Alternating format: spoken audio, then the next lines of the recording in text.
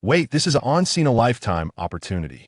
In an instant, Su Bai's eyes suddenly lit up, and he was overwhelmed with excitement. With the death-defying gamble of the Yi family's ancestor, the Yi family is now leaderless and without the protection of the foundation-building cultivator. It is like a paper tiger. In other words, the Yi family is now a toothless tiger, and he can do whatever he wants. Su Bai is now a cultivator of the 8th level of Qi training, and he has many poisonous insects to help him. He is a hard-to-beat opponent in the Qi training stage. Without the foundation-building cultivator, the Yi family is simply not his opponent. Now do it. Su Bai clenched his fists, thinking to himself that if he missed this opportunity, he might never have such a good opportunity again. If he delays any longer, the people of the Yi family might run away with the treasure, even if they don't run away. It is very likely that they will fall into the hands of the 9 Nether Demon sect, and then it will not be his turn. Su Bai's mind moved, and he immediately gave orders to the clone lurking on an ancient tree in the Yi family compound, asking it to act immediately and attack the Yi family cultivators. Even at this critical moment, Su Bai still didn't want to put his main body in danger, so he only needed the clone to take action. After all, no one knew what danger was lurking in the dark, and even if the clone failed, it would only lose one clone, which was harmless. At this moment, the Yi family's main mansion was in chaos, and many cultivators were panicked, especially the elders of the Yi family, whose faces were as gloomy as if their parents had died, and they were extremely heavy. How did the 9 Nether Demon sect break through the 2nd-level city defense formation of Lingxiao City so quickly? No way. Who could have expected that those demon cultivators who were poisoned by the poison pills were not afraid of death and were determined to perish with us? We underestimated the cruelty and madness of the demon cultivators. One wrong move, and the whole game was lost. If we were given another half a month to prepare, we would definitely be able to successfully break through. But now they came in so quickly, completely disrupting our plan. Don't talk nonsense. There is no such thing as everything going smoothly in this world, and it is impossible for everything to go according to plan. Now the ancestor is fighting for time for us to escape. So hurry up and pack up and run. That's right, go to the library immediately to take away the Yi family inheritance, and go to the treasure house to take away the wealth accumulated by the family for many years. As long as these are still there, the Yi family has the hope of making a comeback. The elders talked about it in a flurry, although they were frightened by the sudden change and were a little at a loss. But they quickly came to their senses and rushed to the Yi family's library and treasure house, intending to take away all the treasures inside and flee. In the current situation, they did not dare to hope that everyone could survive. As long as some of the Yi family members could escape, it would be a blessing in disguise. Quick, put all the jade slips and secret books into the storage bag. These are the inheritance of the Yi family for more than 200 years. They are extremely important and must not be lost. Yi Ming, the elder of the Yi family, appeared in the library and directed many of the Yi family members to put the secret books into the storage bags in a hurry. For a cultivator family, the inheritance of knowledge is extremely precious. Once lost, it takes a lot of time and energy to collect it again. Therefore, the Yi family attaches great importance to these inheritances and cannot afford any mistakes. Boom! At this moment, an invisible soul wave surged like a tide, instantly covering the entire Yi family library. It was the Dream Soul goo that attacked, activating its skill, entering dreams. Since Su Bai was promoted to the 8th level of Qi training, the power of the Dream Soul goo has also increased, and its ability to enter dreams has more than doubled compared to before. This ability has become more and more hidden and powerful, silent and traceless, as if it can forcibly drag the enemy's soul into an illusory dream. The Yi family cultivators in the library were caught off guard and were instantly hit. They were stunned, and their movements stopped abruptly, as if they were cast into a spell of immobilization. Damn, who is it? Yi Ming's hair stood on end instantly. As a cultivator of the 9th level of Qi training, he also practiced a powerful spiritual secret method of the Yi family, which had a certain resistance to the ability to enter the dream prison and did not fall into the dream immediately. But even so, he felt dizzy as if he would faint at any time. The battle of souls has always been direct. Whoever has stronger soul power will have the upper hand. Obviously, there was a huge gap between his soul power and that of the enemy. At this moment, He knew that the Yi family had been targeted by the enemy, but he couldn't figure it out. The Nine Nether Demon sect had just broken through the city, so how could the enemy come to the door so quickly? Could it be that this enemy had a deep hatred for the Yi family and had been secretly watching the Yi family? Otherwise, how could he appear at the first time? No, even if I die, I can't let the Yi family inheritance fall into the hands of others. Yi Ming was ruthless and was about to detonate the talisman on his body and die with the enemy. Unfortunately, his action was still a step slow. Swish! A golden sword energy came like lightning, so fast that people had no time to react and instantly pierced Yi Ming's head, ending his life. Yi Ming's eyes widened, full of horror and disbelief. He could never have imagined that he would die so quickly and was killed instantly. Before he died, he didn't even know where the enemy was hiding or who it was. Dong dong dong. Almost at the same time, more than a dozen Yi family cultivators in the library were pierced by golden sword energy. There was a bloody hole on their heads, and their bodies fell straight to the ground. In the blink of an eye, all the Yi family cultivators in the library were slaughtered, and no one was spared. Are they all dead? At this time, a figure slowly walked out of the darkness. It was Su Bai. He looked at these dead Yi family cultivators calmly, with no ripples in his heart. Is this the taste of revenge? It's so empty. Su Bai sighed. How powerful the Yi family used to be. They dominated Lingxiao City and oppressed many independent cultivators. Su Bai was also forced to pay high rent to the Yi family and even bought a house. Even if he was bullied by the Yi family, he could only swallow his anger because he was not as strong as them. Especially this Yi Ming, who could kill him with just one order and scared him into hiding. But now, he was killed by his sword, and he had no power to resist.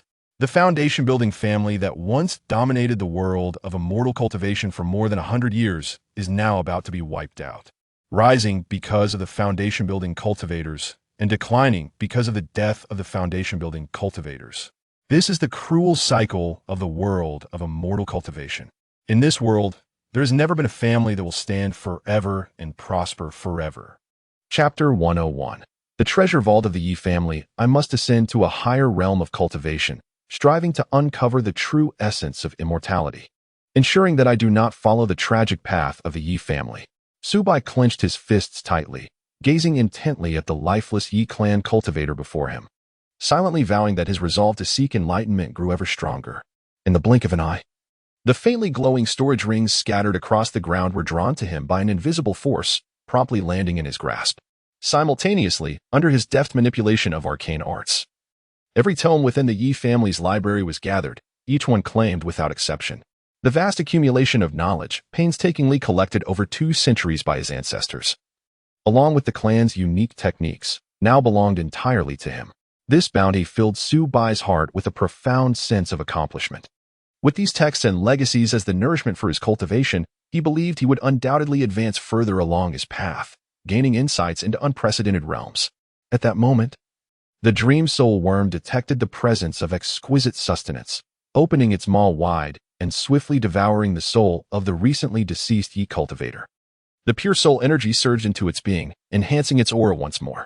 At this rate, it would not be long before it broke through to the second tier of cultivation.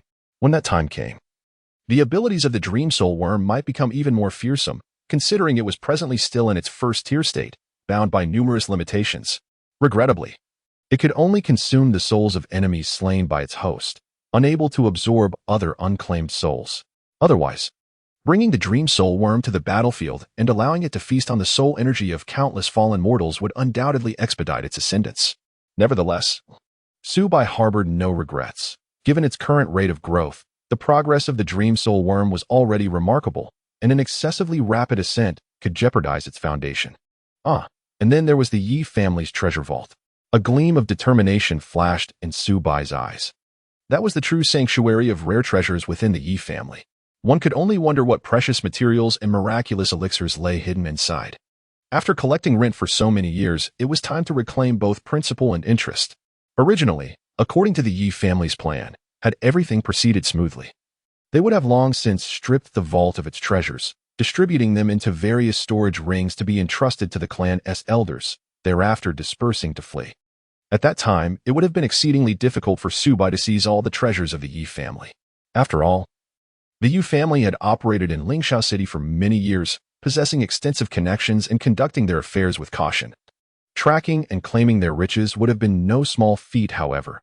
The sudden invasion of the Nine Nether Demon sect had thrown the Yi family's plans into disarray, leaving them no time to relocate their treasures, thus presenting Su Bai with an exceptional opportunity. With a flicker of movement, Su Bai, guided by the memories of the Yi cultivator, swiftly arrived at the location of the Yi family's vault. At that moment, several elders of the Yi family were gathered there. Their cultivation levels formidable, with each at least at the 7th layer of Qi refinement, and among them were experts at the 8th and 9th layers, representing the bulk of the clan's elite forces concentrated in this very place. Evidently, for these elders, the significance of the treasury far surpasses that of the library. After all, even if the secret manuals within the library were to be acquired, they would be of little use for cultivation in the short term. In contrast, the rare treasures contained within the treasury could greatly aid them in enhancing their cultivation, even if they themselves did not utilize them. They could be passed down to their descendants. Since they were all gathered here, they might as well remain. Su Bai, with a sweep of his divine sense, discovered that there were at least 20 to 30 cultivators from the Yi family within the treasury, and the restrictions of the treasury had been entirely lifted. Naturally, they were all preoccupied with hastily seizing the treasures to escape, thus neglecting to maintain the formation. In an instant, a swarm of golden devouring insects surged forth from beside him, numbering at least 40 or 50. These insects, having received the command to charge, transformed into streaks of golden light, darting into the treasury like lightning. Their speed was astonishing, leaving behind trails of golden brilliance in the air. With the resounding echoes of their advance, piercing screams erupted, only to be swiftly followed by an eerie silence. Upon Su Bai's entry into the treasury, he beheld the lifeless bodies of Yi family cultivators sprawled across the floor. All former strong practitioners at the late stage of Qi refinement, now devoid of vitality and utterly motionless. The terror lingered in their eyes, as if they had not comprehended the manner of their demise until their last breath. Indeed, the potency of the golden devouring insects had increased remarkably. Su Bai stroked his chin, observing the swarm of insects dancing in the air. After over 2 years of nurturing, they were evidently far more formidable than before. Their bodies were encased in a dense metallic exoskeleton, inscribed with mysterious runes, significantly enhancing their resistance to the magical arts of cultivators. Ordinary spells striking them felt like a gentle breeze, utterly ineffective. Conversely, the assaults from the golden devouring insects were akin to a dimensional descent, effortlessly tearing through their magical shields and swiftly penetrating their bodies. The current swarm of golden devouring insects subtly hinted at a terrifying power capable of devouring all, potentially inciting a cataclysmic insect disaster. Wealth had truly come his way. This time, he had genuinely struck gold. Su Bai gazed at the mountainous pile of treasures within the treasury, unable to contain his excitement. The treasury was replete with a myriad of pills, rare spiritual herbs, and the extraordinary treasures collected by the Yi family over the years, alongside an array of exquisite magical artifacts and formation plates. It was no exaggeration to assert that this treasury was worth a fortune, easily exceeding 1 million low-grade spirit stones. Regrettably, due to the extensive consumption of spirit stones over the past 2 years in safeguarding Lingxiao City, the remaining spirit stones in the treasury were scant. Nonetheless, even so, these treasures were sufficient for Su Bai to reap considerable profits. Take it all. Gather everything. Without hesitation, Su Bai swiftly stowed the treasures into his storage bag. Having dispatched so many cultivators, he had ample space within his storage bag, and in mere moments, the entire treasury was completely emptied, appearing as if it had been thoroughly cleaned. Once he had secured his bounty, Su Bai set the treasury and library ablaze, engulfing them in roaring flames. The fierce fire would obliterate all traces, erasing every clue. As for the other locations of the Yi family, he had no intention of visiting them further. One must learn to be content. The bountiful harvest from these 2 locations has already bestowed upon him ample rewards. Should he venture further to seek more, he would inevitably encounter other practitioners drawn by the news, and may even cross paths with the sinister disciples of the 9 Nether Demon sect, leading to an unavoidable confrontation. Indeed, shortly after Su Bai's doppelganger returned to the subterranean sanctuary via the underground tunnel, a multitude of wandering cultivators, disciples of the Starry Sky sect, and even members of the 9 Nether Demon sect flocked to the Yi family. They were all aware that the Yi family was on the brink of destruction and sought to seize a share of the spoils. However, upon their arrival, they beheld the Yi family estate engulfed in flames, with numerous structures consumed by the raging inferno, as many Yu family cultivators fled in every direction, none daring to linger in place. Chapter 103. The True Treasure of Lu Yunji. Alas, who is the scoundrel that has looted the treasures of the Yi family, leaving not even a needle behind? At this moment, a cultivator stormed into the Yi family estate, his fury ignited to a blazing inferno. Unable to restrain himself from unleashing a torrent of curses, he had eagerly anticipated a windfall following the breach of Lingxiao City, only to be met with utter desolation. The estate lay barren, devoid of life, as if it had been stripped bare by marauding mice. Not only were all treasures missing, but the entire Yi family residence had also been set ablaze. Who could possess such a callous heart as to leave us with nothing? Another cultivator ground his teeth in frustration, his face a mask of resentment. Despite their timely arrival, they had been outpaced. A mysterious cultivator had arrived before them and absconded with the Yi family's riches, rendering their efforts futile. I dare say it might not have been outsiders who committed this act. Perhaps it is a well-orchestrated charade by the Yi family themselves, a cultivator with sharp eyes interjected, offering a contrarian perspective. With Lingxiao City recently breached, who had the leisure to assault the Yi family? Furthermore, the Yu family maintained formidable defenses with numerous late-stage qi refinement experts stationed there.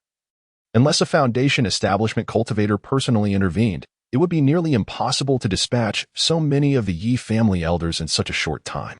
Yet, there were only a handful of foundation establishment cultivators. It seemed implausible that they would target the Yi family. Ordinary cultivators could hardly hope to contend with them, leading me to surmise that this was likely a self-staged performance by the Yi family. They deliberately created the illusion of being robbed to mislead us into believing their treasures had been taken, while in truth, they had already secreted them away. Upon hearing this, the crowd experienced a collective epiphany, suddenly grasping the underlying intricacies. So that is it. I wondered how anyone could be swifter than us. It must be the Yi family's machinations, employing a ruse of self-inflicted suffering. Truly, a family with a legacy of 100 years possesses a wealth of cunning. They quickly resolved to seek out the remaining Yi family descendants, certain that the treasures lay hidden upon their persons, and vowed not to let them escape. Such clever deception nearly ensnared us. These individuals are truly insidious and crafty. The crowd buzzed with animated discussions, finding this hypothesis remarkably plausible.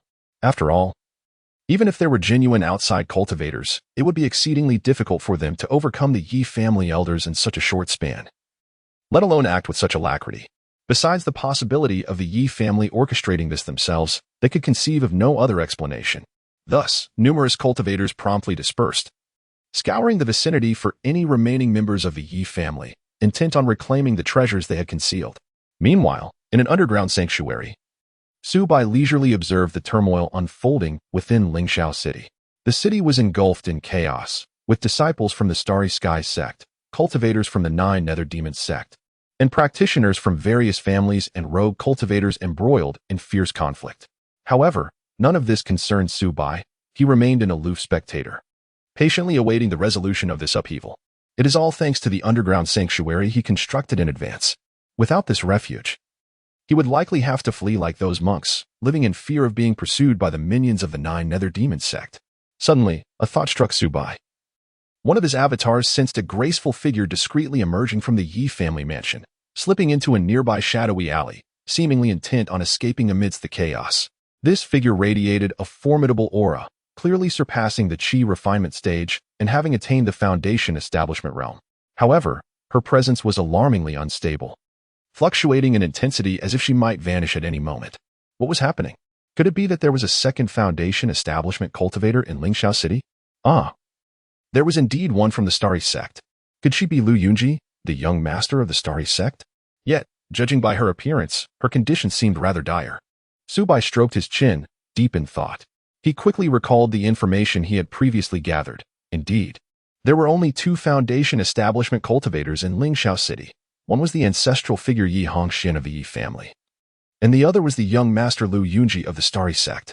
Yi Hongxian had just engaged in a life-and-death battle with a foundation establishment demon cultivator, and the outcome remained uncertain. Meanwhile, Lu Yunji had not participated in the fray, evidently due to a physical ailment. Otherwise, given her strength, her involvement in the conflict would have been indispensable. Those foundation establishment demon cultivators would hardly withstand her prowess. Rumor had it that this woman had been secretly sabotaged by the Nine Nether Demons sect, poisoned, and was on the brink of death. Could this rumor be true? A glimmer of insight flashed in Su Bai's eyes. He had gleaned this information from the memories of the Yi family cultivators and had come to understand Lu Yunji somewhat. Indeed, Lu Yunji was a prodigy, having reached the peak of foundation establishment at the tender age of 80, endowed with a first-grade spiritual root. Mere steps away from the Golden Core realm. Had she not been ensnared by the machinations of the Nine Nether Demon sect, she might well have already attained the status of a Golden Core master. This could be an opportunity. If he could implant the love goo within this woman, it would be tantamount to acquiring a foundation establishment partner. Subsequently, treasures such as foundation establishment pills and second-tier demon beast cores would be effortlessly within reach.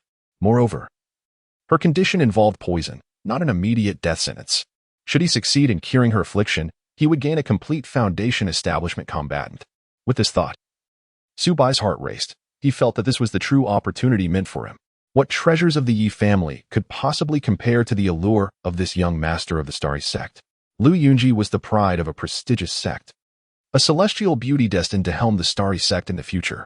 To wed her would essentially mean acquiring the entire Starry Sect as a dowry. Once the two Golden Core elders of the Starry Sect passed, would it not then become his to command? Although Su Bai harbored deep resentment towards the Starry Sect for their past transgressions, even wishing for their downfall, who could resist the allure of wielding control over them? It was akin to the previous life, where people lamented corporate giants, yet if given the chance to become the power-bearer of such an entity, their attitudes would undoubtedly shift. The grievances of the masses often stem from their inability to grasp what they desire. This truly was a rare and valuable opportunity.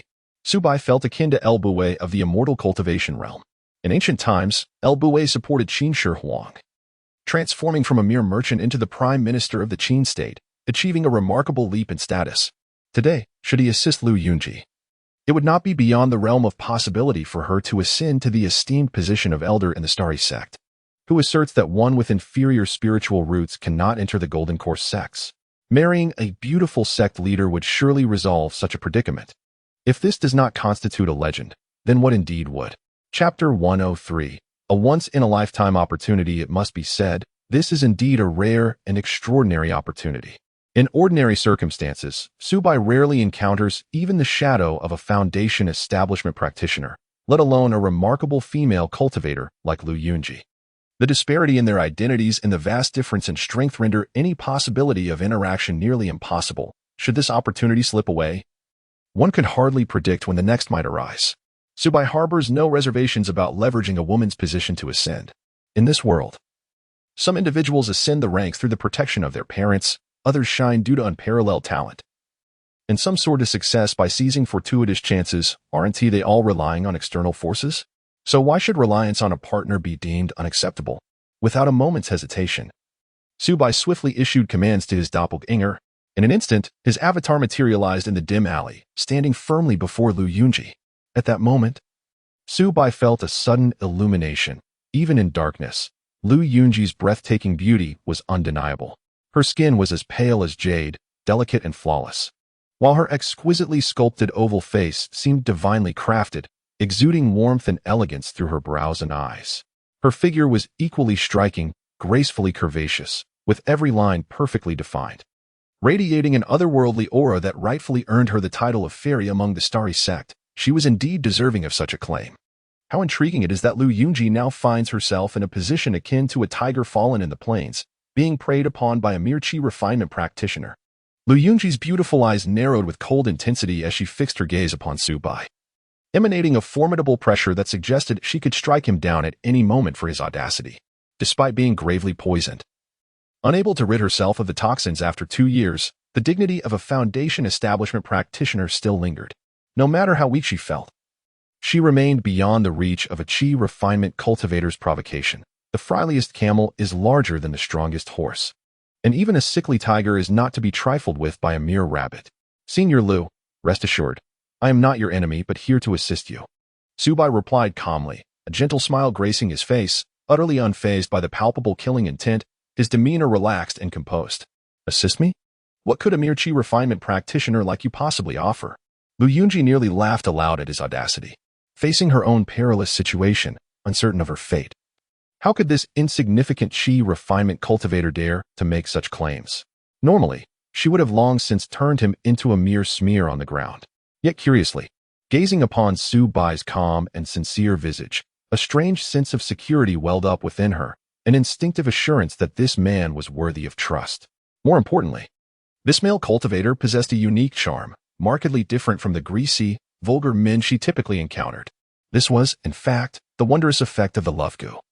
While it might not directly elevate Subai's strength, it enhanced his allure to women.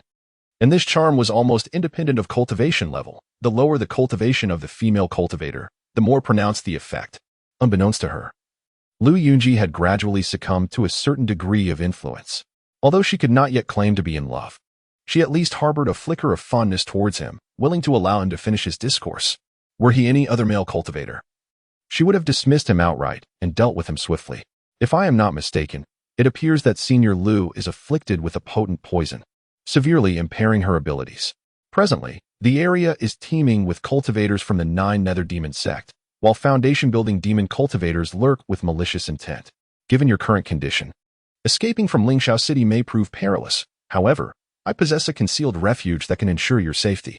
Rest assured, if I wish to harm you, I could simply disclose your whereabouts to the 9 Nether Demon sect, rather than go through such elaborate measures, Subai stated with a calm demeanor, a confident smile gracing his face.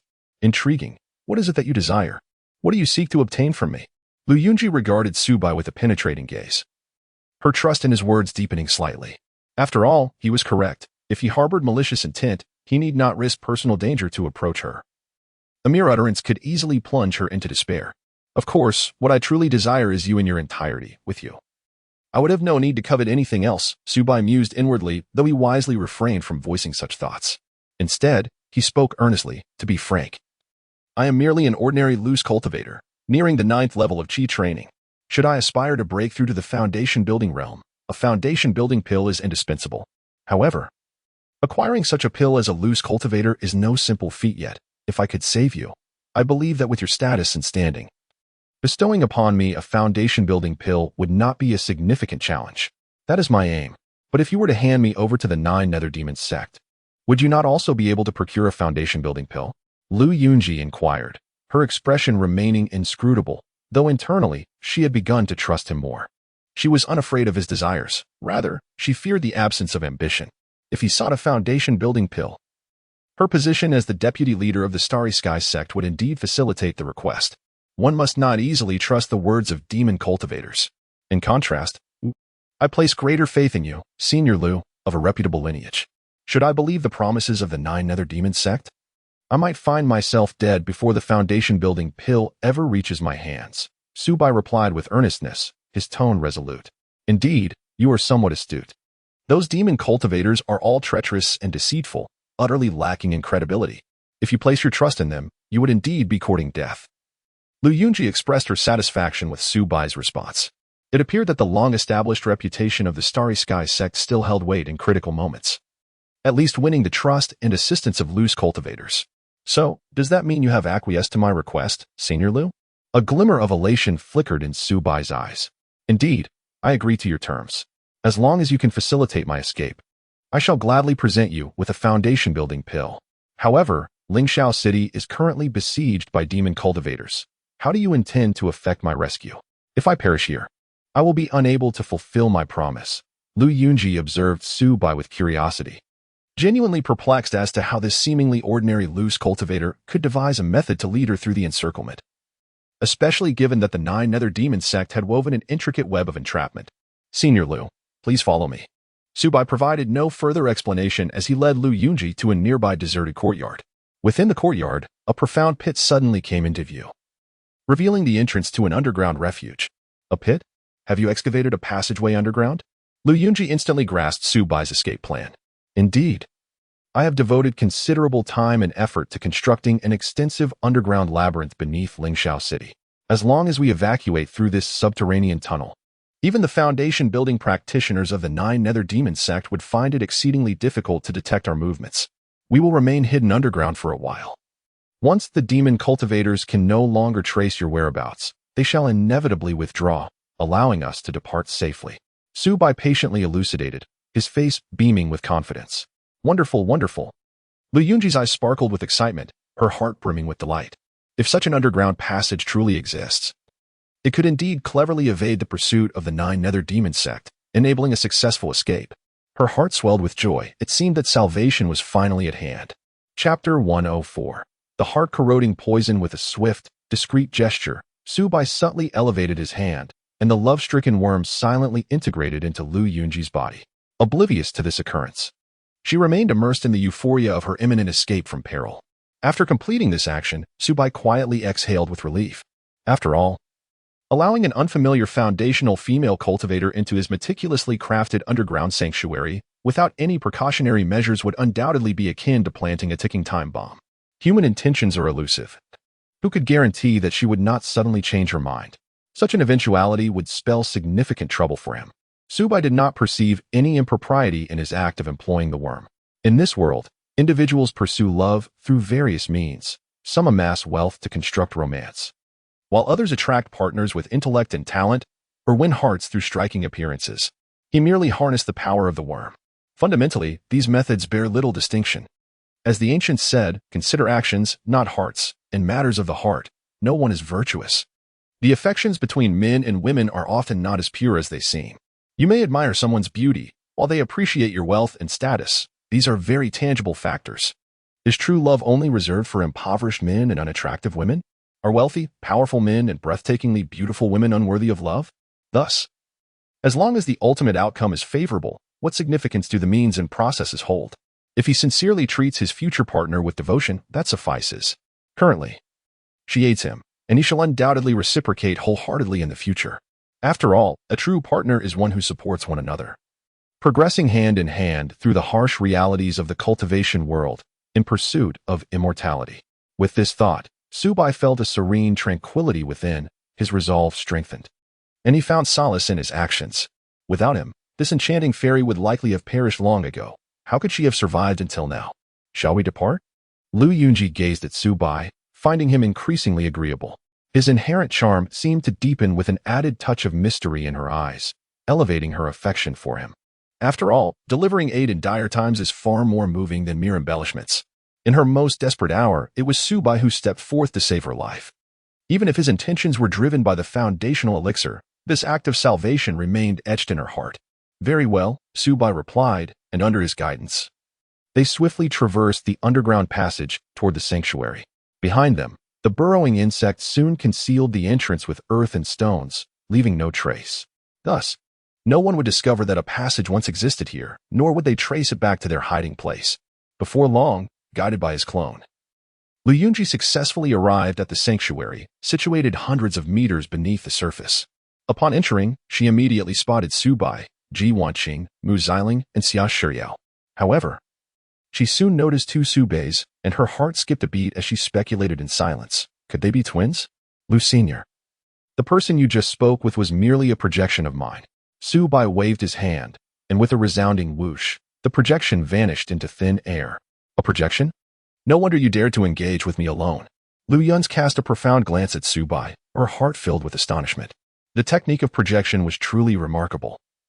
With her cultivation as a foundational practitioner, she had failed to detect any flaws. Previously, she had believed she was facing Subai's true self, only to discover it was merely a projection. Even within the esteemed Starry sect, she had never heard of such exquisite projection techniques. Undoubtedly, this was a premier form of projection, capable of wielding immense influence at critical moments. Lu Yun felt a sense of relief, grateful that she was not the type to sever bridges after crossing them, for otherwise, she might not have received Subai's assistance today. May I inquire about your identities? Lu Yun directed her gaze toward Ji Wanqing and the other two women, her curiosity piqued. They are all my companions, Subai replied candidly, with no hint of concealment. Greetings, Lu Senior. Ji Wanqing, Mu Xiling, and Xia Shiryao stepped forward to greet her, while simultaneously regarding the renowned Lu Yun with curiosity. They had previously heard Subai mention rescuing a prominent figure from the Starry sect, yet they had not anticipated it would be the illustrious Lu Yun, a legendary foundational practitioner. Although they harbored some concerns regarding Subai's actions, they chose to trust his judgment, for he was always prudent. If he did not possess absolute confidence, he would not act so recklessly. Nevertheless, they privately speculated whether Subai had developed an affection for this esteemed Lu Yun, contemplating the possibility of taking her as a concubine. If such a scenario were to unfold, it would indeed be astonishing and likely send ripples throughout the realm of cultivation. Yet, if anyone could achieve such a feat, it would undoubtedly be Subai with his unique charm. The three women were lost in their myriad thoughts. Yet none dared to voice their musings aloud. Greetings to you all, Lu Yun's observed Ji Wanqing and the others, her expression somewhat complex. She had initially assumed Subai to be a young bachelor, only to discover he had three beautiful and graceful companions.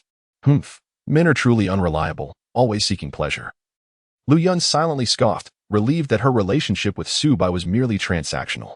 Once she successfully extricated herself from danger and bestowed upon him a foundational elixir, their dealings would be conclusively over, and they would part ways, never to cross paths again.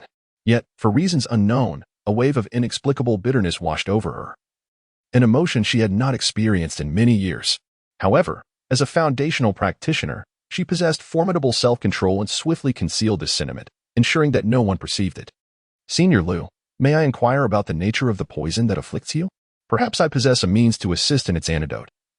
Subai inquired with genuine concern etched upon his face. His inquiry was not mere politeness. Rather, it stemmed from a profound confidence. After all, the goo god cauldron in his possession was capable of concocting various goo insects, including those that could counteract toxins, provided he could gather the requisite materials. Alleviating the poison plaguing Lu Yunji would be a manageable feat. I am afflicted by heart-eating demon poison, Lu Yunji replied, her expression sobering as she spoke. By conventional reasoning, she would have preferred to keep her vulnerabilities concealed, for such matters were deeply personal, and disclosing them to a stranger could invite peril. Yet, in the presence of Subai, an inexplicable trust enveloped her, compelling her to divulge the nature of her affliction. Chapter 105. The devastating toll of the 9 Abyss Demon Sect. Is it the heart-eating demon poison? Upon hearing Lu Yunji's response, Subai couldn't help but draw a sharp breath. As a high-ranking alchemist well-versed in pharmacology, he possessed an intricate understanding of various poisons and celestial herbs, making him acutely aware of the terrifying nature of the heart-eating demon poison. The heart-eating demon poison is an extraordinarily sinister and dreadful toxin. Its concoction method is exceedingly cruel, requiring the silk of a century-old spiritual spider, entwined around an intelligent fox demon during the witching hour when the yin energy is at its peak. The soul of the fox is then stripped away, and the silk is nourished by the fox spirit's power for a duration of 49 days. Once the silk is imbued with a bizarre purplish-black hue, it is merged into a rare herb known as the heart-eating grass. This grass flourishes in the dark depths of the demon abyss, absorbing boundless demonic energy and inherently harboring a venom potent enough to corrode the mind. The fusion of these two elements amplifies the poison's potency exponentially. Once infected, the toxin silently invades the soul, akin to countless minuscule insects gnawing at one's consciousness, leading to a gradual loss of mental clarity, ultimately reducing the victim to a mere shell of their former self. Lu Yunji has managed to endure thus far solely due to her profound foundational cultivation and the precious healing elixirs from the Starry Sect, which she has desperately employed to suppress the poison. Without them, she would have succumbed long ago. Nevertheless, she is acutely aware that her time is limited. The toxin continues to spread within her, eroding her foundation, and with each passing day, she draws closer to death. How did you come to be poisoned? Subai inquired gravely. It is the insidious scheme of those despicable wretches from the 9 Abyss Demon Sect. Lu Yunji clenched her fists, her eyes aflame with fury and resentment. She recounted her harrowing experience on that fateful day at the Wanao Pavilion auction in Lingxiao City. She had spent a fortune to acquire a pivotal item for breaking through to the core formation realm. She had envisioned returning to the Starry Sect to enter seclusion and strive for her ascension. Little did she know that this was a meticulously laid trap by the 9 Abyss Demon Sect. The so-called core formation item was merely bait placed by them at the auction to lure her in. On her way out of Lingxiao City, she was ambushed by 7 foundation-building demon cultivators, preemptively stationed by the 9 Abyss Demon Sect. A breathtaking battle ensued, with spells illuminating the night sky and the sounds of clashing steel echoing through the air. Although Lu Yunji possessed formidable strength and the protective treasures of the Starry Sect, she ultimately found herself outnumbered. After a desperate struggle, she managed to escape, yet tragically fell victim to the heart-eating demon poison. In a bid to find an antidote, she was compelled to remain in Lingxiao City, scouring for a remedy. Yet, over 2 years have passed, and despite her numerous attempts, she has been unable to rid herself of the toxin's insidious grasp. As time elapses, the poison grows increasingly potent, subjecting her body and soul to immense torment. Now, Not only has her strength diminished significantly, but even returning to the starry sect has become a distant dream. Should she manage to return, her current condition may dissuade the elders of the sect from risking their resources to save her. After all, a Foundation cultivator who has lost their potential for advancement holds little value for the starry sect. The situation is thus, even if you were to rescue me, given my current state, I fear I would be unable to assist you in obtaining the Foundation establishment pill. Lu Yunji gazed at Su Bai, her eyes reflecting a mixture of helplessness and guilt.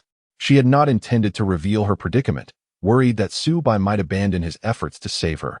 Yet, confronted by his earnest gaze, she found herself incapable of deception. I see, but this is not insurmountable. As long as we can neutralize the poison afflicting Senior Lu, all problems will be effortlessly resolved. Su Bai stroked his chin, already formulating a plan in his mind. He believed that with his goo god cauldron and knowledge of goo worms, he could certainly concoct a worm that counters the heart-corroding devil poison. If he succeeded in detoxifying her, Lu Yunji would regain her strength, providing him not only with a Foundation establishment pill, but also a formidable ally, an undeniably lucrative venture. Do you not comprehend? I am afflicted by the heart-corroding devil poison, which even the most esteemed alchemists of the Starry Sky sect cannot resolve. Even if I were to return to the sect, I would find no salvation. No matter how hard you try, it would merely be a fruitless endeavor. Lu Yunji could not help but counsel him. While she was astonished by Su Bai's confidence, she also deemed him somewhat fanciful. Rest assured, Senior Lu, for once Su Bai, have decided to save someone. Not even the King of Hell can take them from me. Leave this poison to me. Su Bai regarded Lu Yunji earnestly. Humph. Do as you wish. Although Lu Yunji spoke thusly, a warmth surged within her. She looked at the man before her, aware that he had 3 partners and was somewhat of a romantic. Yet, knowing her own dire situation, he still refused to give up on her. This surely marked him as a good person. Nevertheless, she maintained a facade of stubbornness. Meanwhile, the Foundation establishment battle in Lingxiao City had finally drawn to a close. The desperate fight of the Yi family ancestor, Yi Hongxian, dealt a significant blow to the Jiuyu demon sect. The aftermath of the battle swept across the battlefield like a storm, causing several disciples of the Jiuyu demon sect in the Qi refinement stage to suffer grievous injuries, resulting in immediate fatalities. In the final moments of his life, Yi Hongxian unleashed an astonishing power, sacrificing himself to slay 2 early Foundation establishment demon cultivators while gravely wounding another 4. Damn that old fool. Did he think dying would resolve everything? He is sorely mistaken. Send the orders down. Let not a single member of the Yi family escape. I shall ensure that the Yi family vanishes completely from the cultivation world. A Foundation establishment elder of the Jiuyu demon sect roared in rage, his face contorted like that of a furious beast. They had initially planned to effortlessly seize Lingxiao City, securing a glorious victory. Yet they had not anticipated Yi Hongxian's resolute actions, dragging them down into the abyss and transforming their triumph into a bitter one. 2 of the 6 Foundation establishment cultivators lay dead, and 4 were severely injured. This loss had significantly weakened the Jiuyu demon sect. By the way, that woman, the young sect master of the Starry Sky sect, Lu Yunji, have we located her? At this moment, another Foundation establishment elder inquired. They had exerted tremendous effort to breach Lingxiao City, and capturing Lu Yunji alive was their paramount objective. If she were to escape, this operation would be deemed a complete failure. The elder replied, Lingxiao City is vast and teeming with people. Lu Yunji has deliberately concealed herself and has not shown her face. We have yet to discover any trace of her. A trembling disciple of the Jiuyu demon sect responded, beads of cold sweat dotting his forehead, fearful of punishment for his incompetence. Concealed? Lingxiao City is not that immense. Where could she possibly hide? She must still be within the city. You need not worry. Although that woman is a Foundation establishment practitioner, she has succumbed to our heart-corroding demon poison and is destined to perish. Her strength has significantly waned. She is now weaker than even a late-stage Qi refinement practitioner. Commence a thorough search immediately. By nightfall, I demand to see her. The Foundation establishment elder commanded with a darkened expression, his tone fierce. Yes, elder. The many disciples of the Jiuyu demon sect, fearing to slacken their efforts, sprang into action, surrounding Lingxiao City with impenetrable vigilance and initiating a meticulous search. Yet, they could never have imagined that Lu Yunji had already taken refuge hundreds of meters underground, and no matter how fervently they sought her, they would be unable to uncover her whereabouts. Chapter 106. organizing the storage bags within the tranquil chamber of the underground shelter. Subai remained oblivious to the bustling chaos and conflict of Lingxiao City above. He understood that those searching for him would never succeed. At this moment, he was filled with joy as he meticulously organized the storage bags he had plundered from the Yi family. These bags contained countless treasures and an array of precious manuals acquired from the Yi household. What a remarkable collection of cultivation techniques the Yi family possessed. Subai couldn't help but exclaim in astonishment. His consciousness delved into the contents, revealing at least 100 manuals, each capable of guiding its practitioner to the foundation establishment stage.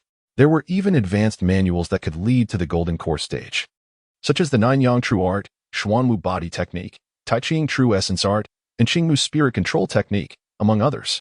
If any one of these manuals were to be auctioned, they could fetch thousands, or even tens of thousands of low-grade spiritual stones.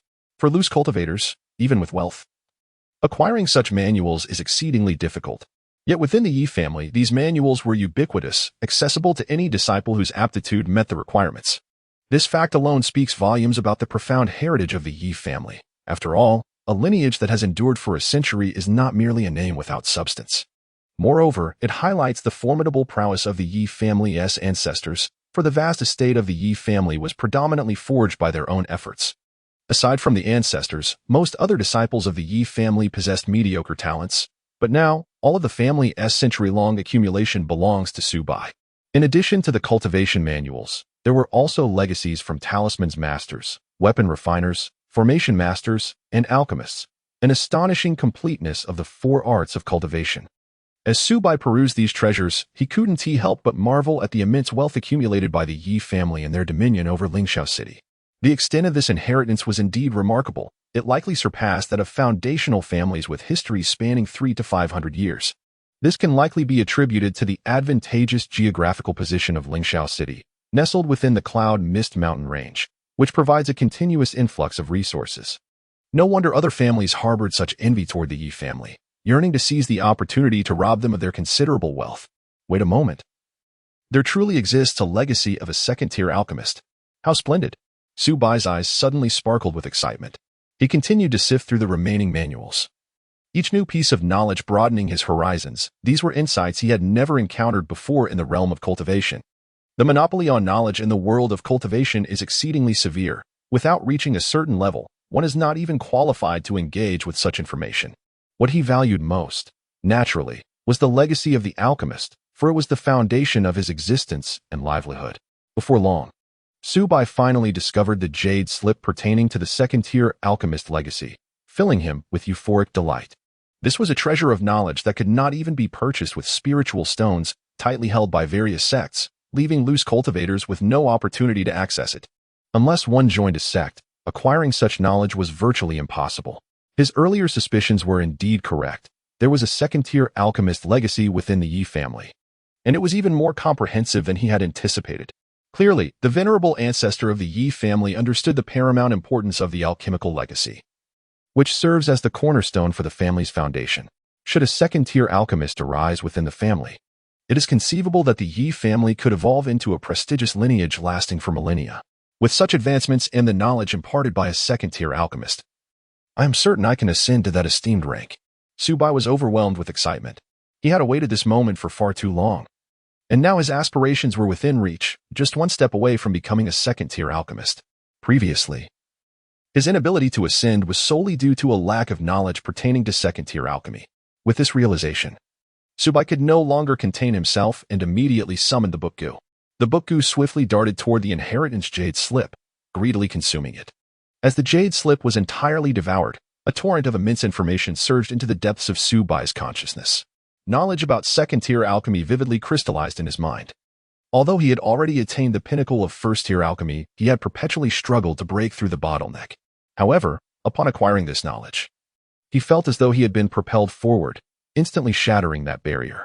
Second-tier alchemy. Subai distinctly sensed a qualitative leap in his understanding of the alchemical realm. This was an extraordinary enhancement, utterly beyond comprehension. So this is the secret of second-tier alchemy. The crux of becoming a second-tier alchemist lies in the application of one's spiritual consciousness. Subai suddenly understood why even the most gifted practitioners in the qi refinement phase find it challenging to become second-tier alchemists. often remaining confined to the realm of first-tier alchemy. The key to ascending to second-tier alchemy rests in mastering the use of spiritual consciousness. Without it, no matter how prodigious one's talent, entry into the realm of second-tier alchemy remains unattainable. Second-tier elixirs are significantly more potent than their first-tier counterparts, particularly the myriad spiritual herbs required for their concoction, which cannot be refined through ordinary means. At this juncture, one must harness the power of spiritual consciousness to discern the impurities within the spiritual herbs. These impurities are nearly imperceptible without the aid of spiritual consciousness, akin to microorganisms that elude detection without a microscope. Only by utilizing spiritual consciousness to identify the impurities within the herbs, and subsequently employing the power of earthly fire to eliminate them, can one substantially enhance the success rate of second-tier elixirs. Without the assistance of spiritual consciousness, purifying the spiritual herbs becomes nearly impossible. Should the impurities within a herb remain, various herbs will inevitably clash in their properties, leading to the failure of the alchemical process. No matter how many attempts are made, the creation of second-tier elixirs will invariably end in failure. A glimmer of wisdom sparkled in Su Bai's eyes. Undoubtedly, this illustrates the remarkable utility of spiritual consciousness for foundational practitioners. Spiritual consciousness can not only be employed to perceive adversaries, but also to concoct elixirs, craft artifacts, and inscribe talismans, among other endeavors. Many feats achievable solely by foundational practitioners are inextricably linked to spiritual consciousness. Thus, the foundational stage is indeed the true commencement of one's cultivation journey. In contrast, practitioners in the chi refinement phase scarcely qualify as having begun, merely parading their prowess in the realm of mortals. It is no wonder that a genius alchemist capable of becoming a second-tier pill master during the chi refinement stage garners such profound respect, holding a status equivalent to that of a foundation establishment cultivator. This esteem arises not merely from their mastery of the techniques required to concoct second-tier elixirs, but more significantly, from the fact that attaining the rank of second-tier pill master signifies the condensation of one's spiritual consciousness. Consequently, the ascension of a second-tier pill master to the status of a foundation establishment cultivator is practically assured, with at least a 50% probability. Should they also benefit from the assistance of foundation establishment elixirs, the likelihood could soar to 70 or 80%. If one can elevate their vital essence and magical power to a consummate state, the transition to a foundation establishment cultivator becomes virtually inevitable. However, the rarity of individuals achieving the rank of second-tier pill master during the chi refinement stage is akin to finding a phoenix feather, exceedingly scarce. Even more so than the giant panda. I almost overlooked the treasure within the Yi family's lineage, the Seven Apertures Exquisite Heart Sutra. Su Bai's eyes sparkled with excitement. Among the myriad inheritances of the Yi family, aside from the legacy of the second-tier pill master, this Seven Apertures Exquisite Heart Sutra is of paramount importance. It was indeed the key to the rise of the ancestral figure, Yi Hongxian.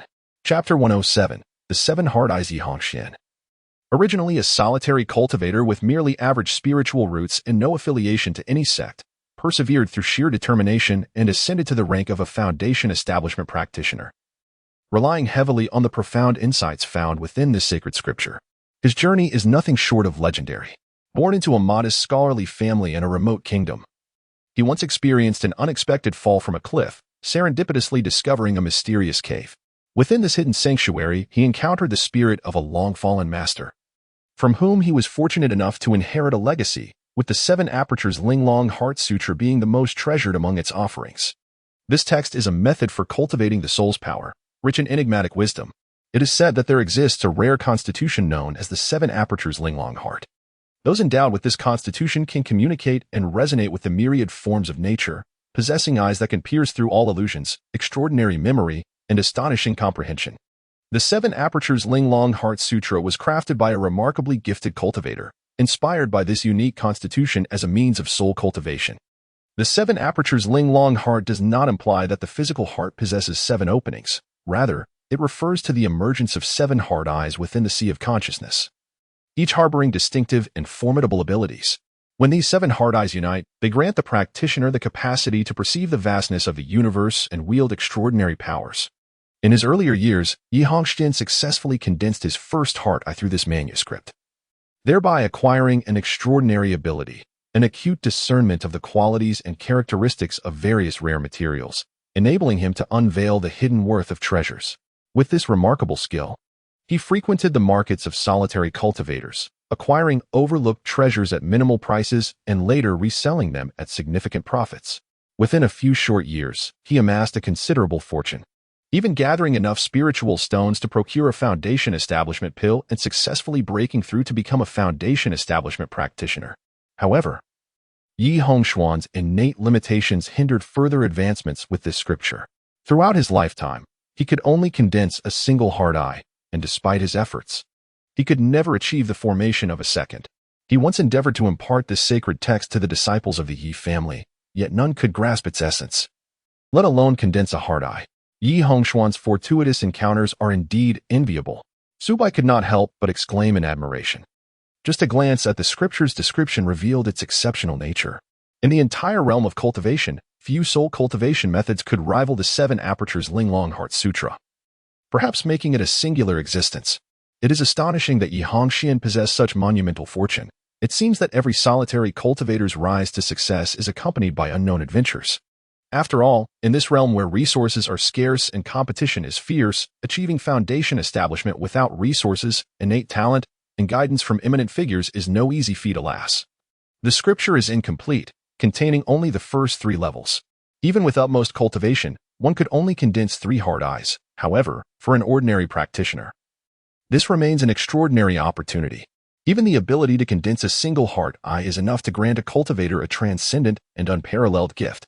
If only I could master this profound technique, my strength would undoubtedly ascend to new heights. Su Bai was exhilarated, his blood surging with excitement. Though he possessed a naturally formidable spiritual essence, he had long been deprived of a premier method for cultivating his soul. The emergence of the 7 Apertures Linglong Heart Sutra was akin to a timely gift amidst adversity, precisely alleviating his urgent needs. Mastering this secret art would undoubtedly grant him unparalleled advantages. With this thought in mind, Su Bai eagerly delved into the study of this secret technique, eager to test whether his own comprehension could lead him to mastery. An hour passed. Could it be? What sort of practice is this? Is it even possible for a person to learn it? Su Bai's expression darkened instantaneously. Initially, he had intended to attempt the cultivation solely relying on his own abilities, without the aid of the book's mystical powers. However, upon deeper examination of the technique's content, he realized it was extraordinarily aberrant. The method of cultivation was exceedingly unique, requiring the practitioner to wield formidable spiritual awareness to condense a hard eye deep within the sea of consciousness. Moreover, this hard eye could not be fabricated arbitrarily. Its internal structure was complex and intricate, indistinguishable from a real eye, resembling a flawless 3D model. This was akin to conjuring an eye imbued with the laws of the universe from nothingness using one's own spiritual awareness. It is essential to understand that the eye is one of the most exquisite organs of the human body, with a complexity beyond imagination. Even the slightest error could result in the failure of the hard eye's condensation, rendering all previous efforts futile. Should the condensation fail, a powerful backlash would strike the sea of consciousness, severely wounding the soul. Over time, the practitioner's spirit might gradually collapse, ultimately leading to utter disintegration. In the past, many disciples of the Yi family had fallen victim to their soul's collapse while attempting to cultivate this technique, descending into madness. Eventually, out of fear, the Yi family had no choice but to shelve this technique, prohibiting their disciples from practicing it. While it is indeed a pity to seal away such a top-tier secret method, it was a necessary decision. After all, without sufficient talent and spiritual strength, one could not even qualify to begin cultivating this art. No wonder no one could master it. It would indeed be astonishing if someone could. At the very least, only a formidable golden core, or even a transcendent nascent soul practitioner, could hope to succeed in its cultivation. How did Yi Hongxian manage to learn it? Su Bai was filled with contemplation, fully understanding why the disciples of the Yi family struggled with this technique. It was likely that within a radius of tens of thousands of miles, one might not find a single individual capable of cultivating the 7 Apertures Linglong Heart Sutra. To master this technique, one not only needed immensely powerful spiritual force but also profound comprehension. Both were indispensable, or failure was inevitable. A few failed attempts at condensing the heart eye would result in severe damage to the soul. Yi Hongshuan's success was attributed not only to his innate talent, but also crucially to the direct inheritance from a fallen predecessor, receiving enlightenment that enabled him to grasp the technique. It appears I must rely on external assistance. After pondering for a moment, Su Bai resolutely abandoned his initial notion of attempting it alone. Wouldn't it be far more advantageous to harness the power of the book's mystical abilities? If relying solely on himself, he might never even touch the threshold of this profound technique in his lifetime. Whoosh! The tome of sorcery once again lunged towards the ancestral jade scroll, devouring it whole. In that fleeting moment, a colossal torrent of information surged into Subai's consciousness, encompassing all the enigmas of the Heart Sutra of the Seven Orifices. He instantly attained the realm of photographic memory.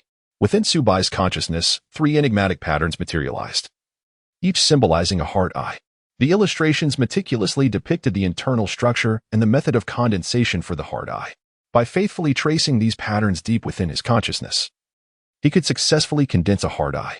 Chapter 108, Supreme Techniques, the Revelation with the Aid of the Mystical Forces of the Bookworm.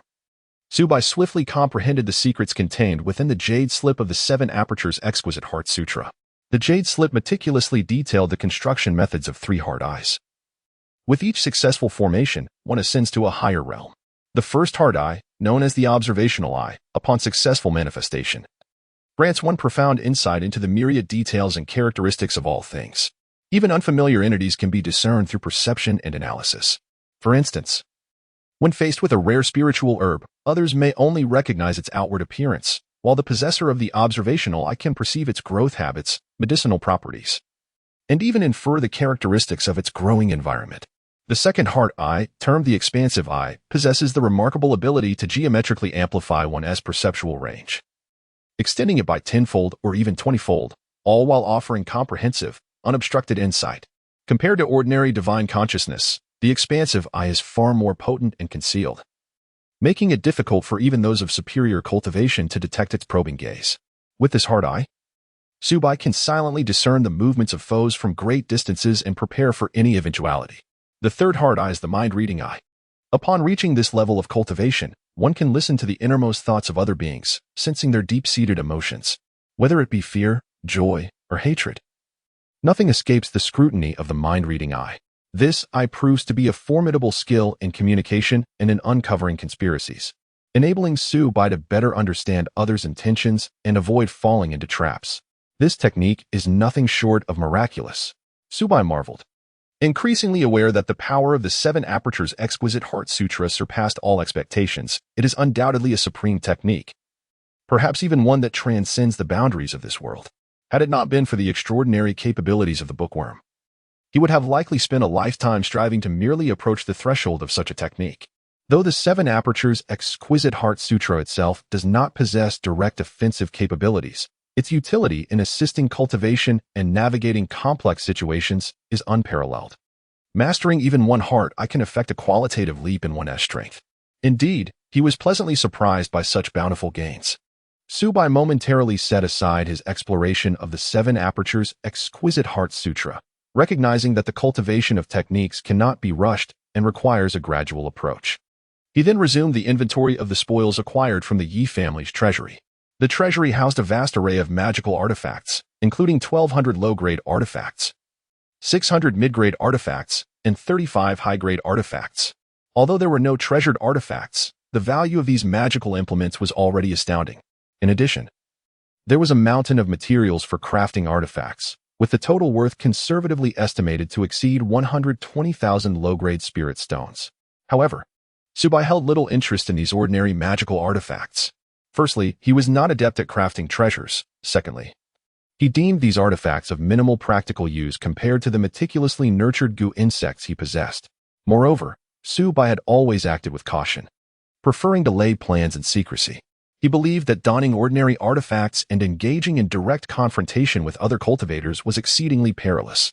In his view, one should either rely on absolute strength to defeat an opponent in a single blow or avoid conflict altogether. This, he considered the wisdom of survival. Wow, the Yi family has amassed such an abundance of spiritual herbs. Subai's eyes sparkled with delight. In comparison to those artifacts, he placed far greater value on these herbs. No matter how precious the artifacts, they could not directly enhance one's cultivation level, whereas spiritual herbs could be absorbed and refined to swiftly augment one's strength. Upon meticulously counting, he discovered that this time he had acquired as many as 1,500 herbs. Truly, the Yi family, with its long-standing lineage, boasted an astonishing number of spiritual herbs and elixirs within their treasury. After all, with numerous descendants, the Yi family consumed countless elixirs annually. To meet the cultivation needs of their kin, the treasury naturally stored a wealth of resources. Even after enduring a 2-year siege, these reserves had not been depleted. Wait, isn't this a crucial spiritual herb for crafting the foundation establishment pill? Subai suddenly felt a rush of excitement as he identified multiple essential materials for concocting the foundation establishment pill among the myriad of herbs. Coupled with the partial materials he had fortuitously obtained earlier, he now possessed the majority of the 12 necessary herbs for crafting the foundation establishment pill. Save for the most critical main herb, the jade spirit mushroom, it became clear that the Yi family was also plotting to craft the foundation establishment pill. Subai instantly comprehended their intentions. Evidently, relying solely on the foundation establishment pills procured from sects such as the Starry sect was insufficient to satisfy the promotion needs of the numerous cultivators within the Yi family. To break this bottleneck, the Yi family resolved to become self-sufficient and attempt to concoct the foundation establishment pill on their own. Although they had yet to locate the main herb, the jade spirit mushroom, the Yi family, situated near the Misty Mountain range, frequently sent their disciples deep into the mountains in hopes of hunting second-tier demon beasts to obtain second-tier demon elixirs. With the demon elixirs in hand, combined with other materials, they might have the opportunity to craft the foundation establishment pill. Unfortunately, luck had not favored the Yi family. They had consistently been unsuccessful. And these carefully stored materials for the foundation establishment pill ultimately fell into Subai's possession. With such an abundance of materials, even if I fail a few times during the refining process, I am confident I can successfully create the foundation establishment pill. Subai's heart brimmed with joy. Initially, he had harbored concerns about the success rate of crafting the foundation establishment pill in the future, but now, equipped with these ample materials, his confidence surged. Regardless of the low success rate, the sheer quantity would ensure at least 1 or 2 successful attempts. Next, he needed to delve deeper into the Misty Mountain range to seek out suitable first-tier demon beasts. Subai stroked his chin, his mind beginning to devise the next step of his plan. The depths of the Misty Mountain range served as a habitat for demon beasts, rich in resources. Now, with the city guard formation of Lingxiao City breached, the golden-eating worms could once again dig tunnels underground at will. He intended to have the golden-eating worms excavate a subterranean passage spanning several hundred kilometers, leading directly to the heart of the Misty Mountain range.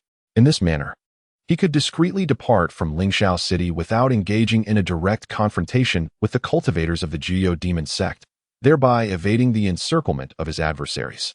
To be frank, Subai had no desire to remain trapped within the underground sanctuary. Although it offered relative safety, he understood the wisdom of the saying that a gentleman does not stand beneath a perilous wall. There was no need to continually gamble with danger by staying within the city. In contrast, venturing deep into the Yunwu mountain range presented a far superior alternative.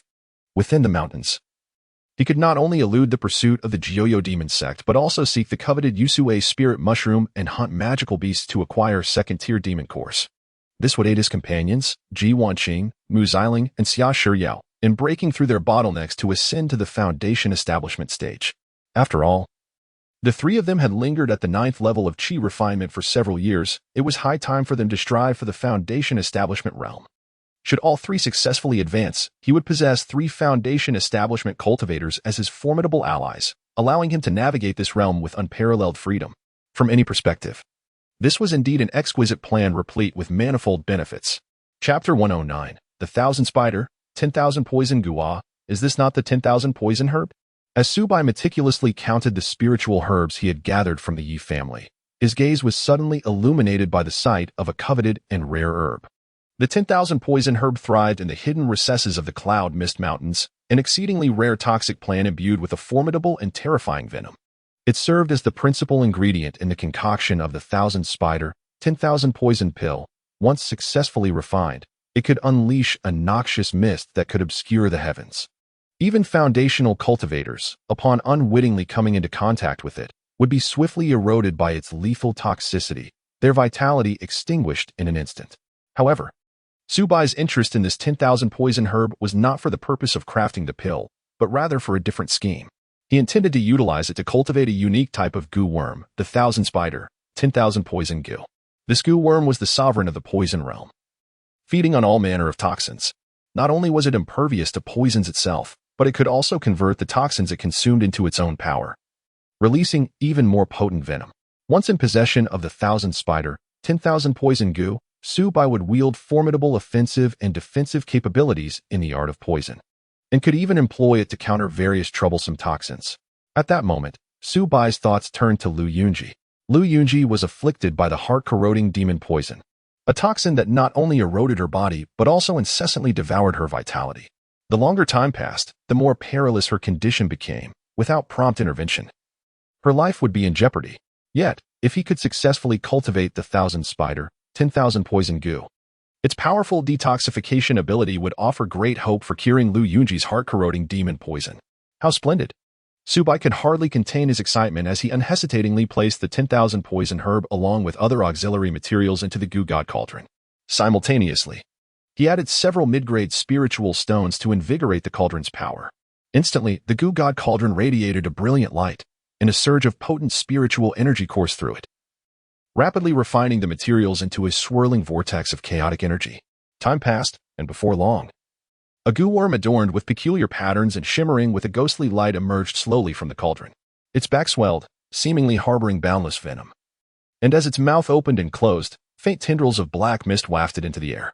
Wherever this mist drifted, the ground was swiftly corroded, stones dissolving into pools of black liquid.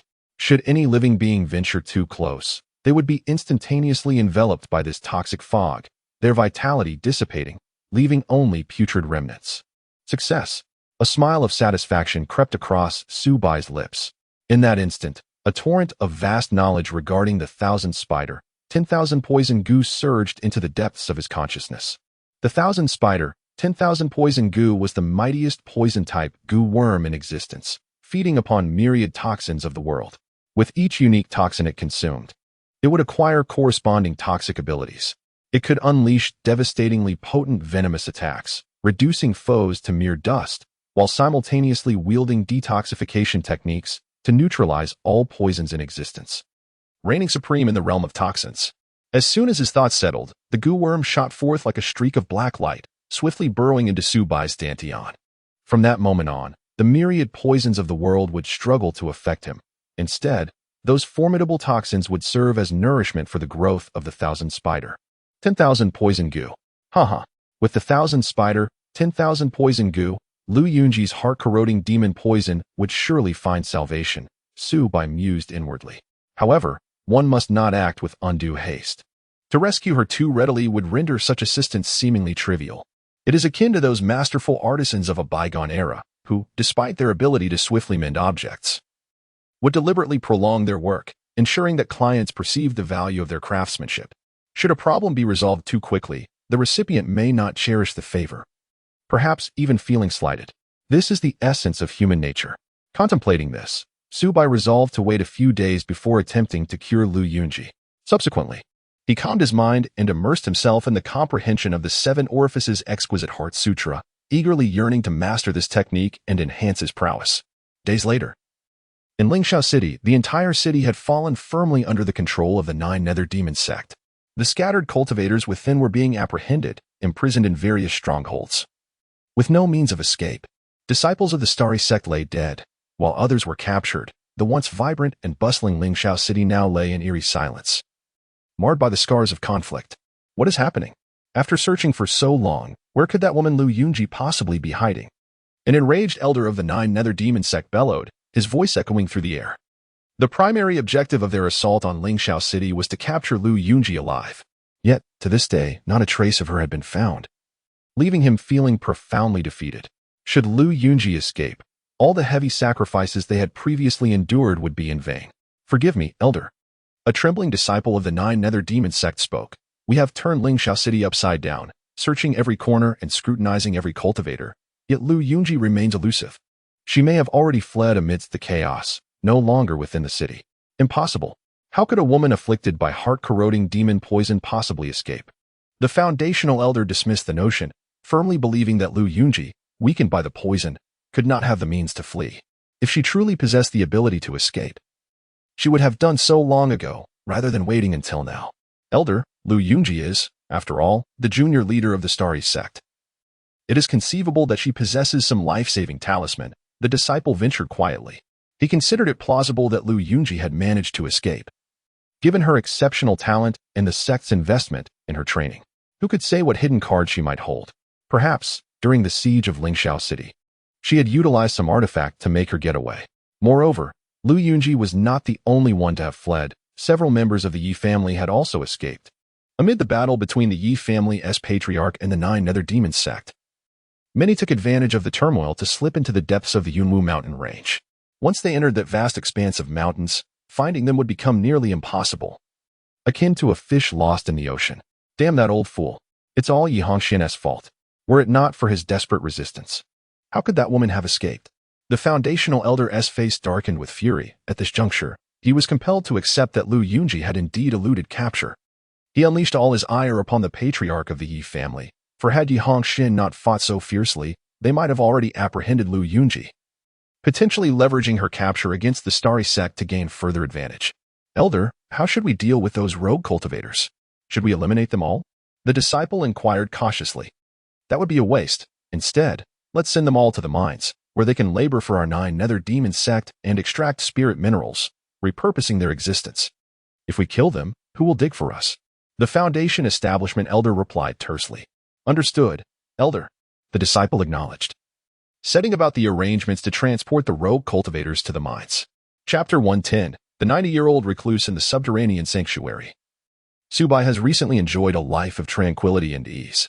Although the presence of Lu Yunji, the young master of the Starry sect, has added a new dynamic to his existence, his daily routine remains meticulously structured.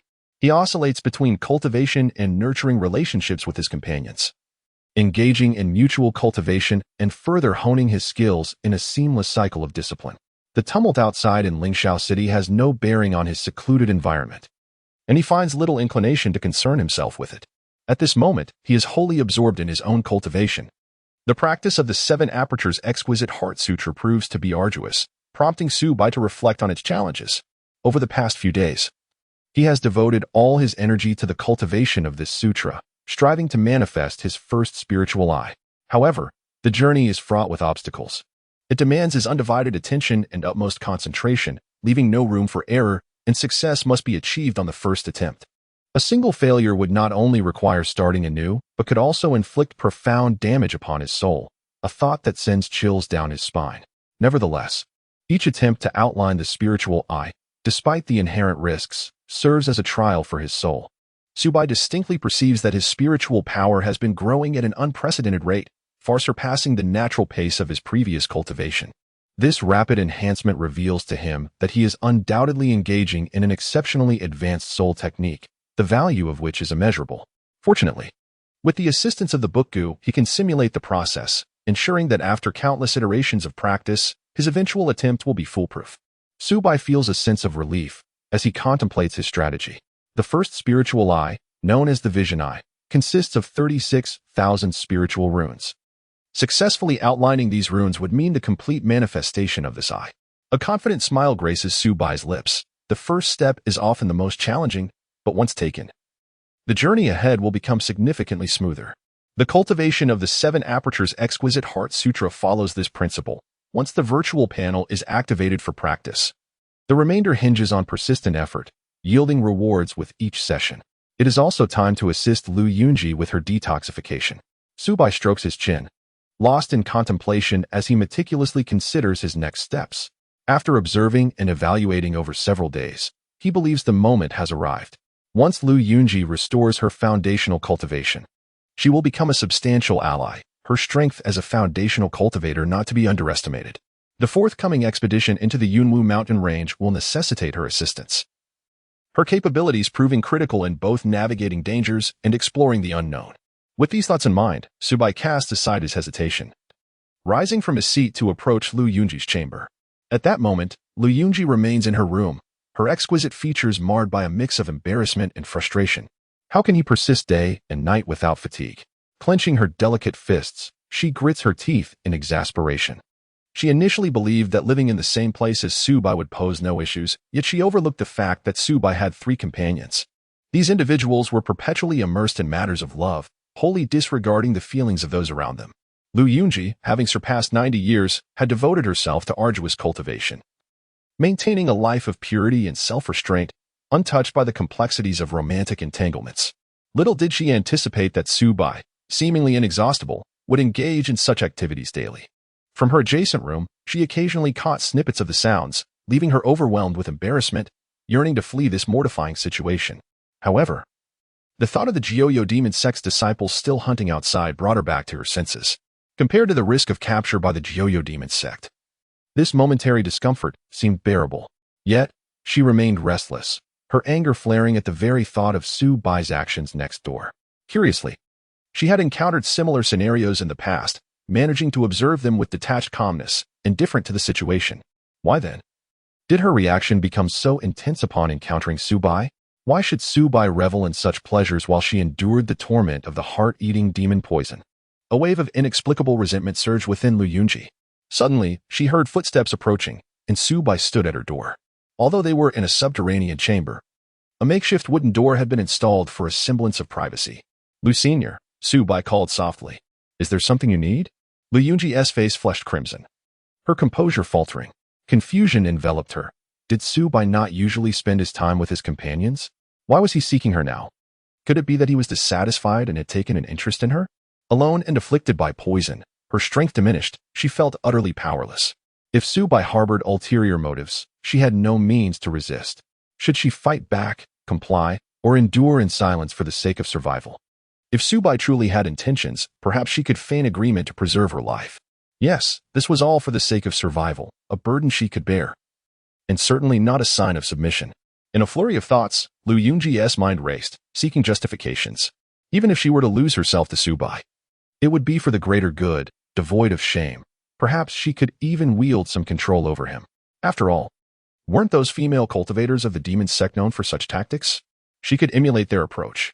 With a creak, the wooden door swung open, revealing Su-bai's imposing figure before Lu Yunji. He had truly come.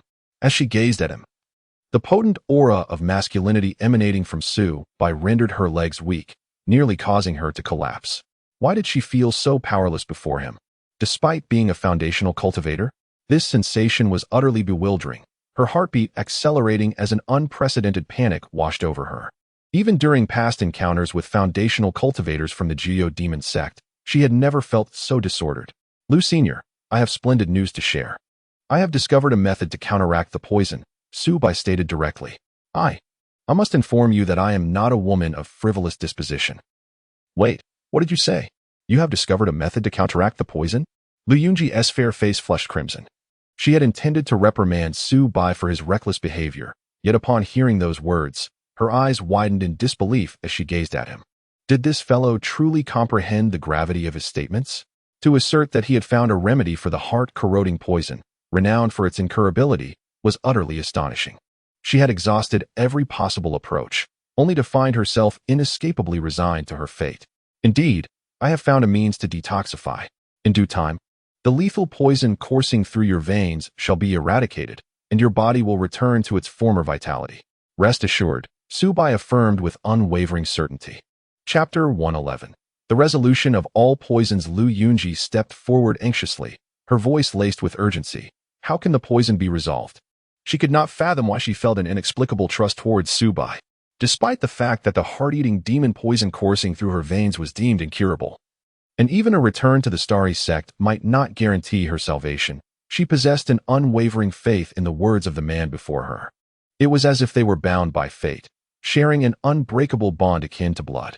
I possess a miraculous insect that can neutralize all poisons in the world. Once it enters your body, it will devour the toxins that plague you, restoring you to health, Su-bai explained with patience. Is that truly so? Then let us begin at once. Hope sparkled in Lu Yunji's eyes, her voice trembling with anticipation. Very well, we shall commence immediately. Su-bai smiled gently, waving his hand. And the thousand-spider poison insect transformed into a wisp of ethereal light, swiftly vanishing into Lu Yunji's body. The insect made its way directly to her dantian, its 8 long legs firmly anchoring themselves there.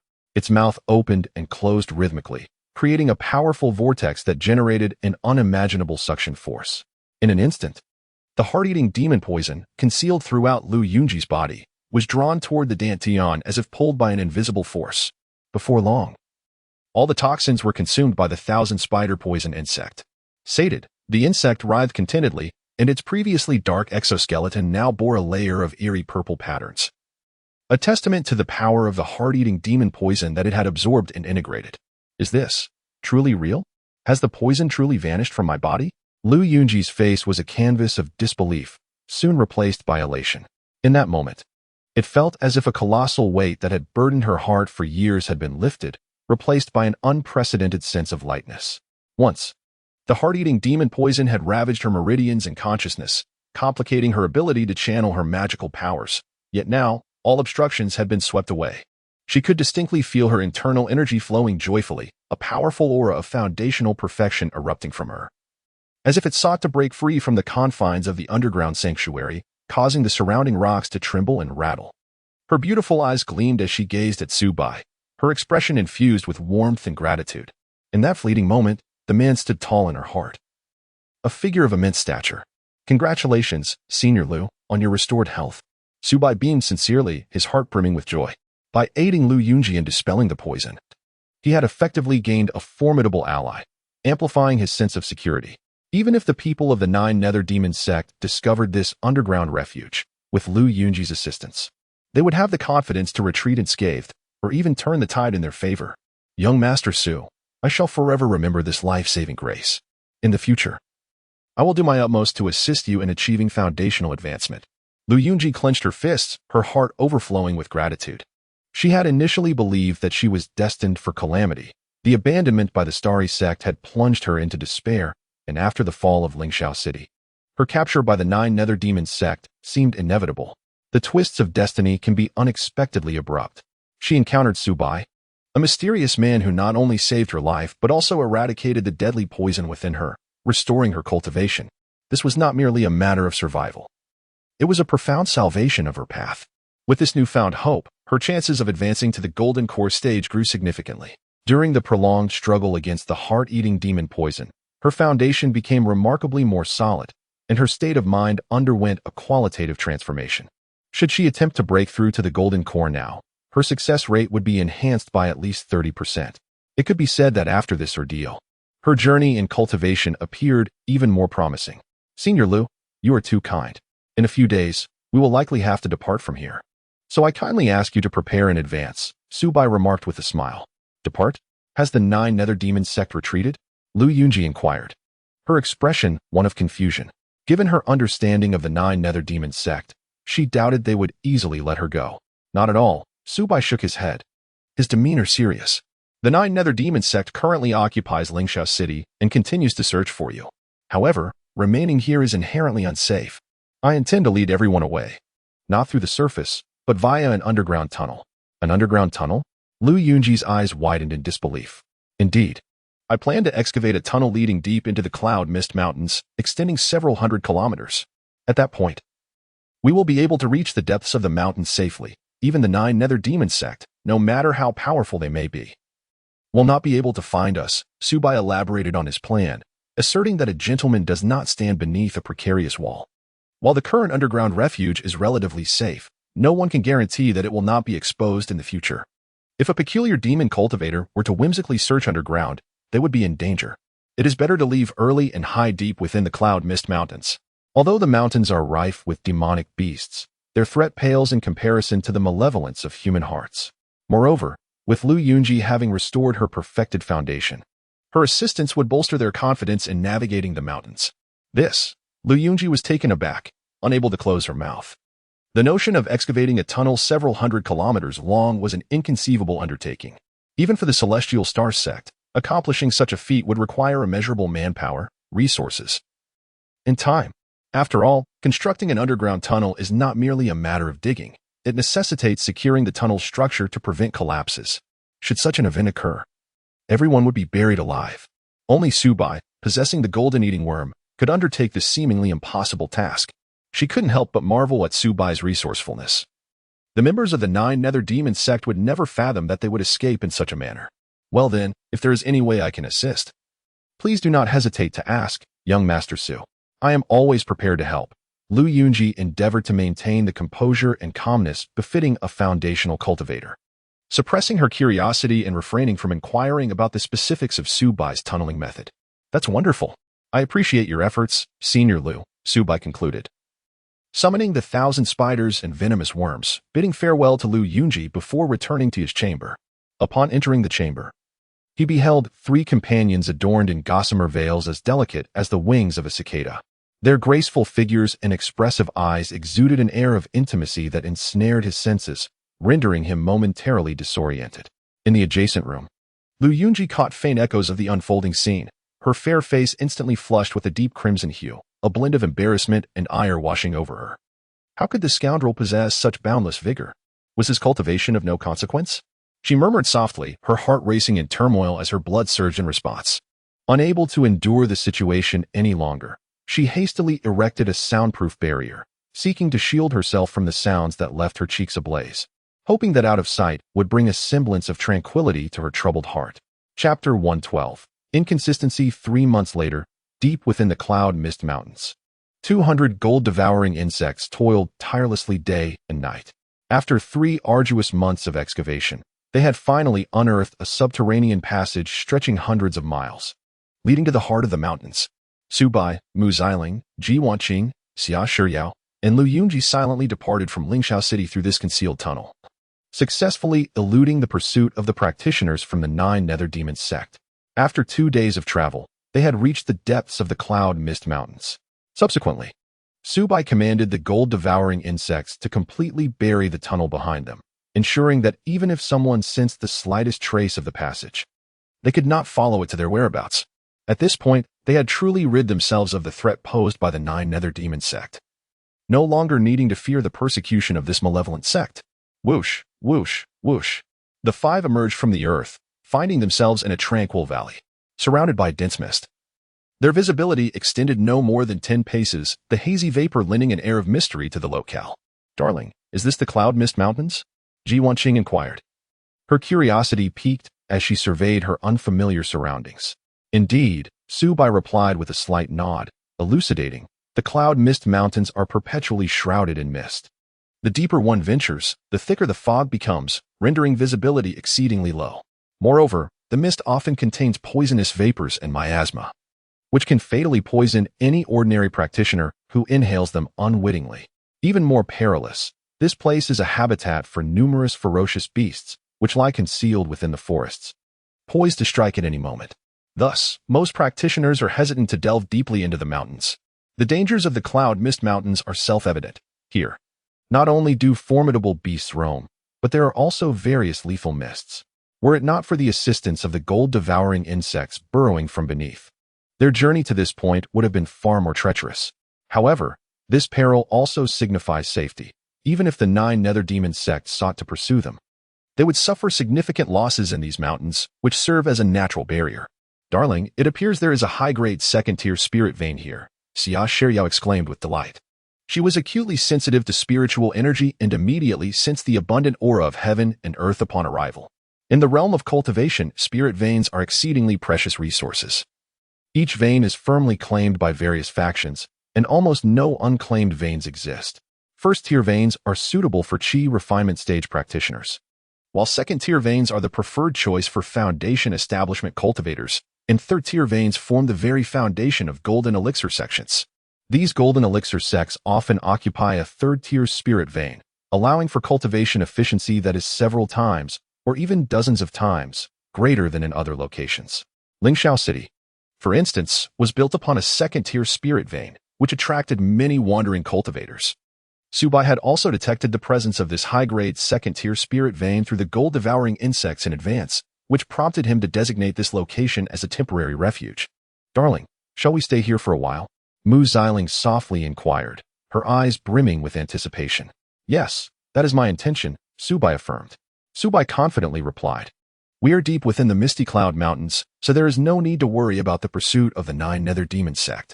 Moreover, with the assistance of this second-tier spiritual vein, it is an ideal location for our cultivation and breakthroughs, even providing us the opportunity to reach the foundation establishment stage. Additionally, the area abounds with food resources. We can hunt fierce beasts for sustenance and cultivate spiritual grains, achieving self-sufficiency. Having grown weary of living under the auspices of others, always constrained by their whims and enduring various forms of extortion, Subai yearned for a place to call his own, a sanctuary where he could cultivate in peace, undisturbed by the outside world. Though this place was desolate and uninhabited, it served as an excellent refuge for growth. Since acquiring the wealth of the Yi family, he had amassed a considerable fortune in spirit stones, elixirs, and precious legacies, lacking for nothing and no longer needing to trade with other cultivators. He could diligently cultivate here until he broke through to become a foundation establishment practitioner. Indeed, I can set up a grand spirit gathering formation here to collect the ambient spiritual energy of heaven and earth, enhancing our cultivation efficiency. Furthermore, I shall establish a defensive formation to ward off beastly attacks, exclaimed Xia Shiyao, her excitement palpable as she had considerable knowledge of formations. She began envisioning the layout in her mind, preparing to transform this location into their formidable stronghold. Yes, I can construct houses in the valley, turning this into our home within the misty cloud mountains, Mu Xiling added with a smile and a nod. I will scout the surrounding area and eliminate any nearby beasts to prevent them from launching a nighttime ambush on our camp, Lu Yunji stated. After 3 months of recuperation, she had regained part of her foundation establishment strength, though not yet at her peak. Her combat prowess was already comparable to that of a mid-stage foundation establishment practitioner. She felt confident in facing second-tier beasts. I shall prepare a sumptuous dinner to celebrate our successful escape from Lingxiao City and our regained freedom. Ji Wanqing mischievously winked and smiled. Very well, everyone knows their role. Let us proceed accordingly, Su Bai said with satisfaction as he gazed at his companions, his heart brimming with happiness.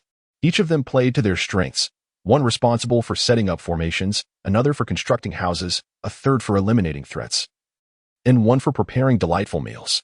Meanwhile, he coordinated their efforts, focusing on cultivation and savoring this warm life. He couldn't help but reflect on how having more companions enriched his life. Not long after Su Bai and his companions departed from Lingxiao City, a significant upheaval occurred within the city. What did you say? The Starry Sky sect has allied with the Clear Wind sect and the Xiandan sect to launch a surprise attack on us. The Nine Nether Demon sect? An elder of the Nine Nether Demon sect, a foundation establishment practitioner, turned pale with rage, disbelief etched on his face.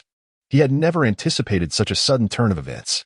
Yes, elder, a trembling disciple replied, fear still evident on his countenance. Just as our Golden Core experts were preparing to ambush the Starry Sky sect, the Golden Core elders of the Clear Wind sect and the Xiandan sect suddenly struck, injuring our sect master and 2 Golden Core supreme elders. In truth, over the past 2 years, the Starry sect has not been idle. Rather, they have clandestinely allied with other sects, preparing to deliver a devastating blow to us. We remain blissfully unaware, and now, with the 3 major sects uniting, the sect leader has commanded an immediate retreat to the headquarters of the Nine Nether Demon sect. Otherwise, we risk being trapped here. Infuriating. The treacherous Starry sect. The shameless righteous sects. They had clearly promised to maintain neutrality, yet they have reneged, proving to be more insidious and cunning than our own demonic faction. The Foundation Elder, consumed by rage, struck the table with a fist, shattering it into splinters. He had believed the agreement reached with the other sects to be infallible, only to find himself betrayed. This sudden upheaval has plunged the Nine Nether Demon sect into a dire predicament, besieged on all sides, suffering grievous losses. Chapter 113. Second Order Demon Beasts Elder, what shall we do now? The disciple of the Nine Nether Demon sect spoke, his face etched with anxiety and his voice quivering slightly. The current situation was precarious, and the coalition of the 3 major sects could arrive at any moment. If they did not come to a decisive resolution soon, they would indeed find themselves trapped without escape. Have we still not located Lu Yunji? The Foundation Establishment Elder's brow furrowed deeply. His teeth clenched as he forced out these words. The mere mention of Lu Yunji filled him with frustration. The success of this operation hinged upon capturing her. Yet to this point, not even a shadow of her had been seen. No, Elder. It is as if she has vanished into thin air. We cannot find her anywhere.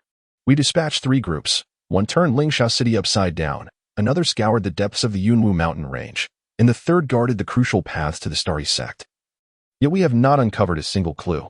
The disciple sighed helplessly, his face a portrait of dejection. They had searched tirelessly for Lu Yunji, almost digging 3 feet into the ground, but it was as if she had evaporated without a trace, leaving them utterly perplexed. Damn Lu Yunji. Damn the Starry sect. The Foundation Establishment Elder slammed his fist against the wall, causing the plaster to crumble. He understood well that capturing Lu Yunji would allow them to exert control over the Starry sect and perhaps even reverse their current disadvantage.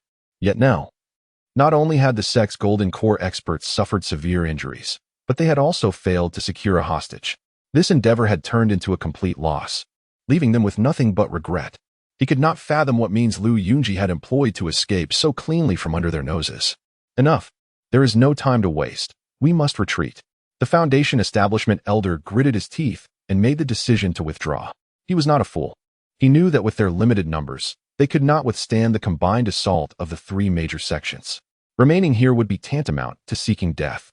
Though he felt a deep sense of unwillingness for not capturing Lu Yunji, he recognized that there were no other viable options and had to relinquish that thought for the time being. Days later, hidden deep within the Yunwu mountain range, Su Bai, who was diligently cultivating, sensed the unusual activity in Lingxiao City almost immediately. He had left behind a doppelganger puppet in the city specifically to monitor any movements, preparing for future actions. What? The Nine Nether Demon sect is retreating? Su Bai's eyes widened in astonishment as he received the feedback from the puppet. He could clearly perceive that the practitioners of the Nine Nether Demon sect were in disarray. Hastily evacuating Lingxiao City, their flustered demeanor resembling that of stray dogs fleeing in panic. When they had entered the city, they had been so arrogant and domineering. Now, their retreat was marked by palpable shame. Had the Starry sect emerged victorious, or had some internal strife arisen within the Nine Nether Demon sect? Su Bai pondered, unable to decipher the reasons behind such turmoil. However, judging by the situation in Lingxiao City, it was evident that these demonic cultivators were indeed in a frantic flight. Disappearing into the city, he felt a twinge of frustration. He had just departed Lingxiao City, and already the Nine Nether Demon sect was retreating, leaving him with a sense of being played. Certainly, even if he had foreseen the retreat of the Nine Nether Demon sect, he would not return to Lingxiao City. The primary reason was to evade the impending dangers that may arise, and secondly, to allow his beloved companion to break through to the Foundation establishment stage. He needed to remain in the Yunwu mountain range to continue his cultivation. Moreover, he could not ascertain whether the Nine Nether Demon sect was genuinely retreating or merely employing deceit, perhaps feigning withdrawal to launch a surprise attack, or setting a trap to lure Lu Yunji into the open. Regardless, he had no desire to entangle himself further. He had already extricated himself from the game of conflict and preferred to find solace in the Yunwu mountain range. Su Bai steadied his mind and temporarily set aside matters concerning Lingxiao City, opening his system panel. Host, Su Bai, cultivation level, 8th layer of Qi refinement. Lifespan, 25 years, talent, 7th grade spiritual root, swordsmanship, 1st tier high quality, runes, 1st tier high quality, formation, 1st tier high quality, alchemist, 2nd tier low quality.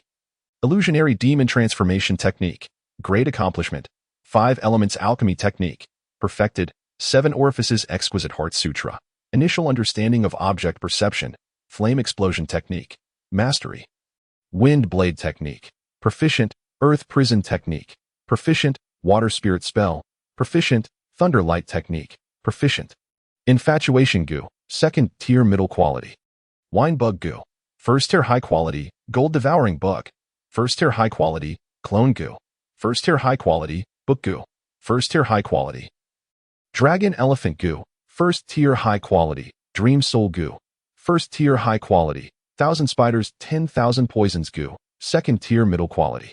It appeared that breakthroughs in both his spiritual root and cultivation would not come easily in the near future. Considerable time would be required for gradual refinement. Su Bai stroked his chin, lost in contemplation. Since advancing to the 8th layer of Qi refinement, his cultivation speed had noticeably slowed.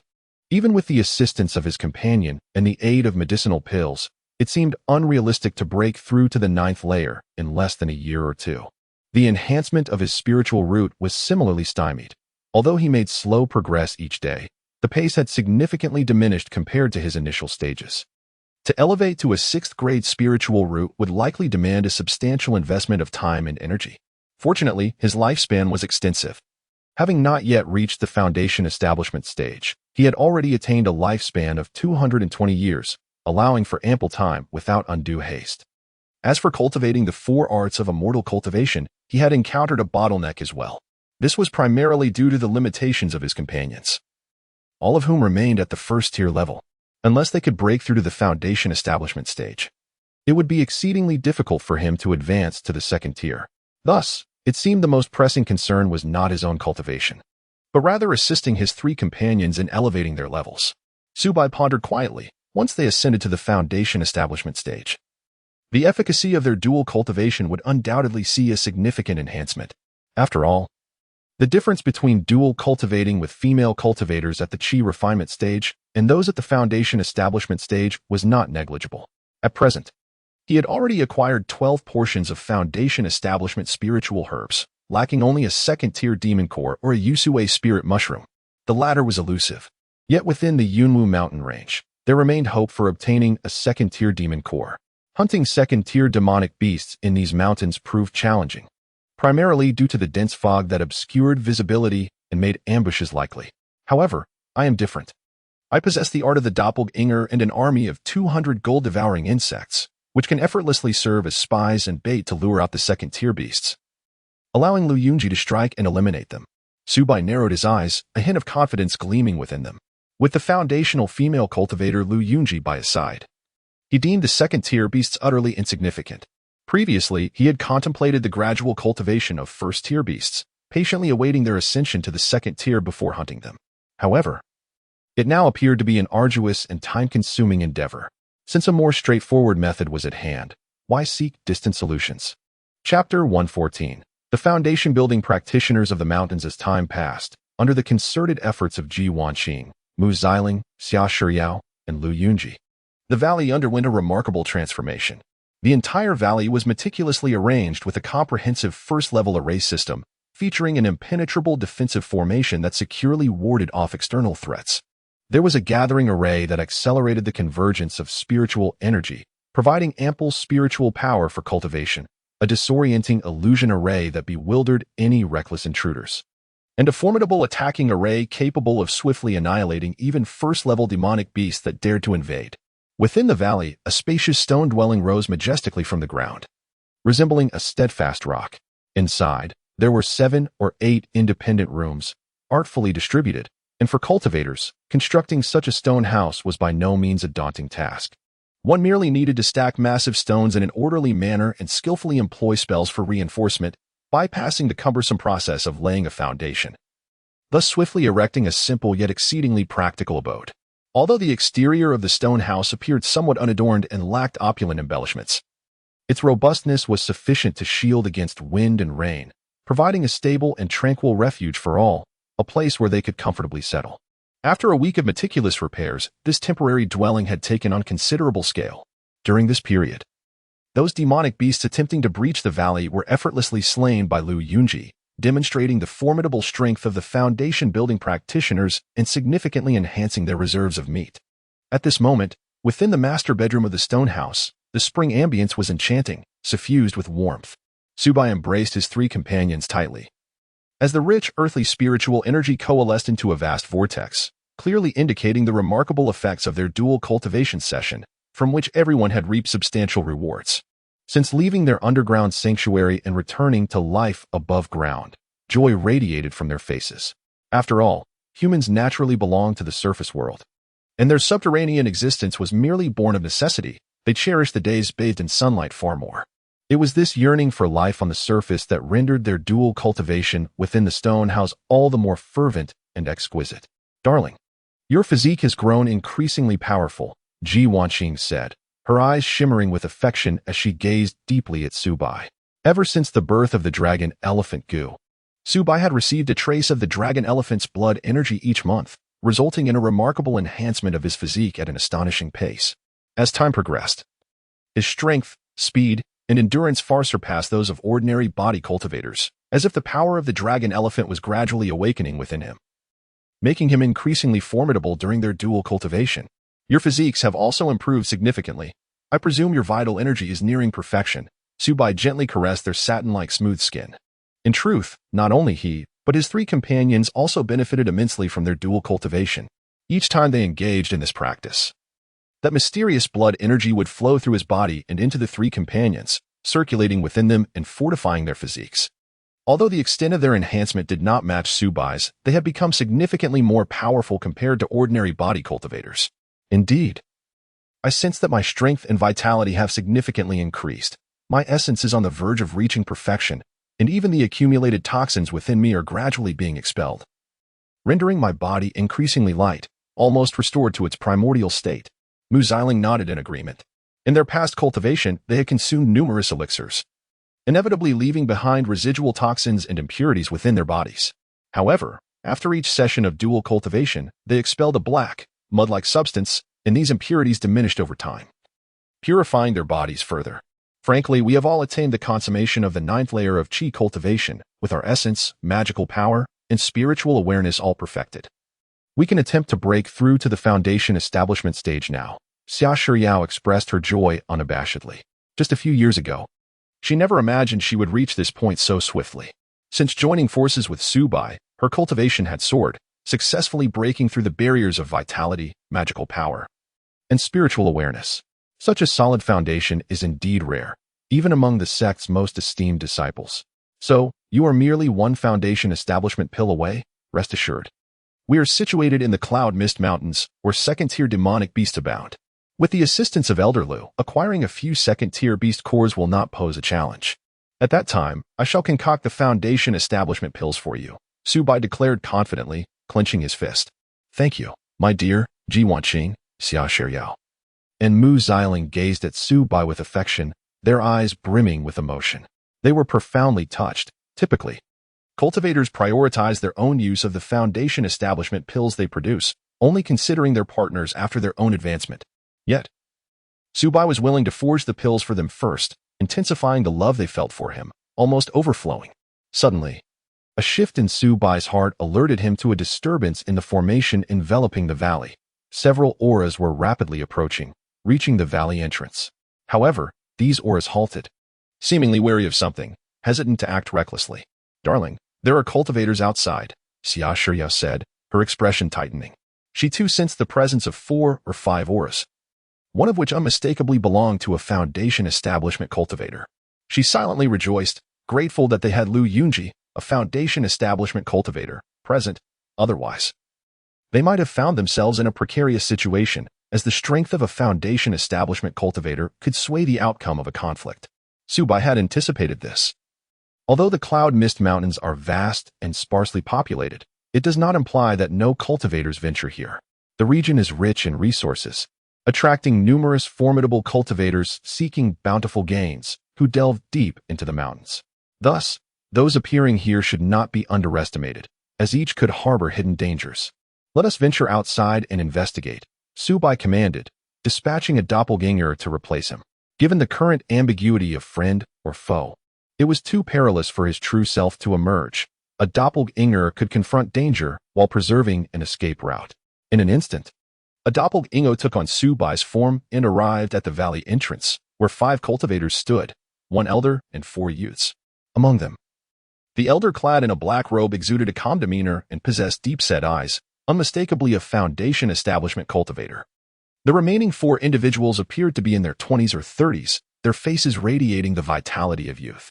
Yet, their cultivation had reached the late stage of Qi refinement, with at least the 7th or 8th level attained, exuding a formidable aura of spiritual power that was quite impressive.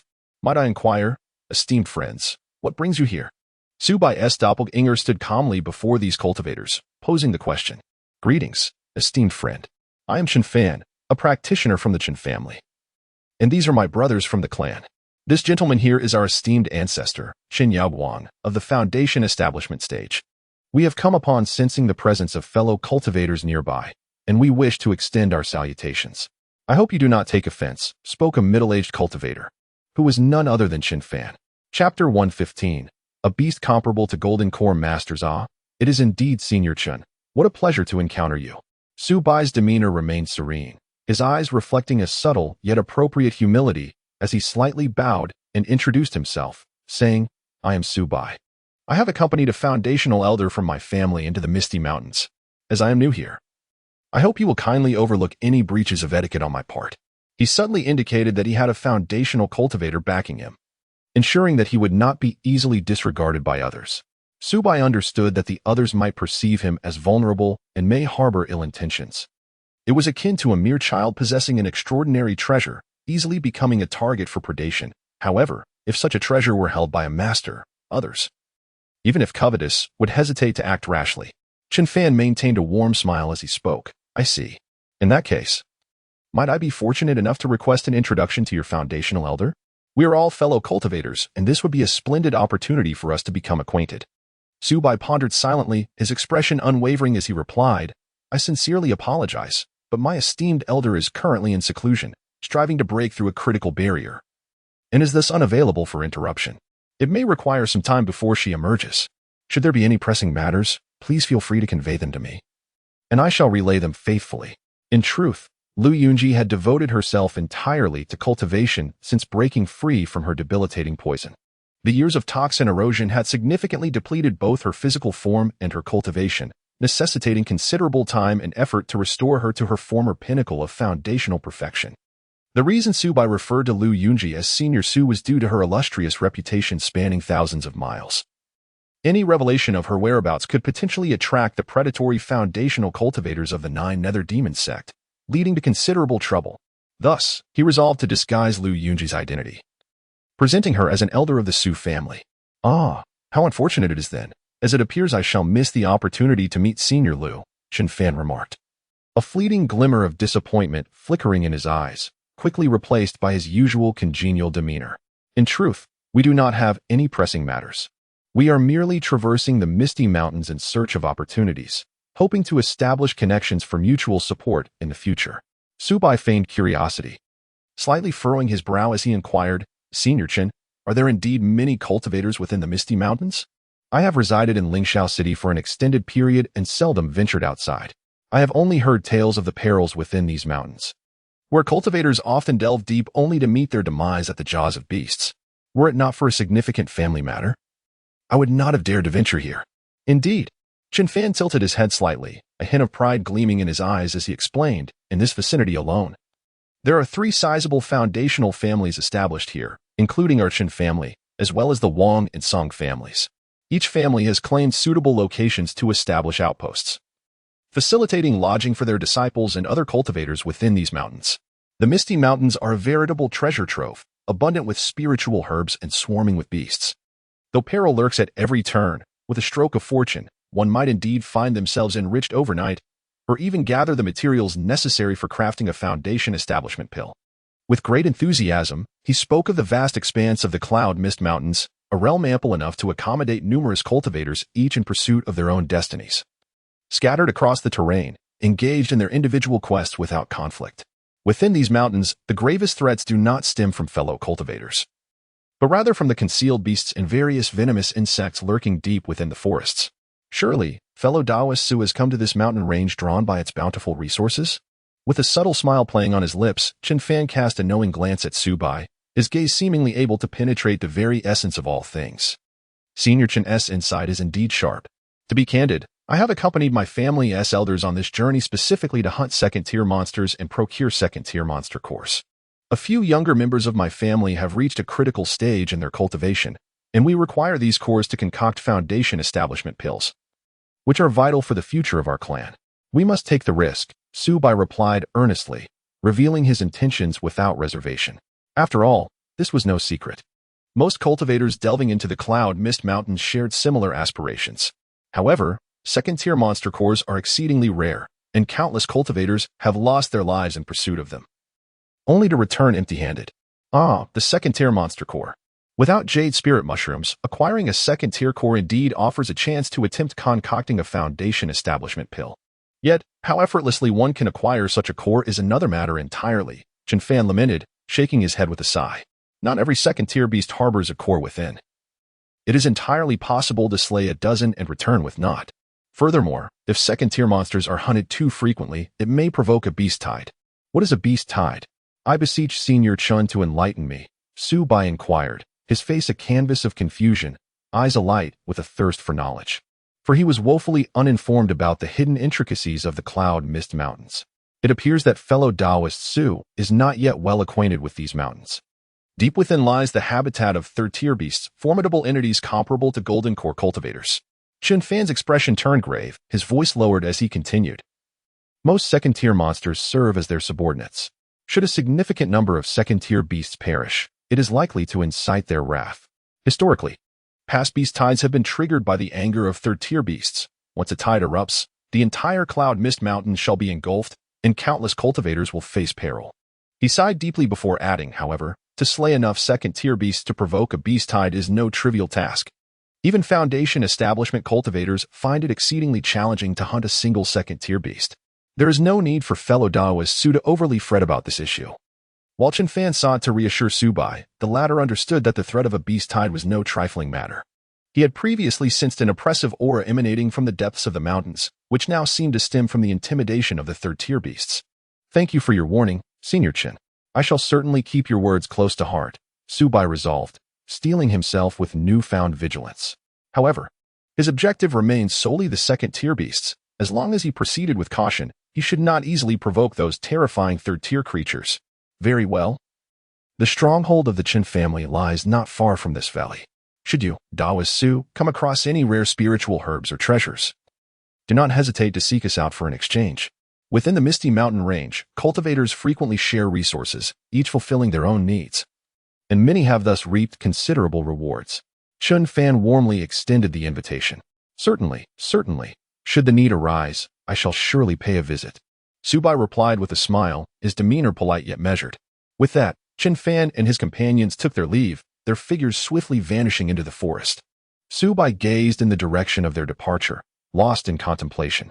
This encounter with the Chun family had deepened his understanding of the Misty Mountain range. Chapter 116. The advantage of having strong thighs within the dense forest of the Cloud Mist Mountains. The Chen family hurriedly made their way towards their stronghold. Ancestor, what are your thoughts on that young man we encountered earlier? Does he share our family's objectives? Could he pose a threat to us? Chen Fan inquired respectfully. His expression filled with reverence as he cautiously approached the Foundation establishment ancestor, Qin Yaoguang. That young man is no ordinary individual. He appears to be just in his early 20s, yet he has already attained the 8th level of Qi training, possessing at least a superior spiritual root. Qin Yaoguang replied gravely. However, he is not our primary concern. The true formidable presence is that Senior Su in the valley. I suspect he is a Pinnacle Foundation establishment master. What? The moment those words were uttered, the accompanying Chun family cultivators turned pale. They understood all too well what it meant to be a Pinnacle Foundation establishment cultivator. Their own ancestor was merely at the mid-foundation establishment level. Far from the late stage, and without exceptional fortune, he would likely remain stagnant for this lifetime. The mysterious Senior Su, however, had already reached the pinnacle, merely a step away from the Golden Core realm. Ancestor, what business could such a powerful Foundation establishment cultivator have in the Cloud Mist Mountains? Could it be that, like us, he has also discovered the Golden Core Cave? Chen Fan exclaimed, alarmed. The Chen family had ventured deep into the Cloud Mist Mountains not solely for the resources of magical beasts and spiritual herbs, but primarily to seek out a Golden Core relic cave. However, deciphering the cave's restrictive formations was no simple task. They had allied with the Song and Wang families, investing over a decade to approach a breakthrough. He fervently hoped that no complications would arise at such a critical juncture. Foolish. What kind of coincidence is that? This matter has been kept strictly confidential among our 3 families. How could outsiders possibly know? Chen Yaoguang frowned, his tone carrying a hint of reprimand. Although Pinnacle Foundation establishment cultivators were exceedingly rare, they were not non-existent. It was likely that the other party had come to hunt second-tier magical beasts and refine Foundation establishment pills. We must remain calm and composed, ensuring we do not reveal any flaws. Let us act as if we are merely an ordinary family of cultivators hunting magical beasts in the mountains. If the opportunity arises to share resources with them, it would not be detrimental, he instructed. Understood, ancestor. The others nodded in agreement. As soon as the Qin family cultivators departed, members of the nearby Song and Wang families arrived in succession to pay their respects to Su Bai and his companions. These families had evidently established themselves in the Cloud Mist Mountains for a long time and were well acquainted with its conditions. Su Bai warmly welcomed them, and through their discussions, he gleaned a wealth of valuable information regarding the Cloud Mist Mountains, such as the distribution of magical beasts, the locations of rare spiritual herbs, and the areas fraught with danger. Darling, these cultivators from the Foundation establishment families are so kind and amiable, Mu Xiling couldn't help but exclaim. When these family cultivators visited, they brought generous gifts and exhibited a friendly demeanor, starkly contrasting with the fierce and intimidating sect and family cultivators they had encountered in Lingxiao City. The difference was as clear as day. Mu Xiling, having been an independent cultivator for many years, found herself encountering such amiable practitioners for the first time. In her previous experiences, Those she met were either intent on seizing wealth or oppressing the weak. Their friendliness was merely a facade, stemming from their reverence for Elder Lu. Once one ascends to the foundation building stage, they would soon discover an abundance of good people greeting them with smiles. Subai scoffed, expressing his discontent. He was acutely aware that the shift in attitude among these sect families was primarily due to their fear of Lu Yunji, a formidable cultivator at the pinnacle of foundation building.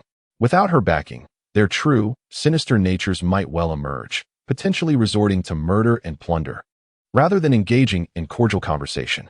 Although he grasped the underlying reasons for this reverence, the feeling of being respected nonetheless brought Subai a sense of unparalleled comfort.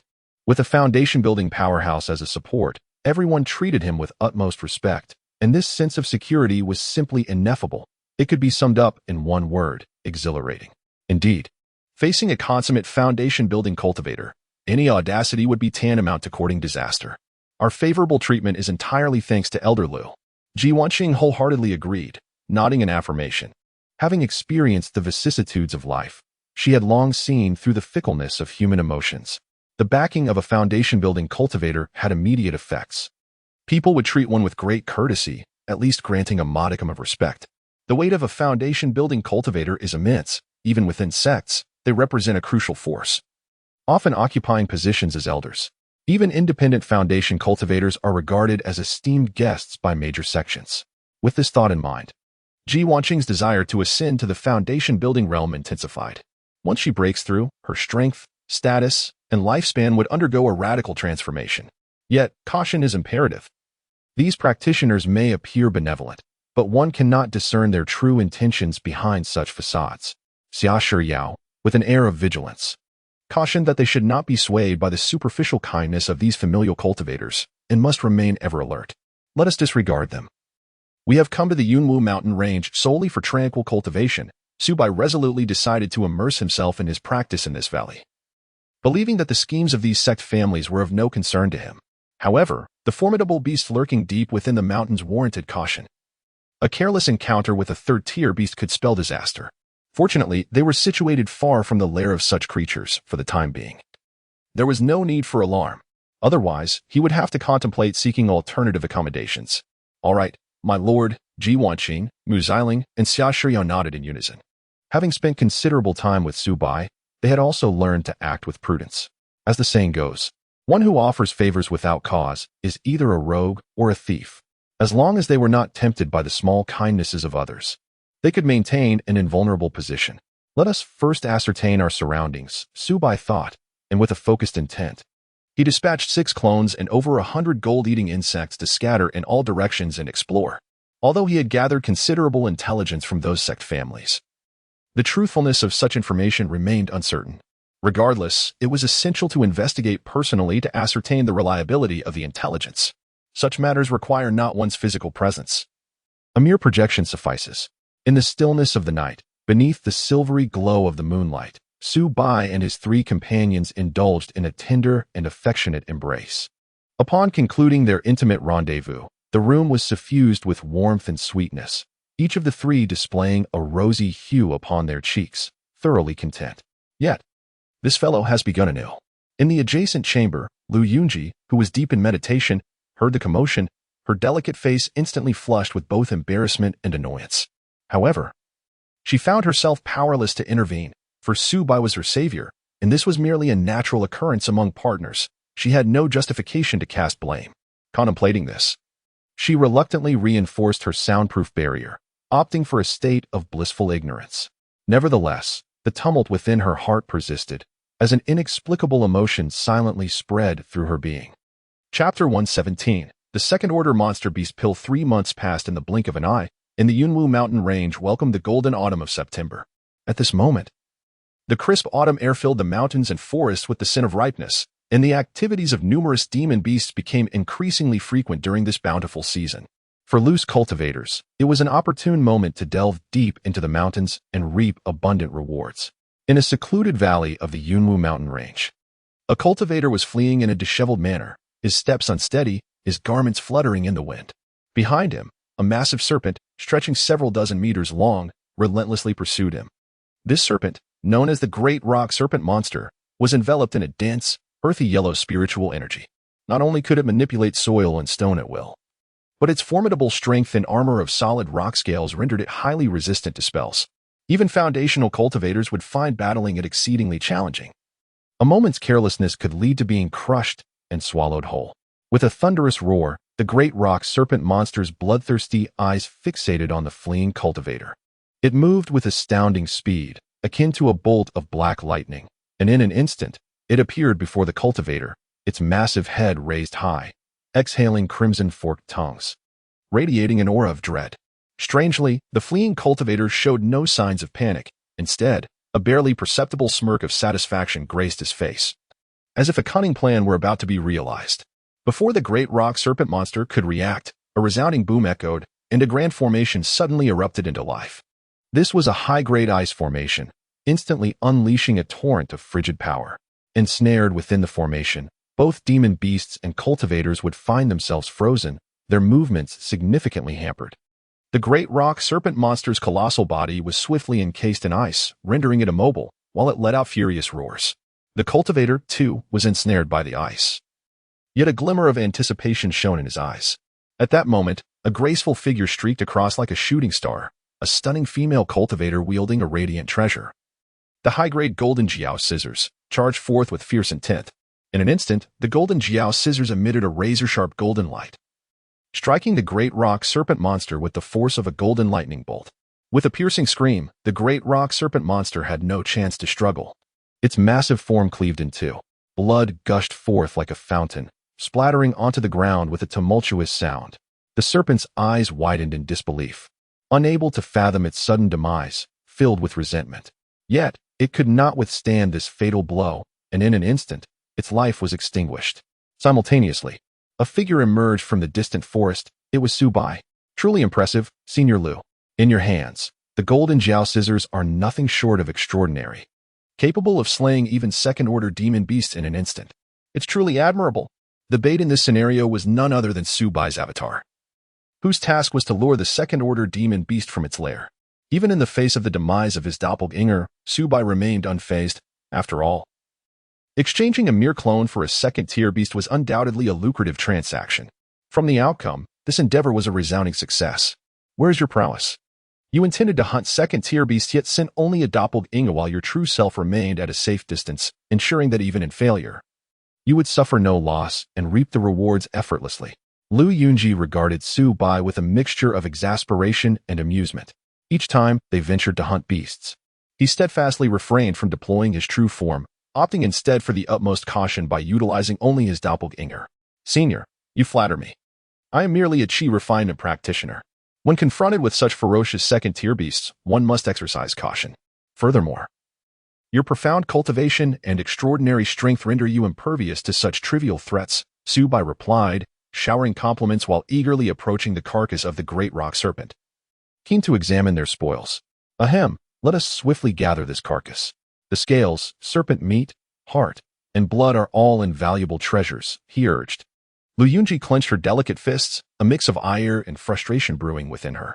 As a dignified foundation establishment practitioner, she found herself at the beck and call of this man, hunting beasts at his command.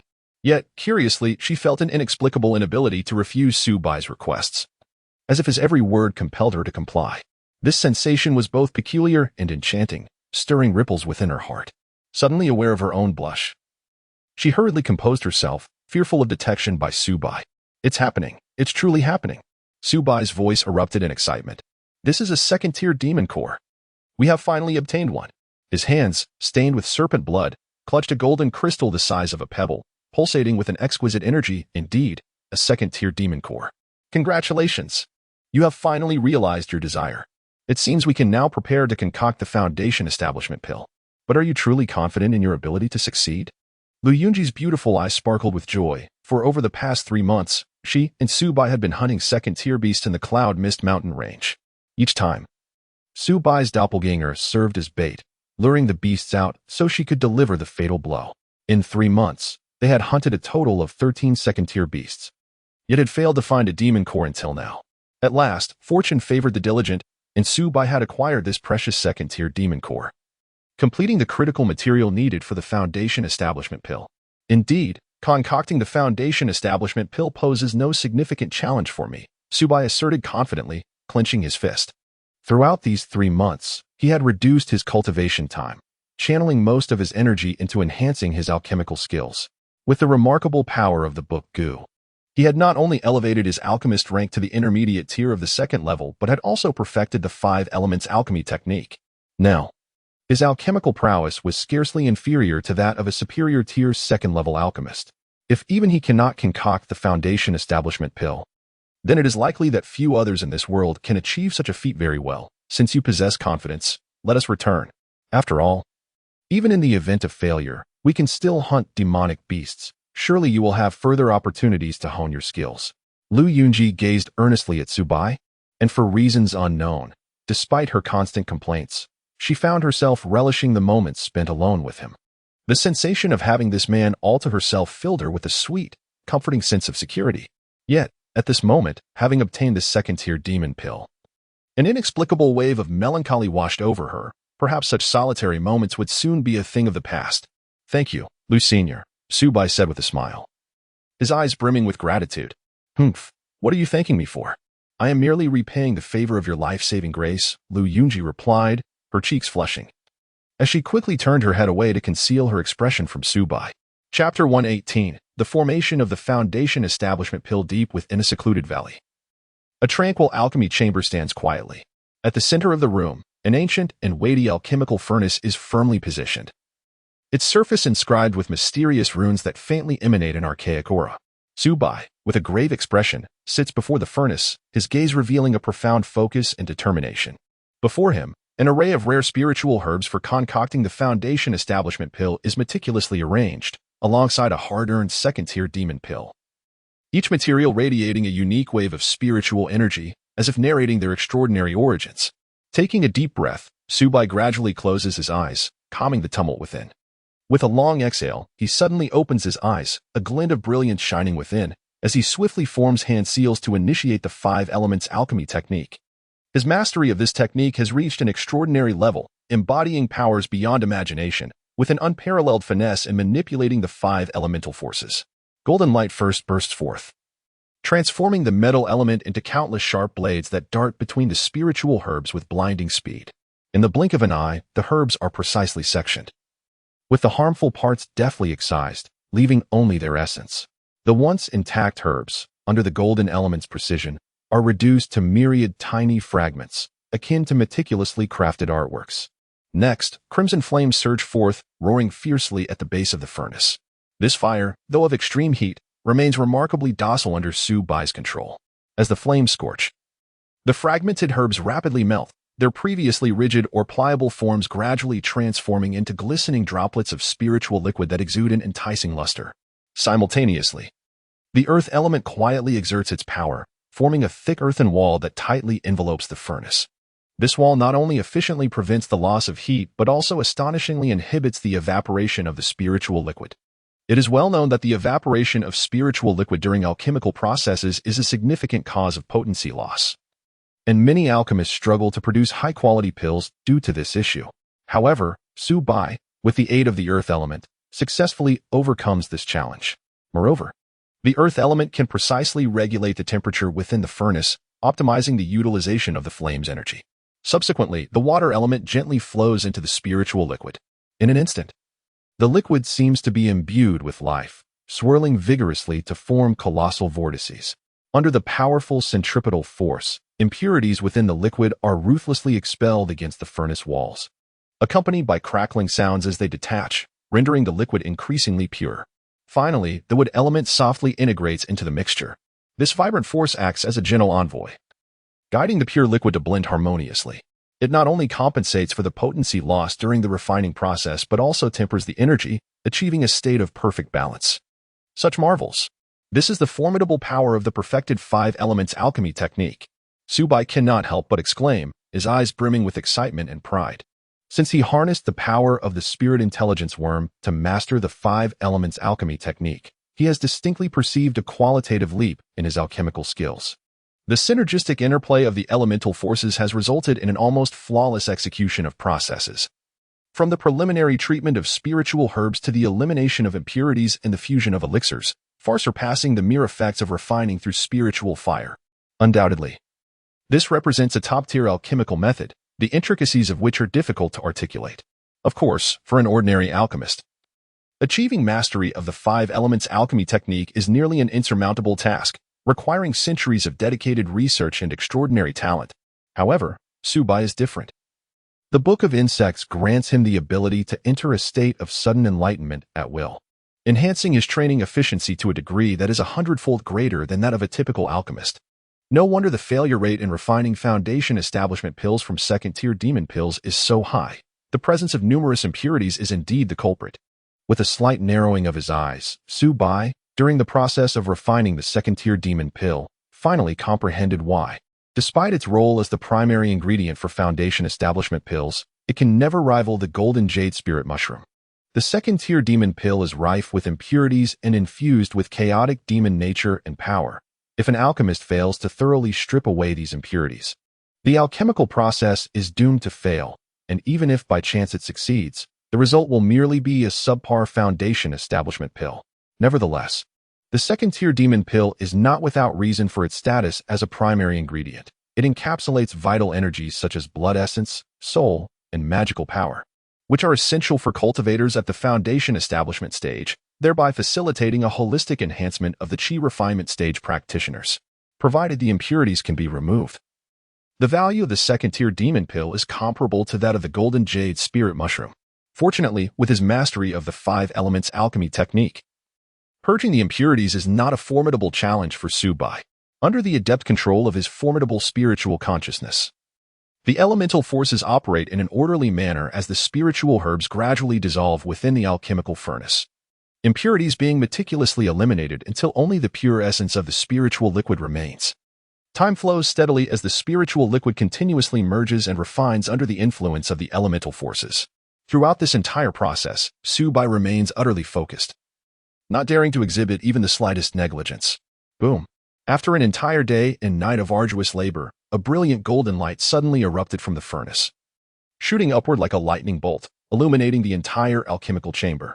Simultaneously, a rich and fragrant aroma of the elixir wafted through the air, quickly permeating the valley. This fragrance seemed to possess an enchanting power, causing every cell in those who inhaled it to rejoice as if infused with a surge of vibrant energy. Haha, it worked. At last, success is mine. Subai laughed heartily, his face radiating an uncontrollable joy.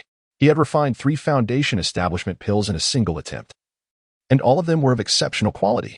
Gazing at the 3 plump and radiant foundation establishment pills emitting a golden glow within the furnace, a profound sense of accomplishment welled up within him. For this moment, he had devoted countless hours and immense effort, and now he finally reaped the fruits of his labor. Should the outside world become aware of this achievement, it would surely cause a tremendous stir. To produce 3 pills at once, and of such high quality, is nearly the pinnacle of an alchemist's capabilities. Even the most seasoned alchemist would hesitate to boast about achieving such a feat.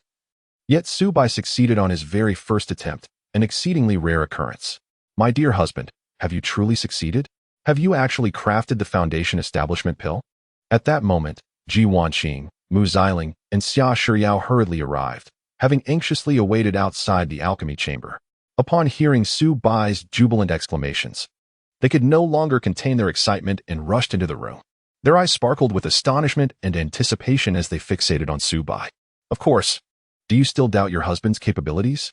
This was merely a matter of ease. The foundation establishment pill has been successfully refined, and I have produced 3 exquisite specimens of unparalleled quality.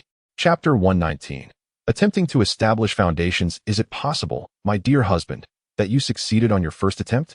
This is simply unbelievable, Xia Shiyao exclaimed, her eyes wide with astonishment as she gazed at Subai, a hint of skepticism lingering in her expression, as if she were trying to ascertain whether this was merely a dream. I was genuinely concerned that you might fail this time. After all, even those seasoned second-tier alchemists do not guarantee their success in concocting pills. Typically, it takes 2 or 3 attempts to yield 1 or 2 successful elixirs. Yet you managed it on your very first try. If word of this spreads, it would surely send shockwaves throughout the entire alchemical community.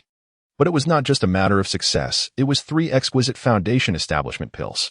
Mu Xiling's eyes rounded in disbelief, fixated on the 3 pills emanating a gentle, lustrous glow from the cauldron, her voice quivering with excitement. Previously, at the auction in Lingxiao City, a single exquisite foundation establishment pill fetched over 400,000 low-grade spirit stones. Now we possess 3. That must be worth over 1 million low-grade spirit stones. This is an astronomical fortune. Even foundation establishment cultivators, upon seeing these 3 pills, would likely be driven to madness, risking everything to seize them. My husband is indeed a genius alchemist. I always knew there was nothing that could hinder you. Ji Wanqing gazed at Su Bai with adoration, her cheeks flushed and her eyes sparkling with affection. A warmth enveloped my heart. I felt an overwhelming happiness. Having a husband like you is the greatest fortune of my life. Could it be that he truly succeeded? It seems this young man was not merely boasting. He genuinely possesses such abilities. In the distance, Lu Yunji couldn't help but exclaim, her eyes brimming with disbelief. She had been certain that Su Bai would fail this time. For in the Starry Sect, there are but a handful of alchemists capable of crafting foundation establishment pills, and they are a rare breed. Even those esteemed alchemists would not dare to proclaim a 100 success rate. In her view, those who could concoct foundation establishment pills were revered masters of alchemy. Yet, who would have imagined that a mere qi refinement stage cultivator could possess skills comparable to those of a master alchemist? This was truly beyond imagination. Undoubtedly, had Su Bai appeared in the Starry Sect, he would have been regarded as a rare treasure, swiftly invited to join their ranks. Perhaps even granted the title of Outer Elder, his status rivaling that of a direct disciple. After all, the value of a second-tier alchemist is immeasurable, akin to a top-tier strategic resource in the realm of cultivation. Even the most ruthless disciples of demonic sects would hesitate to act against an alchemist. In the ongoing conflict between the 2 sects, sparing alchemists has long been an unspoken rule in the cultivation world. Cultivating a proficient alchemist is an arduous endeavor, requiring not only extraordinary talent but also vast resources and prolonged periods of refinement, much like nurturing a leading scientist, rare and hard to come by. For such individuals, who wield core technologies and possess limited offensive capabilities, it is only natural for everyone to seek their alliance and utilization. Who would be foolish enough to eliminate them, capture them, and compel them to tirelessly concoct elixirs day and night, serving as dedicated alchemical tools? Is this not a splendid endeavor? Thus, ascending to the rank of a second-tier alchemist equates to possessing a life-saving talisman. However, Su Bai harbors no desire to become a mere instrument for others. His pursuit of alchemy is for his own cultivation and that of his partners, not to adorn another's path. Yet, now that he himself can refine foundation-building pills, how shall I express my gratitude? Lu Yunji furrowed her brows tightly, her mind a tangled mess. Initially, she had contemplated repaying his life-saving grace with the sect's foundation-building pills, but now he deemed them beneath him. Now, she found herself at a loss for what could adequately repay such kindness. As for assisting him in hunting second-tier beasts, that was merely a trivial task for her, hardly worthy of being called a repayment. Wanqing, Xiling, Shiyao, take these 3 exquisite foundation-building pills, Su Bai said gently, handing the elixirs to each of his 3 partners. First, rest well for a while, adjusting your spirit and vitality to their optimal states. Then consume the foundation-building pills to strive for the foundation realm. Do not fret over failure. If it does not succeed this time, there will be another. A mere foundation-building pill is nothing. As long as I have second-tier beast cores, I can easily concoct a plethora. No longer would they need to endure the pitiful auctions, where they risked being swindled, nor would they have to fear ambushes. Now, their path to cultivation lay completely unobstructed.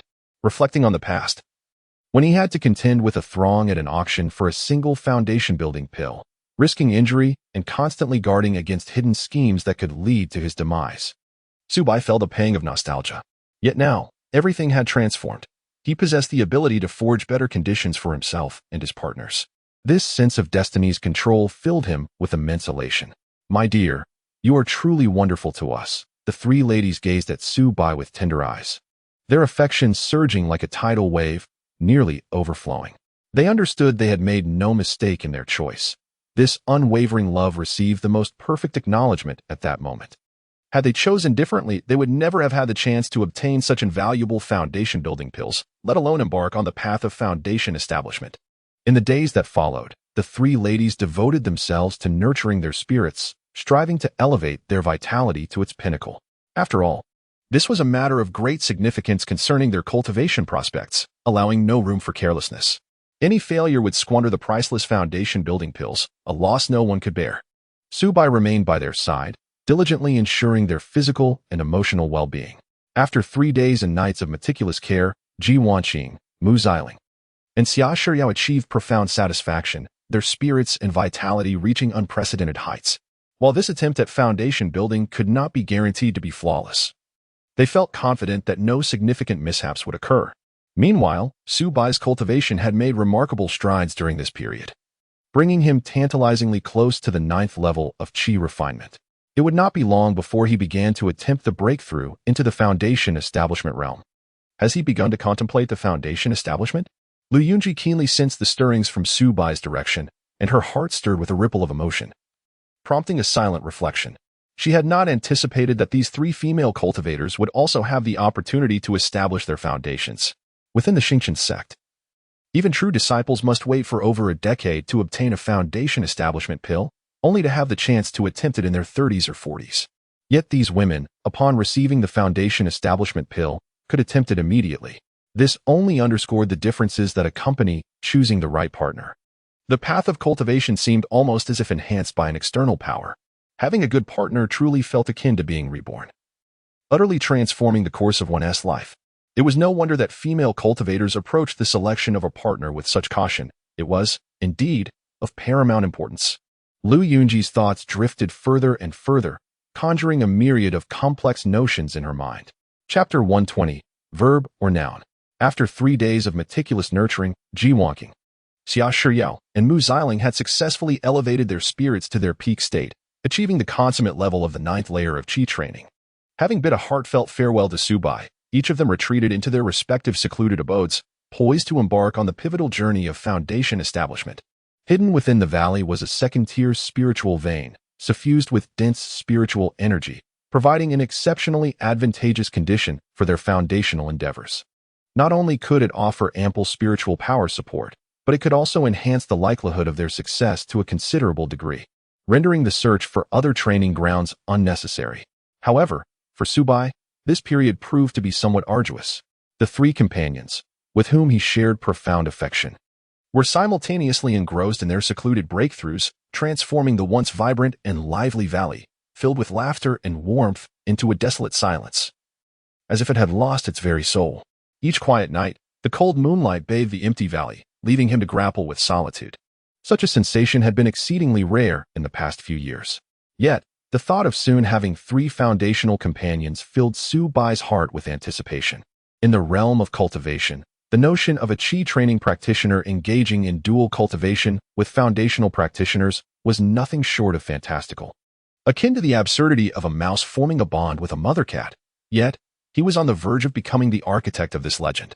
Such a moment, worthy of celebration, could not be taken lightly. With great enthusiasm, Su Bai resolved to prepare a feast himself.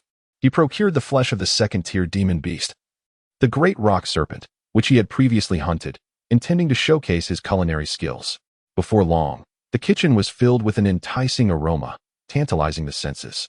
Soon, a lavish spread of 5 dishes and a soup adorned the table, complemented by fresh fruits and vegetables, a feast for both the eyes and palate. Over the past 3 months, Su Bai's daily nourishment had predominantly consisted of second-tier demon beast meat. It must be said that this meat significantly aided his cultivation, particularly for the dragon elephant goo within him, serving as an exceptional tonic that greatly accelerated its evolution.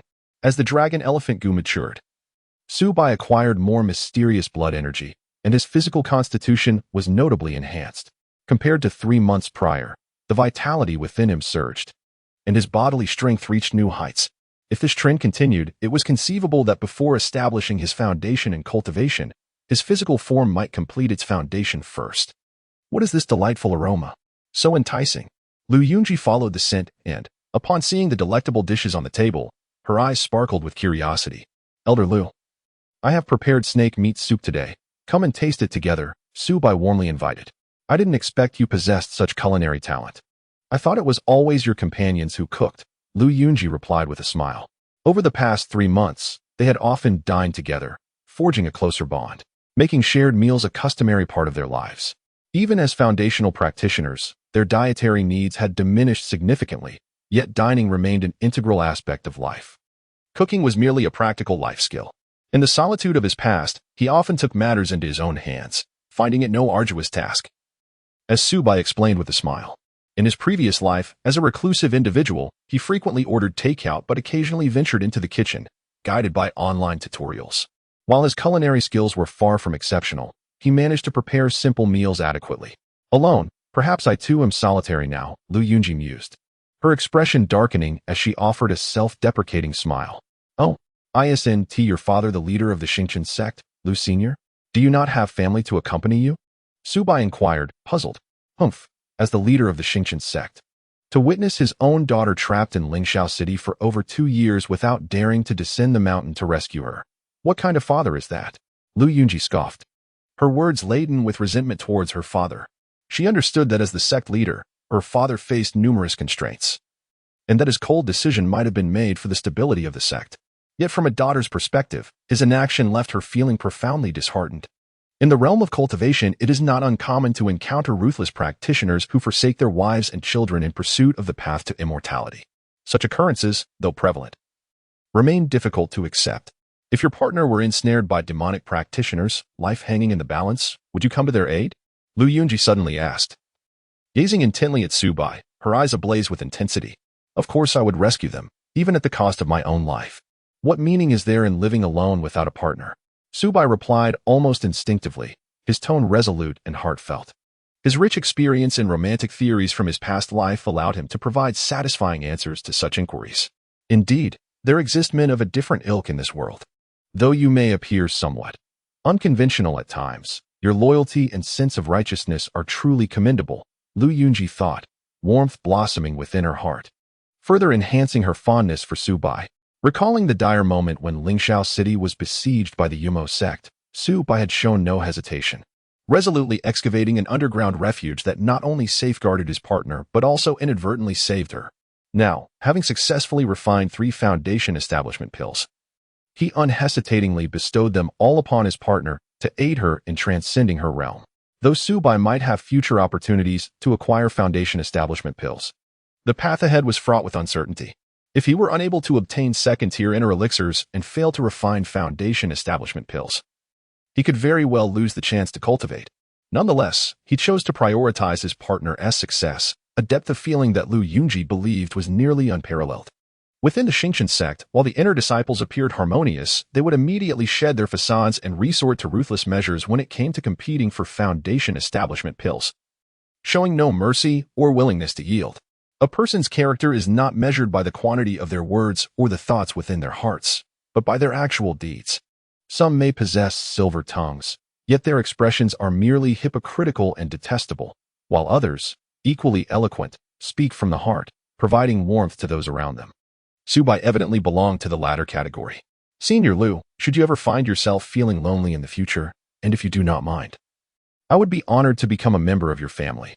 Subai gazed earnestly at Lu Yunji, his eyes brimming with sincerity. What did you just say? Lu Yunji stammered, her delicate face instantly flushed a deep crimson, akin to a ripe apple. Her heart raced unexpectedly, and her mind was a whirlpool of confusion. Did he truly understand the implications of his words? What does it mean to say, I could be your family in the future? Is that a noun or a verb? Could it be that he wishes for me to become his partner? The troubling fact remains that this scoundrel already has 3 partners. How could he possibly desire me as well? Chapter 121. You scoundrel, what do you mean by that? Lu Yunji's cheeks instantly flushed with warmth. She had intended to express her anger, yet an inexplicable delight surged within her, rendering her unable to feel furious. What do I mean? Lu, does the esteemed senior not comprehend? Subai's gaze was ardent and resolute as he looked at Lu Yunji. Then let me be forthright. I wish for you to become my Dao partner. Subai was not one to act impulsively, but just moments ago, the affection worm within him stirred restlessly, a mysterious force coursing through his limbs, emboldening him. His intuition whispered that such a candid confession would surely capture the heart of the enchanting woman before him, drawing them closer together. In that fleeting moment, it felt as if an invisible force was pulling them together, akin to the magnetic attraction between yin and yang. What nonsense are you spouting? Do you not already have 3 Dao partners? Why then, why are you pursuing me? Lu Yunji's face turned an even deeper shade of crimson, her words stumbling over themselves. In that instant, she forgot her identity as a foundational cultivator. feeling instead like an ordinary woman caught off guard by a heartfelt confession. Confronted with Su Bai's fervent declaration, she was overwhelmed with nervousness. Unsure of how to position her hands and feet, her mind a whirlpool of confusion and embarrassment. This man was exceedingly audacious, daring to profess his love while his three partners were in seclusion. How could he be so brazen? Did he consider her to be the sort of woman easily swayed by flattery? Nevertheless, in the realm of cultivation, it was not uncommon for men to have multiple wives, and there were no explicit rules forbidding a man from taking another partner after already having three. Lu, my number of Dao partners is irrelevant. Su Bai gently grasped Lu Yunji's delicate hand, his voice soft yet filled with conviction. What matters most is the intention between us. From the moment I first laid eyes on you, my heart has been irresistibly drawn to you, yearning for your companionship for a lifetime. As he spoke, he effortlessly swept Lu Yunji into his arms. Put me down, you scoundrel. Do you even realize what you are doing? Lu Yunji was both flustered and indignant, struggling against him. I am the young master of the Starry Sky sect, a dignified foundational cultivator, destined to become a golden core master. How dare you treat me so lightly? You are merely a chi refinement cultivator. Your audacity is astonishing. Who gave you the gall? Release me at once. Despite her vehement protests, Lu Yunji felt her entire body weaken, utterly unable to resist.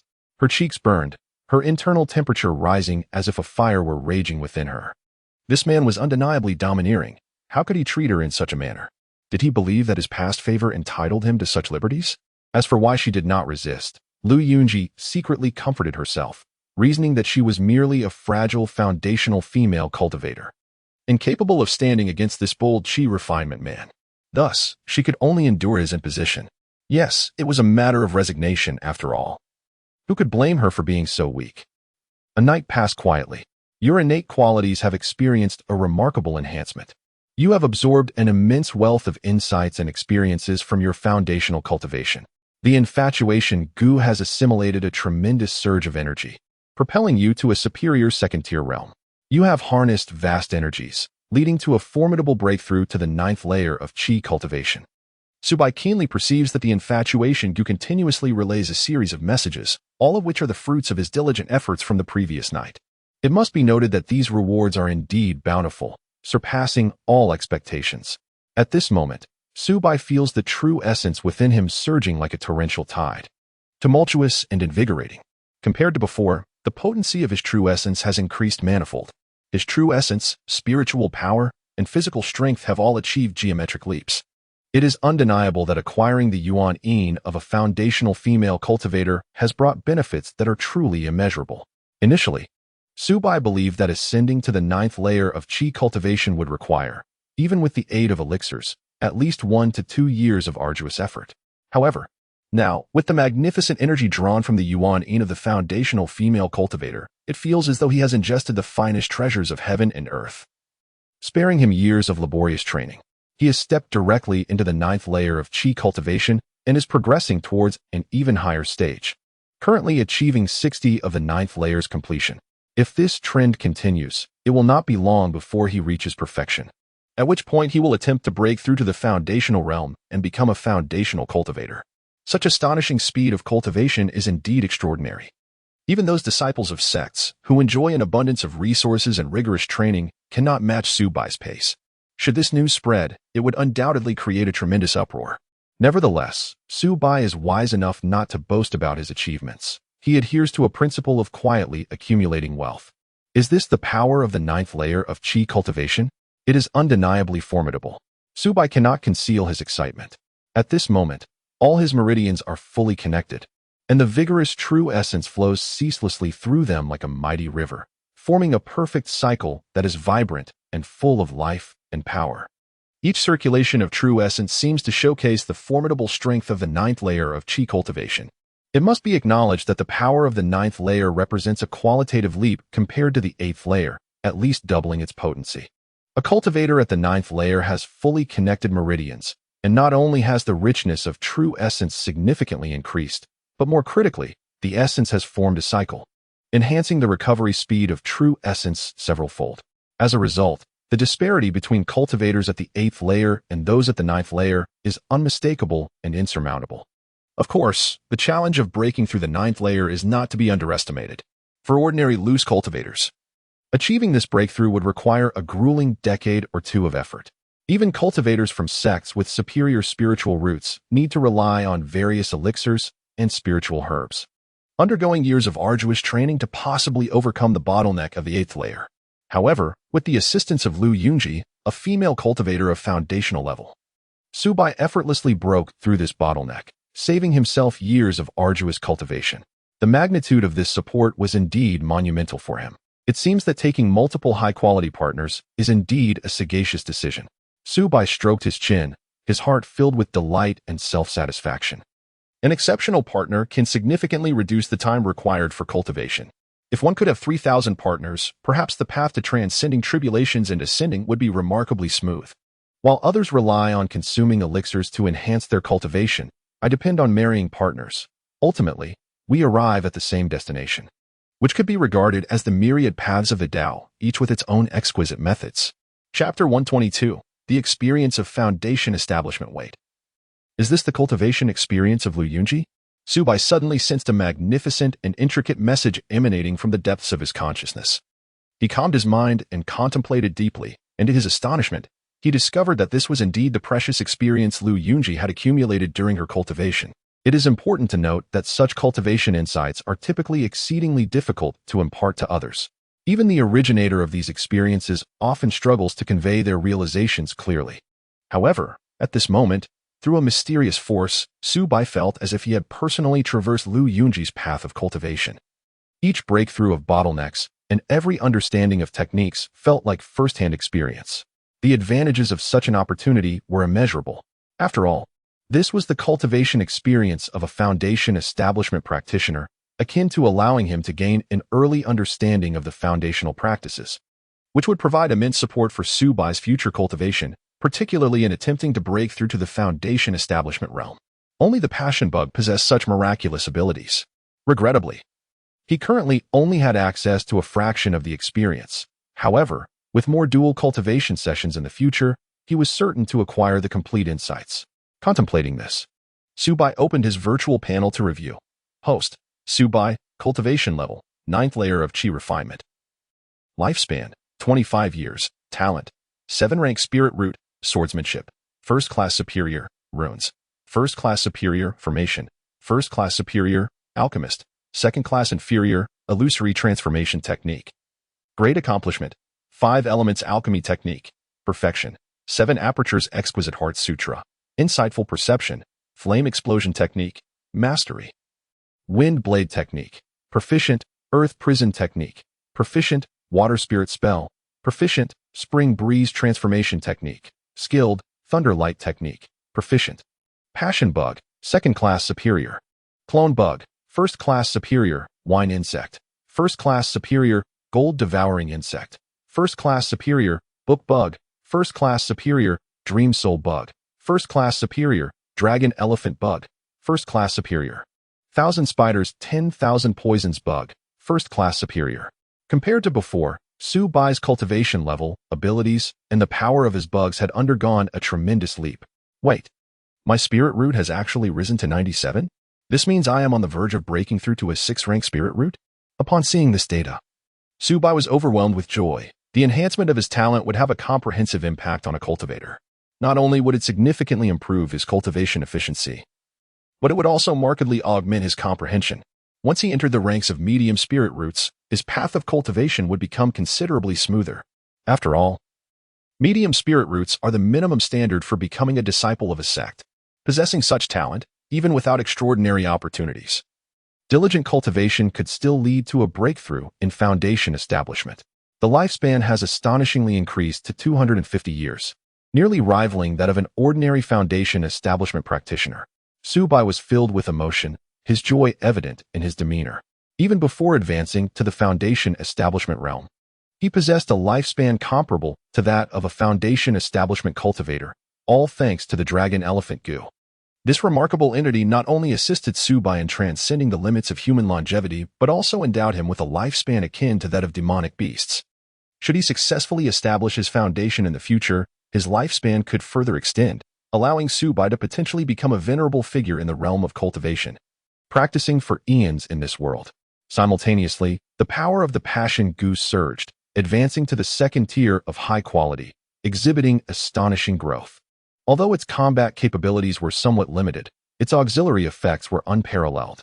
Without the passion goo, Subai could never have achieved his current level of cultivation and accomplishments in such a short span of time. It was undoubtedly his most capable assistant.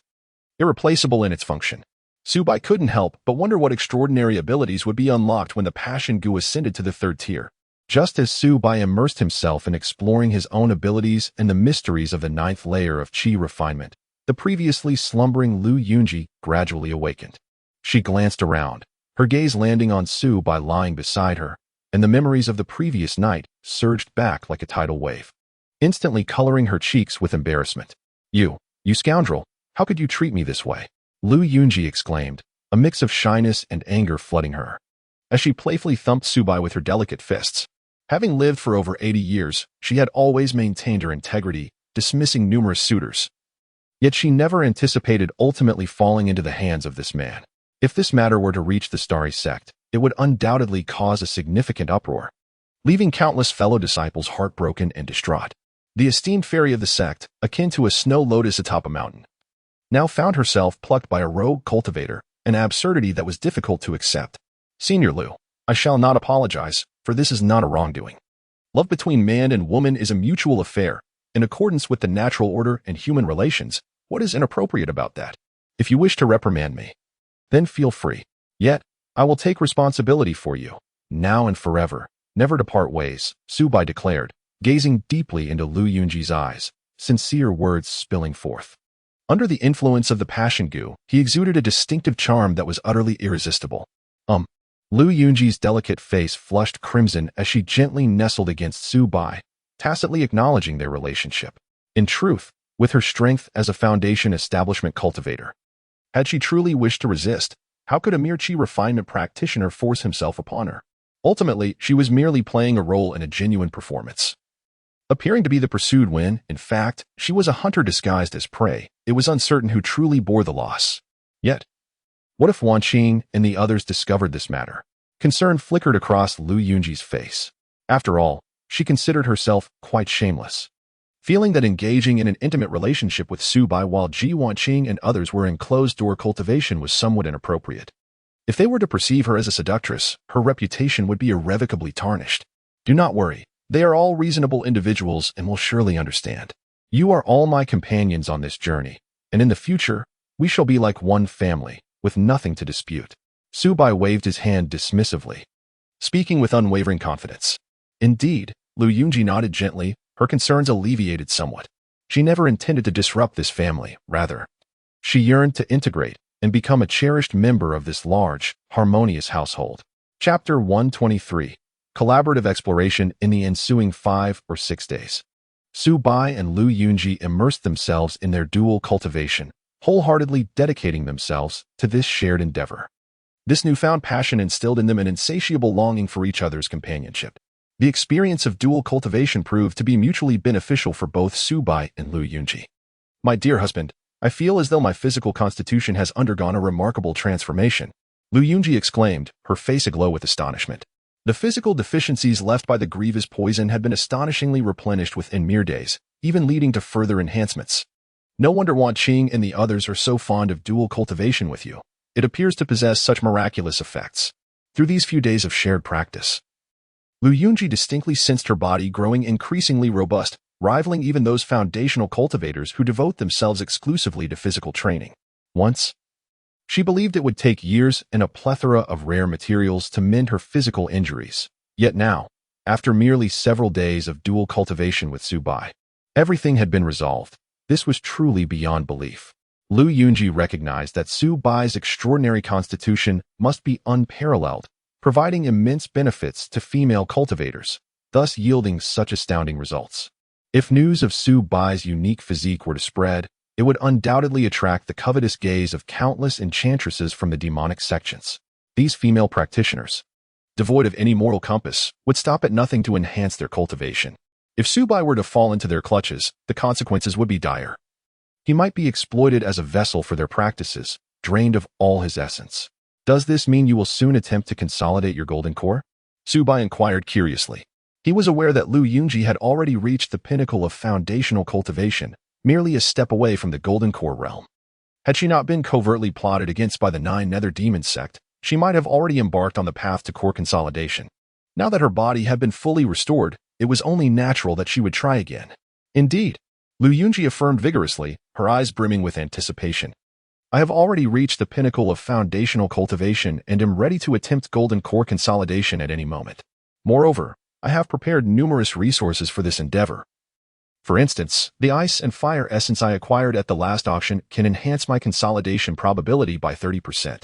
Coupled with the resources provided by the Starry Sky sect, my chances of success are at least 70%.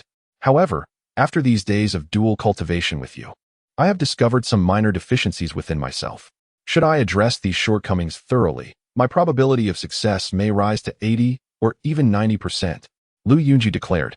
Her fists clenched tightly. With her first-grade spiritual root talent, consolidating the Golden Core was already highly probable, and with the ample resources from the Starry Sky sect, her chances of success were greatly increased. It was precisely for this reason that surrounding sects regarded Lu Yunji's potential with trepidation once she succeeded in core consolidation. The Starry Sky sect would emerge as a formidable force, boasting 3 Golden Cores. Then let us continue our dual cultivation for a while longer, Subai replied, a satisfied smile gracing his face. Should Lu Yunji successfully consolidate her Golden Core and ascend to the status of a Golden Core true person, she would then possess a Golden Core companion. At that point, who would dare to provoke her in this region? She could simply stride through with impunity. Suddenly, a series of urgent knocks reverberated from outside the valley, signaling a visitor. It seems the Chen family has arrived. Subai's heart stirred as he keenly sensed the presence of over a dozen cultivators from the Chen family outside the valley, including the Foundation Establishment cultivator Chen Yaoguang, who had visited previously, as well as the junior Chen fan. Let us see what they seek, Lu Yunji suggested. Eager to seize the opportunity to engage with other cultivators from the Yunwu mountain range. After all, she intended to remain here for some time, and fostering good relations with the neighboring residents was essential. Without hesitation, Subai swiftly rose and accompanied Lu Yunji to the entrance of the valley to meet the Chen family cultivators. Notably, Lu Yunji had already disguised her appearance, concealing her breathtaking beauty and adopting the guise of an ordinary female cultivator. Her identity as the deputy sect master of the Starry Sky sect was too conspicuous. If revealed, it could attract the pursuit of the 9 Nether Demon sect. Su Daoist, Chen Fan exclaimed upon seeing Subai, quickly stepping forward to greet him. Soon, he noticed Lu Yunji, and his demeanor shifted to one of utmost respect, surprised to find his senior present. Congratulations on your return, esteemed elder. In his eyes, this Foundation Establishment elder held a prestigious identity not to be underestimated. May I inquire about the purpose of your visit? Lu Yunji asked with a serene expression and a calm tone. At last, we see Su Daoist and the esteemed elder. Chen Yaoguang, the Foundation Establishment cultivator, laughed heartily. To be candid, we have come to extend an invitation. Our journey to the Yunwu mountain range is not solely for the spiritual herbs and materials from the beast within. In fact, we have discovered a Golden Core cave dwelling. However, the restrictions and formations guarding it are exceedingly complex and difficult to unravel. Thus, we wish to invite both of you to collaborate in the exploration. Should we uncover treasures within the cave, we shall split the gains evenly. As he spoke, Chen Yaoguang felt a twinge of reluctance. After all, having another participant meant that the profits for the Chen family would diminish. Yet, they had recently ascertained that the cave was protected by 3 layers of restrictive formations. They had spent over a decade barely managing to decipher the first layer, and it remained uncertain how much more time and energy would be required for the subsequent layers. After much deliberation, he concluded that enlisting more assistance was imperative to expedite the process. The lifespan of a Foundation Establishment cultivator is not infinite. Without breaking through to the pinnacle of Foundation Establishment within a limited time frame, achieving the Golden Core pathway would be nearly impossible. For this reason, they had contemplated inviting this Foundation Establishment cultivator. A Golden Core cave dwelling? Lu Yunji responded, gently waving her hand, decisively declining. Never mind. I have little interest in such matters. As long as you do not disturb our cultivation, we shall remain undisturbed. We have come to the Cloud and Mist Mountains solely to acquire second-tier demon cores, wishing to avoid unnecessary complications. What? The numerous disciples of the Chen family were taken aback, utterly unprepared for such a straightforward refusal. In their view, who among the foundation-building cultivators would not be overjoyed at the news of a golden core cave dwelling, eager to partake in the opportunity? After all, it signifies immeasurable fortune. Yet, this individual before them displayed no interest in the golden core cave, leaving them perplexed. They could not help but speculate whether this senior was either abundantly wealthy, dismissing such trivial gains, or excessively cautious and fearful of the associated risks. Very well, since the senior is unwilling, we shall not press further. Chen Yaowang, however, was not angered, his face still adorned with a warm smile. During this visit, we had hoped to negotiate some cultivation resources with the senior, to mutually benefit each other. What say you? Having been rejected, he pivoted to seek a resource exchange with Lu Yunji to fulfill both parties' cultivation needs. Certainly, Lu Yunji nodded in agreement, as she happened to possess some surplus cultivation resources available for trade with the Qin disciples. This way, she could put her resources to good use. Perhaps even acquiring what she required in return. Why not embrace such an opportunity? Chapter 124. The Reckless Loose Cultivator Before Long. The cultivators of the Qin family took their leave. Subai rummaged through his storage bag, extracting numerous meticulously refined elixirs and a few jars of treasured spirit wine. He exchanged these for the rare spiritual herbs and various fresh meats of magical beasts that the Qin family had gathered from the Yunwu mountain range. Ever since the awakening of the dragon elephant goo within him, Subai's appetite had significantly increased, necessitating the consumption of large quantities of magical beast meat daily to satisfy his body's demands. Such resources were, naturally, most welcome. Anything he could not consume immediately was stored within the Goo God Cauldron.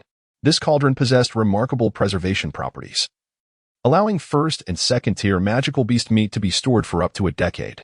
Of course, as his cultivation progressed, his appetite might further expand, potentially diminishing his food reserves. However, for the present circumstances, his supplies were more than adequate. "My dear, how did I perform just now?" Lu Yunji inquired, her large, listening eyes filled with anticipation as she gazed at Subai, much like a student awaiting praise from a teacher. She was well aware that Subai had never favored reckless ventures and held little interest in exploring ancient ruins. After all, no one could ascertain the dangers hidden within those caverns, and countless cultivators had perished each year while probing such sites. Given their current progress in cultivation, they were confident in their ability to break through to the foundation establishment stage or even the golden core stage without relying on treasures found in those ruins. There was no necessity to take unnecessary risks. Failure could result in catastrophic consequences. Excellent. Who knows what lethal perils lie within those golden core ruins? Refusing them is the wisest choice, Subai nodded approvingly, thoroughly satisfied with Lu Yunji's actions. Should they eventually obtain treasures from the ruins, they could always negotiate later. There was no need to venture into danger now. However, my dear, once news of the golden core ruins spreads, it will undoubtedly attract more than just the Qin family. Other foundation establishment families and cultivators may soon arrive as well, Lu Yunji remarked, her delicate brows furrowing in concern. She feared that the Yunwu mountain range would soon be anything but peaceful, anticipating a flood of foundation establishment cultivators. Lu Yunji understood that the allure of the golden core ruins was irresistible to foundation establishment cultivators. The prospect of acquiring the lifetime accumulation of a golden core cultivator's wealth was invaluable, even without fortune.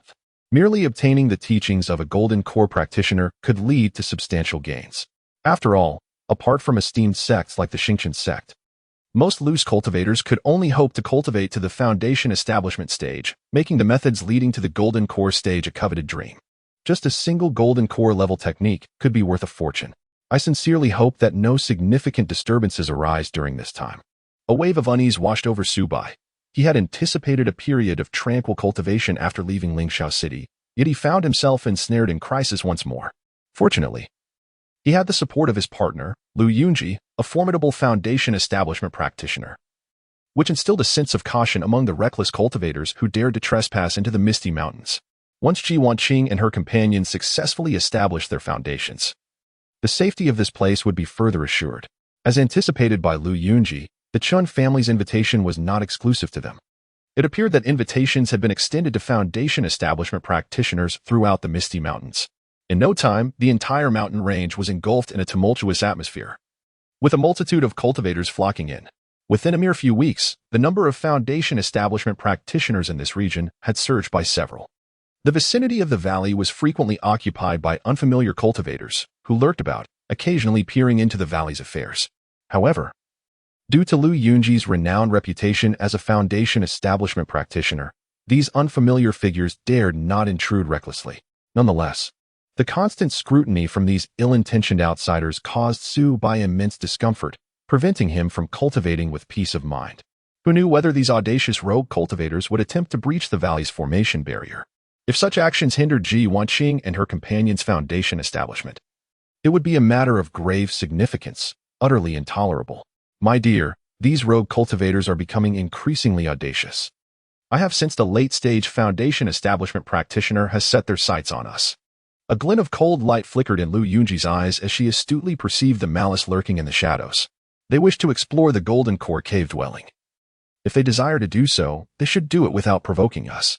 Su Bai narrowed his eyes, a hint of danger emanating from his gaze. Most of these practitioners are rogue cultivators. Those who manage to reach the Foundation establishment stage among them are ruthless and cunning, likely having committed countless heinous acts in their youth. Lu Yunji analyzed gravely. Only through such means can they swiftly amass the wealth required to break through to the Foundation establishment realm. Even after attaining this stage, their vile natures are unlikely to change. They are like famished wolves, eager to pounce on any weak prey they encounter, and they likely see us as easy targets. Despite Lu Yunji showcasing her late-stage Foundation establishment prowess, there were still 1 or 2 late-stage practitioners among these rogue cultivators.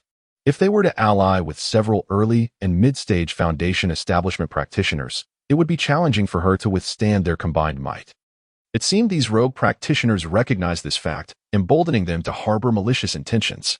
The Qin family was no benevolent entity either. They likely harbored resentment after our rejection. And even if they did not, they sought to test our strength through the hands of other rogue cultivators, thus allowing them to provoke us. Given this, it would be prudent for us to take the initiative, to strike first and set an example, so they would understand our formidable nature. Su Bai clenched his fists, his knuckles turning white from the pressure. He instinctively sensed that this matter was intricately linked to the Qin family. Otherwise, these rogue cultivators would not be so unbridled.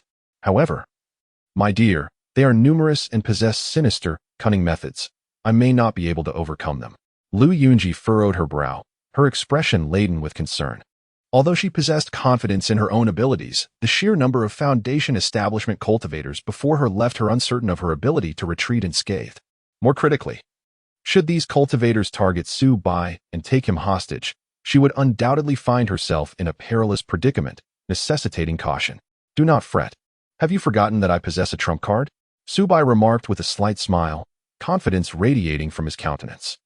Though my cultivation may not rival that of the Foundation establishment cultivators, I wield a secret technique of the soul, potent enough to influence them. In battles among Foundation establishment practitioners, the outcome often hinges on a fleeting moment. Having ascended to the 9th level of Qi refinement, Su Bai's true essence had undergone a significant enhancement. More importantly, his soul power had attained a qualitative leap. At present, the intensity of his divine consciousness rivaled that of late-stage Foundation establishment cultivators. Furthermore, should he harness the power of the Dream Soul Goo, this soul force could even disrupt the movements of late-stage Foundation establishment practitioners. While it may not inflict severe harm, it would be sufficient to induce a momentary daze in his opponent. In the ever-shifting chaos of battle, this fleeting second of vulnerability could very well prove to be the pivotal turning point in the confrontation. Chapter 125. Once desired a peaceful cultivation, Su Bai's unwavering confidence in the formidable Dream Soul Goo is not without foundation. Over the past days, he has engaged in numerous sparring sessions with Lu Yunji, during which he has profoundly grasped the immense power characteristic of a cultivator in the latter stages of Foundation establishment. In a direct and honorable confrontation, even at his current level of Qi refinement 9th layer, facing a Foundation establishment practitioner feels akin to an ant attempting to shake a tree. He is simply no match for them. In a genuine life and death struggle, a mere glance could see him swiftly defeated by the overwhelming spiritual power of a Foundation establishment cultivator, leaving him utterly defenseless. However, should he alter his strategy and resort to clandestine ambushes, the entire dynamic would shift dramatically. The Dream Soul Goo possesses an unparalleled advantage, allowing it to launch attacks silently, ensnaring Foundation establishment practitioners in a dreamlike illusion without their awareness. Lu Yunji had previously fallen victim to the Dream Soul Goo due to a moment of carelessness. In that fleeting second, she was entrapped in a dream that felt like an eternity. During that brief, seemingly insignificant moment, her consciousness was completely immersed in an illusory scene, oblivious to the external world. Upon awakening, she was drenched in cold sweat, realizing that in a life-or-death battle, such a lapse could prove fatal, rendering her incapable of resistance. From that moment on, Subai recognized the potency of the Dream Soul Goo, understanding that it could enable him to challenge opponents beyond his level. "So it is your soul secret technique," Lu Yunji exclaimed, her eyes alight with excitement. "If we combine your soul technique with my ambush, that group of Foundation Establishment rogue cultivators will surely be helpless." She recalled their sparring sessions. Even though she had been momentarily careless, the effect had been terrifying. Subai, merely a Qi Refinement 9th layer practitioner, possessed a spiritual power comparable to that of a Foundation Establishment practitioner in the latter stages. Such talent was truly beyond imagination. Had she not experienced it firsthand, she could hardly believe that such exceptional cultivators existed in the world. Strike first to avoid 100 retaliatory blows. If you seek death, do not blame me for being ruthless. A cold glint flashed in Subai's eyes. He initially sought a tranquil cultivation, but there are always those who refuse to grant him his wishes. Thus, he resolved to take the initiative and eradicate his enemies thoroughly. In the dead of night, a temporary camp outside the valley bore an atmosphere of dread and oppression. At the center of the camp sat a burly, menacing middle-aged man, the notorious Foundation Establishment rogue, Shen Wanxiang. His hands were stained with blood, and he was infamous for his ruthless acts of robbery, having slain countless cultivators, including a true disciple of the Qifeng sect. Following this incident, he became the target of a relentless manhunt by the Qifeng sect, with even Golden Core practitioners personally pursuing him. Terrified, he fled into the Misty Mountains, where the treacherous terrain afforded him a precarious refuge. Yet, his avaricious and brutal nature remained unchanged as he continued his murderous and thieving exploits within the mountains. 3 foundation-building cultivators stood beside him. One was Zhao Meng, an elderly man cloaked in black, with a stern visage and eyes that betrayed a sense of caution. The other 2 were early-stage Foundation cultivators, Sun Bao, tall and slender with a sharp face, whose eyes gleamed with avarice, and Zhou Hu, short and stout, with a brutish demeanor. The 4 had forged a bond after meeting in the Misty Mountain Range, united as fugitives pursued by the Golden Core sect, sharing a mutual plight that earned them the moniker 4 Fiends of the Mist among other cultivators. Wherever they went, they instilled fear in countless hearts. Had it not been for the harsh conditions and sparse population of the Misty Mountains, they might have already established a formidable foundation force, wreaking havoc in the region.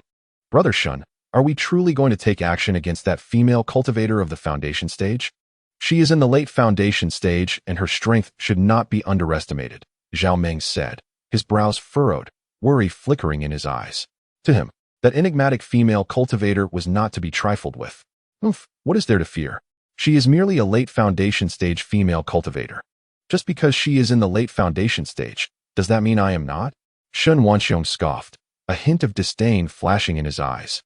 From my observations over the past few days, she is the only late Foundation stage cultivator in that valley. The other 4 are merely minor practitioners at the 8th and 9th levels of Qi training, hardly a threat.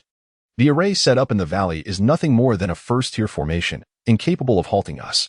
As long as the 4 of us join forces, capturing her will be as effortless as taking candy from a child. A fierce aura emanated from him, in his eyes. Cultivators of the same realm were no match for him. Even disciples of the sect would face his wrath, and with a strategic advantage, he was confident of victory. I concur with Brother Shin's plan. Though that female cultivator is formidable, in terms of combat, how could she possibly match Brother Shin? With the 3 of us assisting from the sidelines, overwhelming her with numbers, she stands no chance, Sun Bao piped in, his eyes glinting with greed. Indeed. That Foundation female cultivator arrived in the Misty Mountains accompanied by 4 Qi training cultivators, with no other allies by her side. Even if we were to ambush her, she would find no aid. I have inquired with several nearby Foundation families, and they have only met her by chance. They will not come to her rescue. Zhou Hu added, echoing the sentiment. Just think, if we eliminate this Foundation female cultivator, all her spirit stones, elixirs, and secret manuals will belong to us. This is far more lucrative than any exploration of caves. We are bound to make a fortune. The mere thought of the impending wealth sent a thrill through him. I understand your concerns regarding the background of that Foundation female cultivator. Shen Wanxiang glanced at Zhao Meng with a cold smirk. But so what? We are all wanted by the Golden Core sect. We are fugitives. No matter how many more wanted notices they issue, what difference does it make? Can they dispatch several Golden Core cultivators to apprehend us? In the end, the more lice, the less itch, the more debts, the less worry. We have come this far. What is there to fear? What my brothers say is reasonable. I agree to take action. When shall we proceed? Zhao Ming hesitated for a moment but ultimately resolved to move forward. Do not be anxious. Our recent actions have been rather conspicuous, possibly alerting her to our intentions. Shen Wanqiang smirked insidiously, his grin appearing particularly sinister in the flickering light of the campfire. We shall bide our time until the commotion subsides, and then strike covertly. Catching her off guard. Perhaps she will still be enveloped in slumber when we resolve the matter, incurring no losses whatsoever. Very well. We shall rely entirely on Brother Shen's arrangements. The other three nodded in agreement. At that moment, an invisible wave of spiritual energy surged forth like a tumultuous tide, swiftly enveloping the four foundation-building cultivators. This spiritual wave was as tangible as it was overwhelming, rendering their bodies rigid and immobile in an instant. Chapter 126. The Relentless Corpse, What is Happening? Shen Wanqiang trembled violently, his body covered in a cold sweat, as the unique sensitivity of a foundation-building cultivator surged within him, sending frantic warnings through his senses. A profound sense of crisis enveloped him entirely, as if an invisible hand was ruthlessly tugging at his soul, dragging him involuntarily into a bizarre and surreal dream world, causing his consciousness to waver in an instant. This strange and inexplicable sensation was entirely unprecedented for him. The orchestrator of this chaos was none other than Su Bai. Su Bai, manipulating a doppelganger, stealthily brought the Dream Soul Goo to this location and swiftly activated his dream-invading ability. After ascending to the 9th layer of Qi refinement, Su Bai had become increasingly adept at wielding the Dream Soul Goo. Now, his spiritual awareness had reached a level comparable to that of late-stage foundation-building cultivators, with little discernible difference in terms of soul power between the two. Caught off guard by such a calculated ambush, even a foundation-building cultivator could only succumb. Shen Wanqiang, being a late-stage foundation cultivator, managed to resist with his profound cultivation, awakening from the dream after merely 1 second. However, the three other foundation cultivators beside him were far less fortunate, remaining ensnared in the dream for over 3 seconds, standing motionless with vacant gazes, utterly oblivious to their surroundings. Damn it! Who dares to plot against me? Shen Wanqiang, filled with both shock and fury. Shen Wanqiang immediately employed a secret technique to forcibly break free from the control of the Dream Soul, just as he intended to rouse his companions. A graceful figure shot towards him like lightning from the front. The newcomer possessed an enchanting figure, reminiscent of a celestial maiden descending from the heavens, exuding an extraordinary aura. In her hands, she wielded a magnificent high-grade magical treasure, which radiated dazzling brilliance. With her movement, a blinding golden light erupted forth, resembling an awakened primordial dragon, carrying a destructive force capable of tearing apart all existence. This person was Lu Yunji. She and Su Bai worked in perfect harmony. The moment Su Bai utilized his dream-invading skill, Lu Yunji decisively struck, wielding the high-grade magical treasure, the Golden Dragon Cutter. As she charged towards Shen Wanqiang and the other three, her timing impeccably precise. It's over. Is that truly a high-grade magical treasure? Which major sect's foundation cultivator seeks to end my life? Heaven is forsaking me. Shen Wanqiang's face turned ashen, and his legs weakened in fear. In the realm of cultivation, the ranking of magical treasures is strictly hierarchical, ranging from artifacts and spirit tools to magical treasures and spiritual treasures. For an ordinary foundation cultivator, possessing a spirit tool would significantly enhance their combat prowess. However, magical treasures are the pinnacle of artifacts, reserved for those at the Golden Core stage. Should a foundation cultivator wield a magical treasure, their fighting capacity would multiply exponentially, making them nearly invincible among their peers. Nevertheless, such extravagantly wealthy foundation cultivators are exceedingly rare. Only those favored disciples of Golden Core sects might receive a magical treasure for their protection. It was evident that this mysterious female cultivator likely hailed from a significant sect. Otherwise, she could not possibly possess a magical treasure. Boom! In an instant, a dazzling golden light flashed, accompanied by a deafening roar. 4 foundation-building cultivators, including Shen Wanqiang, were instantly severed in twain under the terrifying might of the golden mantis scissors, akin to fragile ants. The cuts were smooth and even, their bodies splitting neatly apart as blood erupted like a fountain, staining the ground crimson. These cultivators did not even have the opportunity to mount any effective resistance before succumbing to this ferocious strike. Despite their defensive artifacts, They were as flimsy as parchment in the face of the top-grade magical weapon, easily torn apart. As they lay on the ground, their eyes bulged wide with terror, disbelief, and indignation. They could scarcely fathom that after traversing the perilous cloud and mist mountain range for years and surviving countless life and death trials, even eluding the relentless pursuit of golden core sects like the Chi-Feng sect, they would meet their end in such an unceremonious manner on this seemingly tranquil night, without any forewarning or chance to fight back. "My lord, they are all dead," Lu Yunji said softly to Subai, her cheeks flushed with joy. She was genuinely surprised by how effortlessly this battle had unfolded. Initially, she had harbored concerns about facing the 4 Foundation cultivators, fearing that even with Subai's assistance, they might find themselves embroiled in a brutal struggle. However, who could have anticipated that these so-called 4 fiends of the cloud and mist would be so easily vanquished? Under the influence of Subai's soul secret technique, they were rendered motionless in an instant, allowing him to seize the opportunity to deliver a fatal blow, resulting in a massacre that was utterly one-sided. "Do not approach them. Be wary of any feigned death," Subai cautioned, his expression grave and his tone laced with undeniable prudence. "Utilize the fireball technique to reduce their corpses to ashes. We must eradicate all traces." In the cultivation world, myriad strange secret arts abound, and Subai understood that merely cleaving the enemy's body in 2 was insufficient to guarantee their demise. One could never be too cautious, as they might harbor hidden schemes, lying in wait for a counterattack. "Understood, my lord," Lu Yunji replied obediently, her jade hand waving as she conjured 4 blazing fireballs, which she hurled towards the 4 corpses. In an instant, flames soared high, engulfing the bodies entirely. "Ah, you vile couple. How ruthless you are to not spare me even in death." A piercing wail suddenly erupted from Shen Wanxiang's corpse, filled with shock, fury, and resentment. Unbeknownst to them, Shen Wanxiang had cultivated a unique soul secret technique that allowed his spirit to temporarily cling to his shattered body, seeking a chance to retaliate. However, he never anticipated that Subai and Lu Yunji would be so vigilant, denying him any opportunity for close combat and opting instead for a ranged assault to incinerate his remains. This rendered his carefully laid plans to naught, and no amount of furious roaring could alter his fate. Subai and Lu Yunji stood at a distance, observing calmly until the 4 corpses were completely reduced to ashes, and the anguished cries faded into silence, allowing them to finally breathe a sigh of relief. "My dear, your brilliance is unmatched. Had it not been for your meticulous foresight, I might have fallen into his trap," Lu Yunji remarked, her heart still trembling with apprehension.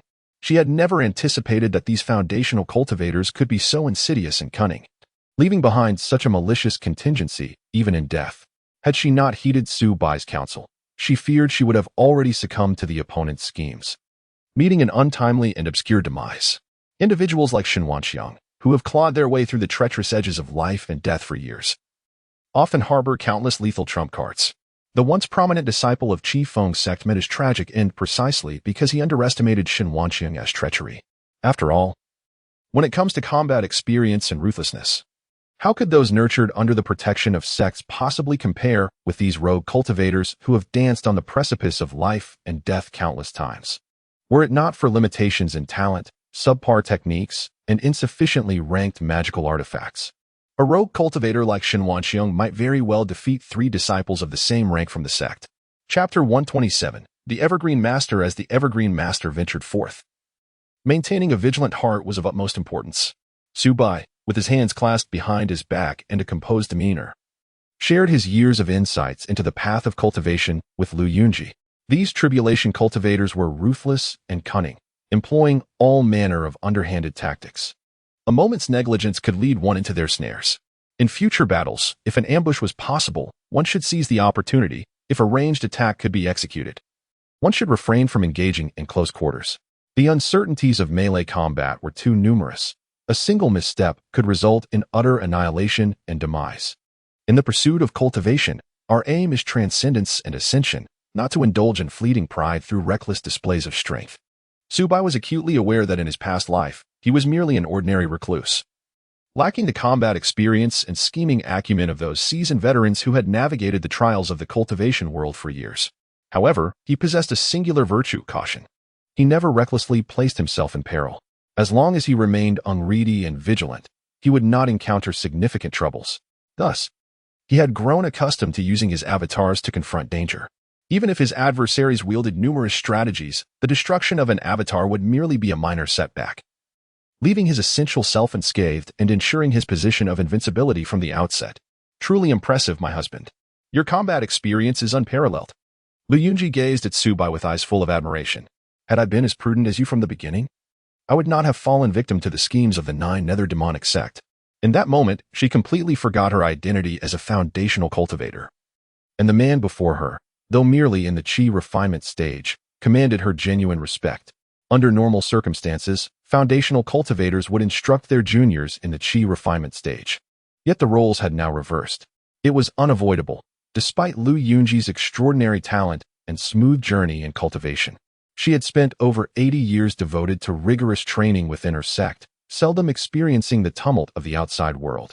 Coupled with her noble lineage as the daughter of the sect leader, those around her treated her with utmost deference, leaving her unsuspecting of any deceit. This led to her simplistic mindset and insufficient vigilance, resulting in her easy entrapment by the Nine Nether Demonic Sect. Fortunately, fate smiled upon her, bringing her to Subai, who transformed her peril into safety. Contemplating this, her gaze towards Subai deepened with affection. Do not worry, with me by your side, I shall ensure that no demonic cultivator harms you in the slightest. Subai clenched his fists tightly, envisioning grand ambitions. Not only that, but I shall uproot the Nine Nether Sect entirely, avenging you. Upon hearing these words, it was as though Lu Yunji had been given a reassuring pill. Thank you, my husband. She felt a warm glow in her heart, overwhelmed with emotion. However, there was no need to rush forward just yet. Let my avatar scout the situation first. It is wise to confirm there is no danger before proceeding. As soon as he finished speaking, Subai's avatar swiftly flew ahead. The avatar meticulously surveyed the battlefield, discovering that the 4 foundational cultivators' corpses had been reduced to ashes, leaving no trace behind. Subsequently, Subai manipulated the Dream Soul Goo, seizing the opportunity to devour the remnants of the 4 foundational cultivators' souls before they completely dissipated, extracting their memories. Having completed all of this, Subai finally found solace. Their souls had been entirely consumed by the Dream Soul Goo, rendering them utterly deceased, and there was no possibility of leaving behind any fatal traps. So that was it. Moments later, Subai experienced an epiphany, uncovering the entire sequence of events and the true identities of the 4 foundation-building cultivators from their memories. These 4 individuals were none other than the infamous 4 fiends of the mist, having committed numerous bloody deeds in the Mist Mountains, instilling terror in the hearts of nearby cultivators at the mere mention of their names. They were not originally active in this area. They had been invited by the Chen, Wang, and Song families, 3 foundation-building clans. In addition to them, over a dozen other foundation-building loose cultivators were also summoned, all to unravel the mysteries of the enigmatic Golden Core cave dwelling. Although the 4 fiends of the mist harbored intentions of their own, spurred by greed, the 3 families could not escape culpability for inciting the situation behind the scenes. Clearly, these families harbored ill intentions towards Lu Yunji, a late-stage foundation cultivator and their neighbor, yet dared not act themselves, seeking to test the waters through the hands of the 4 fiends of the mist. However, they certainly did not anticipate that before the 4 fiends could make a move, Subai and Lu Yunji would join forces to resolve the matter. Subai relayed the information he had gleaned from the memories in detail to Lu Yunji. My dear, do you mean to say that the Golden Core cave dwelling that the Qin family is excavating belongs to someone called Master Song Song?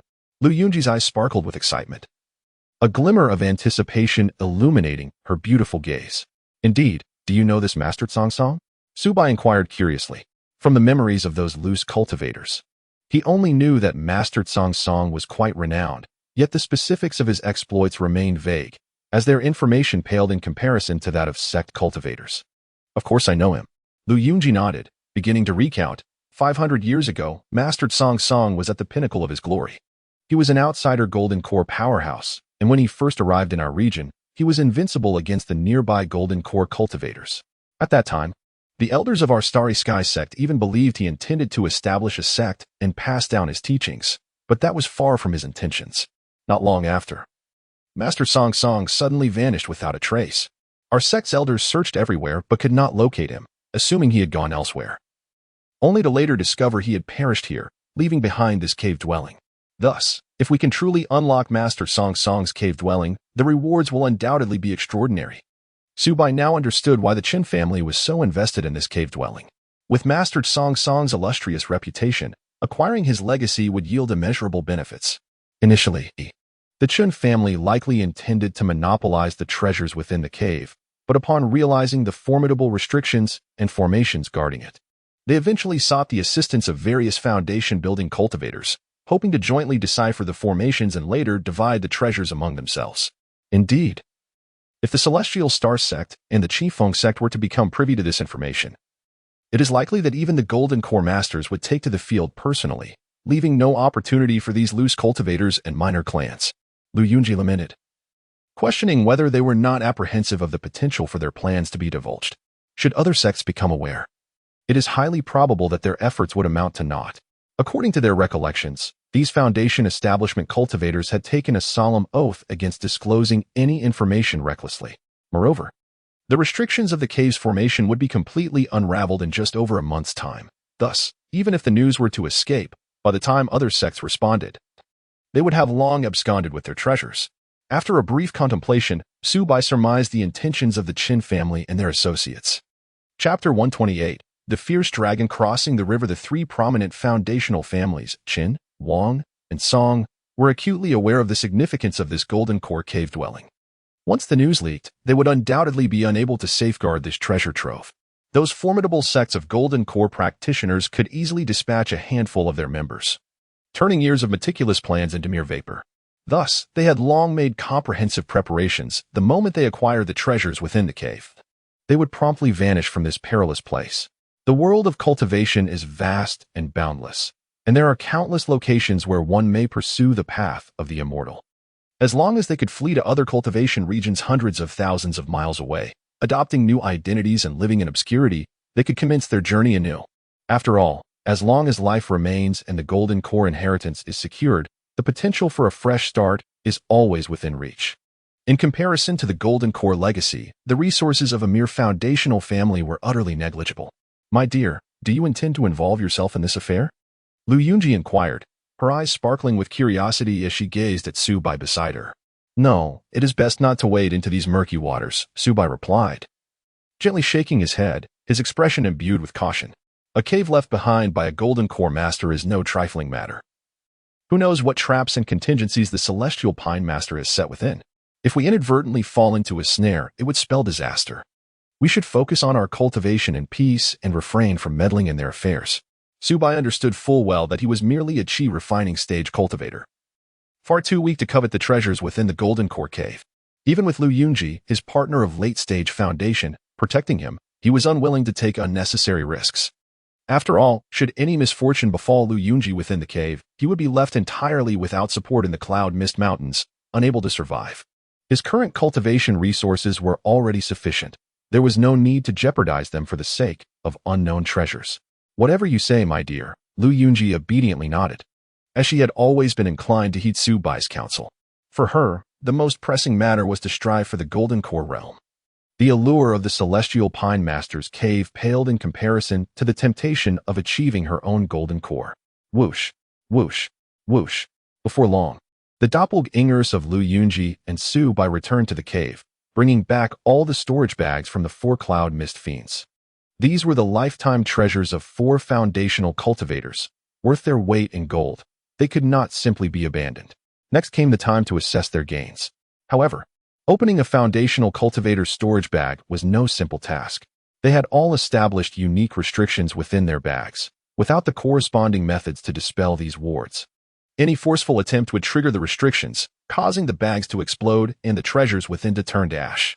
Fortunately, Su Bai had accessed the memories of the Cloud Mist Fiends and knew the secrets to unlocking the restrictions, allowing him to safely unseal the storage bags and extract their contents. At the break of dawn the following day, the cultivators of the Qin, Wang, and Song families discovered the tragic state of the Cloud Mist Fiends' encampment. Gazing upon the charred remnants, unrecognizable and consumed by flames, the onlookers were rendered speechless, utterly astonished that the infamous 4 fiends of cloud and mist had met their demise in such a manner. How could this be? How had Brother Shin and his companions perished here? The assailant was remarkably ruthless, reducing them to such a state. The Foundation establishment cultivator from the Wang family widened his eyes, disbelief etched across his face. He was acutely aware of the formidable prowess of the 4 fiends. These individuals had managed to escape the relentless pursuit of the Golden Core sects and had carved out a reputation in the perilous Cloud and Mist Mountains. Their strength was not to be trifled with. Yet now, they had perished without a sound, devoid of any signs of resistance. This was truly terrifying. This implied that if the adversary could so effortlessly eliminate the four fiends, then dealing with their group would be child's play. Most of the Foundation establishment cultivators in the Cloud and Mist Mountains were gathered here. Logically, no one should dare to make a move against them. After all, they had all sworn an oath to support each other until the secrets of the Golden Core Cave were unraveled. Could it be that they had encountered a second-tier demonic beast, resulting in such a tragic end? One Foundation establishment cultivator ventured his hypothesis. Impossible, another cultivator immediately countered. Brother Shen and his companions are seasoned veterans, having navigated the Cloud and Mist Mountains for so long. How could a mere second-tier beast ambush them, leaving no chance to flee? Such prowess could only belong to a human cultivator. But who among the Foundation establishment cultivators here could possibly contend with them? Could it be that a Golden Core master intervened? Have you forgotten? There is also that late-stage female cultivator. Perhaps she is the one responsible. Is that truly credible? Can that female cultivator be so formidable as to dispatch the four fiends of Cloud and Mist in an instant? Do not underestimate her. The very fact that she dares to roam alone, refusing to ally with others, speaks volumes of her capability. Indeed, the strong often walk their own path. It is likely that the four fiends targeted her, seeking to kill and seize her treasures, only to encounter a formidable opponent and be met with their demise. Those who often walk by the riverbank will inevitably get their shoes wet. The four fiends, having committed so many misdeeds, have met their just end. I had sensed something amiss with the four fiends before. They were always fixated on that valley, clearly harboring ill intentions. I did not anticipate they would encounter such a formidable adversary. A chorus of speculations arose among the Foundation establishment cultivators, their expressions tinged with a hint of schadenfreude. Those who had cultivated to the Foundation establishment stage were all astute individuals with a little analysis. They had nearly deduced the identity of the culprit. Although lacking concrete evidence, they were not far from the truth. Some cultivators who had previously harbored dubious intentions towards the female cultivator now found themselves gripped by fear, secretly relieved that it was the four fiends who had ventured forth to probe, for they might have been the next victims had they been the ones to test the waters. At that moment, the cultivators from the Chun family exchanged apprehensive glances, their eyes filled with terror and shock. To be frank, they had harbored some unsavory thoughts regarding the Foundation establishment cultivator in the valley. So many individuals have engaged in the endeavor to explore the Golden Elixir Cave, yet she remained absent, inevitably arousing suspicion regarding her intentions to reap the benefits once others have deciphered the cave's secrets, potentially launching a covert attack. Resolving this latent threat beforehand would undoubtedly be most advantageous. However, who could have anticipated that this female cultivator possessed such formidable strength? Akin to a ferocious dragon crossing a river, effortlessly vanquishing the four fiends of the mist and demonstrating exceptional combat prowess? Had she been aware that the Chun family was orchestrating this scheme from behind the scenes, they would certainly face dire consequences. Fortunately, they did not directly partake in the assassination plot, merely leaking a modicum of intelligence, leaving no incriminating evidence against them. Reflecting on this, the cultivators of the Qin family felt a slight sense of relief, yet simultaneously a profound regret. Had they known of her extraordinary capabilities, they would have never dared to provoke her, even at the cost of their lives. Chapter 129. Strategically Scarce Resources in the Secluded Valley, Subai. Utilizing the methods gleaned from the memories of the Cloud Mist four fiends, successfully unlocked their storage bags, dispelling the restrictive formations upon them. With great enthusiasm, he began to count the treasures within. This was indeed a windfall. Could it be that they had completely emptied a spirit stone vein? To his astonishment, there were actually 20,000 middle-grade spirit stones. Subai's eyes widened in disbelief, brimming with joy. The sight of the mountains of middle-grade spirit stones in the storage bag left him utterly speechless. Converted into lower-grade spirit stones, these 20,000 middle-grade stones amounted to a staggering 200,000. Such a fortune was indeed astronomical for an ordinary Foundation establishment cultivator. Possessing a few thousand middle-grade spirit stones would already be considered affluent. After all, during their cultivation, Foundation establishment practitioners expend a substantial amount of spirit stones to purchase elixirs, spiritual tools, and other resources, often living paycheck to paycheck, making it challenging to accumulate savings. Of course, This does not apply to the rare and highly skilled second-tier alchemists, who, with their exquisite alchemical techniques, are renowned for their wealth in the cultivation world, easily amassing vast amounts of spirit stones, sometimes even surpassing the wealth of golden core masters. It was highly likely that the Cloud Mist Four Fiends had acquired such immense wealth through the plundering of other cultivators, as it would be nearly impossible to gather so many spirit stones through legitimate means. Subai couldn't help but reflect on how long he would need to sell spirit wine to amass such a fortune.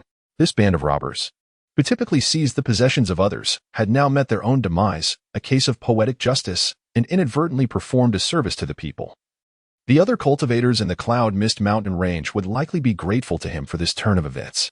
Upon examining the contents further, he noted that they were all devilish tomes. No wonder these infamous bandits were notorious. He could only imagine the countless insidious and ruthless techniques they had learned. Subai stroked his chin, a glimmer of contemplation in his eyes. While these tomes held no value for him, the bookgu would surely relish them. A perfect source of sustenance. In the storage bags, Subai discovered that each of the 4 Foundation establishment robbers carried dozens of devilish tomes and inheritance jade slips, each recording techniques that were exceptionally malevolent and harmful, often benefiting the practitioner at the expense of others. Although the number of these tomes paled in comparison to the Liu family's library, in terms of the rarity and potency of the techniques, they were equally formidable. Subai had no intention of practicing these dark arts, yet the bookgu was particularly fond of them. By devouring these tomes, it would significantly extend Subai's comprehension time, greatly benefiting his progress as an alchemist and his cultivation of other techniques and spells, especially with his 7 apertures exquisite Heart Sutra, which required considerable time and resources to fully condense the Eye of Discernment. These devilish tomes would serve as an ideal resource. Subai welcomed these tomes without hesitation. To him, regardless of how inferior they might seem, any tome he had not previously possessed was a precious resource for enhancing his strength. The more, the better. In addition to the demonic arts manual, the storage bag also contained a substantial amount of beast meat and precious materials obtained by the 4 fiends of Cloud and Mist from hunting demonic beasts in the Cloud and Mist Mountain range, along with 136 magical artifacts of various ranks, including 4 low-grade spiritual weapons. A rough estimation suggests that these items are valued at no less than 15,000 middle-grade spirit stones. It must be noted that robbing other cultivators is indeed a swift means of amassing wealth, which explains the relentless enthusiasm of the 4 fiends of Cloud and Mist. However, frequent encounters by the river inevitably lead to wet shoes. Ultimately, they paid the ultimate price for their greed and malevolence, meeting their demise in a moment of carelessness. The fortunes of these rogue cultivators are astonishing. Liu Yunji gazed in awe as Subai meticulously counted their spoils. As the vice master of the Xinxia sect and the daughter of the sect leader, she possessed considerable wealth herself. Yet compared to these marauding cultivators, her resources seemed trivial. Accumulating such vast riches through the sect's stipend was an arduous task. Her means of earning substantial wealth largely revolved around collecting protection fees from prominent cultivator families and accepting tributes. After all, they were not ordinary foundation-building rogue cultivators, but rather the infamous 4 fiends of Cloud and Mist. Subai explained with a smile that they had even been placed on the wanted list by the Qifeng sect, underscoring their formidable reputation. It was only reasonable that they amassed such wealth. Wait, what is this? A second-tier demon core. To his astonishment, Subai's eyes sparkled with delight as he discovered a second-tier demon core tucked away in the corner of the storage bag, having initially believed he had accounted for all the treasures. Clearly, the 4 fiends of Cloud and Mist had hunted numerous second-tier demonic beasts in the Cloud and Mist Mountain range. While not all second-tier beasts possess cores, the sheer number ensured a successful find. They were fortunate to have acquired this second-tier demon core, which, regrettably, had not been sold before it fell into Subai's hands. How wonderful! With this second-tier demon core, I can once again concoct foundation-building pills. Subai was nearly overwhelmed with excitement. Initially, he had planned to venture deeper into the Cloud and Mist Mountain range with his partner Liu Yunji to hunt second-tier demonic beasts for their cores. But now it seemed unnecessary to take such risks. After all, the Cloud and Mist Mountain range was the habitat of demonic beasts. An excessive hunting of second-tier beasts could easily provoke a beast tide.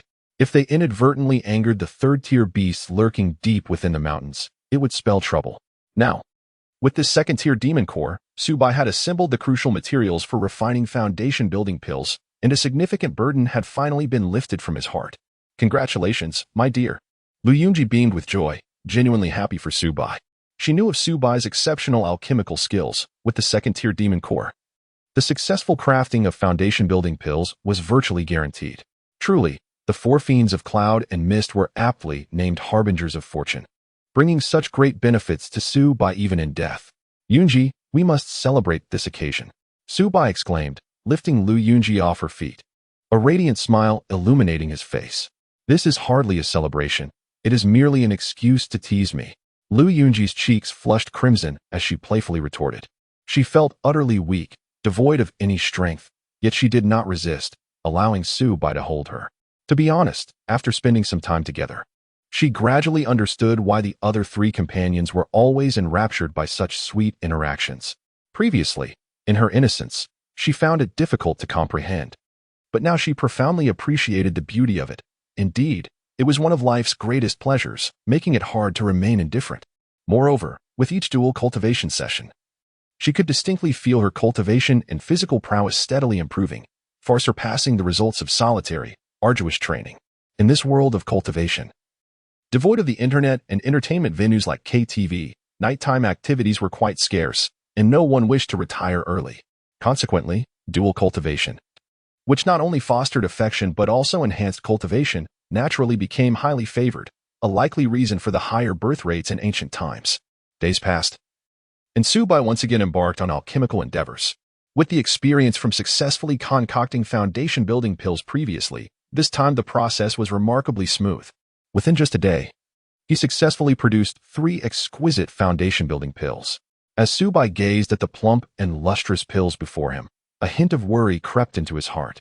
He required only 1 foundation-building pill to ascend to the foundational realm, rendering the other 2 as surplus resources. However, this predicament was, for Su Bai, a delightful burden. Who would complain about having an excess of foundation-building pills?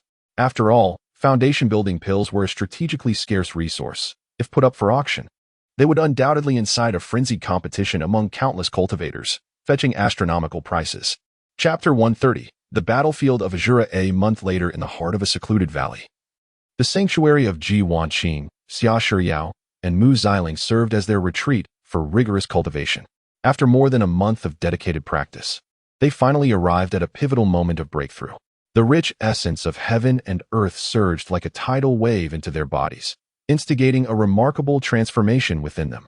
Fortunately, the cave where they secluded themselves was equipped with intricate formations that perfectly isolated them from the outside world. Thus, the tremendous commotion caused by their breakthrough went unnoticed by others.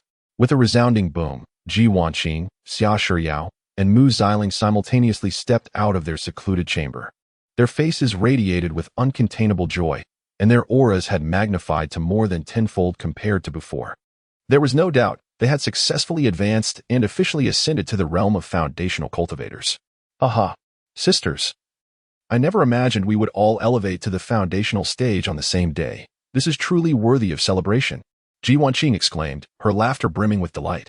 Reflecting on their past, as independent cultivators, the path to becoming foundational cultivators had seemed insurmountable, with success being a mere flicker of hope. Even she had never dared to fully envision herself walking this path, for the foundational elixir was a rare resource that ordinary cultivators could scarcely obtain. Yet now, she and her 2 sisters had achieved this seemingly impossible breakthrough together. If this news were to spread, it would surely become a cherished tale. It was only natural. After all, their spirits had long since reached a state of perfection, and with the assistance of the exceptional foundational elixir, failure would have indeed been a strange occurrence. Xia Shiyao expressed her profound sentiments, deeply appreciating the immense value of the exquisite foundational elixir. This elixir could fetch astronomical prices at auctions, and now, having personally consumed it, she comprehended the reasons behind its worth. The moment the elixir entered her body, its potent energy swiftly permeated throughout, nourishing and enhancing her physique, magical power, and spiritual awareness.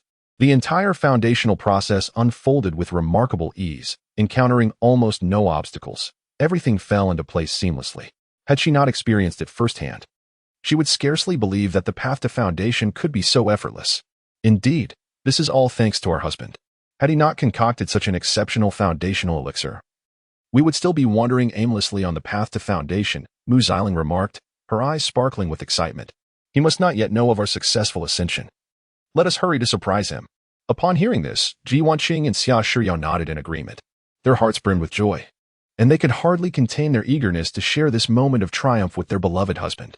Whoosh, whoosh, whoosh. No sooner had the words left their lips than the three transformed into streaks of light, racing like the wind towards the stone house at the valley center. In the blink of an eye, they arrived before the stone abode, where a familiar voice within caught their attention. With a crisp sound, the door swung open, and Ji Wanqing, Xia Shiyao, and Mu Xiling stepped inside. However, the scene before them rendered them momentarily speechless, their expressions frozen in astonishment. A blush swiftly creeping across their cheeks, leaving them at a loss for words. Moments later, Su Bai, having tidied his attire, and Lu Yunji, her face aflame with embarrassment and wishing for a hole to hide in, emerged slowly from the bedroom. My dear husband, I never imagined that during our retreat, you would become involved with Senior Lu. This progress is astonishingly swift. Xia Shiyao's lips twitched slightly, her expression a complex tapestry of emotions. As she struggled to articulate her feelings in that moment, she had always known Su Bai to be rather affectionate. Yet she never anticipated his allure would be so profound as to captivate even a foundational female cultivator, leading him to successfully win her heart. It was truly hard to believe. Had she not witnessed it with her own eyes, she would have found it utterly implausible. Truly, my husband.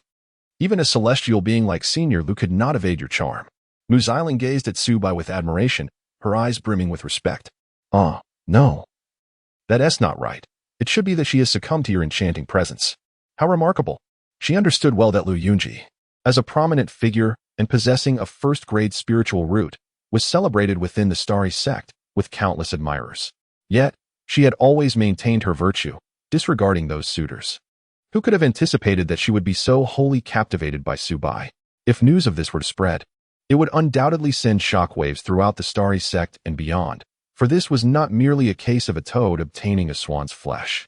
It was nothing short of a miracle. I'm so sorry. It's all my fault, Lu Yunji said, her lovely face flushed, her voice barely above a whisper. It was my initiative. It has nothing to do with my husband. She felt an overwhelming sense of guilt, believing her actions had led to this unexpected situation. Had she exercised a bit more restraint, Su Bai would not have found himself in such an awkward predicament. Upon hearing this, Xia Shiyao nearly dropped her jaw in disbelief. She found it hard to fathom just how compelling Su Bai's charm must be to inspire a pinnacle foundational cultivator, a paragon of the starry sect, to step forward and take responsibility, even offering an apology. The scene was akin to a husband's infidelity, with the wife convening a press conference to apologize. Claiming her own inadequacies and lack of allure had led to her husband's transgression, truly bewildering. It's all right, Sister Lu. We are delighted to welcome you into our family. How could we possibly blame you? Ji Wanqing said with a gentle smile, approaching to offer soothing words. It is indeed our honor that you hold our husband in such regard. As long as we can love and care for one another as a family moving forward, that is all that matters. Thank you. Lu Yunji exhaled deeply, her anxieties dissipating in an instant. She had initially feared that her impulsive involvement might provoke dissatisfaction or rejection from Su Bai's three partners, yet she was taken aback by their generosity and warmth. It seemed that these sisters were truly kind-hearted souls. Sister Lu, we have just ascended to the foundation establishment stage, and our realm remains somewhat unsteady. We wish to seek your esteemed guidance on how to cultivate more effectively at this level, hoping you might generously impart your wisdom. Xia Shiyao stepped forward, sincerely expressing her goodwill. I indeed have a wealth of experience to share, Lu Yunji responded with a gentle smile. As she delved into her areas of expertise and cultivation, her words flowed effortlessly, a torrent of knowledge. In no time, the four women were seated together, engaging in a fervent discussion about the path of cultivation. Su Bai blinked, a peculiar expression gracing his face. He had initially feared the emergence of a chaotic scene. However, he momentarily forgot that this was a world of immortals, fundamentally different from the moral perspectives of his past life. In his previous existence, fidelity was paramount, and seeking relationships with other women was deemed unethical. Yet, in the realm of cultivation, it was entirely commonplace for the strong to have multiple partners, with no one questioning such arrangements. Chapter 131. The foundation beauties. As dusk enveloped the sky, countless stars twinkled above, and the gentle moonlight cascaded into the valley. To commemorate the successful breakthroughs of Ji Wanqing, Mu Xiling, and Xia Shiyao into the foundation establishment realm, Subai meticulously arranged a sumptuous banquet. The spacious living room was adorned with an array of exquisite dishes, including fresh and crisp spiritual vegetables, plump and succulent spiritual fruits, and aromatic spiritual wines. Each delicacy emanated an enticing fragrance that filled the entire space, making one's mouth water with anticipation. After several rounds of fine wine, the guests' faces flushed with a subtle rosy hue, and the atmosphere grew increasingly warm and congenial. Having secluded themselves for over a month, Ji Wanqing and the others were filled with curiosity about the events that transpired in the outside world, prompting them to inquire with Subai. Without reservation, Subai recounted their recent experiences, detailing the actions of the three foundation establishment families, the Shin, Wang, and Song families, and their conflicts with the four fiends of cloud and mist. What? These three families have gone too far, Xia Shiyao exclaimed, her delicate brows furrowing in indignation. They invited a host of foundation establishment cultivators yet failed to impose any restrictions, even allowing those rogues to run rampant. If it weren't for our husband and sister Lu's extraordinary strength, we would have faced dire consequences. Understanding the ruthlessness of the four fiends of cloud and mist, she recognized that each of them was both merciless and formidable. Had it not been for Subai and Lu Yunji's clever responses, the aftermath would have been unthinkable. Indeed, we cannot let this matter slide. Mu Xiling clenched her delicate fists, her resolve unwavering. Now that we have also successfully established our foundations and significantly increased our strength, we should take decisive action to eradicate these three families and reclaim justice for ourselves. She believed that with the combined strength of the four foundation establishment female cultivators and Su Bai's elusive soul techniques, dealing with these families would not prove overly challenging. I suspect these three families are not acting without purpose, Ji Wanqing remarked, her elegant brows slightly furrowed as she analyzed the situation calmly. Our husband previously mentioned that they are exploring a golden core cave. Perhaps they fear that Sister Lu might benefit from their efforts, prompting them to eliminate potential threats by unleashing the four fiends of cloud and mist to test us. Had it not been for our husband and Sister Lu's decisive actions to intimidate those with ill intentions, we might have encountered even more troubles. We must remain vigilant. All right, let us not dwell on anger, Subai said with a reassuring smile. These three families possess deep foundations and a multitude of resources. If we act recklessly now, our chances of success are slim. Moreover, you have just broken through to the foundation establishment realm, and your foundations are not yet stable. It is unwise to take unnecessary risks at this moment. In my view, since they fear we may gain an advantage, we shall turn the tables on them. Once they retrieve treasures from the Golden Core Cave, we will strike unexpectedly, catching them off guard, and reclaim all that we have lost. Subai narrowed his eyes, a glimmer of shrewdness flashing within. Though he harbored dissatisfaction towards these three families, he always acted with caution, never venturing forth without absolute certainty. During this period, he had secretly dispatched avatars and gold-devouring insects to lie in wait nearby, closely monitoring their every move, both to guard against another ambush and to await the most opportune moment for retaliation. Black on black. What a brilliant idea. Upon hearing Su Bai's plan, Ji Wanqing, Xia Shiyao, and Mu Xiling's eyes lit up with excitement. Exploring the Golden Elixir Cave was undoubtedly fraught with peril, teeming with unknown risks. However, by striking after those cultivators emerged from the cave, they would only face foundation establishment practitioners, leaving behind the deadly traps set by Golden Elixir masters, significantly reducing the danger and increasing their chances of success. Yet, those cultivators were not foolish. After acquiring treasures, they would surely flee at once. Could we possibly stop them? Lu Yunji furrowed her brow, voicing her concerns. Rest assured, they won't escape, Subai replied with a confident smile, assured of his strategy. My avatars and gold-devouring insects are not mere decorations. No matter how many routes they attempt to flee, they shall not escape my grasp. During the past month, Subai had not idled away his time. In addition to deepening his relationship with Lu Yunji, he devoted himself wholeheartedly to the study of alchemy, consistently enhancing his skills. He also immersed himself in the comprehension of the Seven Orifices Linglong Heart Sutra, mastering the skill of discerning objects, thereby holistically strengthening his capabilities. Even the various insects he raised had shown remarkable improvement under his careful cultivation. Meanwhile, members of the Shin, Wang, and Song families had visited, feigning politeness and expressing apologies, claiming they would rein in the surrounding cultivators and cease their disturbances. Subai merely smiled faintly, remaining non-committal, not out of magnanimity, but because his three partners were at a crucial juncture in their foundation establishment, and he wished to avoid any further conflict. Moreover, after eliminating the 4 fiends of the mist, he had instilled a powerful deterrent effect on other ill-intentioned Foundation establishment cultivators, bringing a measure of tranquility to the valley, where no one dared to pry indiscriminately anymore. My lord is ever so clever. Let us wait for the spectacle to unfold. Ji Wanqing and the others nodded in agreement with Su Bai's plan. They also felt that rather than risking entry into the Golden Elixir Cave, it would be far wiser to strike when those cultivators return laden with treasures, satisfying their vendetta while reaping abundant spoils, a twofold gain. My lord, do not dwell on such troubling matters for now, Mu Xiling said, her cheeks flushed and her gaze alluring. After a sumptuous meal, do you not wish to experience the delightful company of a Foundation establishment female cultivator? As she spoke, she subtly drew closer to Su Bai, exuding an enchanting aura. Xia Shiyao and Ji Wanqing also gazed at him with affectionate eyes, clearly intoxicated with anticipation. Meanwhile, Lu Yunji's face turned crimson, shyly lowering her head, secretly lamenting how these elder sisters were indeed bolder and more liberated, appearing far more mature compared to her, who was just beginning to navigate the intricacies of romance. Su Bai found it impossible to contain himself in the presence of 4 enchanting foundational beauties. His blood surged with fervor. In a night of revelry, Su Bai felt as if he were enveloped in a realm of tenderness, savoring each exquisite moment, the delightful sensations rendering him utterly entranced and unforgettable. The 3 maidens, having ascended to the foundational realm, experienced a transformative leap in both physique and stamina, incomparable to their earlier cultivation stage. Even with the enhancement from the dragon elephant goo, which significantly bolstered his physical capabilities, he nearly succumbed to the overwhelming challenge.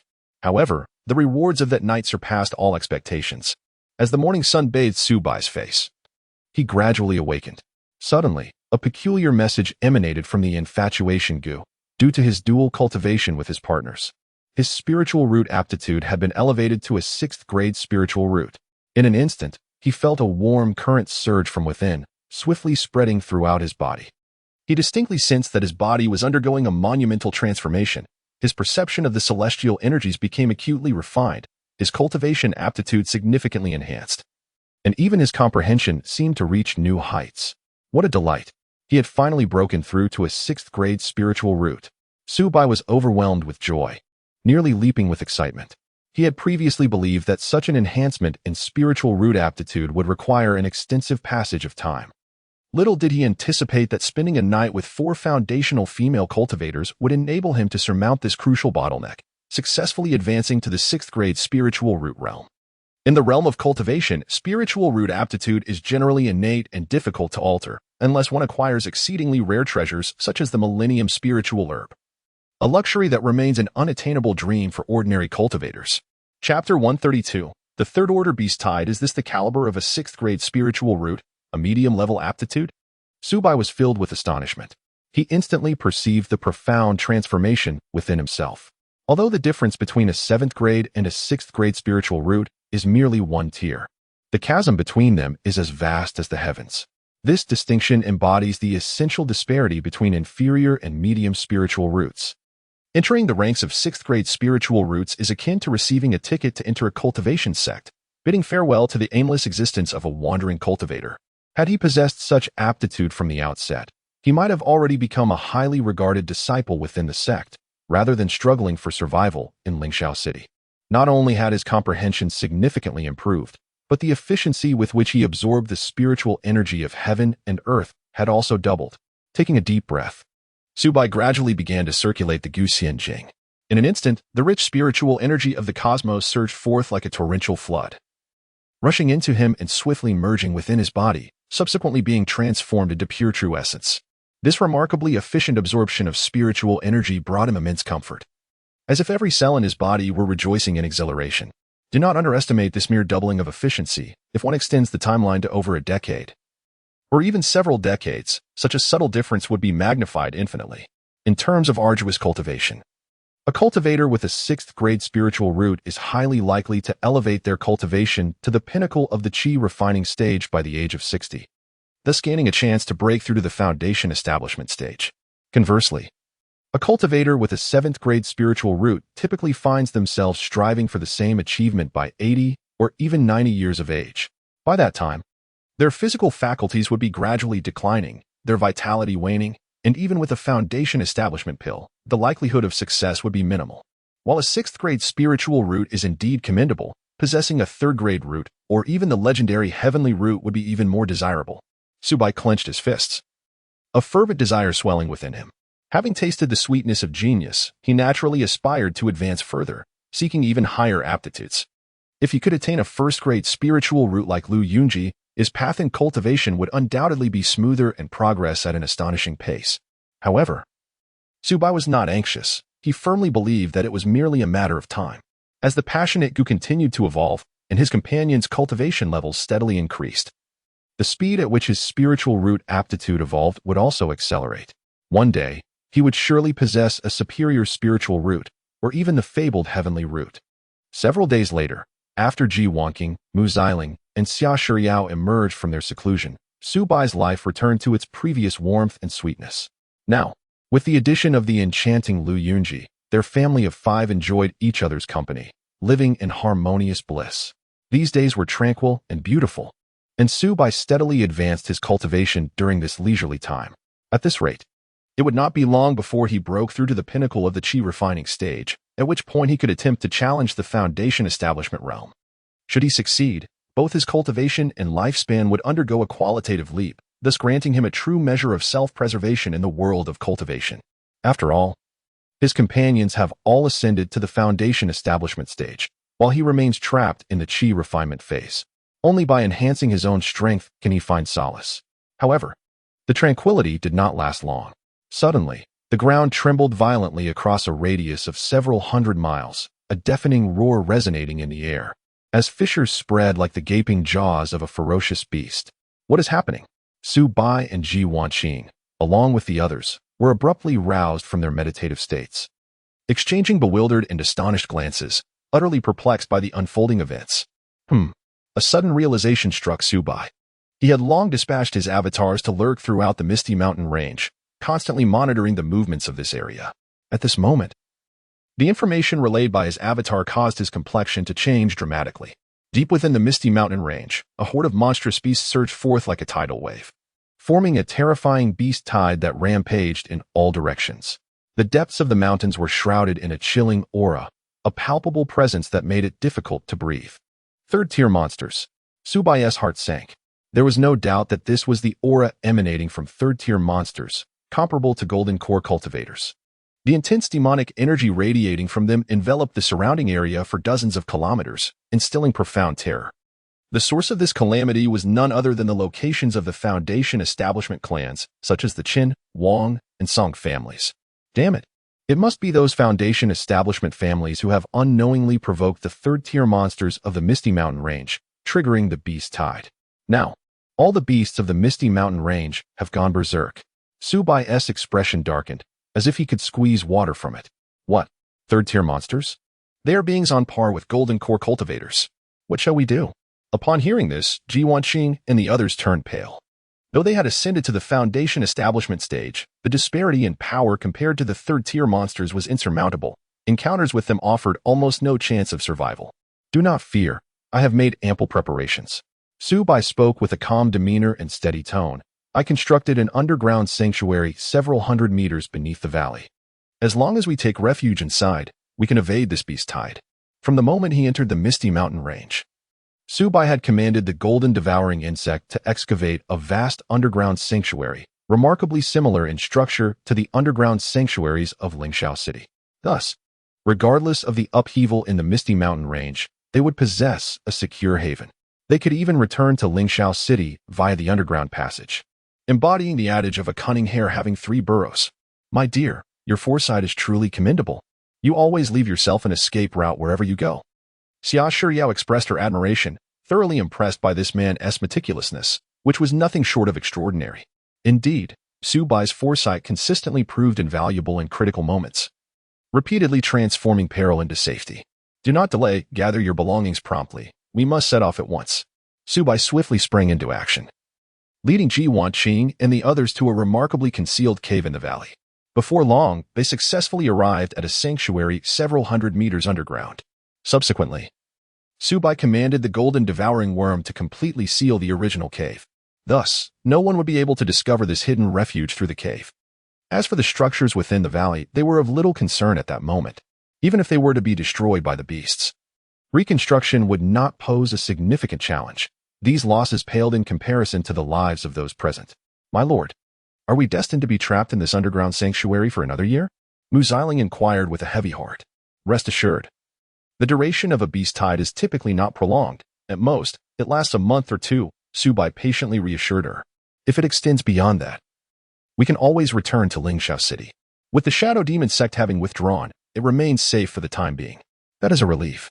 Upon hearing his words, everyone exhaled in unison, their previously anxious hearts finally at ease. Chapter 133, A Lifeline? Within the mist-shrouded peaks of the Cloud Mist Mountain Range, the wind howled, accompanied by the ferocious roars of demonic beasts and the startled cries of cultivators. A group of cultivators fled for their lives, their faces etched with terror, their steps unsteady. Pursued by a relentless horde of demonic beasts, among which were numerous second-tier creatures, their sharp claws and blood-red eyes emanating a chilling aura. These cultivators hailed from the Qin, Wang, and Song clans, encompassing both Foundation establishment and Qi refinement practitioners, yet at this moment, they resembled stray dogs, bereft of their former grandeur. It was infuriating. The third-tier demonic beast, the sky-rending Lion King, was, after all, the guardian beast of the venerable Master Tsongtsong. Elder Chen Yaoguang's countenance darkened like ink, his heart brimming with regret and fury. Their expedition to seek out Master Tsongtsong's cave had initially proceeded with remarkable success. They had gathered a dozen Foundation establishment loose cultivators, and through more than a month of arduous effort, coupled with the cave's protective formations having weakened over time, they had finally succeeded in breaking through.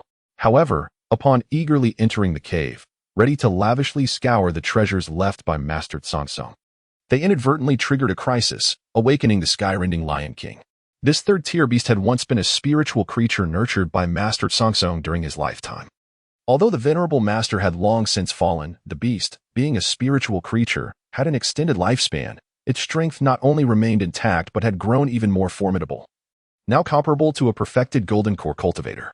Upon sensing the invasion of its master's abode, the sky-rending Lion King erupted in fury, leading a throng of demonic beasts in a fierce onslaught. In an instant, the cultivators from the three clans and the Foundation establishment loose practitioners suffered devastating losses, with casualties exceeding half of their number. Ultimately, in a desperate bid, Qin Yaoguang and his companions detonated part of the formations within the cave, creating chaos and obstruction, which barely managed to delay the pursuit of the third-tier beast. Yet even so, the sky-rending Lion King relentlessly pursued them, its thunderous roars echoing like death's decree. I cannot die. I absolutely must not. Qin Yaoguang gritted his teeth, his visage contorted with ferocity. I am but a step away from the golden core. How can I perish here? Their venture into Master Tsongtsong's cave had yielded bountiful rewards. Not only had they obtained the venerable Master's legacy techniques, but they had also uncovered numerous rare treasures. Among them, a vial of third-tier elixirs, the Gathering Essence Condensing Gold Pill, was particularly invaluable. This elixir was a vital ingredient for golden core formation, capable of enhancing a Foundation establishment cultivator's chances of achieving the golden core by 40%. Its worth was incalculable. In the outside world, even the mere appearance of a single Gathering Essence Condensing Gold Pill could incite fierce competition among golden core sects, potentially igniting a bloody conflict. Yet they had acquired an entire vial, containing 3 of these precious pills. Contemplating this, Qin Yaoguang's eyes shimmered with unwillingness and desire. If he could escape this peril, he was 70% certain of becoming a golden core master, gaining 500 years of longevity. This was the opportunity he had long yearned for. He must seize this slender thread of hope, regardless of the cost. However, reality proved brutally harsh. As the horde of beasts surged behind him like a relentless tide, the imposing figure of the sky-rending Lion King looming above him like a thundercloud, suffocating his spirit. He found himself with nowhere to flee. Suddenly, a spark of inspiration illuminated Qin Yaoguang's mind as he recalled the foundation-building female cultivator in that valley. His heart surged with elation, as if he had discovered a final lifeline. Indeed, that foundation-building female cultivator. Her combat prowess was extraordinary, capable of swiftly vanquishing the 4 fiends of mist. If he could utilize her, perhaps even employ her as a shield, to help him fend off the sky-splitting Lion King, he might still cling to a sliver of hope. A flicker of ruthlessness crossed Chen Yaoguang's eyes. At this critical juncture of life and death, he had no regard for ethics or consequences, only an insatiable desire to survive by any means necessary. He sought to divert calamity away from himself, indifferent to whether his actions would offend others, as long as he could emerge alive. Moreover, their relationship with that foundation-building female cultivator had always been tenuous, and previous incidents may have already alienated her. This was the perfect opportunity to employ cunning, eliminating both his immediate peril and a potential threat. With that thought, Chen Yaoguang no longer hesitated and raced towards the valley where Su Bai and the others were located. Accompanied by a throng of cultivators. "Elder, we have arrived. Ahead lies the valley of the foundation-building female cultivator." A breathless Chen family cultivator exclaimed, his eyes alight with hope. "But there is a first-tier defensive array here. What shall we do?" Another cultivator asked anxiously. Su, my friend, we beseech you, help us. We are being pursued by demonic beasts." Chen Yaoguang summoned all his spiritual energy and shouted, his voice resonating through the air like a thunderclap. "Please, swiftly open the array so we may take refuge. If we survive this calamity, we shall repay you tenfold." Yet, the valley remained shrouded in silence, devoid of any response. "Elder, they are ignoring us," a Chun family cultivator said, his countenance darkening as an ominous premonition surged within him. Upon reflection, it was reasonable for them to refuse. Being pursued by demonic beasts, allowing them entry would undoubtedly invite disaster. If he were in their position, he too would have refused without hesitation. However, faced with the specter of death, the sting of rejection was unbearable. These ungrateful wretches. We have treated them well, often trading treasures with them. Yet in our moment of need, they turn a blind eye. A Wang family cultivator seethed, his face etched with resentment. Entirely oblivious to the fact that they had intended to lead disaster to this very place. "Charge in," Chen Yaoguang urged, his anxiety mounting as he sensed the nearness of the demonic beasts. In this life and death crisis, he could no longer afford to hesitate. He unleashed a powerful strike against the first-tier array of the valley. Boom! With a resounding crash, the first-tier defensive array shattered under the force of his assault, revealing the interior of the valley. Inside, a few rudimentary stone houses stood, but otherwise, the surroundings were desolate and devoid of life, clearly abandoned. "It's over. Su and the others have already fled." At the sight of this, the faces of the gathered cultivators turned ashen. They had initially sought a scapegoat to withstand the formidable Sky Rift Lion, only to discover that the place was already devoid of any suitable candidates. Thunderous roars echoed through the air as a multitude of second-tier demonic beasts surged forth, and the colossal figure of the Sky Rift Lion materialized above them. It loomed with an imposing presence, exuding an aura of terrifying ferocity, causing the very heavens and earth to tremble beneath its might. It was over, utterly over. Chen Yaoguang gazed upon the mountain-like Sky Rift Lion, his heart consumed by despair. He was filled with profound regret. Had he not fixated on finding the Foundation Establishment female cultivator as a sacrificial offering and instead chosen to flee in all directions? Perhaps there might have been a glimmer of hope. Yet now, this momentary hesitation had irrevocably deprived them of any chance of escape. Chapter 134. The Domain of the Sky-Rending Lion in the Realm of Heaven and Earth. A deafening roar suddenly erupted, akin to the very collapse of the cosmos. Before all, the imposing Sky-Rending Lion, whose strength rivaled that of a golden core true person, wore a grim countenance, its body surging with immense demonic aura. Without uttering a word, it launched a fierce assault. With a colossal paw, forged from the essence of its formidable demonic power, it descended with a cataclysmic force, striking downwards with unrelenting ferocity. This enormous claw blotted out the sun, instantly encompassing a vast area of several miles. As it passed, the very fabric of space seemed to tear apart, emitting a hissing sound. Simultaneously, a brilliant golden core domain erupted from the Sky-Rending Lion, a formidable power that transcended ordinary cultivators. The golden radiance surged forth like a tide, saturating the entire expanse in a resplendent hue. Within this domain, everything was ensnared by its overwhelming rules. The spiritual energy of the cultivators was suppressed. Their movements slowed as if they were ensnared in a viscous quagmire, rendered immobile. Why do golden core cultivators reign supreme and become regional overlords? The answer lies in this terrifying golden core domain. As long as a sect possesses a golden core true person to oversee it, prosperity can endure for 5 centuries.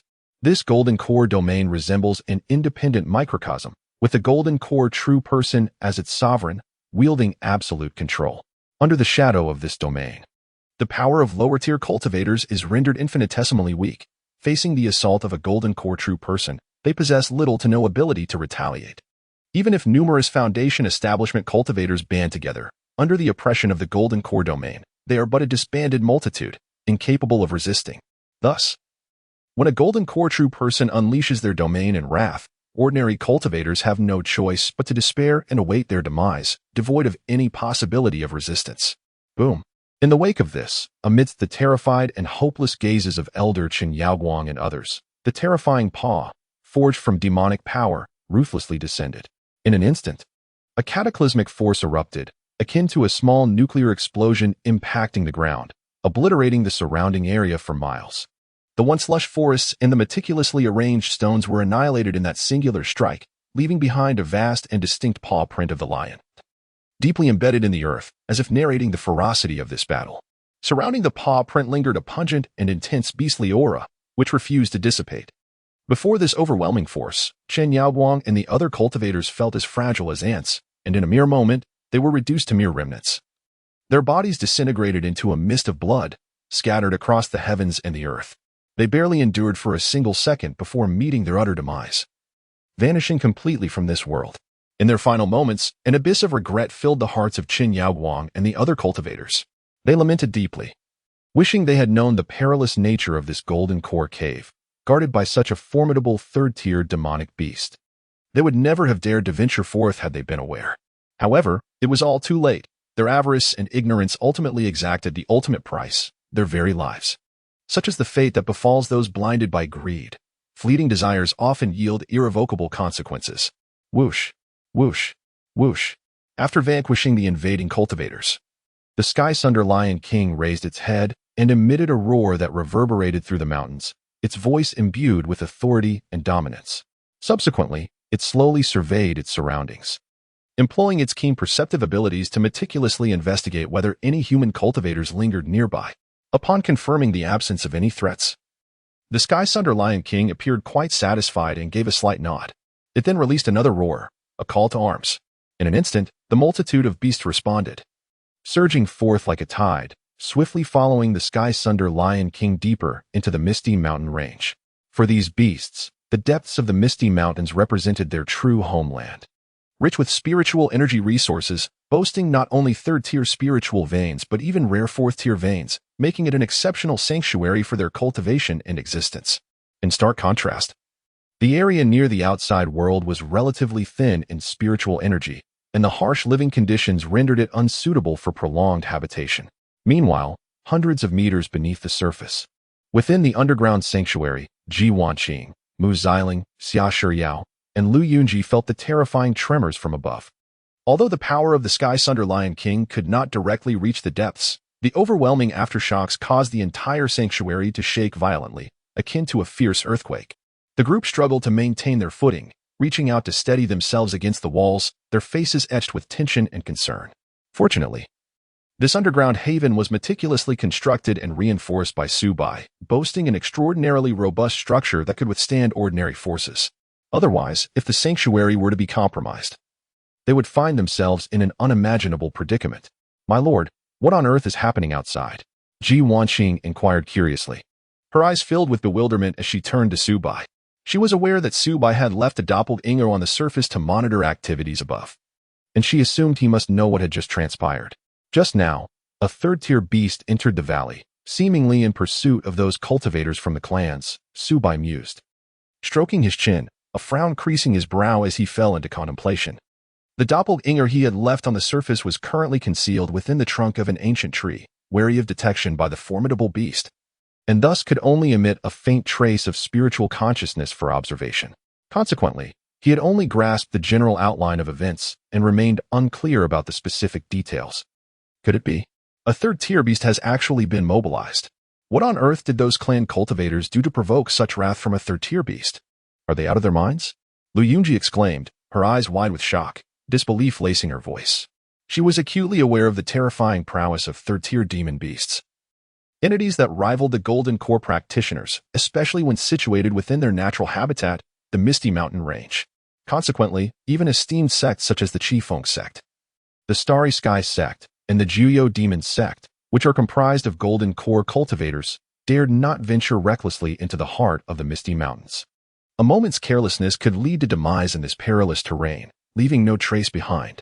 Yet, here were the foundation-building family's cultivators. Audaciously provoking the third-tier demon beasts, was this not an invitation to their own destruction? Fear not. I shall delve into their souls and uncover the truth.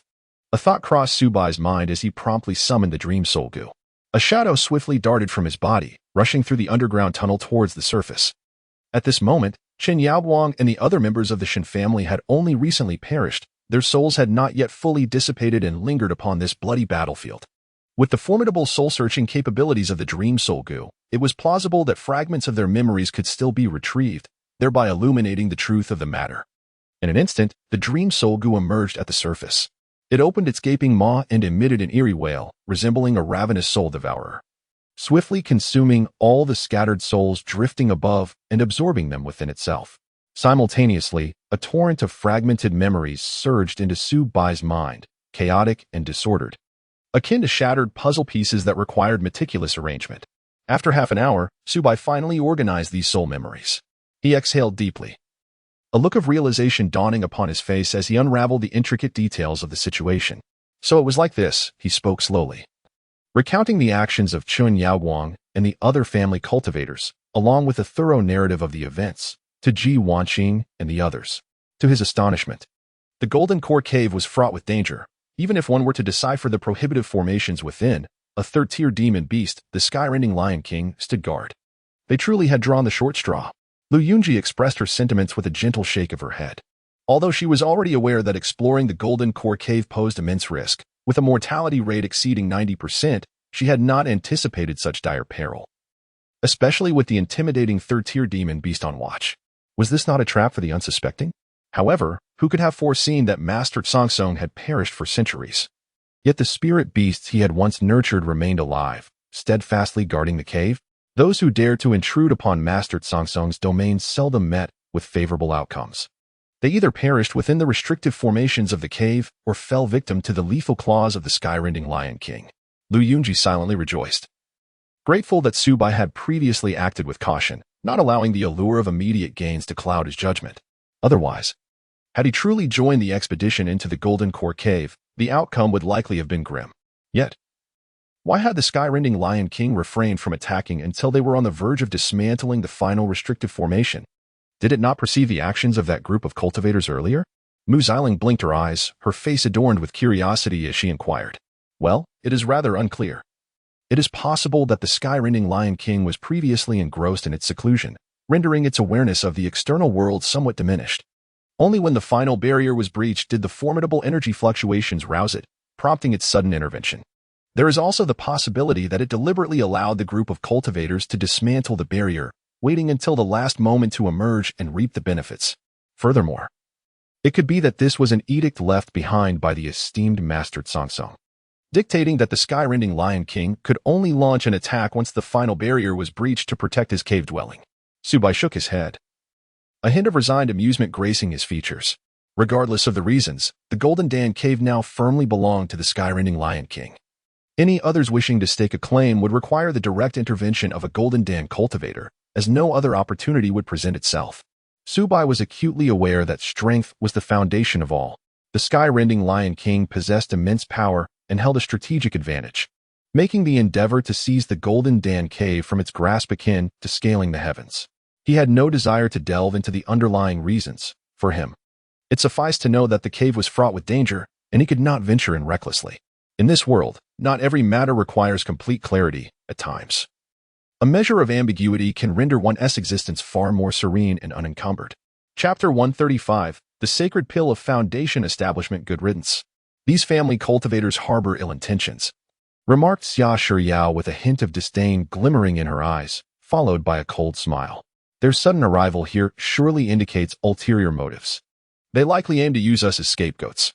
Fortunately, they had already sought refuge in their underground sanctuary, rendering any malicious intentions futile. Having navigated the tumultuous realm of cultivation for many years, she could effortlessly discern the petty schemes of these family cultivators. If they genuinely wished to escape, the vast expanse of the Yunwu mountain range offered countless hiding places. Yet, They deliberately ventured here, their intentions glaringly obvious. Indeed, it was fortunate that her husband had foresight, establishing the underground refuge in advance. Otherwise, they would have faced peril. If those third-tier demonic beasts descended upon them, they would have nowhere to flee. Ji Wanqing reflected nervously on the recent harrowing experience, still feeling a chill at the thought. Had it not been for Su Bai's meticulous planning, they might have fallen victim to the machinations of those family cultivators, confronting the terrifying third-tier demonic beast head-on. The mere thought of such a fate sent shivers down her spine. Were it not for the fact that the family cultivators were obliterated by the claw of the space-rending Lion King, their remains scattered to the winds, she would have relished the chance to exact a brutal revenge on them, thrashing their corpses repeatedly to vent her pent-up frustration.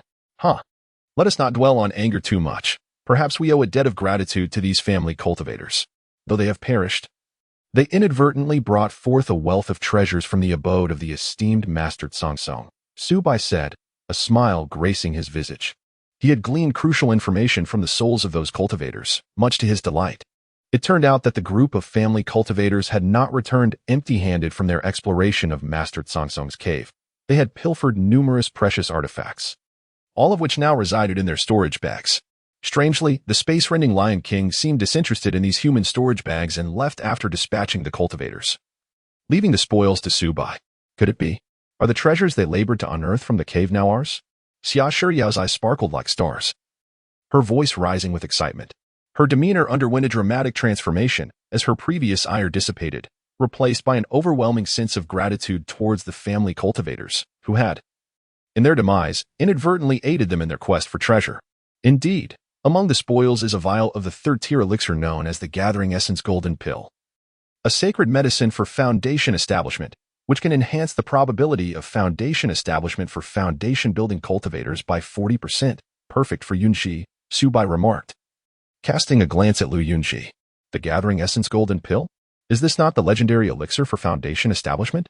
Lu Yunxi exclaimed, her eyes widening in astonishment and delight. This is the very elixir that the successive leaders of the Qin sect have sought after. However, our remote location makes it exceedingly difficult to acquire the rare medicinal herbs required for its concoction, and only in resource-rich regions can it be feasibly refined. I never expected to find such a treasure in Master Tsang's cave. Having heard tales of the Gathering Essence Golden Pill's renown, she had never encountered it in person. Now, with the opportunity to obtain it before her, how could she contain her exhilaration? This is essentially an extinct third-tier elixir. Should she obtain the Gathering Essence Solidification Pill? Coupled with the previously acquired essence of elixir formation, her success in achieving elixir formation would be nearly assured. My dear, this elixir is far too precious. It would be wise for you to keep it for your future elixir formation. Lu Yunji gazed affectionately at Su Bai, her eyes brimming with concern.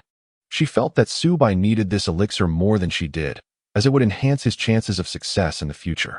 Although Su Bai was merely a 9th-layer Qi practitioner, still far from elixir formation, she believed he would ultimately succeed. It was merely a matter of preparation. Do not be modest. This vial contains at least 3 Gathering Essence Solidification Pills. Use one, and there will still be 2 remaining, which should suffice. Moreover, should you become a gold elixir practitioner, it would be an immense boon for both of us. In such a case, even if the 9 Nether Demon sect were to discover your whereabouts, they would think twice before acting against you. Su Bai gently waved his hand, his tone resolute yet gentle. To him, assisting Lu Yunji in her ascension to the gold elixir stage was of paramount importance. He was currently only a 9th-layer Qi practitioner, with a long journey ahead before reaching elixir formation, and the dangers that might arise during this time were uncertain. Should he have a gold elixir partner to guard him, he could cultivate in peace, untroubled by external threats. Furthermore, he had no concerns about the affection bug losing its efficacy once Lu Yunji became a gold elixir practitioner. Once the affection bug integrates, it becomes difficult to extricate. The higher the partner's cultivation, the deeper the integration, which could even promote the evolution of the affection bug, potentially aiding in a breakthrough to the 3rd tier. Weighing the options, he fervently hoped for Lu Yunji's success in forming the elixir and becoming a gold elixir master. Thank you, my dear. Lu Yunji's eyes glistened with unshed tears as she gazed deeply at Su Bai, her heart swelling with affection. She increasingly felt reassured in her choice. Recognizing Su Bai's loyalty and generosity in bestowing such a priceless Gathering Essence Solidification Pill upon her, it is essential to understand the immense value of this elixir. capable of inciting fierce competition among gold elixir sects, far surpassing the worth of any spiritual stone or mineral vein. While spiritual stone veins gradually enhance a sect's foundation and strength, a single gathering essence solidification pill can instantly grant a sect a gold elixir master, effectively doubling its power, a strategic value that is immeasurable. One can only imagine the priceless nature of this vial of third-tier elixirs. Such a resource is strategic, capable of inciting frenzied competition among countless cultivators. The addition of another gold elixir master would disrupt the balance of power in the entire region. Thus, it is evident just how astonishing the value of such third-tier elixirs is, an almost mythical treasure that could drive countless cultivators to madness. Such third-tier elixirs would seldom, if ever, appear at an auction. Should they surface, they would instantly provoke a scramble among numerous sects, resulting in significant casualties, as the struggle for possession would be relentless. These treasures cannot simply be measured by spiritual stones. Of course, do not be disheartened. Once all of you reach the peak of the foundation establishment stage, I shall also concoct gathering essence solidification pills for you, and we shall treat them like candy. Subai would naturally not neglect one aspect for another. Smiling affectionately at Ji Wanqing, Mu Xiling, and Xia Shiyao, his eyes brimming with tenderness. Although his words seemed somewhat like empty promises, he genuinely hoped that one day he could fulfill them. Women are inherently susceptible to promises, and by presenting this beautiful vision, he could instill in them a greater sense of anticipation. Chapter 136, The Inheritance Jade Slip of Master Songsong. My dear, your kindness towards us leaves us utterly speechless in our gratitude, uttered the three young women, Ji Wanqing, Mu Xiling, and Xia Shiyao, overwhelmed with emotion at Su Bai's words. Their hearts brimming with sweetness, as if steeped in honey. They had never anticipated that he would consider their futures so thoroughly, even taking their path to forming a golden core to heart. In the past, they believed that merely attaining the foundation establishment stage would be the pinnacle of their achievements. While the golden core realm felt like an unattainable dream, countless prodigies endowed with superior spiritual roots struggled to reach it. How could they, with their mediocre roots, ever hope to form a core? Yet, since becoming companions with Su Bai, they realized that foundation establishment was merely the beginning of their cultivation journey and that the golden core was not beyond their reach. This transformative shift was entirely due to Su Bai's influence. Every promise he had made was fulfilled, solidifying their trust and reliance upon him. We are bound as husband and wife. Discussing such matters feels distant. Your achievements are my own. As partners in this journey, we are one and the same. Su Bai spoke gently, his eyes filled with deep affection. At that moment, he distinctly felt the passion Gu drawing an unending stream of love and warmth from his four companions, its power steadily rising, subtly hinting at an evolution towards the third tier. While the passion Gu might inspire affection within them, it was merely the beginning. To nurture and deepen this bond required his constant care and heartfelt words. He understood well that sweet words wield considerable power over women. A few tender statements, a handful of beautiful promises could deepen their love, and why not indulge in such delightful efforts? Essentially, sweet words are about painting beautiful visions and making sincere commitments. In his previous life, such promises might have included buying cars, homes, or designer bags. In this realm of cultivation, they transformed into vows of acquiring precious elixirs, magical artifacts, and secret manuals. He was well versed in this art, executing it with finesse. My dear, Ji Wanqing, Mu Xiling, Xia Shiyao, and Lu Yunji gazed at him with affection. They were not eloquent but excelled in expressing love through action, fluttering towards Su Bai like graceful butterflies, their movements reminiscent of spider spirits in a silk cave. Before indulging in the pleasures of their intimate quarters, Su Bai discreetly commanded the Dream Soul Gu to retrieve the storage bags of deceased cultivators through the underground passage, ensuring that the accumulated wealth of those lineage cultivators fell into his possession. After a day had passed, Su Bai found himself marveling at the fervent enthusiasm of Ji Wanqing and the others, each employing every ounce of their charm. Fortunately, his physique, refined anew by the dragon elephant Gu, was stronger than ever. Otherwise, he would have struggled to keep pace. It must be said that women are indeed fierce, particularly those female cultivators at the foundation establishment stage, brimming with energy and high demands, which ordinary men would find challenging to satisfy. Only after attending to the affections of his partners did Su Bai finally have the leisure to examine the newly acquired storage bags.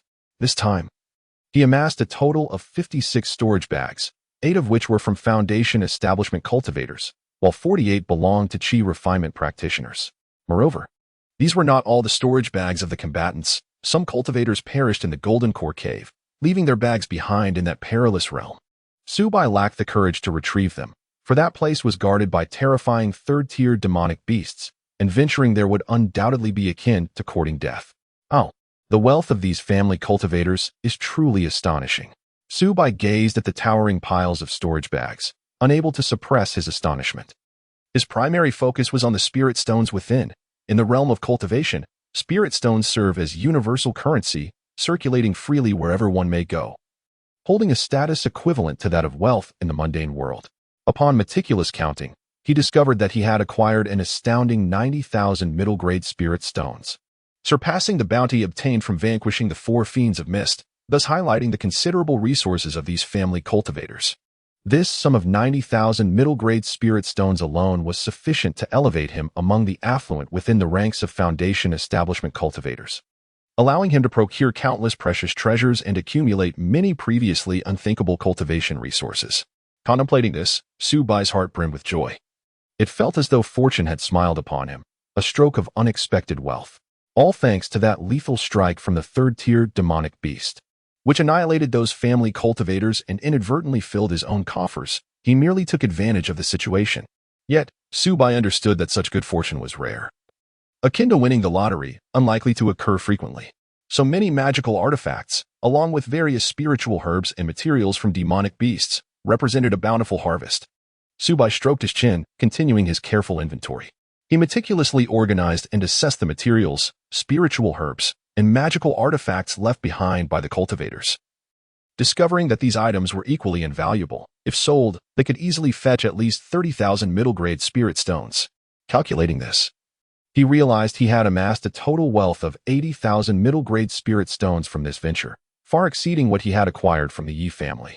Upon deeper reflection, this was to be expected, for this wealth was the accumulation of 3 Foundation establishment families and several scattered Foundation establishment cultivators. Although the Yi family controlled Lingxiao City and could continuously acquire wealth, their vast size and numerous descendants meant that their riches were spread thin, leaving little for each individual. Moreover, after over 2 years of turmoil, the Yi family had expended considerable wealth and resources, their coffers significantly diminished, and their treasures scarce. A confluence of these factors resulted in Subai's substantial gains from these cultivators. What is this? Just as Subai pondered, his gaze was suddenly drawn to a unique inheritance jade slip. A thought crossed his mind. According to the soul memories of those Foundation establishment cultivators, they seemingly brought back numerous treasures from the cave, including the legacy of Master Tsongso. Could this be the inheritance jade slip of Master Tsongso? Subai murmured to himself, observing that this jade slip emanated an aura of inscrutable mystery, distinctly unlike ordinary inheritance slips. Upon sensing this aura, the bookworm within him began to stir restlessly, akin to a famished beast eager to devour its prey. Evidently, this jade tablet of inheritance possesses immense value and is highly likely to conceal a legacy. Chapter 137. The Fortunate Turn of Events for Master Tsongson. Consume it. Subai commanded the book Gu without a moment's hesitation to him. Allowing the book Gu to devour the treasured jade slip of inheritance was akin to directly acquiring its profound knowledge himself. After all, the book Gu resonated with his very thoughts. Its gains were his gains.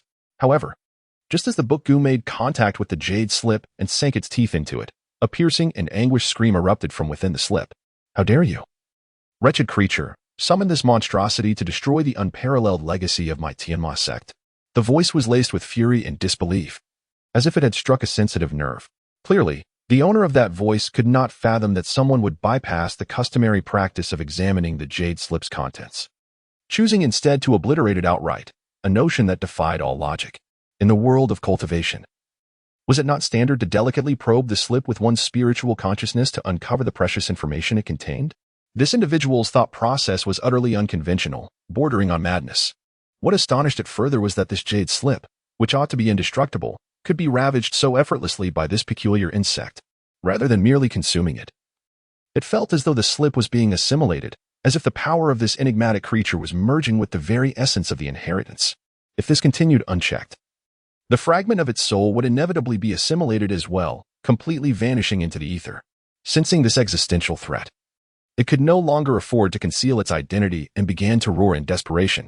By the heavens, there is a fragment of a soul hidden within. Su Bai felt a chill run down his spine, his hair standing on end as he confronted an unprecedented peril. He could hardly believe that this seemingly ordinary jade slip concealed such a danger. Had the book not acted first, he would have remained oblivious to the lethal threat lurking in the shadows. Clearly, if he recklessly employed his spiritual sense to probe the jade slip, he risked falling victim to this fragment of a soul's machinations, potentially facing possession and losing control of his own body. He was acutely aware of the existence of soul possession techniques in the cultivation realm. Some ancient beings, nearing the end of their lives, would resort to desperate measures to extend their existence, employing such methods to seize the souls of others. For these dying entities, a successful possession meant a new lease on life, while failure merely resulted in death. Either way, they had nothing to lose and everything to gain.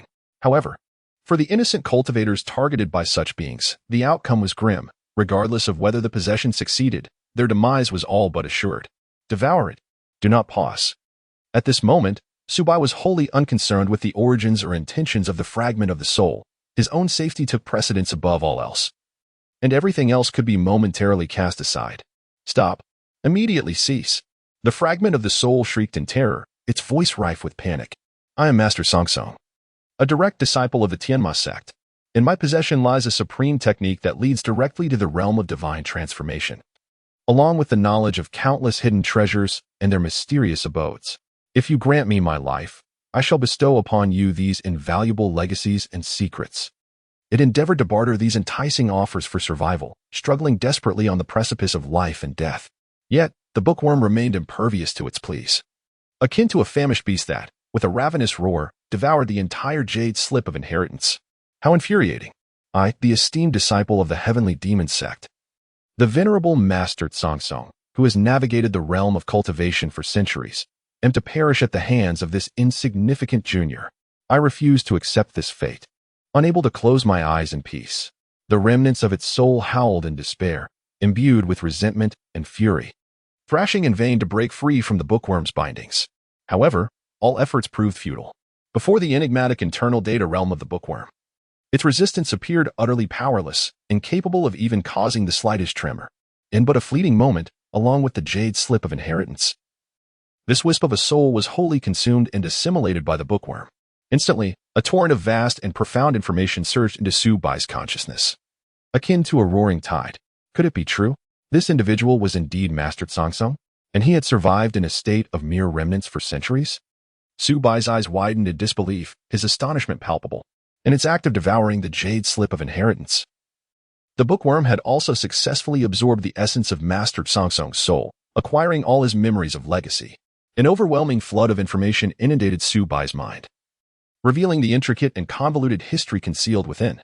It turned out that Master Sangsong was not a native cultivator of this realm, but hails from a distant overseas sect of formidable divine transformation, the Heavenly Demon Sect, where he was esteemed as a direct disciple, even the last of his kind. The Heavenly Demon Sect, once renowned as a powerful divine transformation sect, was under the protection of an ancient patriarch whose might was formidable, operating with a notoriously tyrannical demeanor, cultivating enmity far and wide, and spilling blood without hesitation, instilling fear in numerous factions who dared not voice their grievances. As long as the patriarch lived, even those harboring resentment could only endure in silence, refraining from retaliation. However, the tides of fate can shift abruptly. The patriarch unexpectedly perished, leaving the Heavenly Demon Sect bereft of its strongest shield, its power plummeting drastically. As the saying goes, when the wall collapses, everyone pushes it down. With the patriarch's demise, the sect's former enemies converged upon it, uniting to launch a frenzied assault. In this brutal conflict, countless disciples of the Heavenly Demon Sect were mercilessly slaughtered, and elders fell one after another, plunging the entire sect into despair. As a direct disciple, Master Sangsong bore the weighty responsibility of preserving the sect's legacy. In the face of this calamity, he embarked on a flight, carrying with him the sect's most vital and treasured techniques. Despite his valiant efforts, he was relentlessly pursued by enemies, sustaining grievous injuries and facing life-threatening peril. In a critical moment, drawing upon his mastery of the demonic arts, he executed a blood escape technique that drained his lifespan, narrowly securing his escape from certain death. After enduring countless hardships and tribulations, he traversed vast oceans and eventually arrived in the realm of the Lingxiao sect, a domain dedicated to the cultivation of immortality. Upon his arrival, he exhibited remarkable prowess, swiftly carving out a formidable reputation in this unfamiliar land. At that time, he harbored aspirations of re-establishing the heavenly demon sect and continuing its legacy.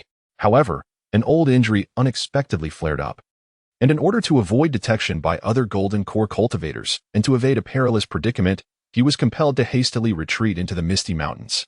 There, deep within the mountains, he constructed a temporary cave dwelling, hoping to recuperate. Alas, his injuries were grievous, having already reached a critical stage, leaving him with little hope for recovery. As he hovered on the brink of death, the esteemed Master Sangsong resolved to take a desperate gamble to prolong his life. He decided to employ an exceedingly mysterious technique from the heavenly demon sect, merging his soul with the sect's legacy jade tablet. He believed that in doing so, his essence could endure within the tablet for centuries. Should anyone stumble upon his golden core cave dwelling and access the jade tablet, the moment they utilized their spiritual consciousness to read its contents, he could execute a soul-snatching technique, seizing control of their body and thus reclaiming his life, living once more. However, fate proved to be a far more intricate weaver than he anticipated. The very precautions he had taken to ensure his safety ultimately became the chains that bound him. He had chosen to situate his cave dwelling deep within the desolate misty mountains, surrounding it with 3 formidable layers of restrictive formations. These powerful barriers had rendered his dwelling undetectable for 5 centuries. Not a single soul had discovered it. And even those few cultivators who inadvertently stumbled upon this place could not decipher the intricate restrictions. To add to his despair, a spirit beast he had inadvertently contracted in this region, the sky-rending Lion King, remained fiercely loyal to him even after his demise, vigilantly guarding the vicinity of the cave. This lion seemed resolute in its intent to perish there, refusing to budge an inch. For 5 centuries, it stood as an insurmountable mountain, barring all who attempted to approach the cave, leaving Master Sangsong devoid of suitable vessels for his soul-snatching endeavor. Even if a cultivator miraculously broke through the barriers and neared the cave, they would be terrified into retreat by the lion's formidable presence. Just as Master Sangsong was engulfed in despair, on the verge of relinquishing hope, the cultivators from the Chun, Wang, and Song families, after enduring immense trials, finally breached his cave and successfully unraveled the formations he had set. In that moment, tears of joy welled in his eyes, as he felt fortune had finally turned in his favor, and his days of suffering were at an end. His heart brimmed with delight, believing he would soon seize one of them, reclaim his life, and then personally eliminate the foolish sky-rending Lion King. Were it not for that beast's misguided loyalty, he would not have been ensnared in this desolate fate for centuries. Chapter 138. The Heart Sutra of the Demon Seed. No matter how hard the esteemed Master Sangsong racked his brain, he could never have imagined that the most vital inheritance jade slip of his heavenly demon sect would fortuitously fall into the hands of an inconspicuous chi refinement novice. This young man exhibited a peculiar style of conduct that starkly contrasted with that of ordinary cultivators. Instead of approaching the jade slip with reverence and scrutinizing its contents with his spiritual sense, he executed a bewildering act that left Master Sangsong utterly astounded. He unleashed an oddly shaped insect, radiating an aura of mystery, which began to wriggle its body and crawl directly towards the jade slip, seemingly intent on devouring it. Terrified, Master Sangsong could no longer remain hidden and hastily shouted to stop it. However, he encountered Subai, who was known for his unpredictable actions. Subai offered Master Sangsong no opportunity to intervene and decisively commanded the book insect to swallow the inheritance jade slip. Thus, the life of Master Sangsong came to a tragic end. He was assimilated by the book insect, leading to his demise. In his final moments, he lamented bitterly that a dignified golden core cultivator had met such a woeful fate, truly the height of misfortune. Such peril lurked in the act of merely examining an inheritance jade slip. Subai was genuinely taken aback, momentarily dazed. He had never anticipated that the simple act of examining an inheritance jade slip could conceal a life-and-death crisis. It must be said that the methods employed by cultivators in the immortal realm are endlessly varied.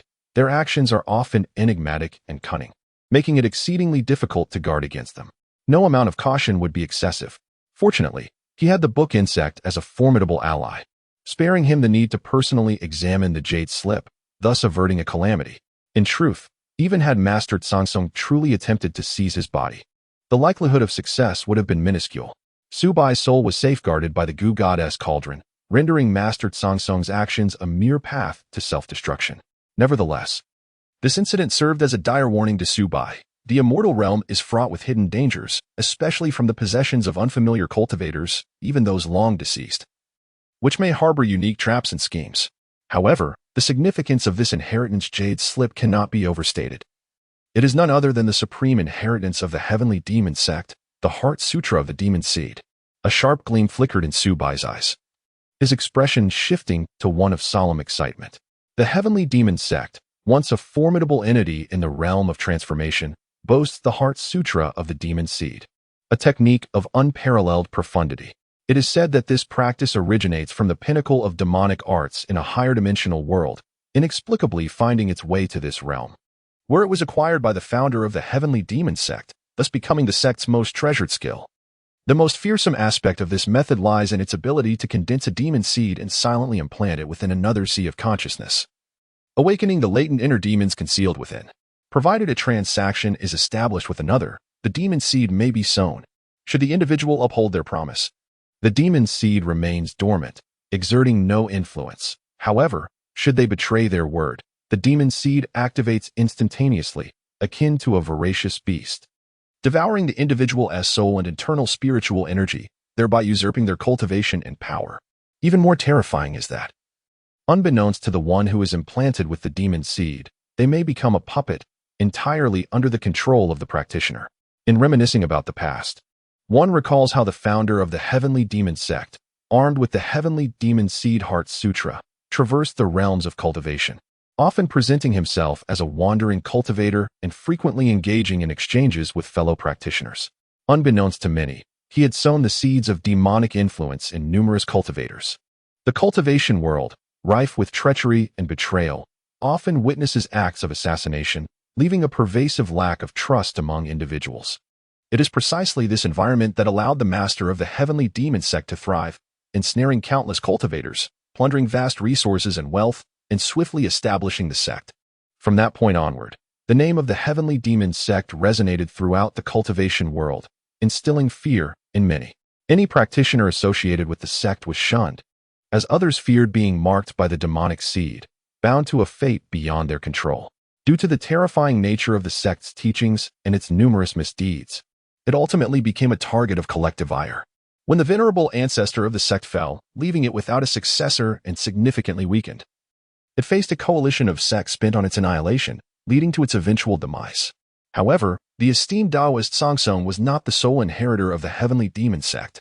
In truth, many disciples managed to escape, each carrying fragments of the sect's legacy. Yet, Songson was particularly unique, having acquired the most vital heavenly demon seed Heart Sutra.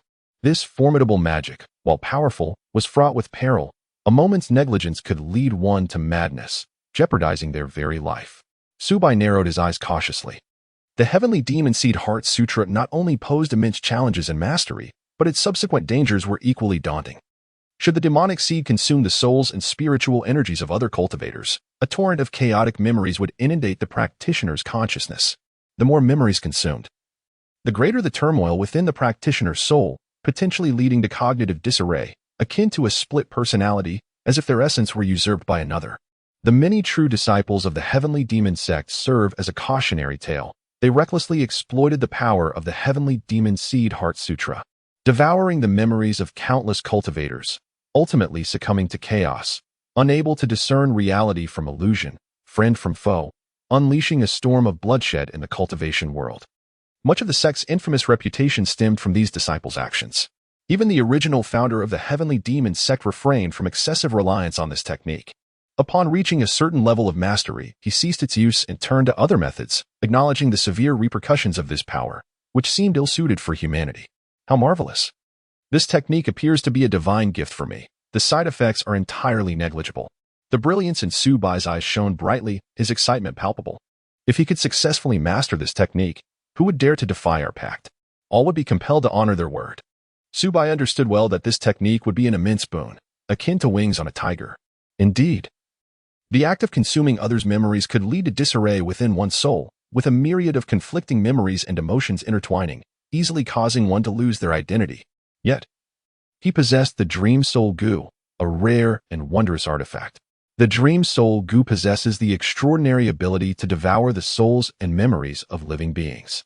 It has previously consumed the souls of numerous cultivators, acquiring a vast array of memories without experiencing the slightest adverse effect. The reason for this lies in the fact that the Dream Soul Goo acts as the sovereign of the realm of dreams. In its perspective, the memories contained within each soul are merely independent dreamscapes. To consume the memories of a cultivator's soul is akin to assimilating an entire dream world. Essentially, its interior resembles a colossal repository of dreams. As long as the number of stored dreams remains within a manageable limit, this repository will not collapse. Moreover, with the enhancement of the Dream Soul Goo's cultivation, its storage capacity continues to expand. Furthermore, Subai, as the master of the Dream Soul Goo, functions as the supreme administrator of this repository, refraining from direct interaction with these dreamscapes. He only retrieves memories when necessary to extract relevant information, thus remaining entirely unperturbed by these memories. Chapter 140. An island. Once this technique is mastered, it will enable the practitioner to transfer the memories absorbed by the demonic seed to the Dream Soul Goo, thereby preventing the interference of the demonic seed's memories. Subai stroked his chin, his eyes sparkling with contemplation. In his view, the Heavenly Demon Seed Heart Sutra and the Dream Soul Goo are a match made in heaven. As if this technique were specifically crafted for the Dream Soul Goo, with its wondrous connections eliciting exclamations of admiration. Had the founder of the Heavenly Demon Sect possessed the Dream Soul Goo, perhaps he would not have changed his technique midway. However, it appears that the Heavenly Demon Seed Heart Sutra consists of only 3 layers, and even at its pinnacle, it can only achieve the transformation into the divine realm, with the advanced techniques beyond that being lost and incomplete. Nevertheless, for Subai, this is sufficient, as given his current state, reaching the divine realm seems an unattainable goal, fraught with the passage of countless years. Yet, cultivating the Heavenly Demon Seed Heart Sutra would likely mark him as a descendant of the Heavenly Demon Sect, making him a target for numerous sections. Subai furrowed his brow, lost in thought. Wait a moment. The Heavenly Demon Sect hails from the distant eastern wasteland, a sect of the divine realm. But the land on which the Starry Sky Sect resides is merely an island? At this realization, Subai was struck with astonishment, his heart racing. According to the memories he inherited and the information from various cultivators in Lingxiao City, this land was vast and boundless, stretching thousands of miles, which had always been perceived as an enormous territory. After all, in his previous life on Earth, the diameter was merely about 12,000 kilometers. Yet, within the memories of Master Tsongtsong, this was merely a slightly larger island, a notion that shattered Subai's worldview. After a moment's reflection, Subai resolved to seek out Lu Yunji to inquire about the details of this region. As the young master of the Starry Sky Sect, she undoubtedly possessed far more comprehensive and reliable information than he did. Indeed, what you say is correct. We are situated on an island known as Starry Sky Island, with a diameter of 120,000 kilometers, Lu Yunji confirmed. Is it truly so? We are merely on an island? The 3 women, Ji Wanqing, Xia Shiyao, and Bu Xiling, were equally astonished, their eyes wide in disbelief. They had previously received little inheritance and were largely ignorant of the true nature of their surroundings. This lack of knowledge is quite understandable, akin to the common folk of ancient times, who often only knew of matters within a few dozen miles and remained oblivious to anything beyond. They might even believe that the land beneath their feet was boundless and infinite. For mortals and even ordinary cultivators, a diameter of 120,000 kilometers is a distance that would take a lifetime to traverse, making it entirely reasonable to regard this place as a vast continent. It is quite normal for names to be similar. 3,000 years ago, our Starry Sky Sect ruled over this island. Lu Yunji, with a serene demeanor, slowly spoke of a time when the Starry Sect was graced by a revered nascent soul ancestor, whose formidable reputation resounded through the realms, commanding respect and expanding the sect's influence beyond this island. Consequently, this island became known as Starry Island, earning the acknowledgement of countless cultivators. Regrettably, a cataclysmic battle 3 millennia ago engulfed the entire Starry Island. That war was extraordinarily brutal, resulting in the destruction of the island's sole 4th-tier spiritual vein and the tragic demise of the sect's nascent soul practitioners. Since then, the emergence of new nascent soul ancestors has been an impossibility, leading to the rapid decline of the Starry Sect, which now struggles to maintain a meager existence in this isolated corner. As Lu Yunji recounted this tale, a trace of helplessness and melancholy flickered in her gaze. The once resplendent Starry Sect now faces an inevitable decline, evoking a sense of lament. In the present-day Starry Island, within a radius of 100,000 kilometers, at least 20 to 30 formidable Golden Core factions have risen, each vying for power and establishing a balance of forces, rendering it impossible for any single entity to dominate. Why have you never mentioned this before? Su Bai inquired, his curiosity piqued. Isn't this common knowledge? Lu Yunji blinked in confusion, seemingly perplexed by Su Bai's question. At a loss for words, Su Bai found himself momentarily speechless. For scattered cultivators like themselves, such information was exceedingly obscure, accessible only through specialized channels. Yet for someone like Lu Yunji, a disciple of a sect, this was merely commonplace knowledge. From the outset, the disparity in information and understanding between scattered cultivators and sect disciples was stark. What about the Wanbao Pavilion? How formidable is this commercial force? Su Bai continued to inquire. He had always perceived the Wanbao Pavilion as enigmatic, even receiving deference from Golden Core sects, which sparked his curiosity about its background. Wanbao Pavilion is indeed quite powerful, Lu Yunji affirmed, providing a serious explanation. Its headquarters is not located on Starry Island, but rather in another region of the Kanglan Sea. Wanbao Pavilion's business extends throughout the Kanglan Sea, with branches established on nearly every significant island. Consequently, various Golden Core factions are compelled to show it respect, as offending a force backed by a nascent soul practitioner could lead to dire consequences. "Ah, I see," Su Bai responded, a sense of enlightenment washing over him. Now he comprehended why Wanbao Pavilion wielded such influence, with a nascent soul ancestor supporting it. It was no wonder that it navigated the waters of this domain with such authority, instilling caution in those who might dare to provoke it. Relieved by this revelation, Su Bai felt a sense of ease within. It appeared that the eastern wasteland was indeed vastly distant from the depths of the Kanglan Sea, making it exceedingly difficult for ordinary cultivators to traverse the journey in their lifetime. The reason that Master Tsongsong had been able to reach the Kanglan Sea was due to the power of an ancient teleportation array, allowing him to bridge the vast expanse of thousands of miles to arrive at this location. It appears that the cultivators of the Kanglan Sea are likely unaware of the infamous name of the Heavenly Demon Sect, as it is predominantly renowned in the eastern wilderness continent, yet remains obscure in the Kanglan Sea. "My dear, why do you inquire about this so suddenly?" Lu Yunji gazed at Su Bai with curiosity, her eyes filled with perplexity. "The truth is," Su Bai spoke candidly, recounting the entire matter regarding the Grandmaster Tsongsong in detail. "What? The Grandmaster Tsongsong has not perished completely, but has instead transformed into a remnant soul, concealed within the transmission jade slip? How treacherous! Fortunately, my dear possesses remarkable skills, otherwise he could have easily fallen into his trap. He is a practitioner of the Heavenly Demon Sect from the eastern wilderness continent. The methods employed by such a transcendent sect are exceedingly inscrutable and difficult to guard against. It is fortunate that my dear was able to discern it in time." After hearing this, Ji Wanqing, Xia Shiyao, Mu Xiling, and Lu Yunji were all struck with fear, their faces paling as they hastily examined Su Bai's physical condition. Only after confirming his safety did they begin to feel somewhat reassured. Chapter 140. War is merely the beginning, fear not, for it is but a remnant soul of a gold core cultivator. How could it possibly harm me? Su Bai's demeanor exuded confidence as he gently stroked his chin, a smirk playing at the corners of his lips. He proclaimed with a hint of pride, "Not only did it fail to injure me, but I effortlessly vanquished it. By this reckoning, I have indeed triumphed over a true gold core master." His tone was laced with a playful mockery. Indeed, 5 centuries ago, the esteemed Master Tsongsong commanded great respect, proving nearly invincible among gold core practitioners. Lu Yunji nodded slightly, a flicker of emotion crossing her eyes. Initially, she presumed him to be an ordinary wandering cultivator. Little did she anticipate he was a disciple of the Divine Transformation sect from the Eastern Wasteland. No wonder he was so formidable. This revelation unraveled the mystery that had long perplexed her. She sighed softly, her admiration for Su Bai's prowess deepening. It must be said, Master Tsongsong was rather unfortunate. According to his meticulously devised plan, seizing Su Bai's body should have been a mere formality, a task accomplished with ease. The multitude of treasures piled within his lair were intended as resources for his cultivation after a successful takeover. Yet now, they had all fallen into the possession of Su Bai, a disciple of the Divine Transformation sect, once basking in glory, had met his demise at the hands of a mere chi refinement practitioner. Should this tale circulate, few would believe it. It would seem utterly preposterous.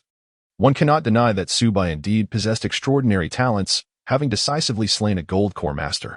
Here, Take this Gathering Essence Gold Core pill, Subai offered, retrieving a softly glowing elixir from his storage pouch and extending it towards Lu Yunji. Use it to hasten your ascent to the Gold Core stage. This was a third-tier pill, a miraculous concoction for forming the Gold Core, exceedingly rare and likely only possessed by someone of Master Tsong's caliber. Thank you, my dear. Lu Yunji replied, accepting the pill. Instantly, a rich fragrance enveloped her, and she could palpably sense the immense medicinal power contained within.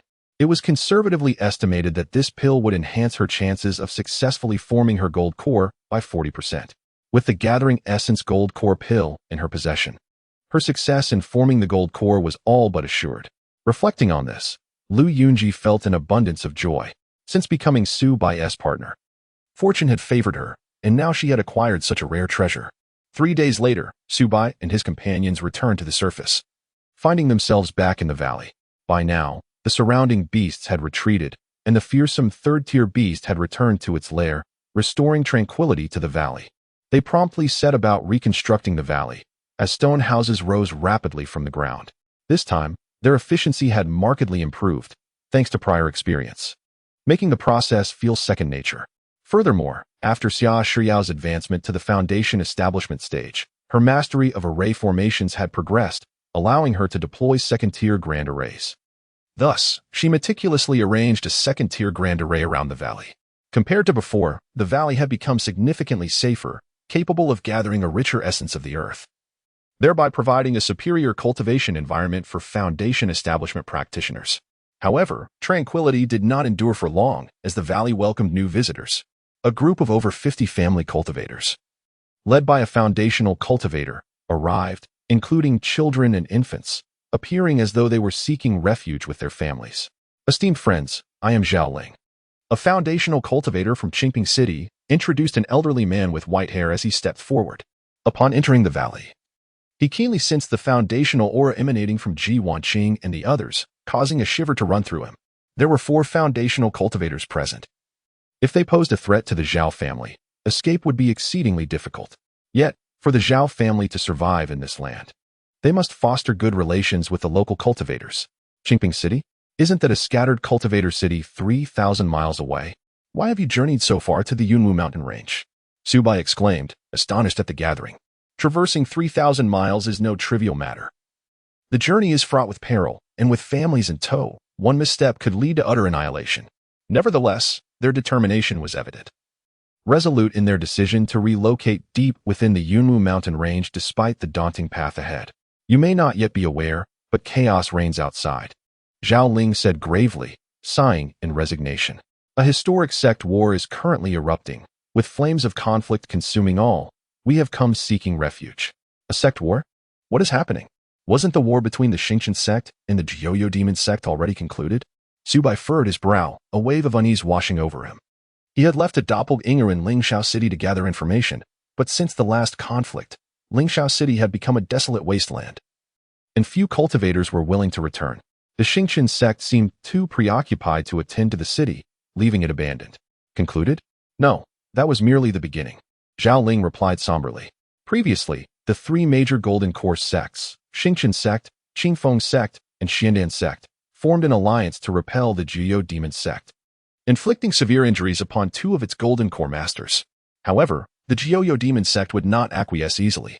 They allied with the Blood Shadow Valley and the Murong and Nangong families, along with numerous foundational families, declaring war on the 3 major sections. The outcome was predictable.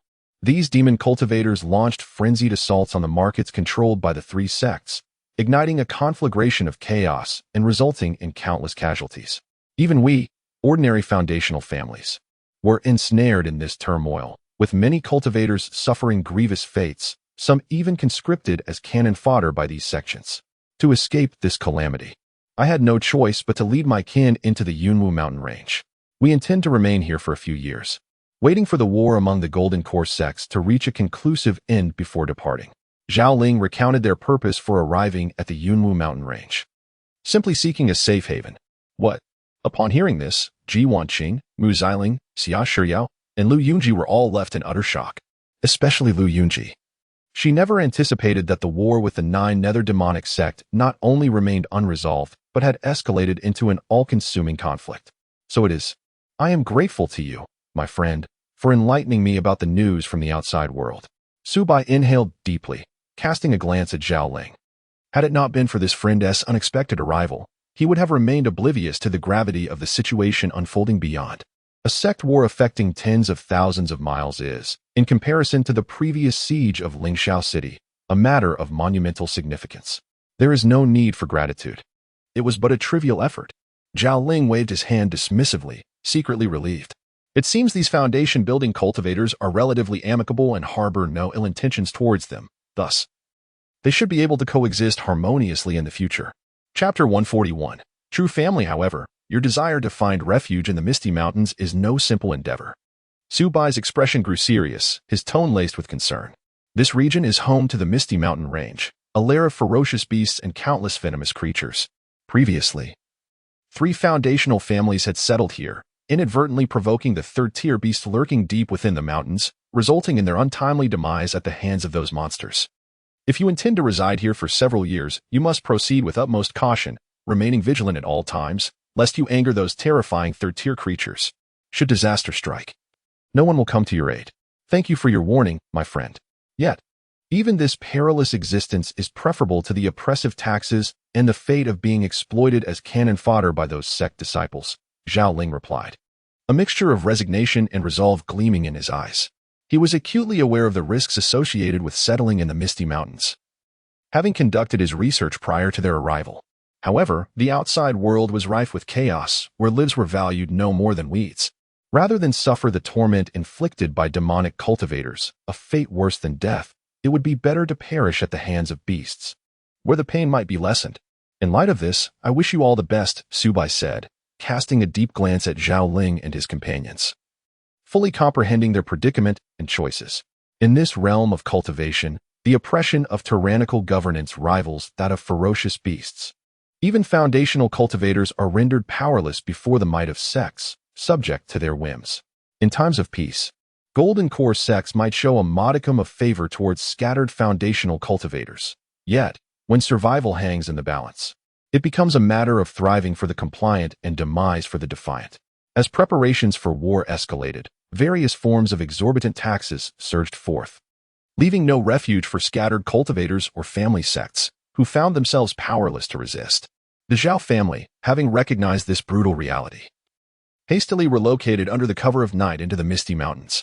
After all, the complex terrain of the Misty Mountains, rife with beasts, is ill-suited for large-scale cultivation activities and is not a focal point for competing forces, thus providing a glimmer of hope for scattered cultivators and small families. In recent times, many sect families have sought sanctuary in remote places like the Misty Mountains to escape the ravages of war. Before long, the Zhao family took their leave, having discovered a suitable location nearby to establish their residence. They began constructing homes and laying defensive formations, preparing to embark on a new chapter of their lives.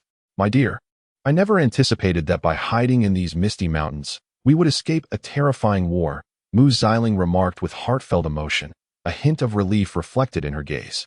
She understood the horrific nature of the conflicts between sects, scenes reminiscent of wars waged by secular kingdoms, where lamentations echoed and lives were uprooted. Countless souls lost to the chaos. In this war, one would be hard-pressed to find a patch of untainted land for thousands of miles.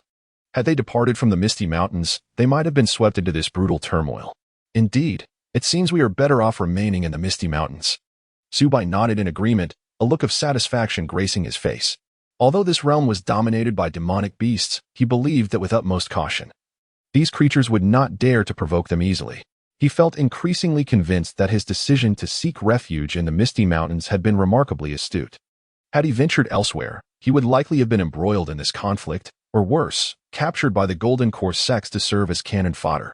Remaining in the Misty Mountains not only provided abundant cultivation resources but also spared him from the exploitation of the sects, making it akin to a hidden paradise. However, a tinge of disappointment lingered within him. He had initially hoped to leverage Lu Yunji's identity to exert some influence over the Starry Sect. Yet given the current state of affairs, it seemed the sect was struggling for survival, teetering on the brink of collapse. Nonetheless, he did not dwell on this too much. After all, Lu Yunji was the person he cared about most. Whether or not he could control the Starry Sect was not of paramount importance to him. Even if he succeeded, it would merely be a gilding of the lily. However, Sister Yunji, with the Starry Sect currently engaged in battle with other sects, do you not intend to return and lend your assistance? Xia Shiryao inquired curiously, her eyes filled with perplexity. After all, Lu Yunji was the young master of the Starry Sect, and under normal circumstances, she should have returned to aid her sect in its time of need. I do not plan to return, Lu Yunji replied, gently shaking her head. Her expression was calm, yet resolute. The Starry Sect boasts a long lineage, having weathered countless crises. Its foundation is profound, and its annihilation is far from easy. Moreover, I am merely a foundation establishment cultivator at present. In such a large-scale sect war, my presence would neither add nor detract significantly. I must not overestimate my own importance. My foremost goal now is to advance to the Golden Core stage. Once I achieve that, I will be able to alter the balance of regional power and potentially influence the tide of battle. She was acutely aware that, despite her deep affection for the Starry Sect, one must possess self-awareness. As a mere pawn in this grand game, her current strength would not sway the war's outcome. In conflicts of such magnitude, it was the Golden Core cultivators who played the pivotal roles. Only by becoming a Golden Core master could she earn the right to be a player in this game, to steer the course of events. Otherwise, she would merely drift along, perhaps even becoming a sacrificial piece. Reflecting on her past ordeal of being besieged in Lingxiao City for over 2 years, with her main sect showing no intention of rescue, had it not been for Su Bai's timely intervention, she might well have met her demise. From that moment, she had come to a stark realization. In the eyes of the Starry Sect, she might not be as significant as she had once believed. You are right. The sect wars do not concern us greatly, and there is no need for us to interfere. Su Bai concurred wholeheartedly with Lu Yunji's perspective. He gently patted her shoulder, his gaze filled with encouragement.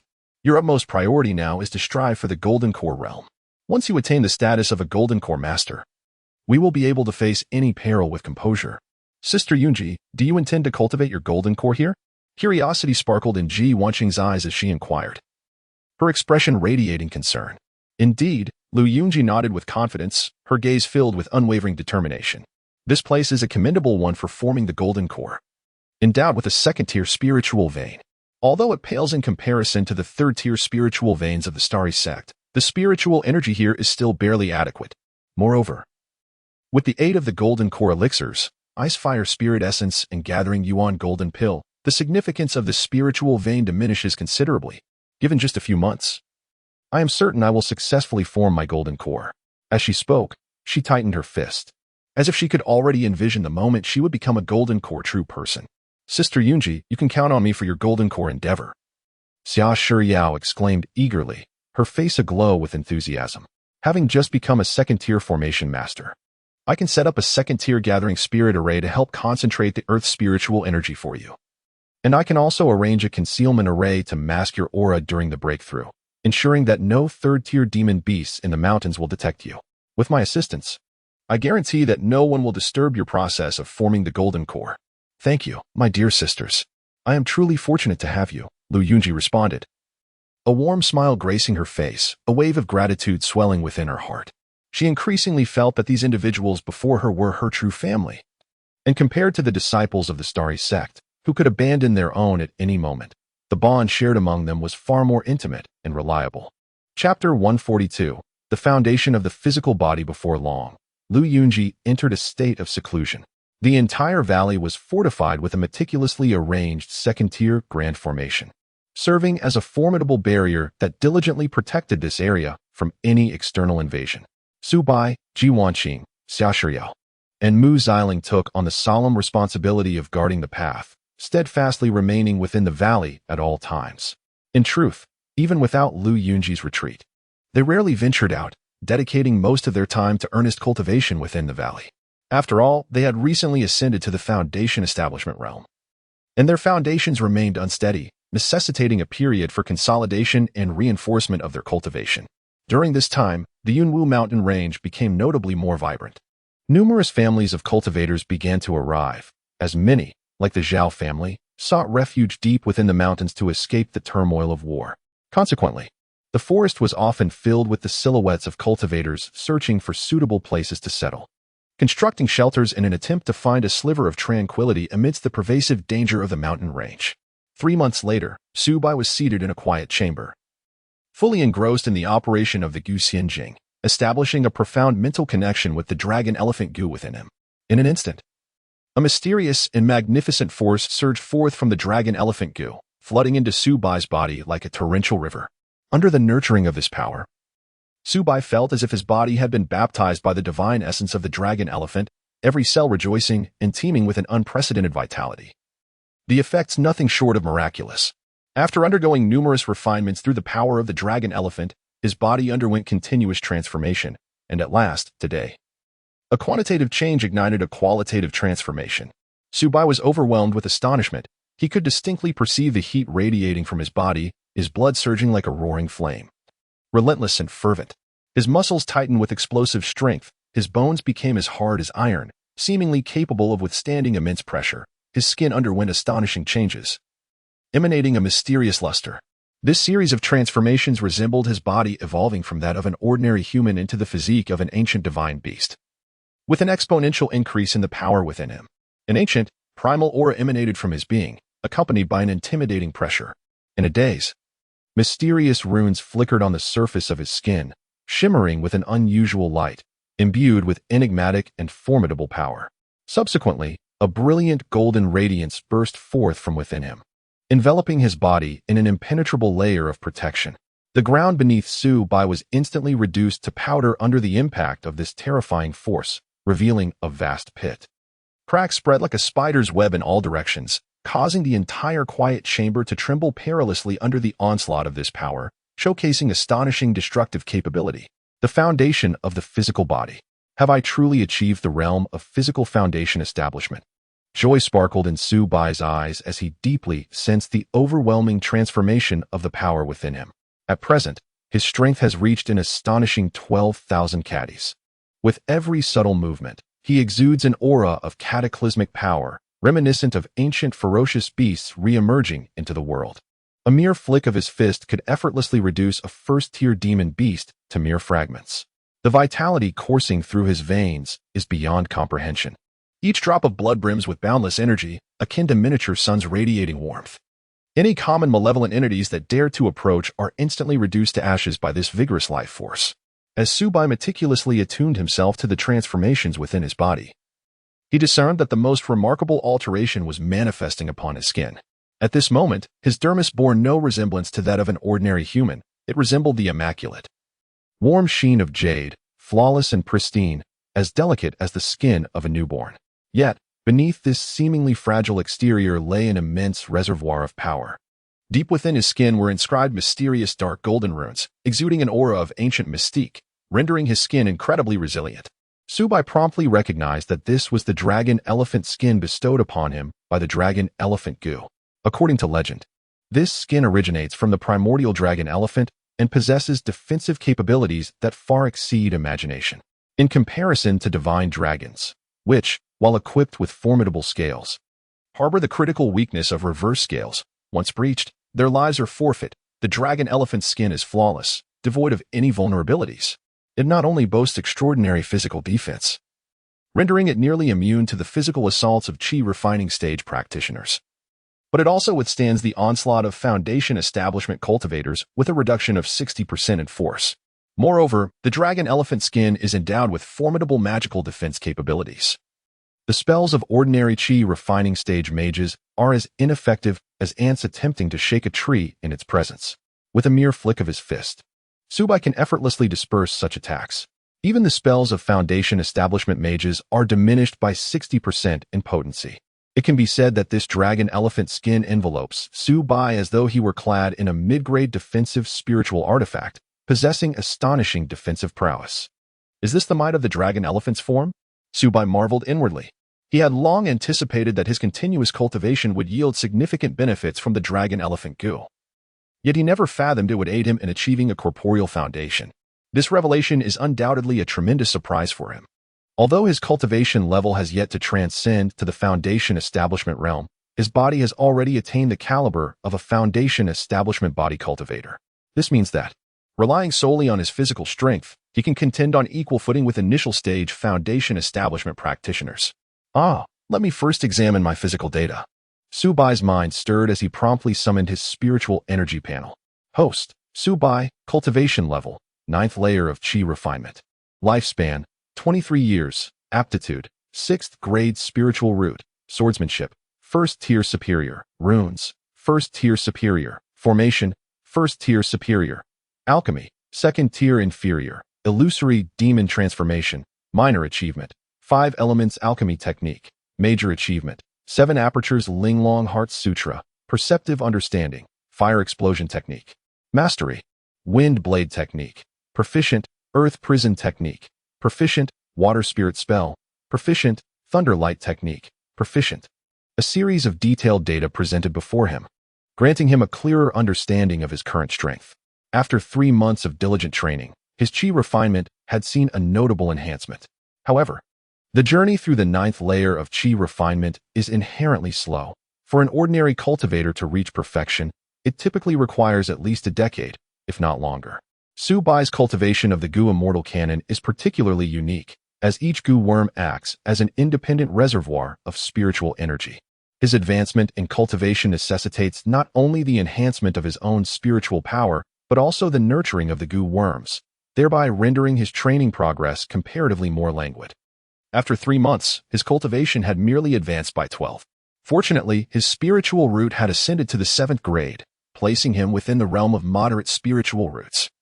Had it remained at the inferior level, his training speed would have been even more sluggish. Nevertheless, Su Bai harbors a considerable satisfaction with his current progress. At this pace, in approximately another year, he anticipates achieving perfection in the 9th layer of Qi refinement, at which point he shall endeavor to breach the foundation establishment realm. Such a rate of progress is deemed remarkably swift in the realm of cultivation, and the tangible improvements invigorate his confidence. Chapter 143. The benefits of autonomous foundation establishment. The astonishing advantages brought forth by the physical breakthrough left Su Bai in a state of profound shock. His lifespan had surged to an astounding 350 years, compared to the enhancement of strength, physical quality, and other abilities. The considerable extension of life filled him with unparalleled joy. After all, the ultimate pursuit along the path of cultivation is to prolong one's existence. As the myriad of cultivators embark on this journey fundamentally seeking the truth of longevity, yearning to break free from the shackles of life and death, and achieve eternal life. Typically, the lifespan limit for foundation establishment cultivators is merely 250 years, and even with longevity elixirs, they can only extend it to around 260 or 70 years. This is their absolute maximum. Yet, Su Bai had not even formally broken through to the foundation establishment stage, and his lifespan had already reached 350 years, nearly triple that of an ordinary Qi refining cultivator. If this were to be revealed, it would undoubtedly leave countless Qi refining cultivators astounded. Su Bai could not help but fantasize about how much longer his lifespan would extend once he truly ascended to the foundation establishment realm. Perhaps he could easily surpass the lifespan of golden core cultivators. Is this the extraordinary nature of the dragon elephant Gu? To forge the dragon elephant physique and cultivate an extraordinary life. Su Bai mused, I am no longer merely human. My lifespan naturally far exceeds that of the average person. It must be acknowledged that human lifespan appears exceedingly brief in this vast world of cultivation, rendering them almost a fleeting species compared to those otherworldly beings and demonic beasts. However, Su Bai had shattered the constraints of human mortality, stepping into an extraordinary realm, and this is merely the beginning. With the increasingly potent effects of the dragon elephant Gu, his lifespan would undoubtedly continue to grow, perhaps one day even surpassing that of a 1,000-year-old turtle. Without a doubt, the dragon elephant Gu, aside from the affection Gu, has been the most beneficial insect for him, enhancing his strength and longevity in every aspect, its impact immeasurable. At present, my vital energy, physical form, and spiritual power have nearly reached perfection, even achieving the standard of foundation establishment. Su Bai stroked his chin, contemplating that if the true essence within me could also reach completeness, there would be no need for foundation establishment elixirs. I could autonomously establish my foundation. Through the dual cultivation with Lu Yunji, Su Bai not only advanced his cultivation but also acquired a wealth of experience in the path of cultivation from her, gaining a deeper understanding of the foundation establishment process. Ordinary Qi refining cultivators at perfection often struggle during foundation establishment due to insufficient vital energy, spiritual awareness, or true essence, leading to chaotic energies within them, as if igniting an explosion that could instantly shatter their meridians and dantian. This is why it is said that failure in foundation establishment is fatal for chi refining cultivators. The emergence of the foundation establishment elixir is akin to a ray of dawn. Its power can protect the cultivator's meridians and dantian. Even in the event of a failed foundation establishment, the cultivator would not perish and could attempt the process again. One could say that the invention of the foundation establishment elixir is undoubtedly a stroke of genius for the vast number of cultivators. Before the advent of the foundation establishment pill, only those extraordinary prodigies possessed the chance to successfully establish their foundations and embark upon a higher path of cultivation. However, with the assistance of the foundation establishment pill, even cultivators with inferior spiritual roots now have the potential to succeed in this endeavor, while those with average and superior roots experience a significantly heightened success rate. Presently, Subai has successfully established his physical foundation, rendering his body extraordinarily robust. Even if he were to fail in his own attempt at foundation establishment, his physique could withstand the backlash. Should he succeed independently, the advantages would far surpass those gained through reliance on the foundation establishment pill. Subai squinted slightly, realizing that those prodigies who establish their foundations independently possess a purity of internal mana that is double that of those who ascend via the foundation establishment pill. This implies that these independent cultivators have a greater likelihood of condensing golden pills in the future, with their success rate potentially increasing by at least 20%. Therefore, given the opportunity, Subai naturally hopes to establish his foundation independently, laying a perfect foundation for his path, as this directly influences his future endeavors in pill condensation. In the realm of cultivation, being one step ahead ensures continued advancement, a truth as ancient as time itself.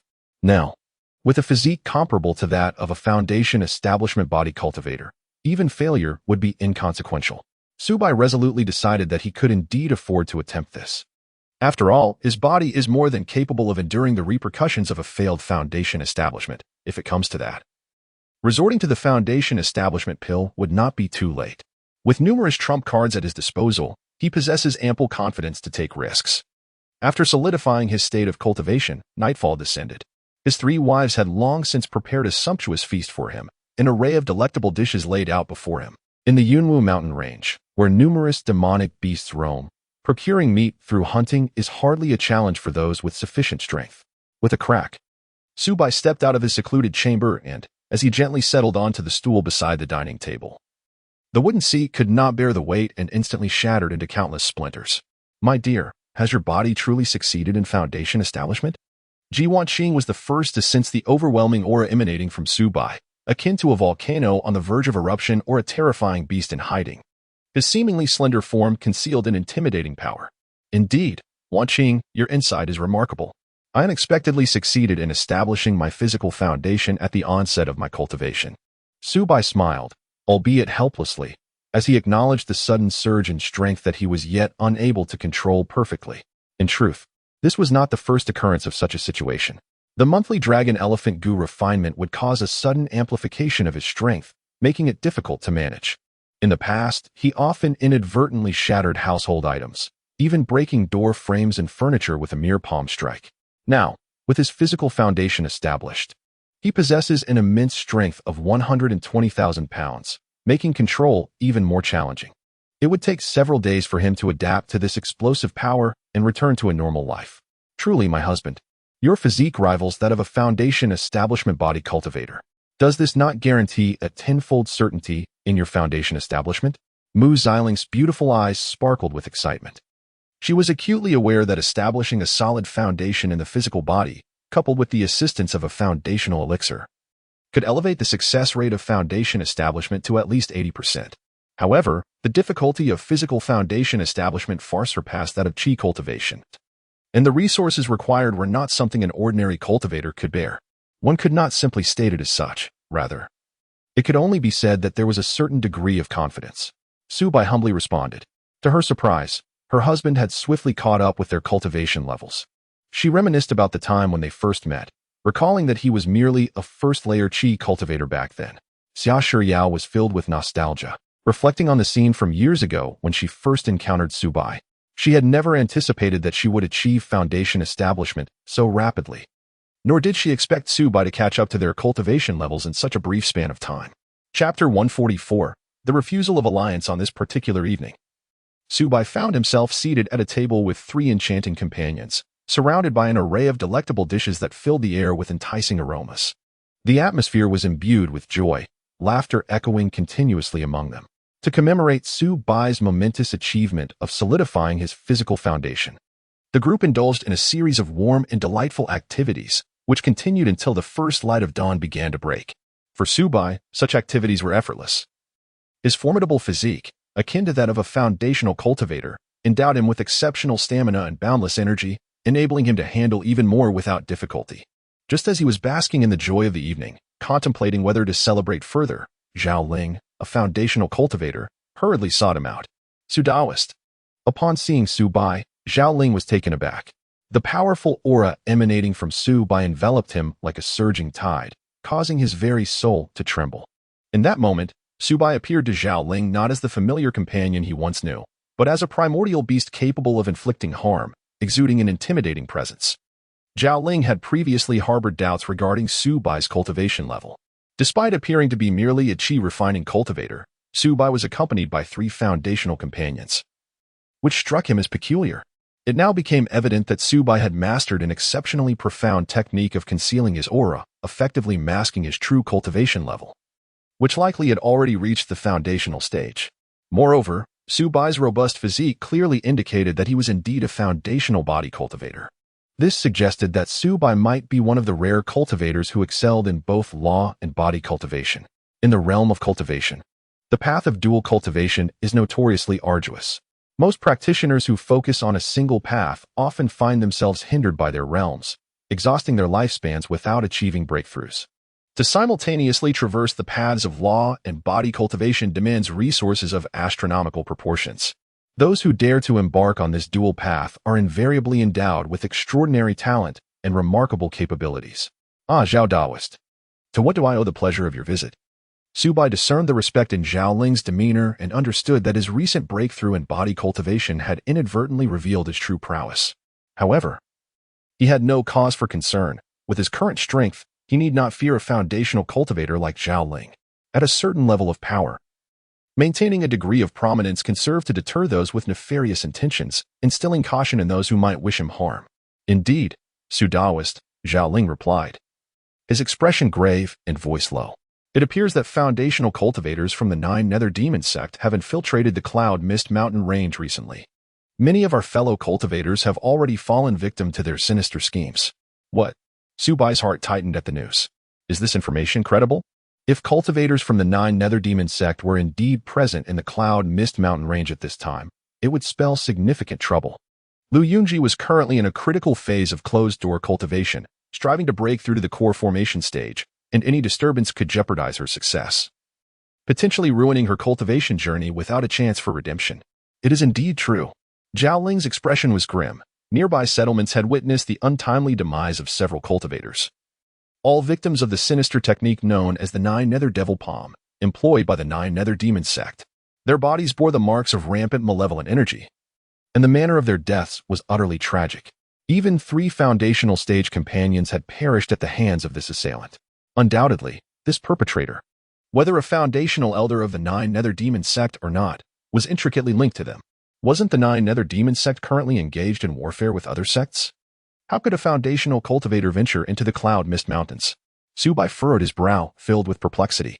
It was utterly illogical for a foundational elder of the esteemed 9 Nether Demon sect to abandon the battlefield during such a critical time to come to this remote region.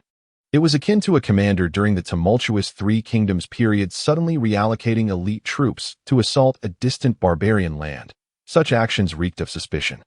Su Bai had a nagging suspicion that this foundational cultivator from the 9 Nether Demon sect might be targeting Lu Yunji. However, Lu Yunji had remained exceedingly elusive. How could they have discovered her whereabouts? Perhaps their intentions were not directed at Lu Yunji after all, but rather for another reason. Su Bai fell into deep contemplation, weighing the myriad consequences that could arise from this situation. Alas, the members of the 9 Nether Demon sect were notoriously unpredictable, their actions devoid of logic. How could one fathom their true intentions? Zhao Ling sighed, expressing his helplessness. To be frank, I have come seeking an alliance with you. We must support each other. Should we encounter that calamity cultivator, it would be prudent to have each other's backs. Otherwise, We shall fall one by one to the cultivators of the 9 nether demon sect. This was Zhao Ling's purpose for approaching Su Bai. He sought to forge an alliance with him and his companions. After all, the valley where Su Bai resided housed 4 foundational cultivators, a formidable force not to be underestimated. Even a foundational elder of the 9 nether demon sect would think twice in the face of such strength. Oh, and what specific proposals do you have? Su Bai inquired further. In simple terms, our families of cultivators intend to unite to construct a large temporary stronghold. If you, Su Daoist, are willing to contribute, you could also secure a portion of the area within, Zhao Ling explained earnestly. Individual cultivator families were too weak to establish themselves in the treacherous cloud mist mountains, struggling even to fend off attacks from second-tier beasts. However, if multiple families joined forces, they could consolidate their strength, eliminate surrounding beasts, and create a settlement akin to a village or market for human habitation. Such a refuge would not only provide a safer living environment, but would also foster communication and cooperation among cultivators, enabling them to collectively face various crises. Thank you for your kind offer, Zhao Daoist, but I must decline, Su Bai responded without hesitation. They had grown accustomed to their life in the valley and had no desire to relocate. Furthermore, joining these families' alliance would inevitably cast them as enforcers tasked with hunting second-tier beasts. Su Bai cherished the stability and tranquility of life in the valley. There was no need to embroil himself in such troublesome affairs. The families of the monks are numerous and diverse, possessing vast estates that necessitate the expansion of their living space. In contrast, Su Bai's household, including his wife and concubines, comprises only a handful of individuals, leading a life of simplicity that does not warrant such extensive efforts. As for the threat posed by the foundation-building cultivators of the 9 nether demon sect, Su Bai, with his current strength, harbors little fear. Well, since fellow Taoist Su has made his decision, I shall not press further. Zhao Ling's face bore a look of regret, expressing that should fellow Taoist Su ever reconsider, they would be welcomed at any time. He understood that if the alliance could gain the 4 foundation-building cultivators, their strength would undoubtedly increase, ensuring greater safety for all. Unfortunately, Su Bai was unwilling to involve himself, leaving Zhao Ling with no recourse. He could hardly compel 4 esteemed foundation-building cultivators to join the alliance. After all, strength is paramount, and such actions would undoubtedly lead to one's own demise. Chapter 145, Cultivating the Heavenly Demon Seed Heart Sutra. My dear, do you think the practitioners from the 9 nether demon sect are here for Sister Yunji? Ji Wanqing, who had been listening intently to Su Bai and Zhao Ling's conversation, immediately connected the dots to Lu Yunji. The unexpected arrival of the 9 nether demon sect's practitioners in the Misty Mountains during such a critical period of the sect war seemed suspicious. Given Lu Yunji's unique background, it was highly plausible that she might be their target. Mu Xiling and Xia Shiyao, upon hearing this, felt a wave of anxiety wash over them, their eyes filled with concern. However, Su Bai, his expression grave, reassured them, we have maintained a low profile. It is unlikely that the 9 nether demon sect is aware of our whereabouts. If they truly knew we were here, they would have approached us directly instead of creating panic around the area. But if it's not for Sister Yunji, what could be their purpose? Xia Shiyao furrowed her brows, filled with doubt. It is illogical to suddenly divert some foundation-building practitioners at this pivotal moment in the sect war. Do they believe victory is assured, even without these practitioners? There's no need for excessive speculation, Su Bai interjected, a glint of determination in his eyes. If we track down the 9 nether demon sect practitioners and capture them, we will uncover their intentions. Reflecting on the past when he was forced to hide in an underground shelter in Qingyin town, constantly fearful of being discovered and losing his life, he felt a sense of urgency, although he had yet to formally break through to the foundation-building stage. His physical prowess was already comparable to that of a foundation-building body cultivator.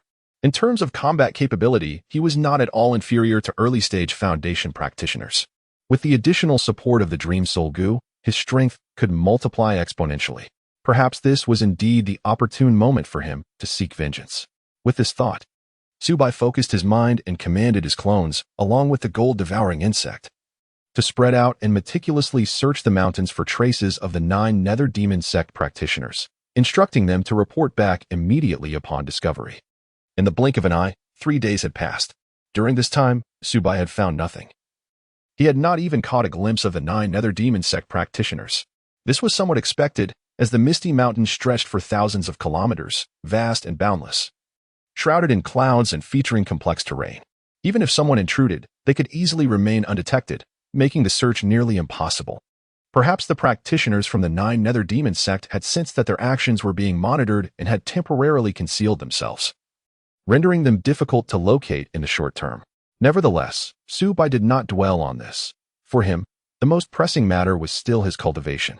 The Heavenly Demon Seed Heart Sutra, undoubtedly a premier technique aimed at transcending to the divine transformation stage, was indeed exquisite. Su-bai sat cross-legged, his demeanor focused. Over the course of the past 3 months, he has not merely engaged in arduous training, but has also devoted himself to the profound understanding of the supreme techniques of the Nine Nether Demon sect. It must be said that this technique is both enigmatic and infinitely intricate.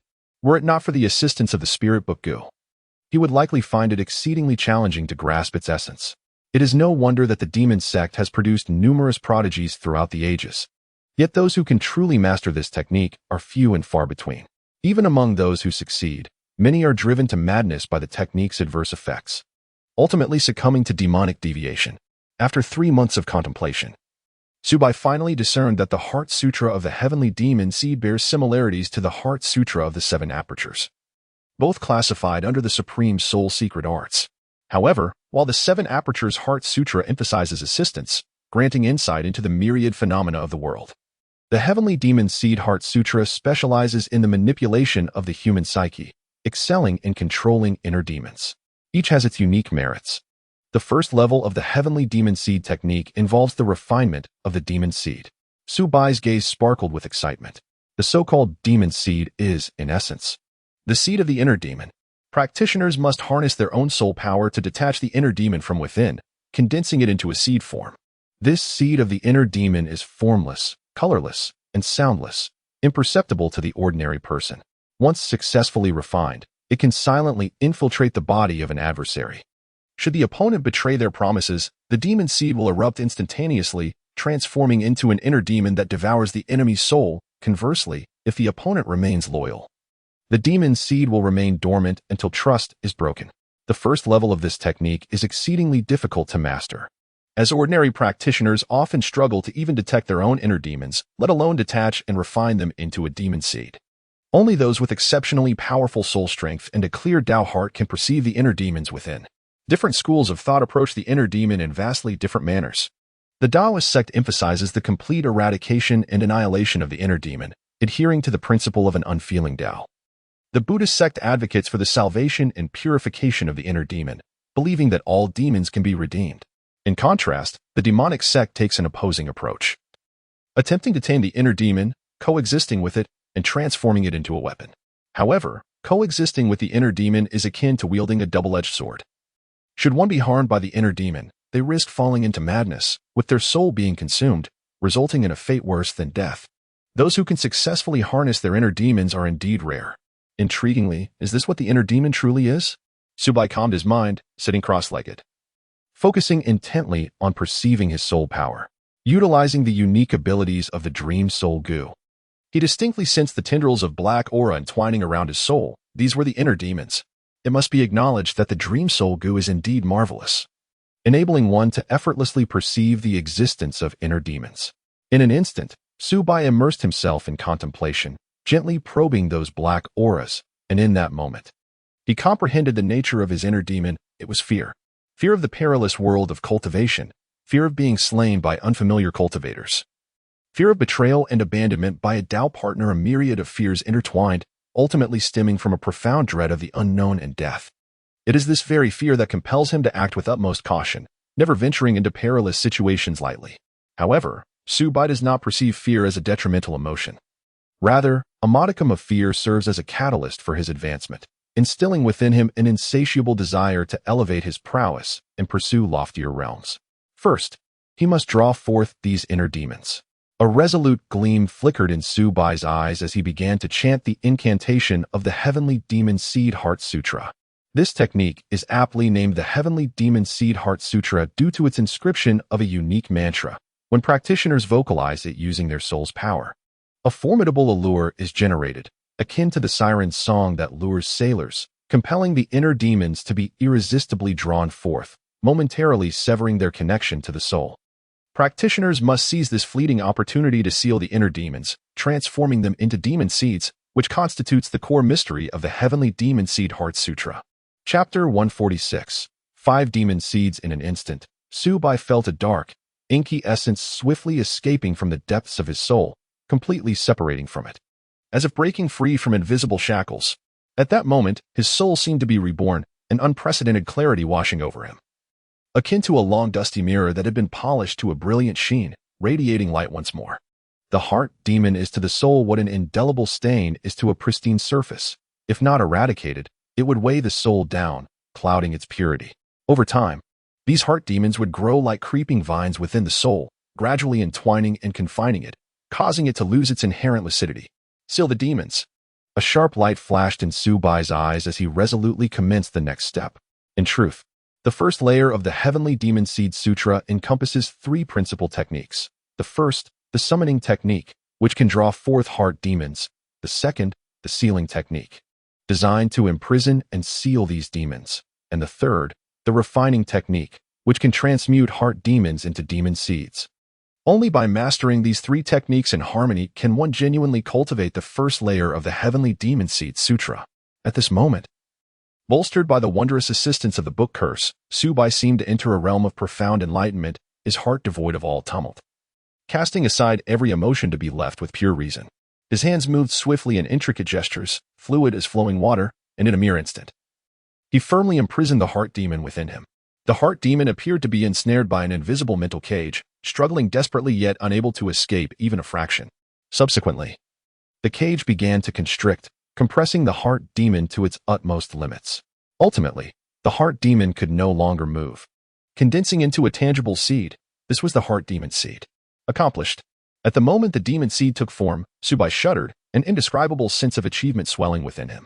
He knew he had successfully cultivated the first layer of the Heavenly Demon Seed Sutra, successfully condensing a demon seed. This seemingly simple step was, in fact, a critically important beginning. If one could not even condense a demon seed, further cultivation would be futile. Subai felt a profound connection to this demon seed, as if it were an intrinsic part of his soul, easily manipulated at his will. However, the faint malevolence emanating from the demon seed sent a chill through him. It felt like an invisible whirlpool, ready to engulf his soul if he were not cautious, leading to irretrievable doom. It must be said that this top-tier technique from the 9 Nether Demon sect indeed radiated a distinctly sinister aura. At present, I can condense 5 demon seeds. Subai stroked his chin, lost in contemplation. He was acutely aware that demon seeds could not be condensed without limit. Their quantity was closely tied to the cultivator's soul power. The stronger the soul power, the more potent the heart demon, and thus, the greater the number of demon seeds that could be condensed. Nevertheless, for him, 5 demon seeds were already sufficient, for in the path of cultivation, quality far outweighs quantity. Subai's heart suddenly stirred. Had the cultivators of the 9 Nether Demon sect finally made their appearance? Once, he concealed himself in a branch of a grand tree, keenly perceiving 3 silhouettes stealthily approaching from the distance. Upon closer inspection, one possessed a sharp beak and an unappealing visage. Another was a one-eyed figure, cold and austere, with a piercing gaze emanating from his sole remaining eye.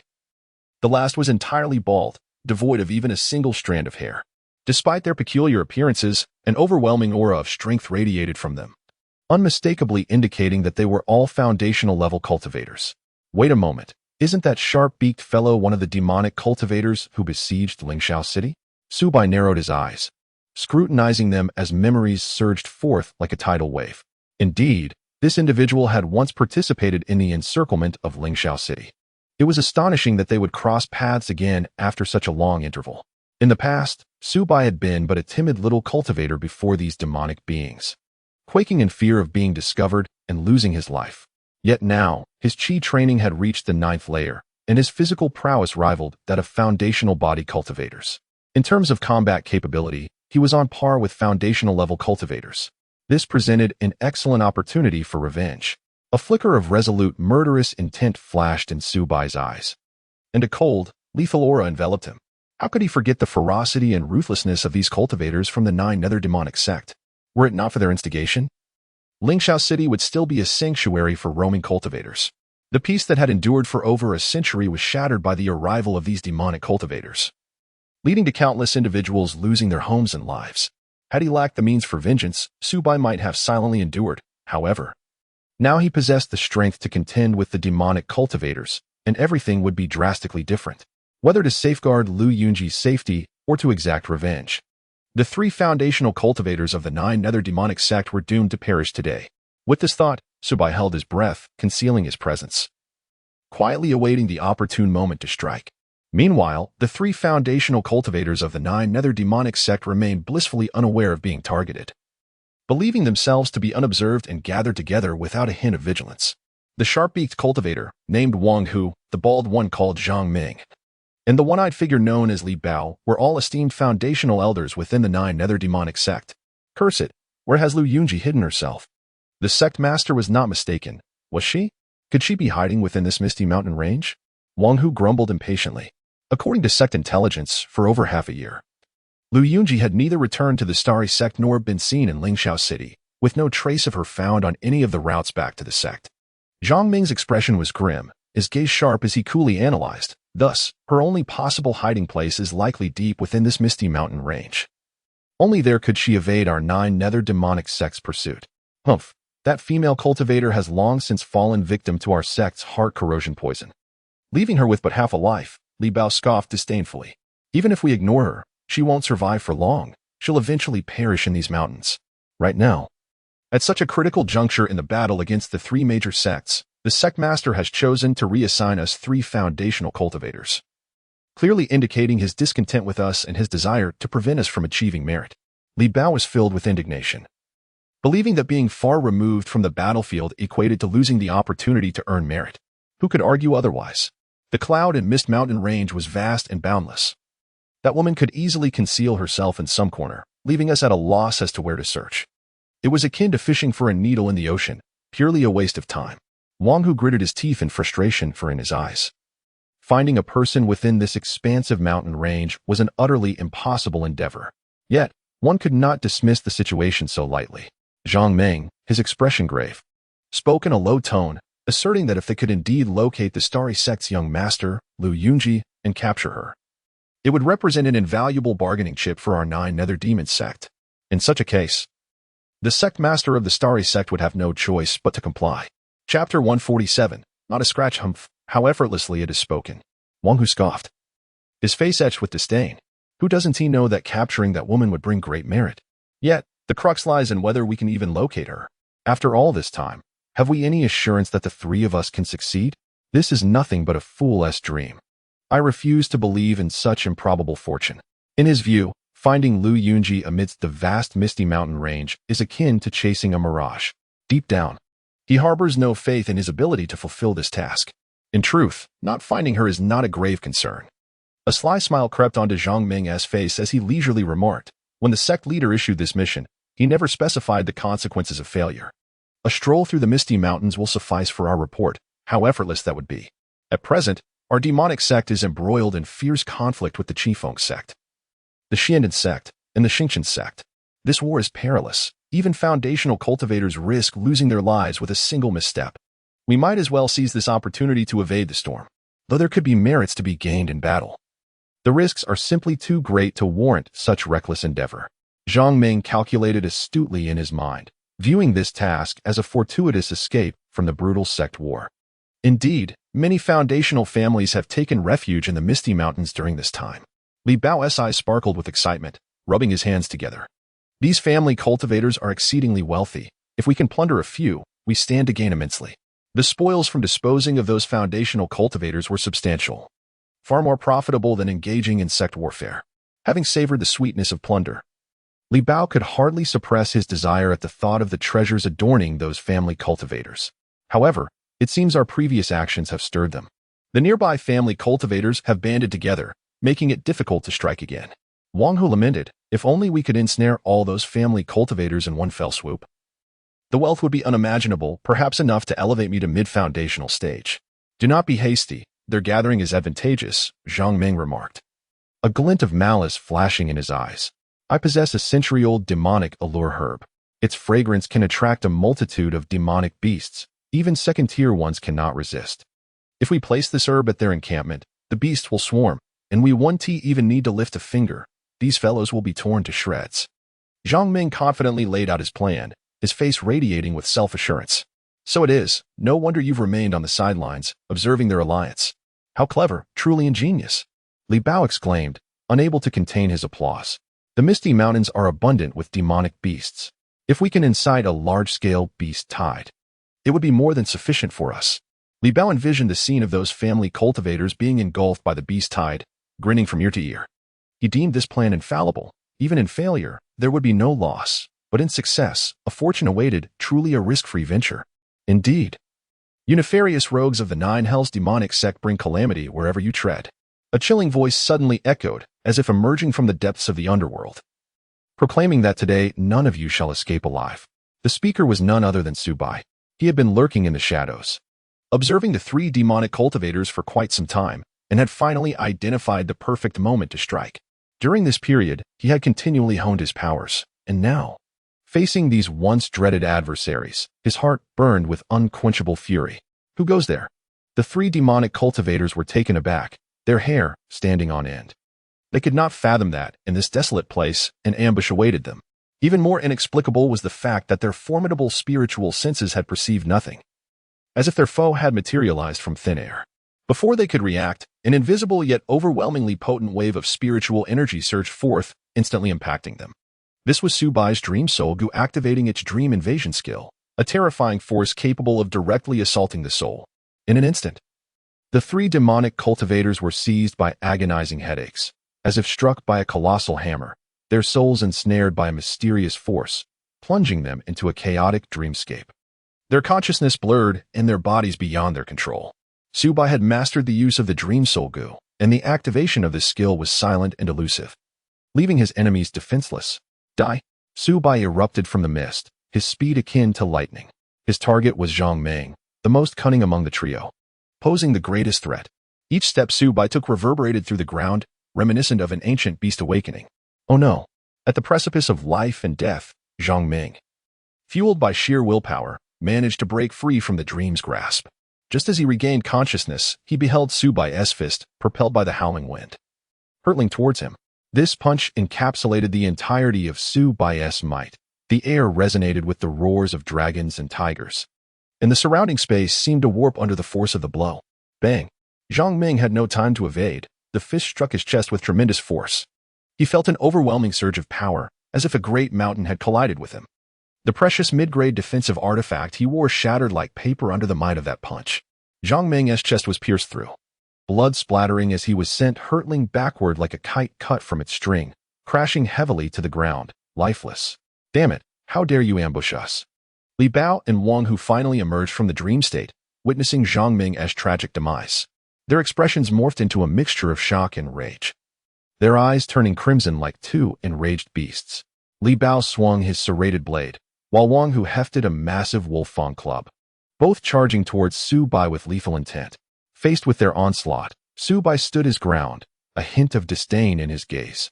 Li Bao's blade, glinting coldly, slashed towards Su Bai's shoulder, while Wang Hu's club, imbued with immense force, descended upon Su Bai's head. Clang! Clang! Two resounding crashes echoed through the surroundings, reminiscent of metal colliding. Li Bao's great sword struck Su Bai, only to produce a shower of sparks, failing to even breach the skin. Wang Hu's wolf-toothed club descended upon Su Bai's head, yielding similarly ineffectual results, as though it had struck solid rock. Under the transformation wrought by the dragon elephant goo, Su Bai's body had become impervious, his defenses far exceeding expectations. How? How is this possible? Li Bao and Wang Hu stared wide-eyed, their faces etched with disbelief. They could scarcely comprehend how a cultivator, seemingly merely in the chi refinement stage, could possess such formidable strength. Their full-force strikes were unable to even mar the surface of his skin. Chapter 148.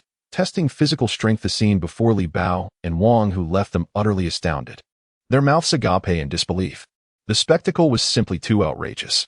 To their eyes, the unexpected figure that had appeared was nothing more than an ordinary mortal, devoid of any defensive artifacts. Yet, astonishingly, this very body had withstood their full-force assault.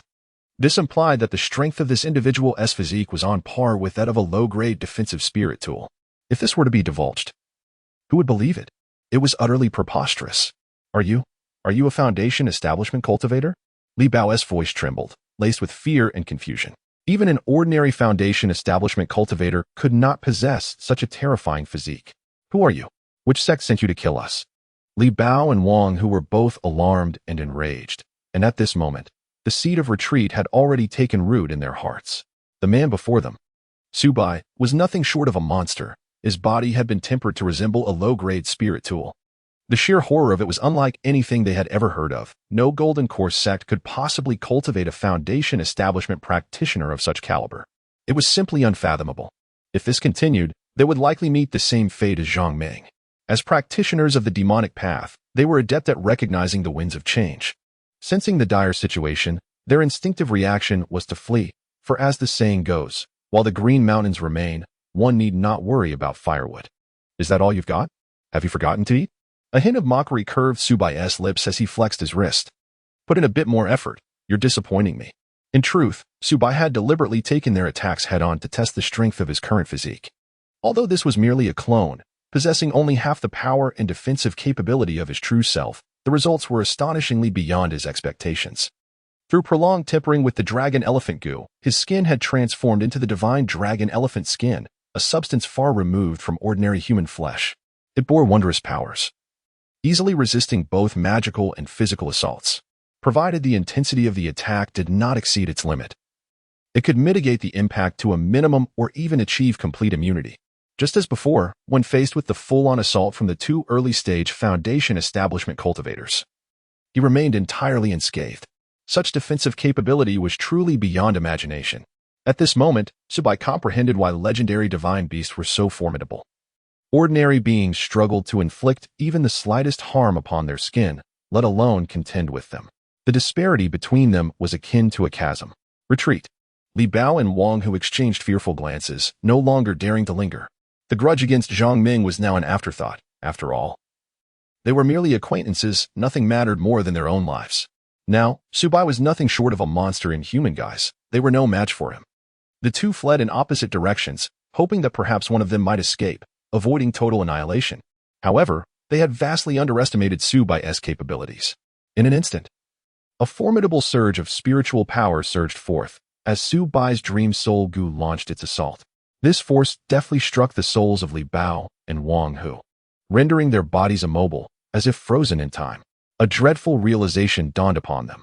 This enigmatic foundational cultivator had mastered a terrifying soul technique capable of instantaneously controlling their actions. Had they chosen to confront Su Bai with all their might from the outset, perhaps a sliver of hope would have remained. Yet now, their attempts to flee were but a futile endeavor towards self-destruction. Regrettably, they grasped this truth far too late. Boom, boom. Su Bai advanced with blinding speed, his fists enveloped in an overwhelming might, crashing down upon the heads of his adversaries, accompanied by two resounding thuds. Their skulls shattered like ripe melons, blood and brain matter splattering in all directions. They could not even utter a cry for mercy before meeting their untimely demise, leaving behind naught but mangled remains. Is this the power of the dragon elephant physique? Su Bai gazed at his fists, feeling the surging strength within him, truly experiencing the magnitude of his physical prowess. Merely refining the dragon elephant goo for a short period had fortified his body to such an extent that even 3 early-stage foundational cultivators combined would be no match for him. Moreover, since acquiring the dragon elephant divine skin, his defensive capabilities rivaled those of a low-grade defensive spirit artifact, his skin serving as a natural protective robe shielding his form. And this was merely the beginning, as the dragon elephant goo continued to temper his physique. It was conceivable that his body might one day embody the terrifying might of the dragon elephant itself, even without practicing any body-refining techniques.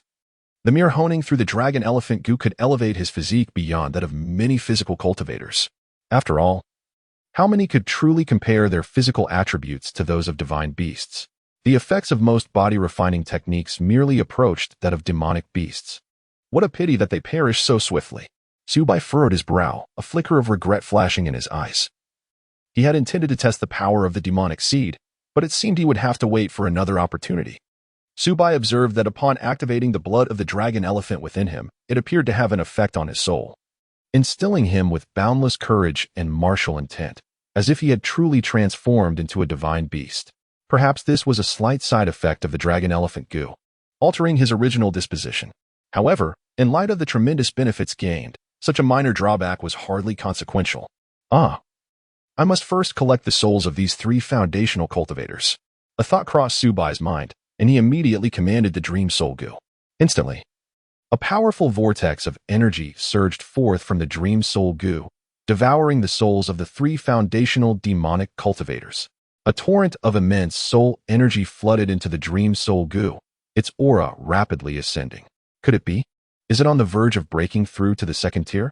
Subai noticed the transformation of the Dream Soul Goo, his eyes widening in astonishment. Originally, he believed that he would have to wait until he was promoted to the Foundation Establishment stage before he could assist the Dream Soul Goo in breaking through to the second tier. However, it now appears that such complications are unnecessary.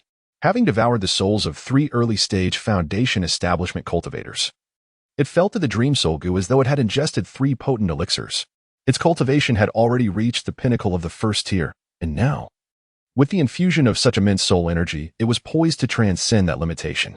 This sudden breakthrough has remarkably enhanced the power of the Dream Soul Goo. Chapter 149. How could she turn the tables in an instant? The Dream Soul Goo erupted with a dazzling brilliance, followed by a powerful wave of energy radiating outward in all directions. The air around it trembled violently, emitting a resonant hum, as if celebrating its breakthrough. Second tier lower grade. Undoubtedly, the Dream Soul Goo had successfully ascended to the second tier realm. Subai could distinctly perceive the rapid expansion of the dream space within it, having increased by at least 100 times compared to before. The once confined area had transformed into an expansive void, akin to a vast universe capable of accommodating immense dream power. Subai was utterly astonished, his eyes wide with disbelief. The previously transparent form of the Dream Soul Goo now shimmered with resplendent, multicolored light, both mysterious and captivating. Upon closer inspection, its surface was intricately adorned with arcane runes, each pulsating with a soft glow and exuding an ancient, formidable aura. Simultaneously, dream bubbles were continuously birthed within it, each crystal clear and seemingly filled with boundless mysteries, resembling independent mini-worlds. Even more thrilling for Subai was the successful emergence of a third skill, Nightmare. While the Dream Entry skill could ensnare foes in a dream, those with potent soul power or soul defensive artifacts could potentially escape with ease. The Nightmare skill, however, was entirely different. The terrifying power of a second-tier nightmare could forcibly drag enemies into a realm of nightmares, rendering them immobile. Should they perish within this nightmare, their souls would be mercilessly devoured, causing them to vanish silently, leaving no trace of their physical form. Undoubtedly, the Dream Soul Goo's advancement to second-tier lower grade had amplified its strength more than tenfold. If Subai were to wield the power of the Dream Soul Goo at this moment, his adversaries would scarcely have a chance to resist. Swiftly drawn into the nightmare realm, helpless against his will. Marvelous! Subai could hardly contain his elation, exuberantly pumping his fists. He had never anticipated that by vanquishing these 3 demonic cultivators, he would reap such a monumental reward, successfully aiding the Dream Soul Goo in its breakthrough to the second tier. Indeed, he owed a debt of gratitude to these 3 demonic cultivators. Without their soul power as nourishment, the Dream Soul Goo could not have evolved so seamlessly. It appeared that he had indeed grown significantly stronger. Subai reflected with deep emotion. He now possessed the strength to confront foundational demonic cultivators and even surpass them. Recalling his former self, a mere weak chi refinement practitioner who trembled in fear at the sight of foundational demonic cultivators, seeking refuge underground to avoid detection, he realized how far he had come. Now, times had changed. His power had transformed drastically. Even in direct confrontation with foundational early-stage cultivators, he could easily overwhelm them. At this moment, he had finally acquired a measure of self-defense, no longer the vulnerable prey. However, he understood the importance of remaining low-profile. Subai quickly regained his composure, silently reminding himself that in this world, powerful individuals abound. Even if he could triumph over Foundation Establishment cultivators, a Golden Core Master could effortlessly take his life. Furthermore, beyond the Star Island, there exist formidable beings such as nascent soul and transformation stage cultivators, with whom he was still far from being able to contend. Taking a deep breath, Subai endeavored to calm himself. He understood that no matter how much his cultivation improved, caution remained the foremost principle of survival. He recalled the once formidable Master Sangsong, a Golden Core cultivator who had been forced to flee in a pitiful manner under relentless pursuit from powerful enemies. Like a lost dog, A slight misstep could lead him to encounter an insurmountable foe, leaving him unaware of how he had met his demise. Until he reached an invincible state, it was prudent to exercise caution. With this thought in mind, Subai concentrated and began to probe the souls of the 3 demonic cultivators.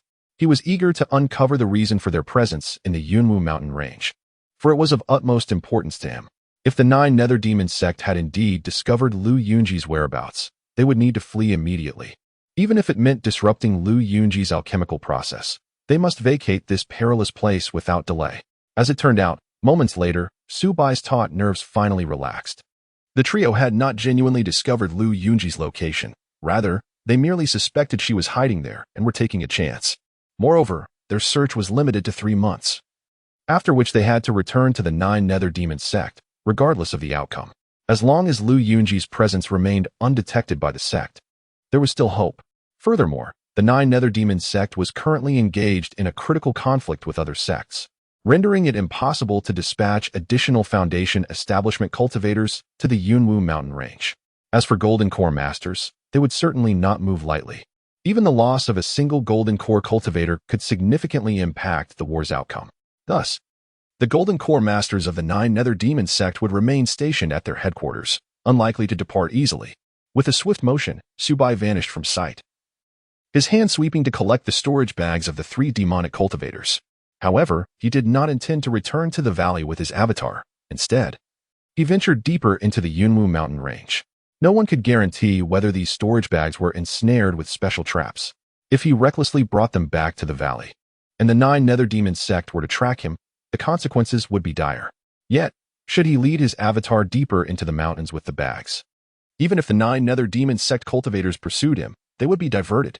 If those demonic cultivators grew too arrogant, Subai could even lure them into the territory of 3rd-tier demonic beasts, allowing them to annihilate each other, preferably leading to mutual destruction. Meanwhile, at the headquarters of the 9 nether demon sect, a sharp crack echoed, and the life tokens of Li Bao, Wang Hu, and Zhang Ming disintegrated into powder. This sudden turn of events instantly stirred the entire 9 nether demon sect, particularly alarming the sect leader and the Golden Core elders. For the 9 nether demon sect, early-stage Foundation establishment cultivators represented significant combat strength, and the loss of 3 in an instant was undoubtedly a tremendous blow, one that would be challenging to recover from. What had transpired? How could Li Bao and the others have met their end? Did they not venture into the Misty Mountains? Exclaimed an elder of the 9 nether demon sect, his face a portrait of astonishment and disbelief. While it is true that the Misty Mountains are fraught with peril, such dangers primarily threaten those in the Qi refinement stage. For cultivators at the Foundation establishment stage, as long as they exercise caution and avoid provoking 3rd-tier beasts, they should face no significant threats. Yet, the simultaneous demise of their comrades is utterly unfathomable. In his estimation, given the prowess of Li Bao and his companions, they should have been more than capable of safeguarding themselves within the Misty Mountains, making their tragic end all the more perplexing. Perhaps they encountered a formidable foe and fell victim to a surprise attack. The sect leader's expression darkened, a glint of cold fury flashing in his eyes as he coldly articulated, "Attacked by an enemy? Could it be that the disciples of the Starry Sky sect or other sects discovered their whereabouts and dispatched assassins?" The elders present were taken aback by the leader's conjecture. It is also possible that they crossed paths with Lu Yunji, the leader pondered aloud after a moment of contemplation. For their very purpose in venturing into the Misty Mountains was to seek out Lu Yunji. "Master, how could that be?" One elder quickly countered.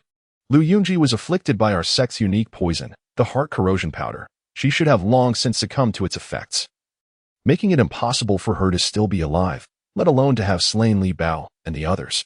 A chorus of nods followed, as many in attendance concurred that Lu Yunji's affliction rendered her fate sealed, and it was inconceivable that she could possess the strength to vanquish 3 Foundation establishment cultivators. Chapter 150. The life token remains unbroken. If Lu Tsuji were currently afflicted by that deadly poison, she would have surely succumbed to its effects by now.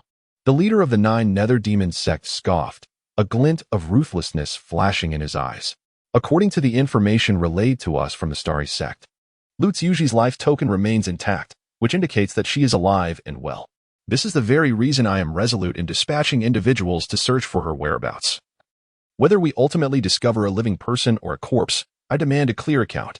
The elders of the 9 nether demon sect, upon hearing this, wore somber expressions, and fell into silence. They could not deny that the leader's conjecture was likely accurate. Lu Tzuji might have indeed succeeded in neutralizing the potent poison, thus remaining unharmed to this day. How did this woman manage to detoxify herself? Such a rare poison should only be known to our 9 Nether Demon sect. One foundational elder, his face filled with disbelief, struggled to comprehend how she accomplished this feat. The specific reasons remain elusive at present. However, the realm of cultivation is rife with extraordinary herbs, and the Cloud Mist Mountains are particularly abundant in spiritual flora. The leader of the 9 Nether Demon sect analyzed calmly, suggesting that perhaps when she infiltrated the Cloud Mist Mountains, fortune smiled upon her, allowing her to discover a herb capable of counteracting the poison. Such serendipitous occurrences are not entirely implausible. Damn it, this woman's luck is exceedingly favorable. She has managed to escape death. An elder grumbled with indignation. In the past, the 9 Nether Demon sect paid a heavy price to capture Lu Tzuji alive. Yet, despite this, she still managed to flee and now enjoys her freedom. In contrast, the 9 Nether Demon sect has suffered considerable losses, including numerous foundational elders. Nonetheless, this elder agreed with the leader's reasoning. In the world of cultivation, countless examples exist of practitioners encountering fortuitous events. It is not impossible that Lu Tzuji stumbled upon a detoxifying herb by chance. My esteemed leader, since we have discerned Lu Tzuji's whereabouts, why not immediately send an elder to apprehend her? An elder hastily proposed a strategy. Fool, have you lost your mind? Sending members of the 9 Nether Demon sect into the Cloud Mist Mountains would be tantamount to signing their own death warrants. The leader of the 9 Nether Demon sect reprimanded sharply. You must understand that this woman is a perfected foundational cultivator, possessing an exceedingly rare first-grade spiritual root. Now that she has resolved the poison, her body has returned to peak condition, making her strength formidable. Without the combined efforts of 3 to 5 late foundational cultivators, attempting to confront her would be sheer folly and utterly impossible. Unless I, as a Golden Core Realmsman, personally intervene, there exists little chance of capturing her. Otherwise, ordinary foundational cultivators rashly venturing into the Cloud Mist Mountains would merely be courting death. Upon hearing this, the foundational elders immediately grasped the leader's intent. Indeed, ordinary foundational cultivators would struggle against Lu Tzuji, yet a Golden Core Realmsman would not easily take action. Should they rashly delve into the Cloud Mist Mountains, they might fall into her traps, resulting in their demise. Moreover, the Cloud Mist Mountain range is vast and boundless.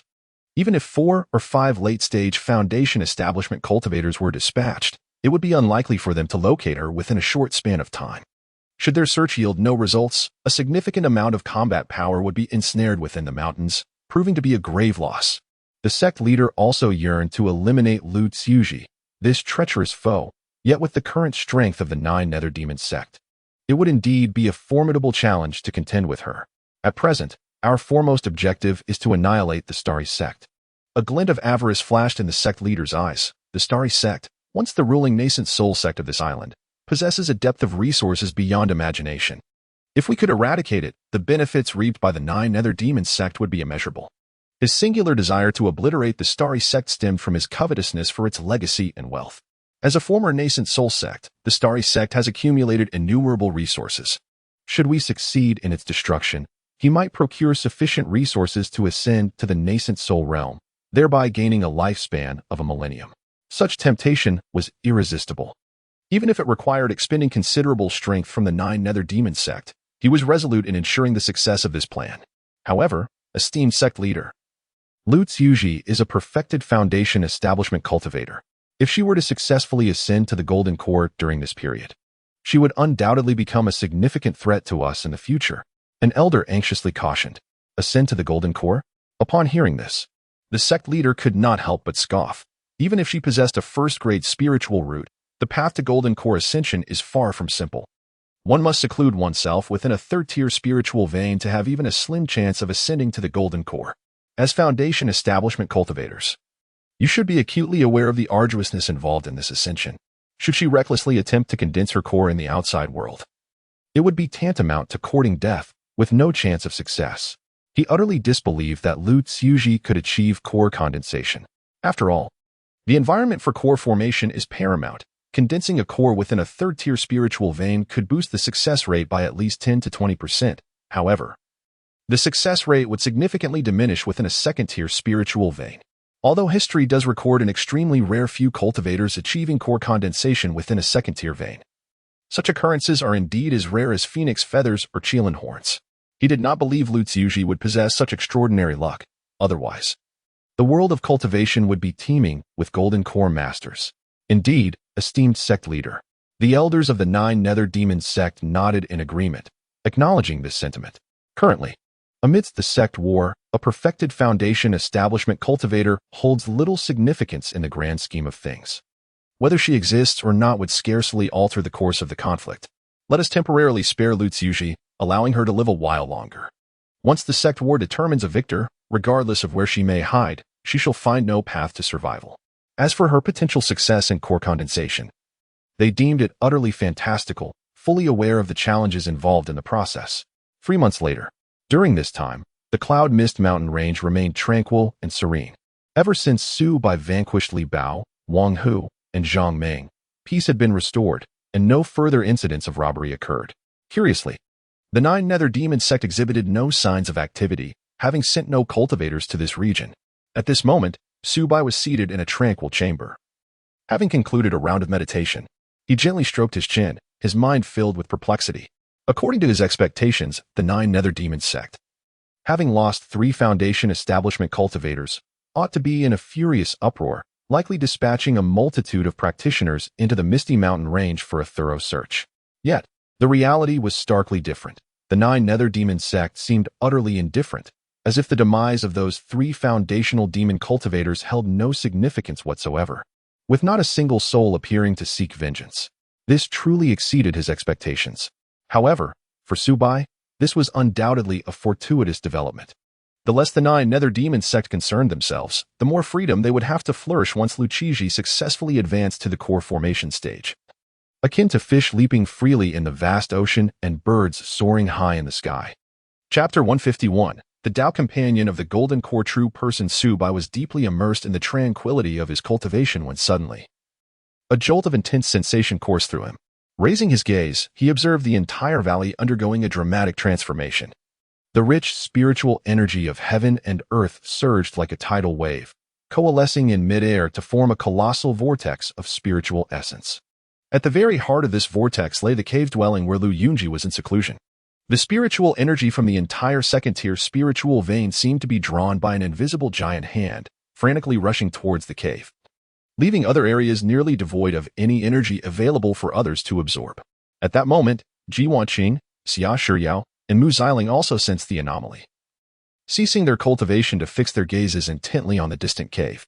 Lang Jun, it seems that Sister Yunji is about to begin forming her golden core, Ji Wanqing remarked, her beautiful eyes flickering with a mix of curiosity and tension. Despite her extensive journey along the path of cultivation, witnessing a foundation-building cultivator forming a golden core was a first for her, filling her heart with both anticipation and trepidation for the unknown spectacle. The commotion was indeed immense.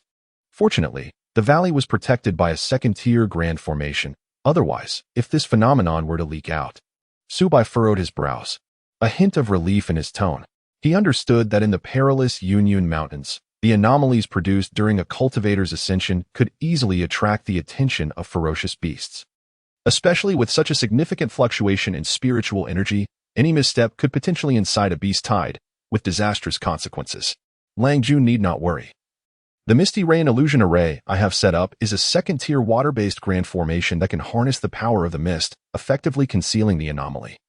Xia Shiyao confidently explained. During this period, she had made remarkable progress in the art of formations. Having reached the realm of a second-tier low-grade formation master through her innate talent and diligent effort, she vaguely felt that her comprehension had significantly improved after cultivating together with Su Bai, making the understanding of second-tier formations much easier than before. As time passed, the phenomena within the valley intensified. Countless strands of spiritual energy seemed to solidify, morphing into various forms of birds and beasts in the air. Mysterious sounds of Tao resonated, as if ancient powers were imparting teachings, captivating the onlookers while simultaneously filling them with anxiety. This extraordinary spectacle persisted for an entire day and night, with Su Bai, Ji Wanqing, Mu Xiling, and Xia Shiyao vigilantly watching the cave, their hearts hanging in suspense, fearing any unforeseen mishap involving Lu Yunji. At last, the thunderous sound ceased abruptly. The spiritual energy in the valley came to an instant halt, and all anomalies vanished without a trace. A graceful figure slowly emerged from the cave, clad in a flowing white gown that danced lightly in the wind, outlining her exquisite silhouette. Her stunning beauty resembled that of a celestial being descending to the mortal realm, each smile and frown exuding the rhythm of the great Tao. The power of the golden core law domain radiating from her enveloped the entire valley like a surging tide. Su Bai and the others felt an overwhelming pressure wash over them. Even though this force was released unconsciously, it felt as if a 1,000-ton mountain bore down upon them. Under the immense pressure, the bones emitted a series of cracking sounds, and his legs seemed on the verge of giving way, as if he were about to be pinned to the ground, immobile. This was the terrifying essence of the golden core realm once unleashed. Practitioners beneath this level appeared as mere ants, utterly powerless to resist. Such was the might of the golden core. Su Bai's pupils constricted sharply, and a tumult of emotion surged within him. He instantly realized that Lu Yunji had successfully formed her golden core. Yet the formidable power she now exhibited far exceeded his expectations. Once, he believed he could exchange a few blows with her based on his own cultivation, but now, under the oppressive weight of the golden core domain, he was acutely aware that the chasm between them was as vast as the heavens. Should Lu Yunji merely will it, that terrifying domain could easily reduce him to a state of severe injury. It was no wonder that in the world of cultivation, a sect could dominate for centuries simply by possessing a single golden core practitioner. Such strength was indeed beyond the reach of ordinary cultivators. My lord, I have successfully formed my golden core, Lu Yunji proclaimed, sensing the might of her domain. With a gentle retraction, the oppressive sensation dissipated instantly. She approached Su Bai with graceful steps, her eyes brimming with tenderness and joy. She understood better than anyone that her success in forming the golden core was largely due to Su Bai's contributions. Had he not neutralized the deadly poison of the heart corrosion powder and gifted her the precious gathering essence golden pill, as well as aided her in perfecting her physical condition through mutual cultivation, her chances of success would have been dismally low. Wonderful. During your 6-month seclusion, I was on edge every day, fearing something might go awry. Su Bai exhaled in relief, his face radiating contentment. The path to forming a golden core was fraught with peril. Even with thorough preparation, no one could guarantee absolute success. Now, seeing Lu Yunji safe and sound, having ascended to the golden core realm, the weight on his heart finally lifted. I did encounter some difficulties during the process. The spiritual energy of this second-tier spiritual vein is ultimately thin, and I nearly faltered due to insufficient energy during the condensation of my core. Fortunately, the gathering essence golden pill provided substantial energy, allowing me to narrowly succeed. Lu Yunji recalled the harrowing moments of her core formation with lingering trepidation. For every practitioner who has perfected their foundation, forming a golden core is a life-and-death trial.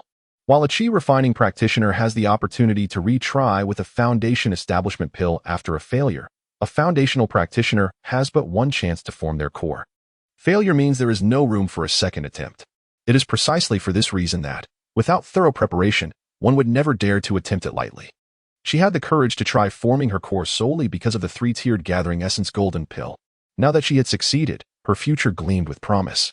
With her current cultivation level, returning to the Starry Sect to assume the role of sect master was a foregone conclusion. Her father, having aged over 400 years, would undoubtedly pass the mantle to her, his daughter born in his twilight years. Now that she had successfully formed her golden core, it was imperative to celebrate this momentous occasion. After all, it had been half a year since they had truly come together. Su Bai, with a smile, wrapped his arm around Lu Yunji's delicate waist, his heart brimming with joy. He mused inwardly that, as merely a chi refinement stage cultivator, he was fortunate enough to engage in dual cultivation with a golden elixir master. Should this news ever reach the world, it would undoubtedly send shockwaves throughout. People often liken such improbable unions to a toad aspiring to dine on swan meat, yet compared to his current experience, that analogy pales in significance. He was akin to a toad feasting upon dragon flesh. Lu Yunji's cheeks instantly flushed with a rosy hue as she shyly lowered her gaze. Su Bai's words stirred memories of their past evenings together, those tender nights vividly replaying in her mind. Her body seemed to instinctively recall the delightful moments spent with Shou-Yi, reacting as if guided by an innate response. Chapter 152. Did I not marry you? 3 days passed in the blink of an eye. In a secluded valley of the Cloud and Mist mountain range, the atmosphere was heavy with tension. A resounding thunder echoed. As Su Bai lay sprawled on the ground, gasping for breath, nearly incapacitated, a massive crater had formed beneath him, debris cascading like cannonballs, while clouds of dust enveloped the surroundings, obscuring the sky. Subai had once believed that through the foundation building of his physical body and the tempering of the dragon elephant goo, his physical prowess had significantly improved. While he would not dare to claim invincibility, he fancied himself capable of contending with Golden Core cultivators. However, after Lu Yunji ascended to the Golden Core realm, her displayed strength exceeded his wildest expectations. Not only had her magical power undergone a remarkable transformation, but her physical constitution had also undergone a metamorphosis, embodying the Golden Core physique. Consequently, the disparity in combat prowess between them was akin to a chasm. In this confrontation, Lu Yunji had scarcely exerted herself yet effortlessly defeated Subai. One must acknowledge that the gap between Qi refinement stage cultivators and Golden Core cultivators is as vast as the sky and the earth, representing entirely different realms. Such is the formidable power of a Golden Core practitioner, utterly beyond imagination. For foundation-building cultivators like ourselves, it is a crushing dimensional blow. The unique Golden Core domain of the Golden Core cultivators exerts an overwhelming suppression on us, and once it unfolds, we are instantly immobilized, left entirely defenseless. Ji Wanqing, Mu Xiling, and Xia Shiyao shared similar sentiments of trepidation. They had also engaged Lu Yunji in battle moments ago, only to be rendered helpless and pinned to the ground in an instant.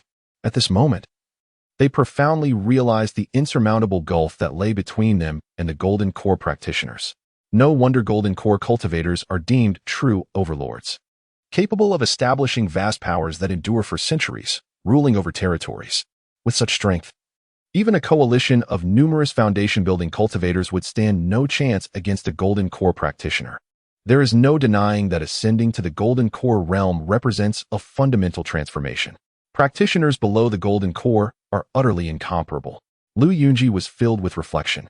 After this brief skirmish, she clearly sensed that the power she wielded was magnitudes greater than before, an entirely different league altogether. Once I ascend to the foundation-building stage, let us compete again, Subai declared, his eyes gleaming with excitement. This defeat did not dampen his fighting spirit. Rather, it ignited a fervor within him, as if the dragon elephant bloodline in his veins had been awakened, fueling his ambition. During this period, his cultivation had soared. Through relentless training, his true essence had significantly increased, now reaching the pinnacle of Qi refinement, just a step away from foundation building. Once he stepped into the foundation building realm, his strength would undoubtedly experience a staggering enhancement. My dear, I plan to return to the Starry Sky sect, Lu Yunji suddenly stated, her expression turning serious as she looked at Subai, revealing her decision. Return to the Starry Sky sect? Subai heard this and felt an inkling in his heart. Previously, Lu Yunji was merely a foundation establishment cultivator. Even if she returned to the Starry sect, she would not only be unable to provide assistance, but might also fall into the enemy's trap, facing abduction or even the loss of her life. However, the circumstances have changed drastically. With her ascension to the Golden Core realm, Lu Yunji's strength has surged exponentially, transforming her into a pivotal force that could determine the outcome of the battle. Should she appear on the battlefield now, she would undoubtedly sway the tide of war, potentially aiding the Starry sect in securing victory. It is precisely for this reason that Lu Yunji has entertained the notion of returning to the Starry sect. Very well. Since this is your decision, I shall not hinder you. But you must remember, if the situation turns unfavorable, do not hesitate to retreat. There is no shame in that. Subai advised gravely. Rest assured, my dear husband, I shall exercise utmost caution. If the odds are against me, I will certainly not engage recklessly, but rather make a swift exit. Although my feelings for the Starry sect run deep, I will not blindly accompany it to destruction. However, my dear, just you wait. I will soon bring this war to an end, and then proudly welcome you to the Starry sect. Lu Yunji gazed at Subai with affectionate eyes. Subai was momentarily taken aback, sensing something amiss in her words, yet unable to pinpoint precisely what felt out of place. Under normal circumstances, such sentiments would be expressed by a man to a woman, proclaiming a grand wedding and all the associated fanfare. Yet now, it seemed as though his partner intended to extend a similar grand welcome to him, making him feel rather like a consort. Nonetheless, if Lu Yunji truly could return to the Starry sect and conclude this war, she would undoubtedly ascend as the sect leader, wielding authority over the Golden Core sect. And he would find himself as the man behind the sect leader, subtly steering the Starry sect from the shadows. Viewed from any angle, this appeared to be an unequivocal boon. After all, Behind every successful woman often stands a man who supports her quietly, and he was that man. The following day, Lu Yunji bid farewell to the valley and set forth on her journey back to the Starry Sect. For the Golden Core Master Lu Yunji, the Cloud Mist Mountains were no longer an insurmountable peril. She possessed the capability to traverse them with ease. Meanwhile, Su Bai, Ji Wanqing, Mu Xiling, and Xia Shiao chose to remain in the Cloud Mist Mountains.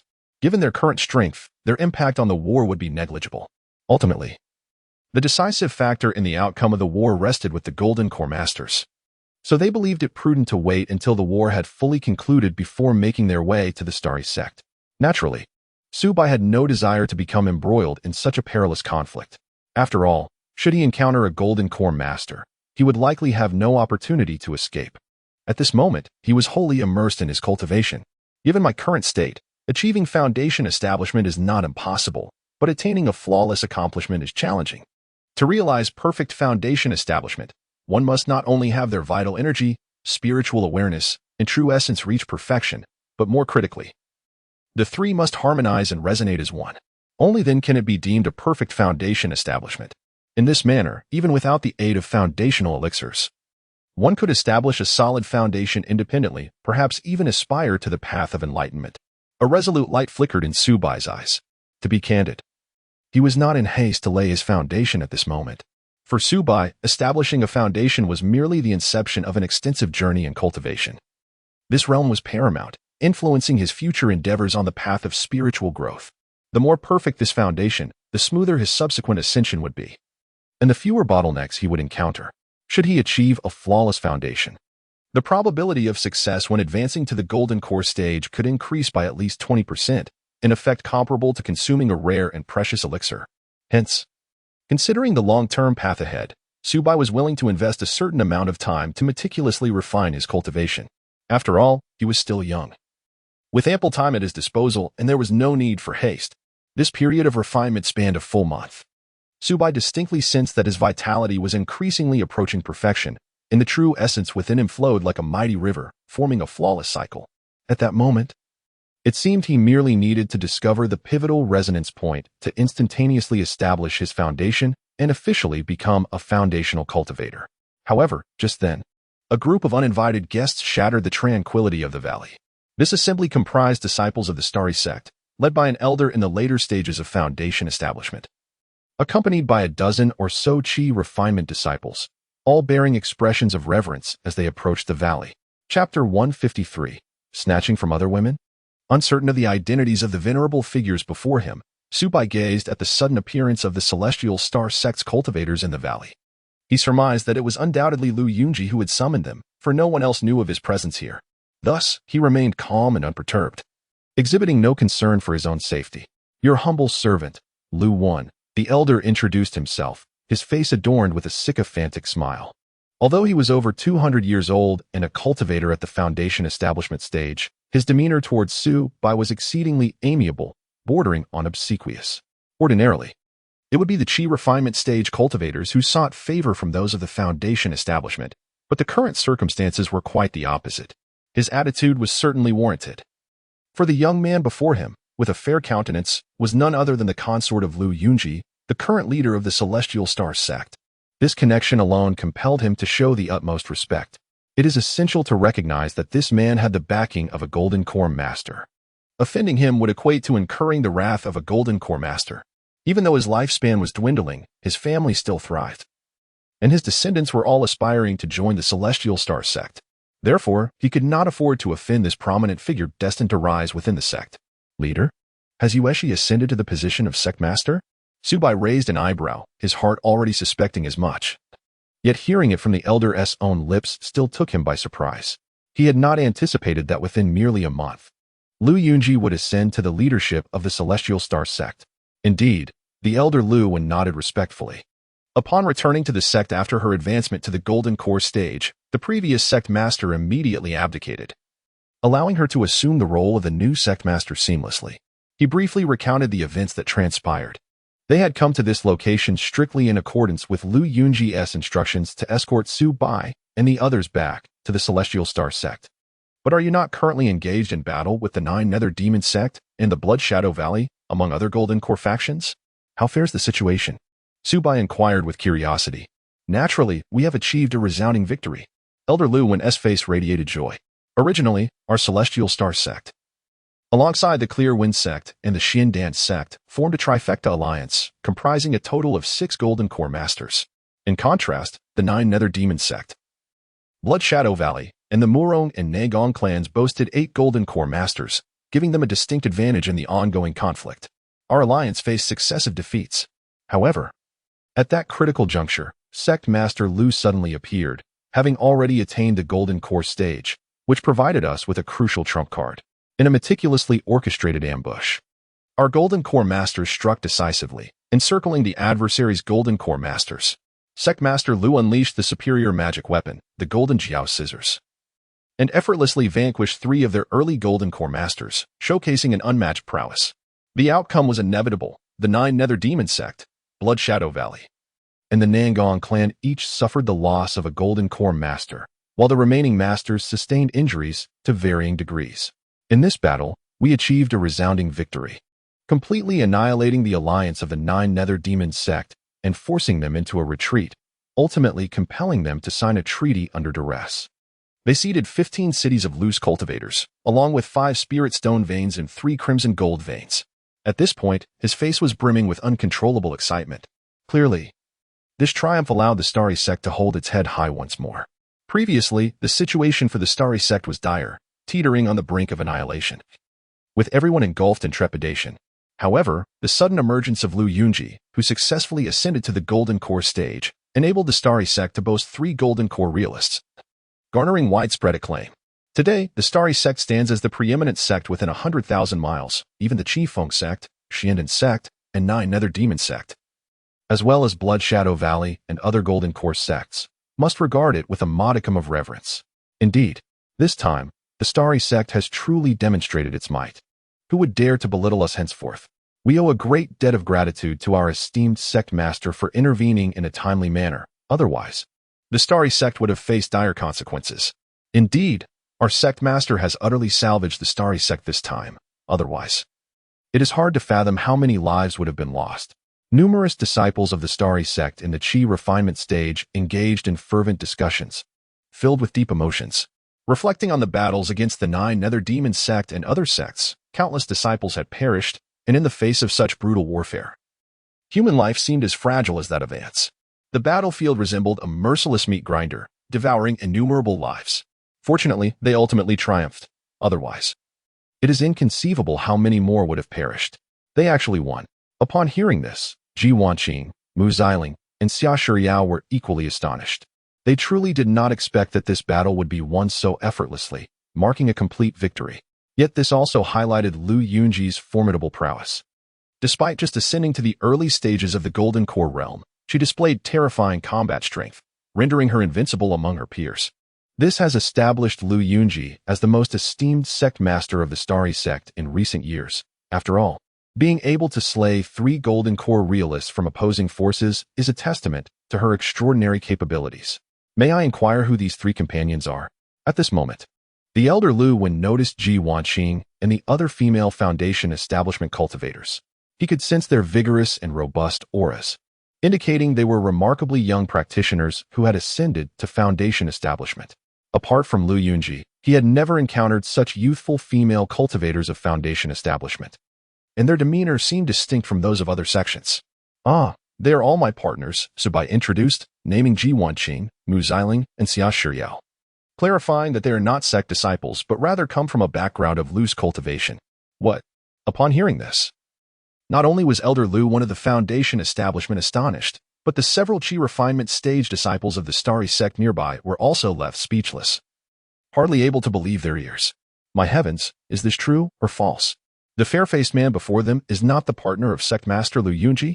How could he possibly have 3 additional wives, all of whom are Foundation establishment cultivators? This is utterly inconceivable. To be frank, where did this fellow find the audacity? Has he consumed the heart of a bear and the gall of a leopard, daring to take 3 wives before a Golden Core realist? Is he tired of living? Was it that this man originally possessed 3 wives and concubines, only to be coveted by the sect leader who sought to seize him by force? Perhaps even to wrest him away from the arms of other women? In an instant, various conjectures swirled within the minds of the disciples of the Starry Sky sect. Their hearts stirred like turbulent waves. Undoubtedly, there lurked astonishing secrets behind this affair, intricately entwined with the scandalous exploits of the sect leader. Ahem, fellow Su. Time is of the essence. We should hasten our return to the Starry Sky sect. Elder Elwin, of the Foundation establishment stage, shuddered at the thought. He was not inclined to delve deeper into this matter, for the intricacies involved were far too profound. Sometimes, knowing too much is not a blessing, but rather a potential harbinger of peril. After all, curiosity is said to have killed the cat. Chapter 154. Far more reliable than you well. I am uncertain about the path we should take, Su Bai inquired with curiosity. After all, the distance from the Yunwu mountain range to the headquarters of the Xingqian sect was considerable, spanning at least several thousand kilometers. We shall return to Lingxiao City first. Elder LV1, a foundation-building elder, elucidated before they boarded a flying vessel back to the Xingqian sect. Given the multitude of ferocious beasts in the Yunwu mountain range, it was inadvisable to travel by flying vessel as it could easily provoke third-tier monsters. Their initial entry into the mountain range had been on foot. The entire mountain was shrouded in mist. Traveling by flying vessel could lead one astray, and a careless mistake could result in trespassing into the lairs of second-tier beasts, which would spell great trouble. Understood, Su Bai nodded in agreement. Subsequently, Ji Wanqing and the others swiftly gathered their belongings. Bidding farewell to the valley they had inhabited for over a year, and set forth towards the Xingqian sect, ready to embark on a new chapter of their lives. To be candid, Su Bai was filled with anticipation regarding their journey to the Xingqian sect. He was eager to uncover the true nature of the legendary Golden Core sect. This was not only the culmination of his previous life's aspirations, but also the coveted goal of countless loose cultivators. Remarkably, he had achieved this with relative ease. Albeit not through conventional means, it was merely due to his marriage to the sect's leader that he gained entry, which could be considered a backdoor approach. At this moment, atop the main peak of the Xingqian sect, Xinxia Peak, a frail old man clad in white lay on his bed, his breath faint. He was Lu Yan, the former leader of the Xingqian sect and the father of Lang Yueshi. Although it seemed that the sect had triumphed in the recent battle, Lu Yan bore grave injuries, compounded by his advanced age, placing him on the brink of death. Furthermore, the esteemed elder Wu Choyang had also passed away due to the exhaustion of his lifespan. Consequently, the Xingqian sect was left with only Lang Yueshi as its sole Golden Core practitioner. Truth be told, had it not been for Lang Yueshi's successful ascension to the Golden Core, the vast Xingqian sect would likely face a dire shortage of talent, potentially fading into the annals of history. Yueshi, do you harbor resentment towards me? Do you blame me for not coming to your aid? Lu Yan gazed at his daughter and asked. Yes, Lang Yueshi replied without hesitation, her tone devoid of emotion. Ah, you are indeed my daughter, bold and forthright. It is only natural for you to feel this way, Lu Yan remarked. Yet everything I did was for the sake of the Xingqian sect. Had I rushed to save you, the sect would have faced annihilation, so I harbor no regrets. Fortunately, you have been blessed. Not only did you survive the calamity, but you also advanced to the Golden Core, which is a boon for the sect. Regrettably, my time is short, and your resentment towards me shall not linger for long.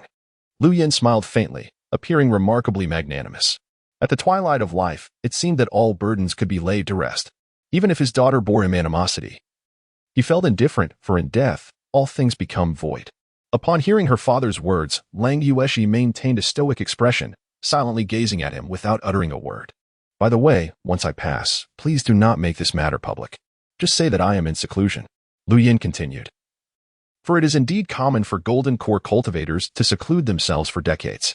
The Starry Sect publicly claims to possess 2 Golden Cores, which is certainly more advantageous than having just one, as it serves to intimidate rival sections. Regarding the announcement of Elder Wu Chaoyang's passing, there is no harm in revealing it. After all, he had lived a sufficiently long life, and his departure is not unexpected. Furthermore, the news of our sect's 2 Golden Cores will assure the Qingfeng sect and the Xiandan sect that we do not pose a significant threat, thereby benefiting the survival of the Starry Sect. Lu Yan began to elaborate on the subsequent matters. Yes, Lang Yueshi nodded in agreement.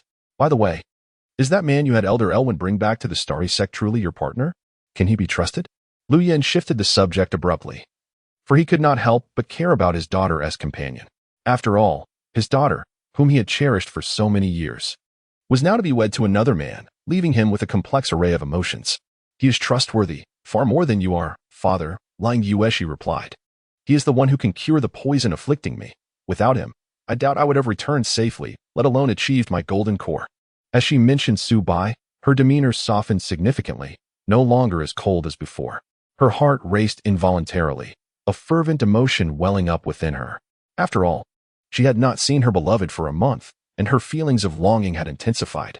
Indeed, trustworthiness is paramount. The most important aspect of choosing a partner is reliability. I have always believed in your judgment. It is just unfortunate that I will not have the chance to meet your partner in person, Lu Yin expressed with a tone full of regret, yet his heart felt a sense of relief. Although he felt a tinge of sorrow at the thought of his daughter being taken by another, witnessing her deep affection for her partner was enough for him. Of course, he had heard that the man was merely a qi refining stage cultivator. But what of it?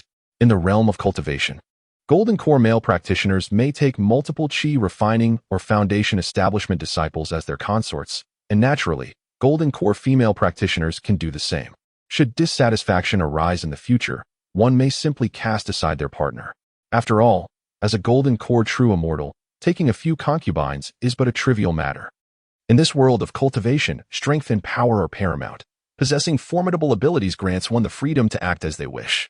At that moment, Lu Yan's neck tilted, and he fell upon the bed, his aura swiftly dissipating. Clearly, the previous words had exhausted his last vestige of strength, and having completed his final instructions, he departed from this world. Father, may you journey well. As she sensed her father's complete passing, Lang Yueshi's beautiful eyes reflected a complex array of emotions. Her heart was a tumult of feelings, leaving her momentarily at a loss for words. While she certainly harbored resentment towards her father's past indifference, she could also comprehend his actions. Now that he had departed, the grievances of the past seemed no longer worthy of pursuit. Yet, she did not succumb to excessive sorrow. The father had lived for over 4 centuries, a span exceeding that of any earthly dynasty, having relished the opulence of the world throughout his life, thus deeming his existence worthwhile. In a certain sense, this could be regarded as a bittersweet farewell. Contemplating this, Lang Yueshi waved her hand decisively, swiftly placing her father's remains into the coffin that had long been prepared, subsequently positioning it within his cave abode. After all, she needed to cultivate the illusion that her father was merely in seclusion. Should other sects become aware that she was the sole Golden Core true person remaining in the entire Star Sect, it would surely incite ulterior motives, plunging the Star Sect into peril once more. Although the duration of her concealment regarding her father's demise remained uncertain, she could at least maintain this facade for several decades. By then, if her cultivation were to advance further, she would no longer need to be troubled by such matters. Chapter 155. The Supreme Emperor of the Starry Sect. A day later, Su Bai and his companions boarded a flying vessel and finally arrived at the headquarters of the Starry Sect. Before their eyes lay a breathtaking vista of majestic mountains, rising and falling in waves, resembling a celestial paradise, with wisps of ethereal energy swirling through the valleys. Atop the peaks stood ancient and solemn palaces, bearing the marks of time and exuding an air of mystery. In the sky, numerous cultivators clad in white robes either soared on their swords or glided gracefully upon cranes, their elegant demeanor showcasing the essence of the immortal realm, in stark contrast to the weary expressions of the wandering cultivators from Lingxiao City. The disciples of the Starry Sect radiated vitality and exuberance, their presence imbued with a robust energy that signified their affluence and distinction. Is this truly the Starry Sect? Ji Wanqing could not help but widen her eyes, her vision captivated by the splendor before her. Although she hailed from a Golden Core family, she understood that the disparity between such families and a sect with a legacy spanning millennia was akin to the chasm between heaven and earth. A Golden Core family merely relied on luck to produce a singular Golden Core master. Once that master departed, the family would swiftly decline. In contrast, the Golden Core sects consistently birthed Golden Core cultivators across generations, amassing countless legacies over millennia, their depth and heritage immeasurable. Indeed, this was the Starry Sect. Elder Lu, one of the Foundation establishment, nodded with pride. Having spent over a century in the Starry Sect, he regarded it as his home, harboring profound affection for it. The spiritual energy in this realm was indeed extraordinary. Su Bai keenly sensed the unique qualities of this area. Merely being on the outskirts of the Starry Sect, he could already perceive that the concentration of spiritual energy here was several times greater than that of the outside world. Cultivating in this environment would undoubtedly enhance one's training efficiency, the benefits of which were self-evident. Naturally, our Starry Sect is blessed with a top-tier spiritual vein of the 3rd rank. Even within a radius of hundreds of thousands of kilometers, this vein is unparalleled. Elder Luwen smiled as he explained. Training in the Starry Sect guarantees an efficiency at least several times greater than that of the outside world, potentially reaching up to tenfold. If one can achieve the golden core within the sect, the success rate would also increase by at least 10%. This was, in fact, one of the significant advantages of a golden core sect. With their superior spiritual vein, they offered an exceptional cultivation environment, thus nurturing generations of outstanding cultivators. Each era producing its share of foundation establishment and even golden core masters. The formations here appeared to be quite remarkable as well. Xia Shiyao's beautiful eyes sparkled as she perceptively recognized that the vast expanse of thousands of square kilometers occupied by the Starry Sect was intricately woven with a grand and sophisticated formation. This formation was interconnected with the third-rank spiritual vein, creating a flawless barrier of enchantment. In comparison, the formations of Lingxiao City were hardly worth mentioning. Indeed, fellow Taoist Xia, you are truly a master of formations. You have discerned the intricacies of our Starry Sect's formation at a glance, Elder Luwen praised. This is our Starry Sect's third-rank top-tier formation, the Zixia Yin Yang Array. It amalgamates the ethereal power of the purple haze with the forces of yin and yang, possessing both offensive and defensive capabilities with boundless applications. Even if a cultivator at the peak of the foundation establishment stage presides over this formation, it is sufficient to withstand the onslaught of 2 or 3 golden core masters, should a golden core master take direct control. Even in the face of a combined assault from a dozen golden core practitioners, the Starry Sect would remain steadfast and unscathed. It is precisely because of this third-tier formation that the Starry Sect can stand resilient against any formidable challenges, enduring without falter. Even if the next generation fails to produce a golden core master, the most it would suffer would be the loss of all its cultivators, cities, markets, and numerous spiritual stone and metal mines. As long as the sect remains sealed and secluded, it can cultivate another golden core master and rise once more. Elder Luwen of the foundation establishment stage was deeply moved. Clearly, this exemplifies the profound heritage of the Starry Sect, a stature unattainable by ordinary golden core powers.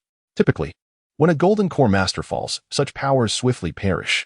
However, for a grand sect like the Starry Sect, even if a generation fails to yield a golden core master, a century of seclusion could very well give birth to a new one. For other forces to breach the gates of the Starry Sect is akin to scaling the heavens. Moreover, the Starry Sect occupies a vast expanse of thousands of miles, functioning as a self-sufficient micro-kingdom, replete with food, sunlight, and water sources.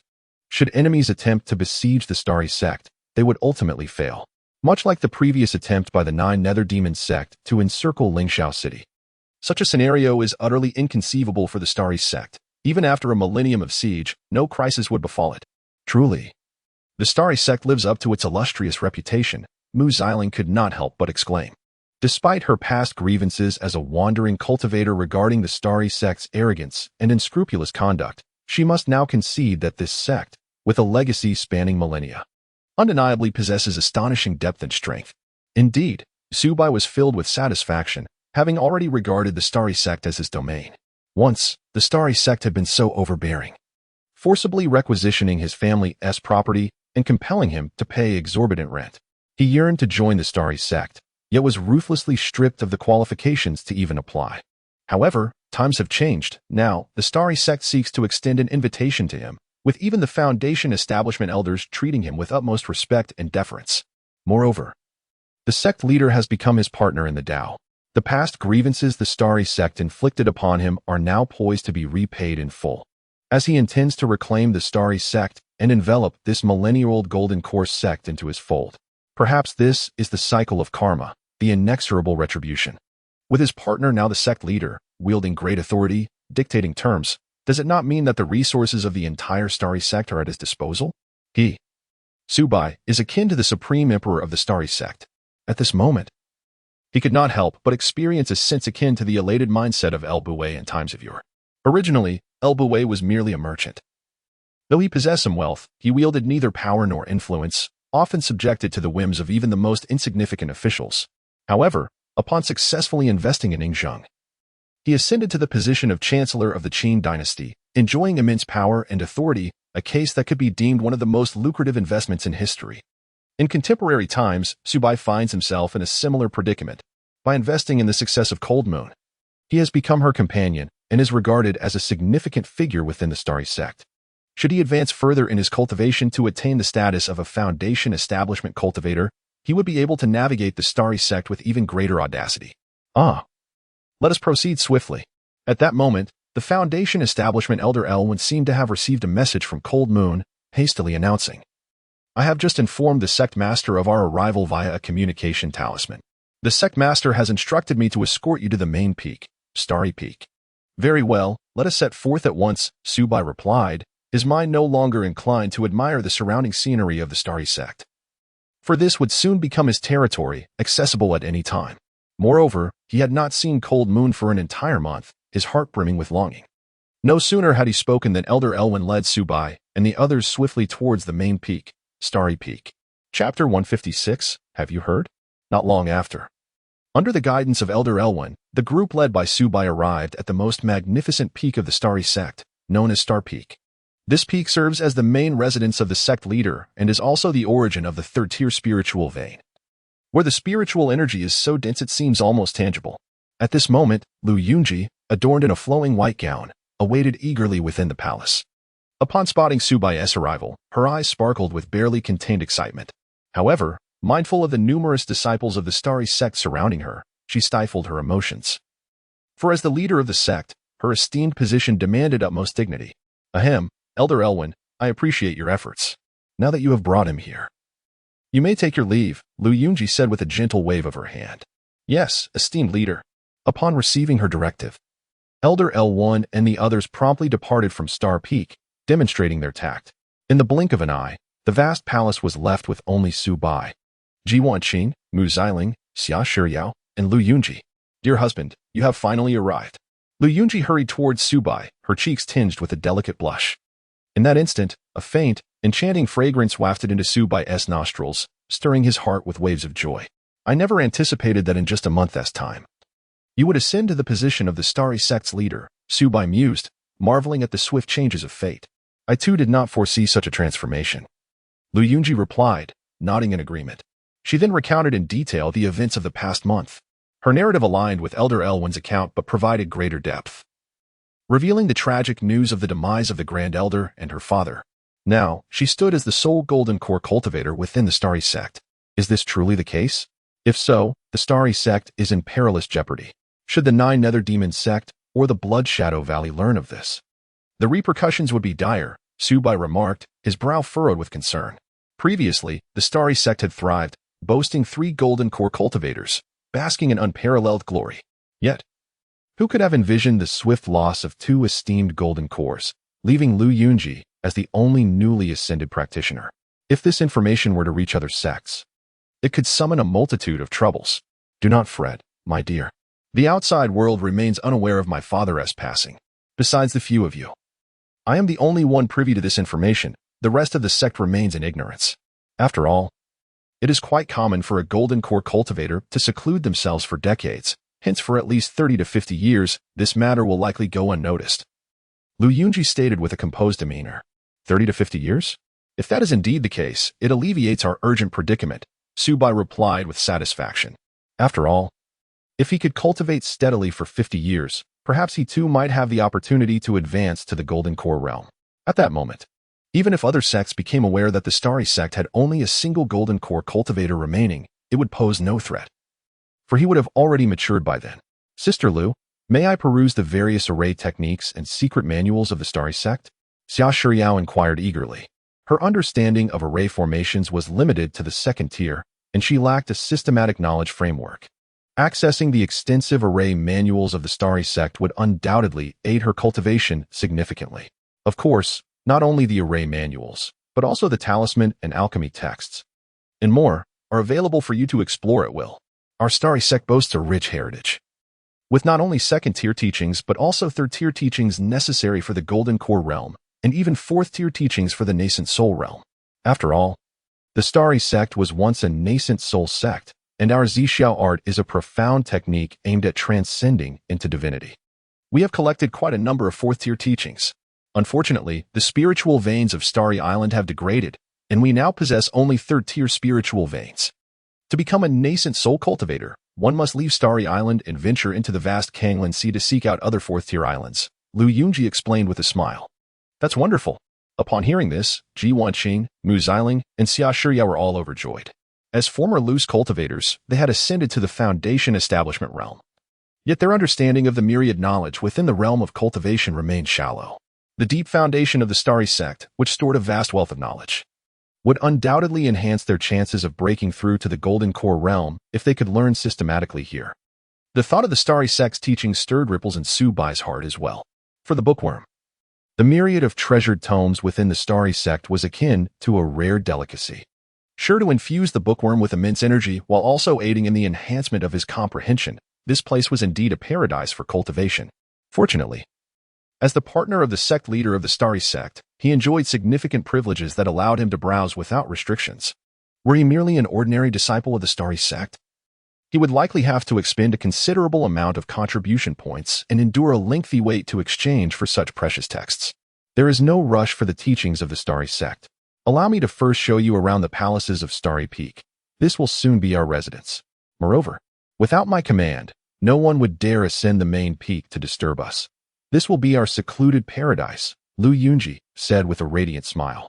In that case, please show me to the bedroom first, Su Bai replied, lifting Lu Yunji, the Golden Core female cultivator, into his arms. If this scene were to be witnessed by the disciples of the Starry Sect, they would surely be left in astonished disbelief. The ordinarily revered and untouchable sect leader of the Starry Sect appeared so bashful at this moment, it was truly incredible. Once this news spread, it would undoubtedly become explosive gossip within the sect, causing a significant uproar.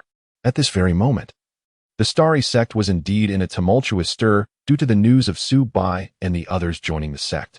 Whether it was the Foundation Establishment elders or the ordinary disciples in the Qi refinement stage, everyone was rendered speechless and bewildered by this sudden revelation. After all, as the esteemed leader of the Starry Sect, a master of the Golden Core, to have returned with a companion in the Tao is an unprecedented event, one that is likely to alter the trajectory of the sect's development for centuries to come. Everyone is keenly attuned to the unfolding of this matter. Have you heard? Elder L personally descended the mountain to welcome the esteemed leader as companion back to the Starry Sect. Whispers abound, hushed and laden with intrigue, as this news circulates. Could it be true? The esteemed leader as companion? Previously, there had been no indication of a male companion. I had thought the esteemed leader was wholly devoted to solitary cultivation, requiring no such companionship. Many disciples of the Starry Sect gazed wide-eyed, their expressions filled with disbelief. For in their hearts, Lu Yunji resembled a sacred snow lotus atop the highest peak of the Starry Sect, revered and untouchable, an entity to be admired from afar. Never to be desecrated, her existence previously devoid of any scandalous rumors. Yet now, she has quietly acquired a companion, a revelation that would undoubtedly astonish anyone who hears it. Chapter 157. The unique taste of the sovereign absolutely impossible. This is utterly preposterous. Which audacious man dares to covet her? This rumor is beyond ridiculous. In the entire 100 regions, there is no one who can be compared to the sovereign, and not a single person worthy of her. A disciple of the Starry Sect scoffed, his tone brimming with skepticism towards this news. In his mind, the sovereign was akin to a deity, unattainable by any mortal. You must believe me, this is unequivocally true. Accompanying Elder Elwyn down the mountain were not only several senior brothers and sisters in the Foundation establishment stage, but also numerous fellow disciples in the Qi refinement stage. They have brought back ample relevant information. Some even witnessed Elder El leading that man into the Starry Peak. He must have settled in by now, a disciple asserted with conviction. In fact, the arrival of Su Bai and others was not unnoticed. Many within the Starry Sect bore witness to this scene, making it impossible to conceal, for it had long since become common knowledge. Who exactly is that man? What is his background? Could he be a true disciple of some sect? Some inquired eagerly. You are mistaken. That man is not a true disciple but merely a loose cultivator, a young practitioner clad in white mysteriously declared. This young man, named Wang Liang, was an inner-sect disciple of the 8th level of Qi refinement, renowned within the Starry Sect as an omniscient source of information. Reputed to know everything about the affairs of the sect, with many juicy rumors originating from him. Just a loose cultivator? This is too absurd. How could he possibly be acquainted with the sovereign? Indeed, a mere loose cultivator would likely never even catch a glimpse of the sovereign. Loose cultivators are akin to country chickens, while the sovereign is a noble phoenix. How could a phoenix deign to notice a common chicken? Wang Liang, where did you hear such news? It seems too far-fetched. The crowd expressed their doubt, struggling to believe his words.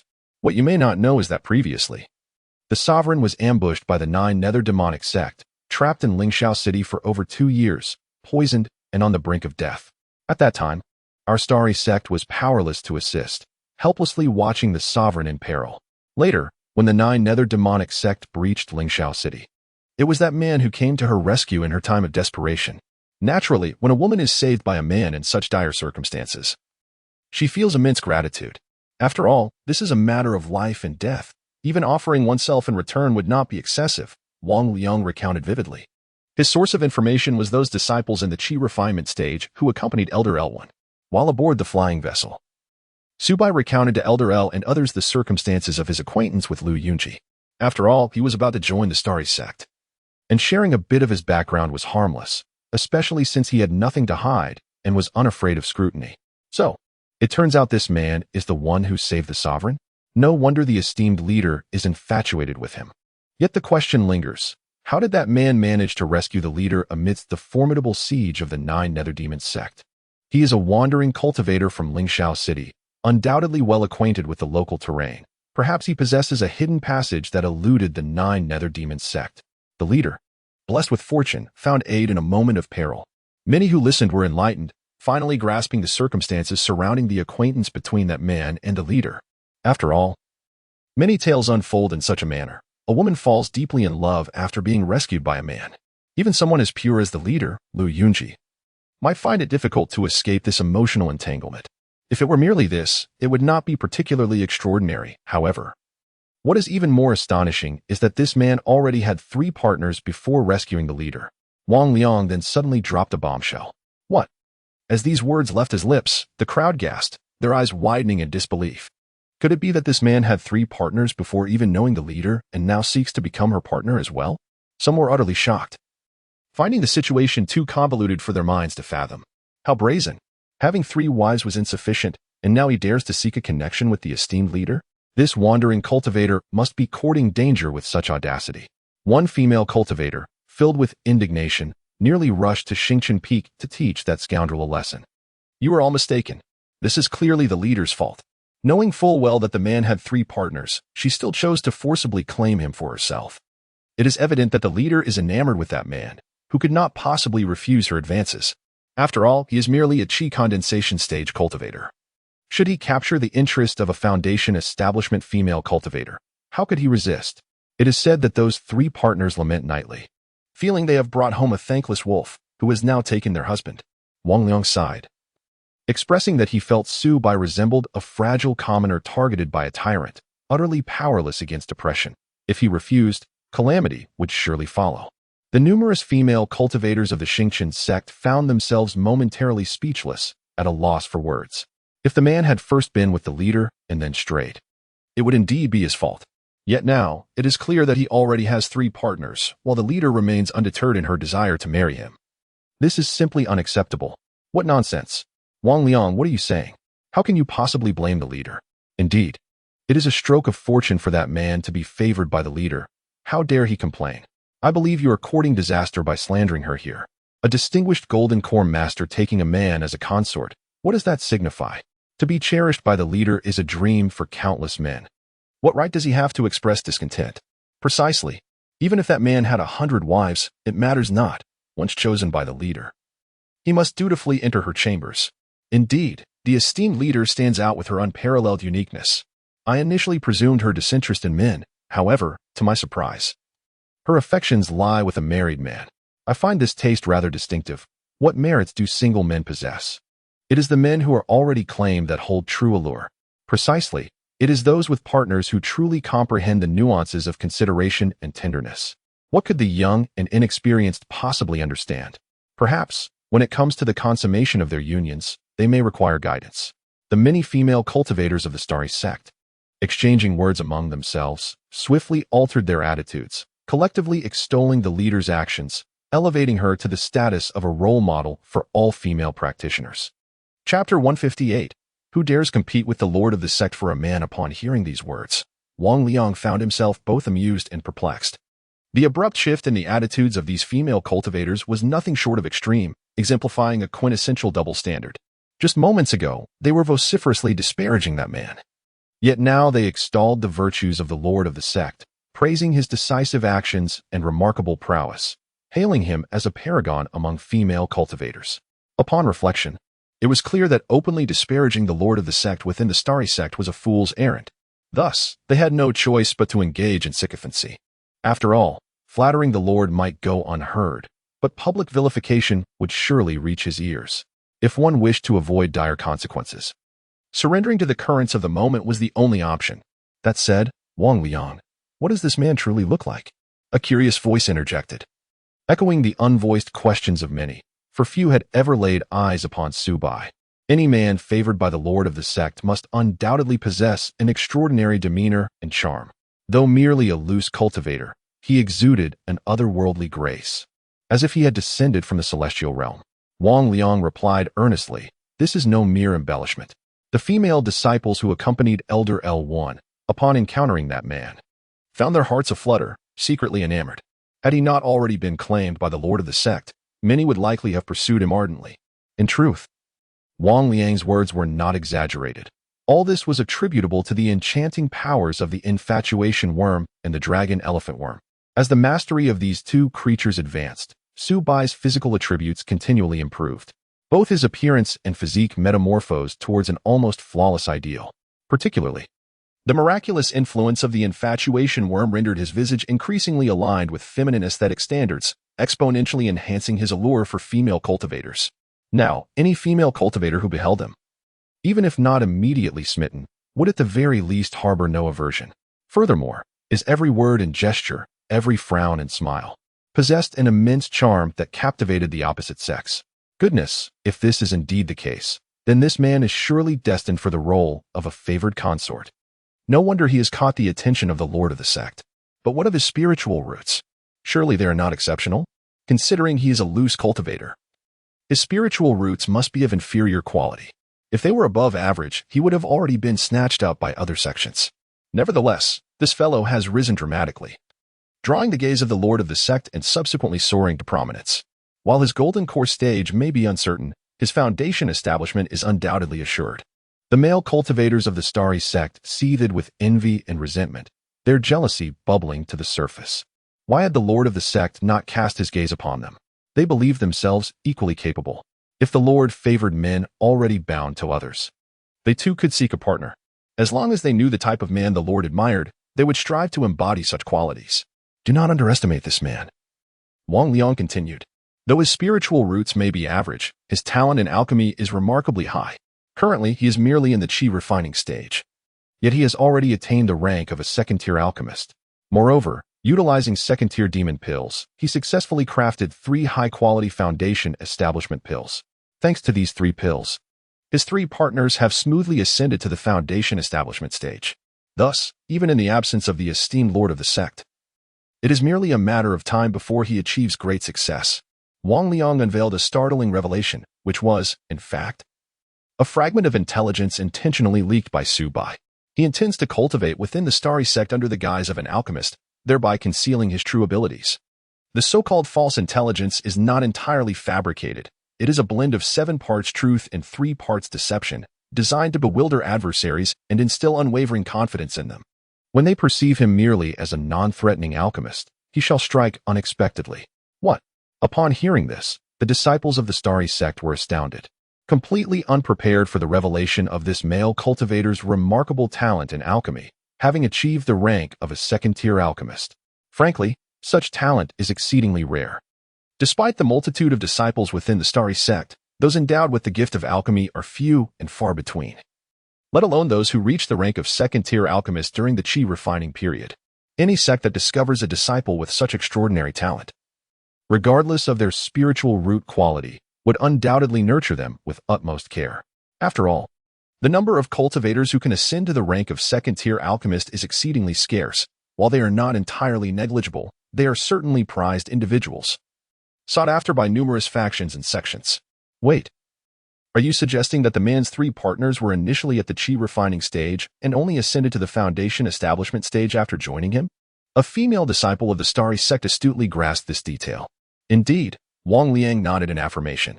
It appears that the esteemed lord of the sect was similarly affected. Originally merely a foundation establishment cultivator, she was afflicted by a potent poison, yet after aligning with this man, she not only overcame the toxicity but also successfully formed her core, becoming a golden core true person. This man seems to possess an extraordinary fortune with women. Could it be that every woman who associates with him receives immense benefits? Is it possible that he is destined to bring fortune to his partners? Another female cultivator could not help but exclaim in astonishment. If only 1 or 2 women experience such fortune, one might attribute it to mere coincidence. Yet with 3 or 4 women, each reaping significant rewards, it transcends the realm of luck. A fate of prosperity with women. Upon hearing this notion, the eyes of many female disciples of the starry sect sparkled with intrigue. They understood that within the realm of cultivation, different cultivators possess unique destinies. And there indeed exist those with extraordinary fortunes. Essentially, each cultivator who reaches the foundation establishment, or even golden core realm, has their own serendipities. Thus, many cultivators carry specific fates, such as those that bring misfortune to men or prosperity to women. Although no one can definitively validate the authenticity of these fates, a prevailing attitude of better to believe than to disbelieve prevails. Regardless of perspective, this man undoubtedly possesses something extraordinary, perhaps even a peculiar spiritual essence, which explains why the esteemed lord of the sect holds him in such high regard. Ahem, let us not indulge in fanciful thoughts. After all, he is the man of the esteemed lord of the sect. You ought to consider your own worth before coveting him. Wang Liang sighed in exasperation. Here he was, sharing gossip, and this group of female cultivators was already contemplating schemes regarding Su Bai. Could it be that the man possesses such an extraordinary charm, inherently attracting the admiration of female cultivators? Upon contemplating this, Wang Liang could not help but feel a twinge of jealousy. Indeed, there are men in this world who are naturally favored by female cultivators, which seems rather unjust. Ha, we are merely jesting. How could we dare to compete for a man with the esteemed leader? Exactly, we lack the audacity for such daring. We are simply engaging in casual conversation. We must not provoke the leader's ire. The female cultivators of the Starry Sky sect exchanged furtive glances, clearly speaking insincerely. Chapter 159, The Untouchable Taboo. Very well. You may proceed as you wish. Wang Liang wore a look of resignation before turning serious, warning his fellow disciples, but remember, do not ever mention that man in front of Elder Xiaoming Yuan, or you will certainly face dire consequences. Do you understand? Elder Xiaoming Yuan? One disciple suddenly recalled. He was the chief disciple of the previous sect master. In our Xingqian sect, apart from the sect master, he is the most likely candidate to become the next leader. At merely 120 years of age, his cultivation has already reached the mid-stage of foundation establishment. Everyone believes he is the most promising among us to attain core formation. Not only that, another disciple chimed in. He and Sect Master Lu Yuji were once known as the Golden Boy and Jade Girl of Xingqian sect. Although Sect Master Lu possesses extraordinary talent, achieving full foundation establishment by the age of 80, far surpassing Elder Xiao, the former sect master even attempted to bring them together. Unfortunately, Sect Master Lu rejected those advances. Despite this, Elder Xiao has never given up, persistently pursuing her. Who could have anticipated that upon her return, not only did Sect Master Lu successfully achieve core formation, but she also brought a companion with her? Elder Xiao must be seething with rage. A female disciple of Xingqian sect suddenly grasped the situation, finally understanding Wang Liang's caution. This matter was undoubtedly an untouchable taboo for Elder Xiaoming Yuan. Should they inadvertently mention Su Bai in his presence, they would surely meet a grim fate. It seems you all comprehend the gravity of this situation, Wang Liang said with a solemn expression. In the presence of the sect master, even if Elder Xiao is displeased, he would dare not act. However, dealing with us, mere chi refinement disciples, is an entirely different matter. Therefore, you must all exercise caution and avoid drawing Elder Xiao's attention. Of course we understand. We assure you we will not speak carelessly. A disciple quickly replied. But speaking of which, after all those years of Elder Xiao pursuing the sect master, investing so much effort and resources, only to have an outsider take advantage of the situation, he must be furious enough to spit blood by now, the disciple remarked, a hint of schadenfreude on his face. At this moment, atop a towering peak within Xingqian sect, the expansive sect boasted countless mountains. Typically, upon reaching the foundation establishment stage, one is entitled to select a mountain as their retreat for cultivation. Elder Xiaoming Yuan, being a mid-stage Foundation establishment elder and a direct disciple of the previous sect master, had the privilege of choosing an exceptionally spirit-rich mountain. Master Xiao, what are your thoughts on the man brought back by the sect master? Inquired Zhao Kun, the master of the artifact refining hall. He was a late-stage Foundation establishment cultivator, aged 190, and belonged to the more seasoned cohort of Foundation establishment practitioners. He oversaw the crafting of various magical and spiritual tools within the sect, holding a prestigious position and considerable power. Moreover, he was a longtime rival of Elder Xiao. What is there to see? Merely an inconsequential wanderer, Xiaoming Yuan scoffed dismissively, his face etched with disdain. With a mediocre spiritual root, he might not even succeed in foundational cultivation. He was utterly insignificant. Anger simmered within Xiaoming Yuan, for this fellow was clearly intent on provoking him. The Qi refinement period disciples were always cautious in his presence, never daring to utter a word about Su Bai. Yet Zhao Kun, emboldened by his status as a late-stage foundational cultivator and the master of the artifact refining hall, cared not for such apprehensions, deliberately bringing up the matter before him, clearly wishing to humiliate him. Is that so? I have heard he is a second-tier alchemist, with the aid of the sect leader. Acquiring a premium foundational elixir should pose no challenge. Securing his foundational cultivation would be as certain as fate itself. At that point, his lifespan could extend to 250 years, allowing him to remain by the sect leader's side for over 2 centuries, truly a celestial couple, evoking envy in all. A faint smile tugged at the corners of Zhao Kuan's mouth as he gazed at Xiaoming Yuan, continuing to pour salt into his wounds. Zhao Kuan, are you tired of living? Do you wish to confront me? Xiaoming Yuan could no longer contain himself, utterly incensed, unleashing a torrent of curses. An intense aura of killing intent enveloped him, surging toward Zhao Kun like a tempest. Although he was merely at the mid-stage of foundational cultivation, his combat prowess rivaled that of late-stage cultivators, which is why he could hold the esteemed position within the punishment hall. Why bother with anger? Zhao Kun chuckled heartily, reveling in Xiaoming Yuan's loss of composure. After all, this fellow was typically shrewd and difficult to catch off guard. It was evident that he had struck a nerve, for such a display of emotion was rare. Silence. Xiaoming Yuan glared fiercely at Zhao Kun, his eyes ablaze. This is the chosen partner of the sect leader. You and I have no right to interfere. Regardless of my feelings, he is the sect leader's companion, and I, Xiaoming Yuan, have nothing to say. Clenching his fists tightly, he felt as though if Zhao Kun dared to utter another provocative word, he would disregard all consequences and, even at the risk of violating sect rules, teach him a lesson. Do you not wish to eliminate that young man? Zhao Kun observed Xiaoming Yuan with a knowing smile, attempting to discern his thoughts. At present, my sole desire is to pursue longevity and diligently cultivate my elixir. I wish not to entertain other matters, Xiaoming Yuan replied, his expression calm as he regarded Zhao Kun. He understood well that this man sought to sow discord between him and Su Bai, yet he would not fall for such a ploy. In his pursuit of Lu Yunji, his affections were but a small part of his intentions. The greater ambition was to marry the daughter of the sect leader, thereby securing his position as the future sect leader of the Starry Sky sect. In such a role, he would command all the sect's resources to aid his quest for immortality. However, no matter how fervently he pursued her, Lu Yunji remained unmoved, seemingly having seen through his ulterior motives. Now, as she had become a core formation cultivator, her strength and lifespan had significantly increased, placing her far beyond his reach. Now she has returned to the sect with a companion, which signifies that he has utterly lost his chance. Consequently, he has long since abandoned those notions. Many presume that he would harbor animosity towards Su Bai, yet he comprehends that opposing the sect leader's companion would yield no benefits for himself. Even if he were to eliminate Su Bai, it would only incite the ire of Lu Yunji. Offending a golden core real person is a perilous matter. He is certainly not foolish enough to pursue that path. Presently, his greatest aspiration is to successfully attain the golden core stage. Once he becomes a golden core real person, power and wealth will inevitably follow. Even if he cannot ascend to the position of sect leader, his status will be entirely transformed, granting him the authority to influence many matters with a mere utterance. Thus, how could he easily fall for Zhao Kuan's schemes and jeopardize his cultivation? Truly, he is deserving of the title of Master Xiao.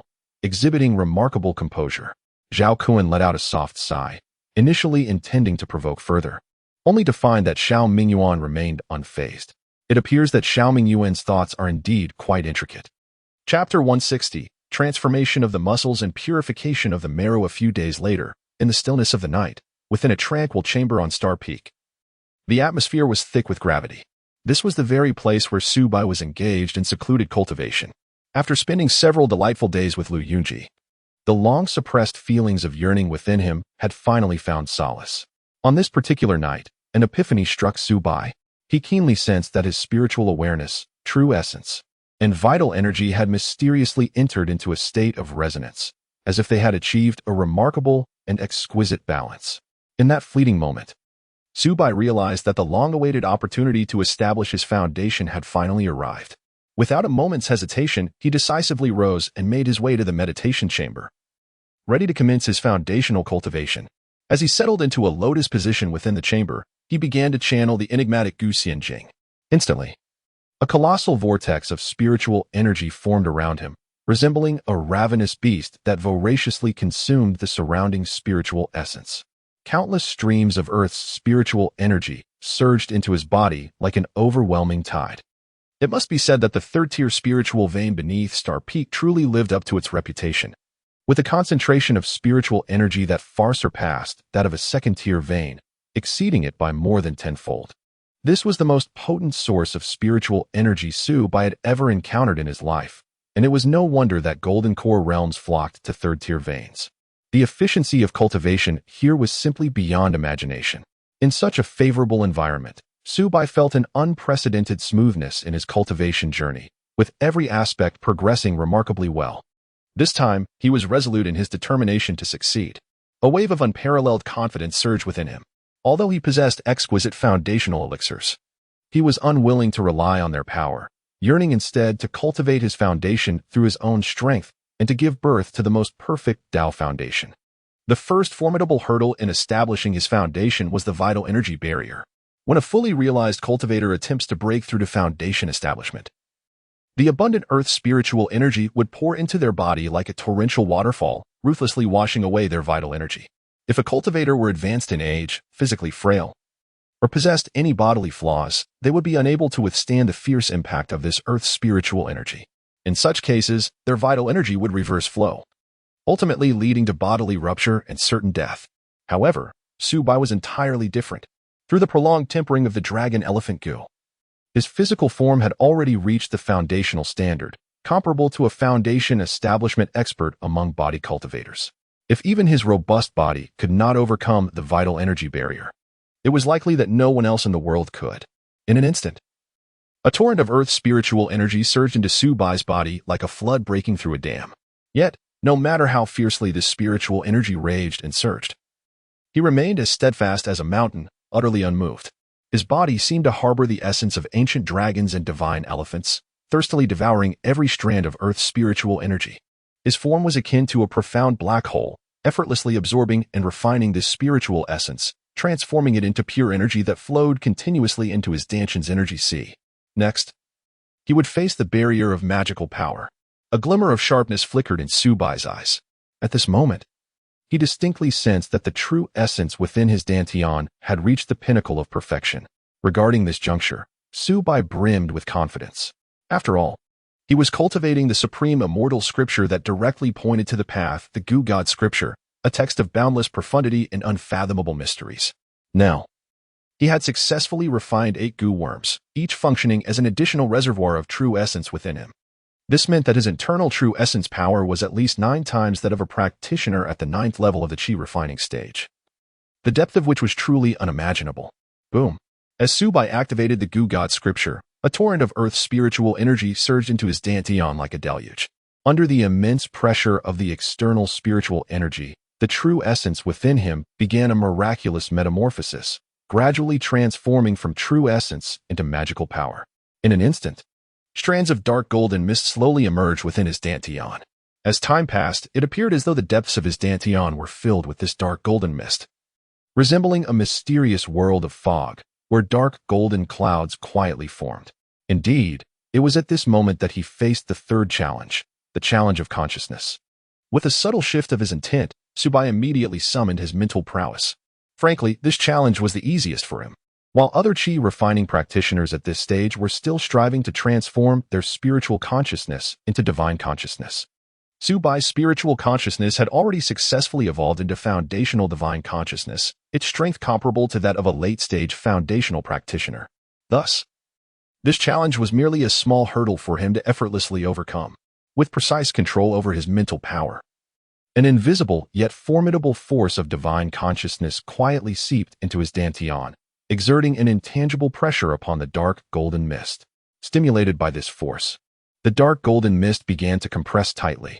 It was uncertain how much time had passed, but under Subai's keen perceptive abilities, he faintly heard the sound of droplets falling within the depths of his dantian, akin to water dripping. Before his eyes, the true essence had undergone a complete metamorphosis, coalescing into droplets of dark golden magical liquid that slowly descended from the clouds of mist. 1 drop, 2 drops, 3 drops. The speed of condensation increased, ultimately resulting in the formation of 20 droplets of dark golden liquid.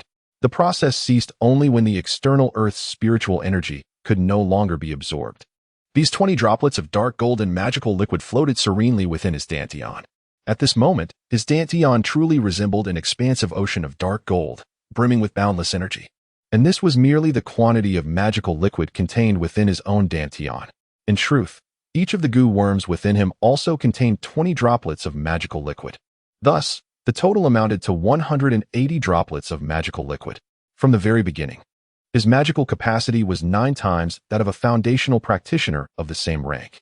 Yet, this was merely the beginning, not the end. The process of muscle transformation and marrow cleansing awaited him. Subai exerted his utmost effort to activate the goo, and in an instant, the liquid essence of his magical power within the depths of his dantian began to flow through his meridians and blood vessels, establishing a flawless cycle throughout his entire being. Undoubtedly, this was the unique method of muscle and marrow transformation possessed by foundation-building cultivators. It represented the greatest boon available to those who successfully ascended to the foundation establishment stage, embodying the true mystery of this realm. When the magical power coalesces into a liquid form, the cultivator can harness its strength to undergo the transformative process of muscle and marrow refinement. Consequently, the cultivator's body begins to liberate itself from the constraints of mortality, taking a pivotal step towards attaining an immortal physique. A single instance of this refinement can result in profound and transformative changes within the cultivator's body, simultaneously granting an extension of life by as much as 250 years.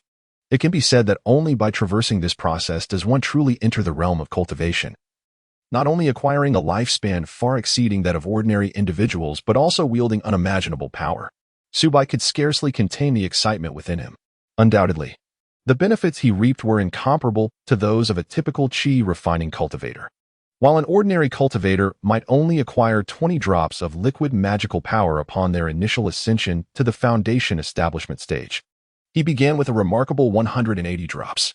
One can only imagine the tremendous enhancement his body would thus experience. As the magical power continued to circulate within him, Subai distinctly perceived that every aspect of his being, his bones, skin, flesh, meridians, organs, and even each individual cell, was strengthening at a geometric rate. The overwhelming earthly spiritual energy surged like a powerful force, propelling his body to ascend at a visibly rapid pace. 1 cycle, 10 cycles, 20 cycles, 50 cycles. This time, the magical power circulated a full 180 cycles before this wondrous process of marrow washing and meridian cleansing finally came to a close. Chapter 161. Foundation established within the tranquil chamber. Time seemed to stand still as Subai, immersed in the pivotal moment of his breakthrough, slowly opened his eyes, which sparkled with an uncontainable excitement. I have succeeded. I have successfully established my foundation. His voice trembled slightly with exhilaration as joy surged from the depths of his heart, overflowing in expression. Subai keenly and profoundly sensed that an astonishing transformation had occurred within him. This change was first manifested in his physical prowess. Prior to establishing his foundation, he was merely comparable to a practitioner at the initial stage of foundation establishment. Yet at this moment, it felt as though a mysterious and powerful force had undergone a second forging and sublimation of his body, significantly enhancing his physical attributes, allowing him to rival those at the mid-stage of foundation establishment. Even more astonishing was the near perfection of his physique. The scars etched by battles and rigorous training, once indelible reminders of hardship, had vanished without a trace. The residual toxins from various elixirs that had lingered in his body, whether hidden in his meridians or concealed within his organs, had been entirely expelled, as if they had never existed. In this moment, his form appeared as if meticulously crafted by the heavens, an impeccable masterpiece forged from the essence of existence. Devoid of any flaw, this was the miraculous effect of perfect foundation establishment, capable of thoroughly refining the body and creating a physique that approached the ethereal. Subai felt his body as light as a feather, as if he had shed countless burdens in an instant. The fatigue and constraints accumulated from years of cultivation and combat had dissipated into nothingness.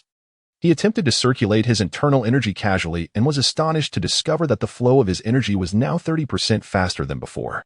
This energy surged through his meridians like an unceasing river, smooth and rapid, each cycle imparting an unprecedented sense of exhilaration.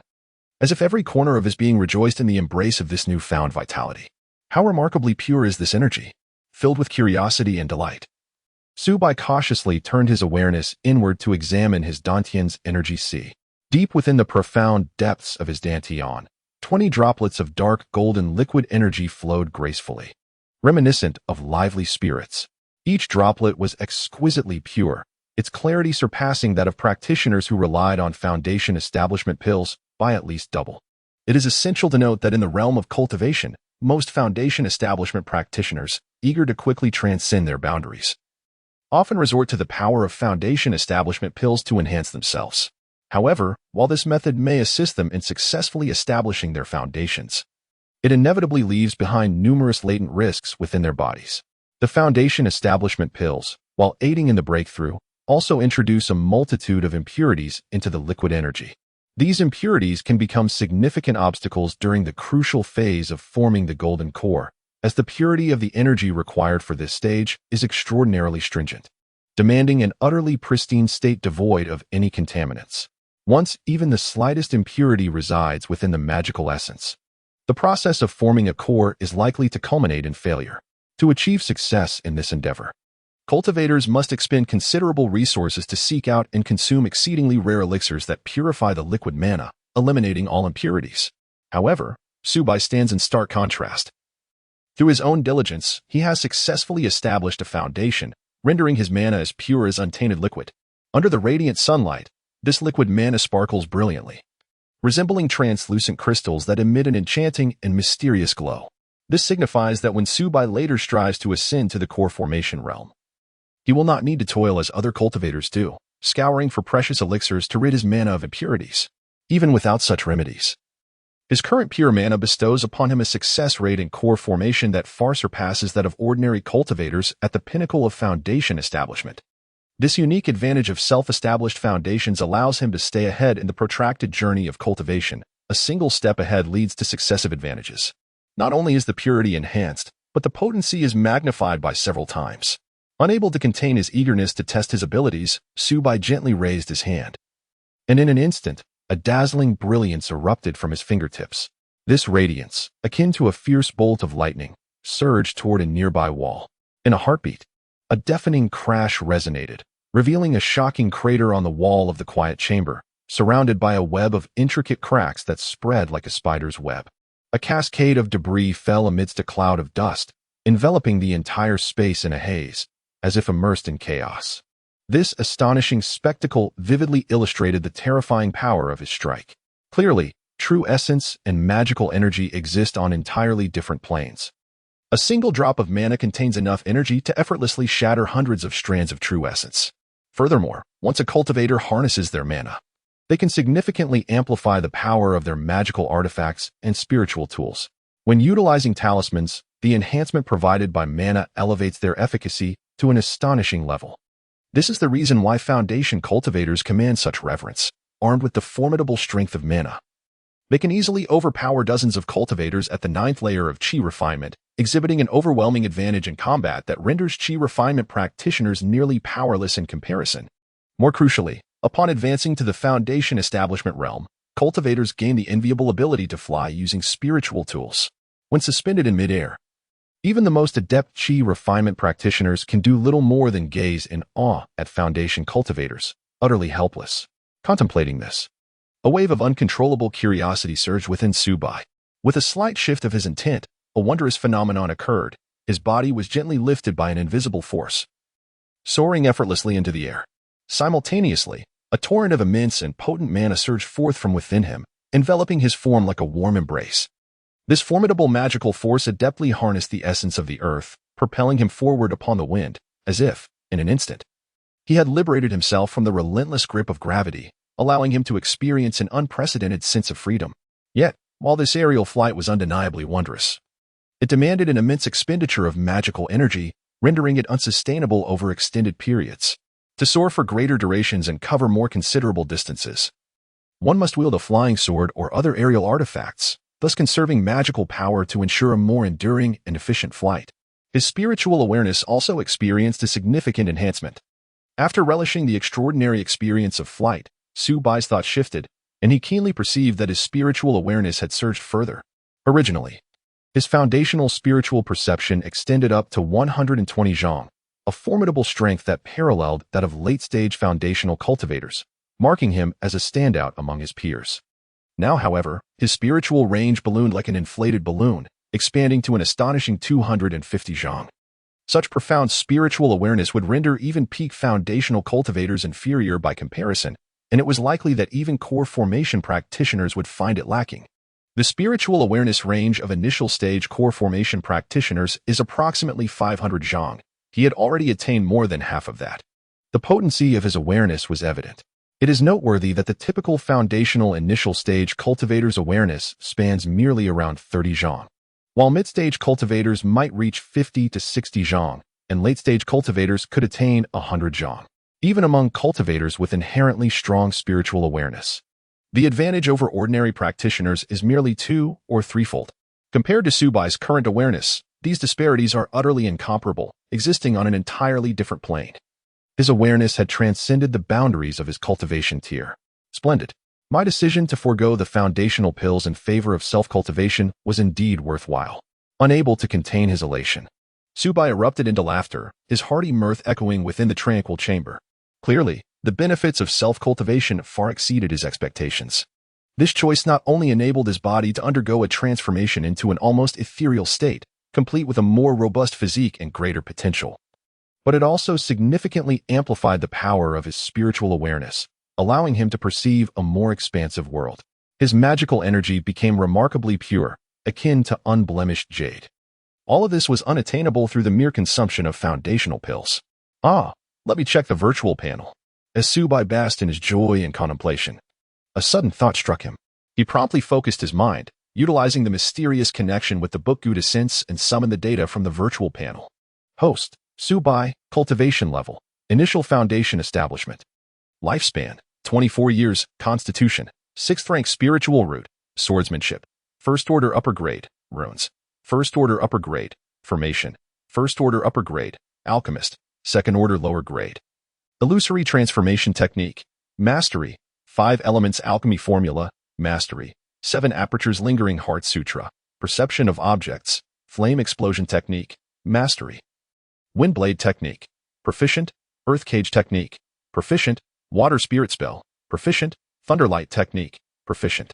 Infatuation Gu, 3rd order lower grade, clone Gu, 2nd order lower grade. Wine bug, 2nd order lower grade, gold devouring bug, 2nd order lower grade, book Gu, 2nd order lower grade, dream soul Gu, 2nd order middle grade, dragon elephant Gu, 2nd order lower grade. 1,000 spiders and 10,000 poisons Gu, 2nd order lower grade.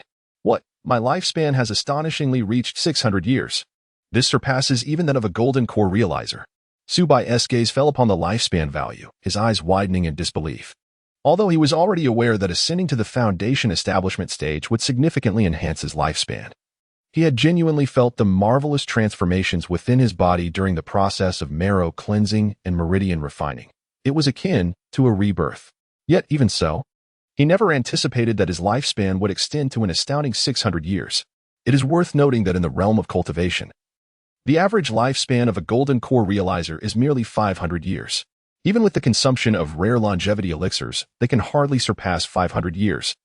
And it is exceedingly rare for anyone to exceed the 600-year threshold. However, now, Su Bai, merely at the foundation establishment level, possesses an extraordinary lifespan exceeding 600 years, which is nearly equivalent to the duration of 2 secular dynasties.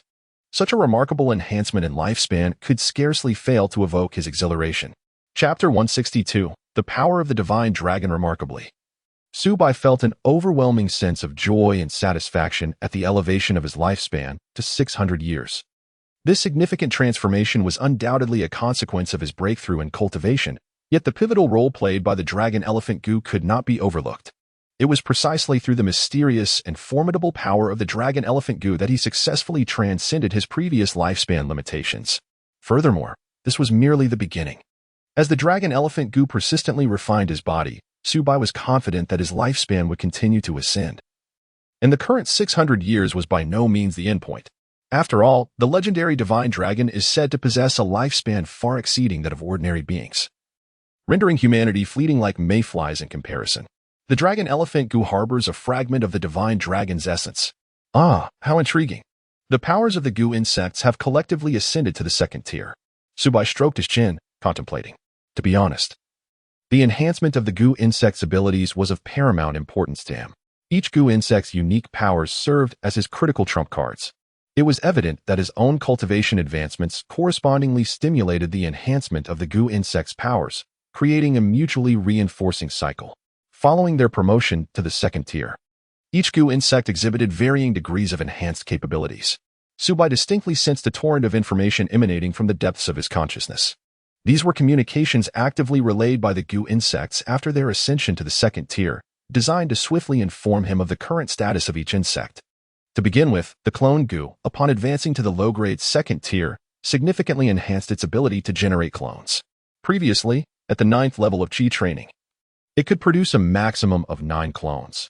Now, having reached the low-grade second tier, it could astonishingly create 18 clones, effectively doubling its output. Should it further ascend to the mid-grade second tier, the number of clones would increase to 36, and at the high-grade second tier, it could yield as many as 72 clones, demonstrating a trend of exponential growth. Of course, merely increasing the number of clones was not enough to elicit awe. More importantly, each clone possessed the capacity for autonomous learning of various skills and the myriad arts of cultivation. Furthermore, the knowledge and insights acquired by the clones could be relayed back to the main body.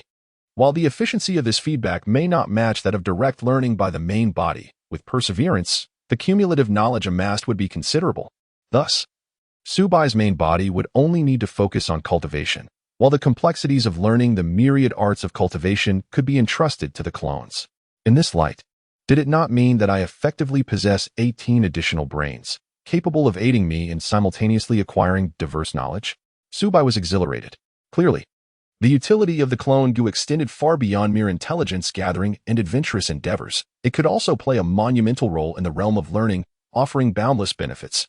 After all, the breadth of knowledge Subai needed to acquire was vast. With the assistance of multiple clones, his learning efficiency would undoubtedly soar. Coincidentally, the book Gu had also ascended to the second tier. If it could synergize with the second-tier clone Gu, it would indeed be like adding wings to a tiger. Subai clenched his fists, excitement gleaming in his eyes. Upon advancing to the second tier, the book Gu not only expanded its internal capacity 100-fold, enabling it to store vast amounts of data, but also birthed an extraordinarily significant new ability, knowledge transmission. Harnessing the power of the book Gu, Subai can impart the knowledge he possesses to others, aiding them in effortlessly memorizing various information, achieving an effect akin to photographic memory. Previously, the capabilities of the book Gu were solely for his own use. Now, any knowledge recorded within it can be shared with those around him, allowing his companions to benefit as well, memorizing a plethora of cultivation knowledge just as he does.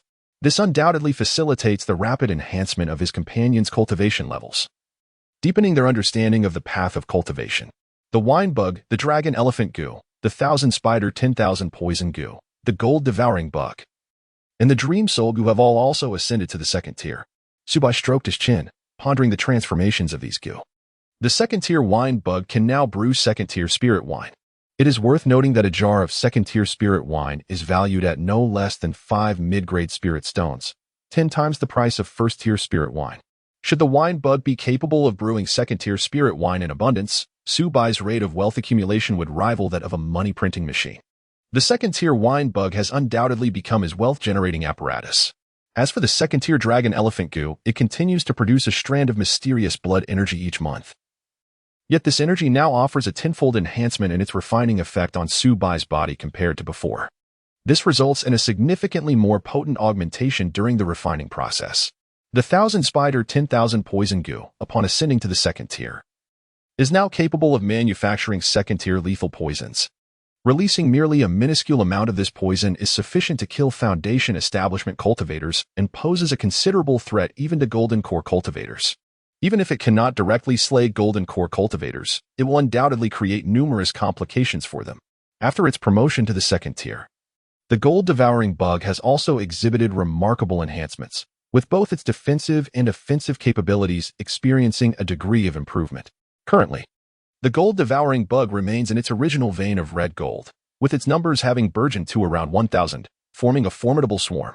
Should they mobilize collectively, they could annihilate numerous Foundation Establishment cultivators, inciting an unprecedented insect calamity.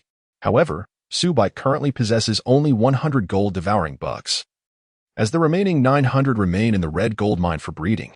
After all, the consumption of over 1,000 Gold-Devouring Bugs is substantial, and given his current capabilities, it is indeed challenging for him to sustain their needs.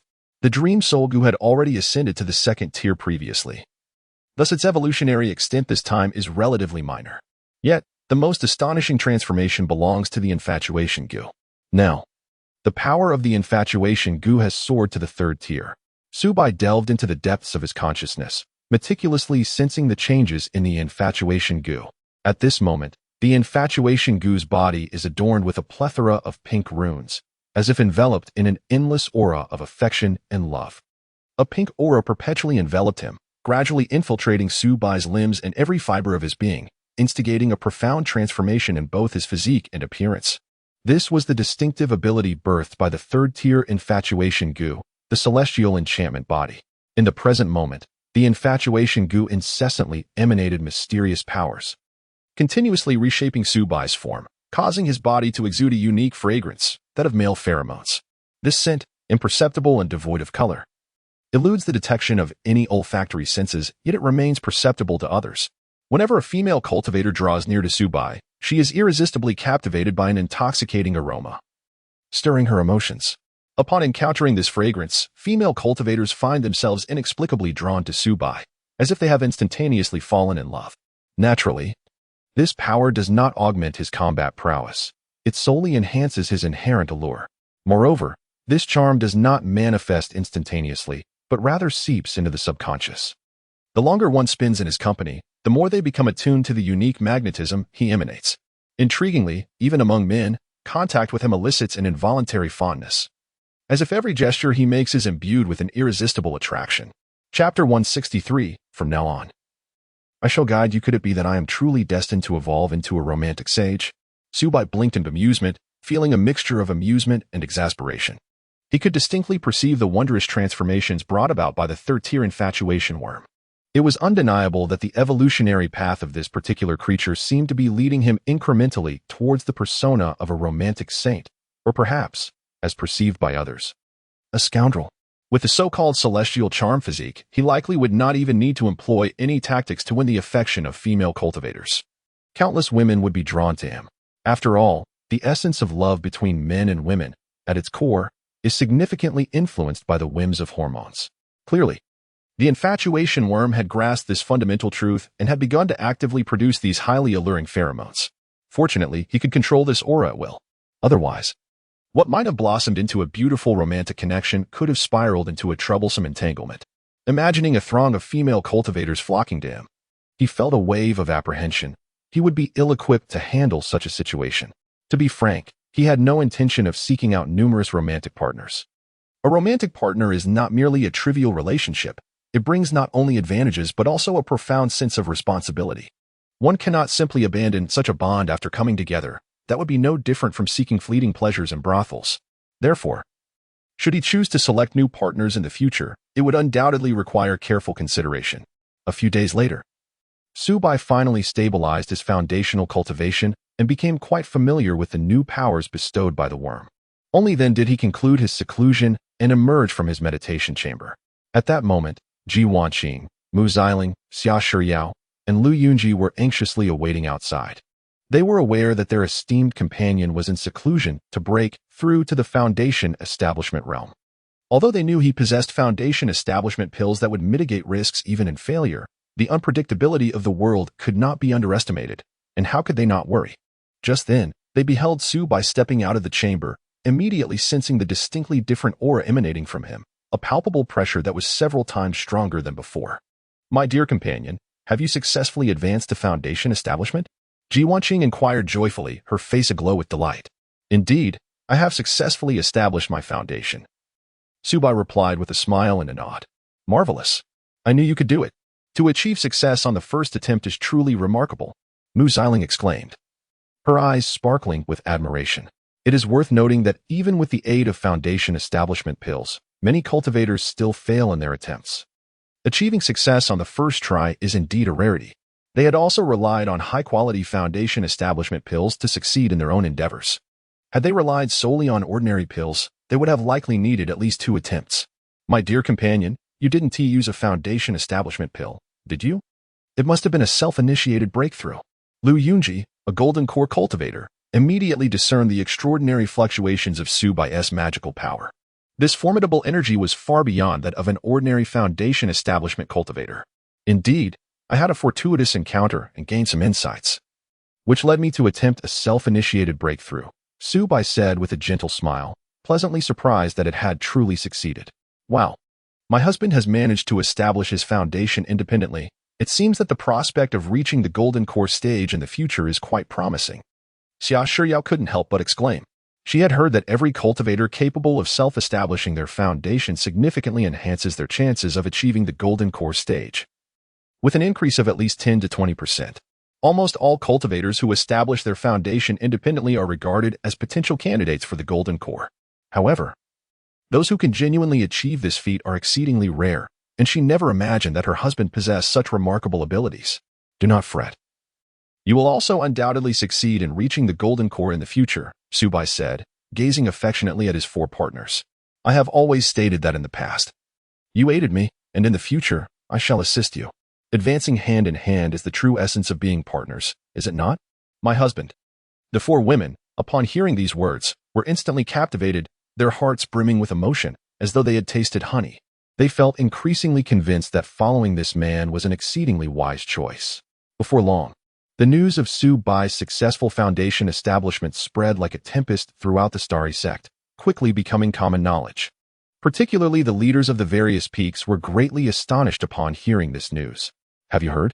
The beloved partner of our esteemed sect master, Su Bai, has successfully established his foundation." A disciple eagerly disseminated the information. "Is it true? Wasn't he only at the 9th level of Qi cultivation before? How could he establish his foundation so swiftly?" Many disciples of the Starry Sect were left agape in disbelief. They had presumed that it would take Su Bai several years, if not a decade, to establish his foundation. Who could have anticipated that upon returning to the sect, he would achieve a breakthrough in just a few days? Once one becomes a foundation establishment cultivator, their status elevates significantly, regardless of the previous quality of their spiritual roots. Even those with inferior roots, upon successfully establishing their foundation, prove their strength. It is essential to note that even cultivators with intermediate roots may not successfully establish their foundation, while those with superior roots could encounter misfortune along the way. Thus, once one becomes a foundation establishment cultivator, even those with inferior roots qualify to become elders of the sect, overseeing a peak. After all, strength is the ultimate truth, even if one's cultivation stagnates in the future. The prowess of early foundation establishment is sufficient to dominate a region. It is said that Su Bai is already a second-tier alchemist, and having enjoyed exceptional fortune in concocting high-quality foundation establishment pills, combined with his residence at the Starry Peak, which is supported by a 3rd-tier spiritual vein, his successful foundation establishment seems quite plausible. Some discreetly shared what they considered to be insider information. "This fellow has such incredible luck. Previously just a loose cultivator. After being favored by the sect master, he has sailed smoothly and directly established his foundation." A disciple of the inner sect expressed envy and resentment. "As a distinguished inner sect disciple of the Starry Sect with 5th-tier roots, I still cannot establish my foundation. Is it merely because he excels in that regard that he garners the favor of female cultivators? Do women in this world only regard such qualities and overlook a man's inner virtues? Is there no golden core female cultivator who would take notice of me, allowing me to also savor the taste of love? Humph. You might as well stop dreaming. A female cultivator from the starry sect scoffed mercilessly. I have heard that man is handsome, with an ethereal charm, one of the rarest beauties in the world. Why don't you find a mirror to reflect on your own appearance? With such a visage, which woman could possibly be attracted to you? So what if he is handsome? Is that truly something to boast about? I too can enhance my looks. I could undergo cosmetic surgery. It is said that the Shadow Demon sect possesses a technique of transformation, capable of altering one's appearance at will. If a female cultivator of golden core prefers different types of handsome men, I could simply transform into her desired visage every day. The inner disciple clenched his fists, embodying a resolve of desperation. What do you know? Another female cultivator from the starry sect replied enigmatically. The affection that man has garnered from the sect leader is not solely due to his looks. The esteemed leader is not so superficial. I have heard that this man possesses a unique and extraordinary skill that particularly endears him to women. I shall refrain from elaborating further, but it is worth noting that he is known by the title of Celestial Azure Taoist. Upon hearing this, the surrounding disciples of the starry sect were left in astonishment, as if they had unlocked the door to a new realm of understanding. Chapter 164. The Authority of the Golden Core True Person. This matter not only stirred the ordinary disciples of the starry sect, but also caught the attention of the foundational elders within the sect. After all, it had become the most noteworthy event in the starry sect of late. What? That itinerant cultivator has actually succeeded in establishing his foundation? How could it happen so swiftly? It is rumored that he possesses a high-quality foundation-building elixir, along with the assistance of a third-tier spiritual vein, which undoubtedly facilitated his smooth advancement. This fellow is truly blessed with extraordinary fortune, although he is merely a low-grade spiritual root cultivator. His foundation-building speed surpasses that of our sect's disciples. At this rate, could he even aspire to break through to the golden core stage? Nonsense. With his low-grade spiritual root talent, his cultivation after foundation establishment will undoubtedly progress at a snail's pace. It may take him over 100 years to even reach the mid-foundation stage. Nonetheless, it must be said that he has already surpassed the majority of cultivators, enabling him to stand on equal footing with us. Humph. Being favored by the sect master brings endless benefits, which is indeed enviable. I have heard that he will hold a grand foundation building ceremony in 3 days. Should we attend? Is that even a question? He is the sect master's partner. If we do not attend, it would clearly be a disregard for the sect master's honor. Precisely, let us prepare a respectable gift. We cannot afford to tarnish the reputation of the starry sect in this matter. The group of foundational elders engaged in fervent discussion, their faces etched with frustration. To be candid, if an ordinary cultivator were to establish their foundation, they would hardly concern themselves with it. Those with close ties might join in the festivities. Those with more casual connections would simply overlook the event. However, the situation is vastly different this time, as it is the sect master's partner who is establishing their foundation. Should they show indifference, it is feared that the sect master might regard them with disdain. After all, it is well known that Lu Yunji is the unequivocal leader of the starry sect, the true power holder. To disregard her partner is tantamount to disrespecting Lu Yunji herself. And women are known to hold grudges. None can predict when Lu Yunji might retaliate. 3 days later, Su Bai's foundation building ceremony was grandly held at the starry sect. Almost all of the foundational elders attended the event, which was of such high caliber that it was second only to the ceremony of Lu Yunji's ascension to the sect master position, truly honoring Su Bai. At this moment, Su Bai made his entrance accompanied by Lu Yunji, Ji Wanqing, Mu Xiling, and Xia Shiyao. In an instant, the entire venue was captivated by their presence. After undergoing the dual refinements of the second-tier dragon elephant goo and the third-tier infatuation goo, Su Bai's aura, physique, and appearance had undergone a tremendous transformation. He appeared refined and elegant, exuding an air of nobility. His face was chiseled with precision, his features distinct and sharp yet undeniably handsome. His sword-like brows arched elegantly, and his eyes sparkled like stars, his visage as smooth as beautiful jade. The aura radiating from him resembled that of a celestial being descended from the heavens. Extraordinary and ethereal, especially those pitch-black eyes, pure as amber, subtly radiating an air of innocence, evoke compassion in countless women who wish to cradle him in their palms. My goodness, is this fellow Su Bai? There have been rumors of his unparalleled beauty, and I wondered how exquisite he could truly be. Now, I find myself feeling utterly inadequate. He resembles a prodigious disciple of a celestial sect, standing out remarkably. I once thought my appearance was passable, But in comparison to this fair-skinned youth, I feel utterly ashamed. Bah, just take a look at your own sharp features and unkempt appearance. Were it not for your foundation establishment cultivation, you would likely struggle to find a partner and would be relegated to the brothels. How dare you speak so disdainfully? You're not any better. You too possess a visage akin to a crooked melon, disheveled and rat-like, 3 parts human and 7 parts ghoul. Yet you have the audacity to criticize me. No wonder the esteemed sect leader is captivated by him. If this fellow were a woman, she would surely be a beauty capable of causing upheaval in the world. Such looks are not easily replicated. They are a gift of nature, imbued with an innate charm that seems to embody the essence of the Tao. It is said that this individual bears the moniker of the Azure Taoist, which must have won him the favor of the sect leader. To possess both flexibility and strength is the mark of a true man. Indeed, his reputation is well-deserved. If he had not experienced the trials of life, how could he have distinguished himself among the myriad of loose cultivators? Numerous foundation establishment elders communicated discreetly through their divine senses. After all, using divine senses for conversation ensures that others cannot overhear their discussions, alleviating concerns of being detected by the sect leader, while allowing for clandestine dialogue and the exchange of intelligence. This is their first encounter with Subai, and they are all utterly astonished. Should this individual possess superior spiritual roots, he would indeed be indistinguishable from the true disciples of the sect. Nevertheless, even in his current state as a foundation establishment cultivator, he is more than capable of standing on equal footing with these elders. At this moment, Liu Yunji began to introduce Su Bai to the esteemed foundation establishment elders of the Starry Sect. My dear, this is Xiao Mingyuan, the master of the Hall of Rewards and Punishments, who has reached the mid-stage of foundation establishment. This is Zhao Kuan, master of the Artifact Hall, who has attained the late stage of foundation establishment. This is Wei Tiangong, the master of the Pill Peak, also in the late stage of foundation establishment. This is Gao Yang, master of the Golden Talisman's Peak, who is at the mid-stage of foundation establishment. This is Chao Xing, master of the Array Peak, likewise at the late stage of foundation establishment. This is Chun Tianliang, master of the Library Pavilion, who is also in the late stage of foundation establishment. In no time, Liu Yunji had introduced all these key figures of the Starry Sect. Additionally, there were several guest elders in the foundation establishment stage.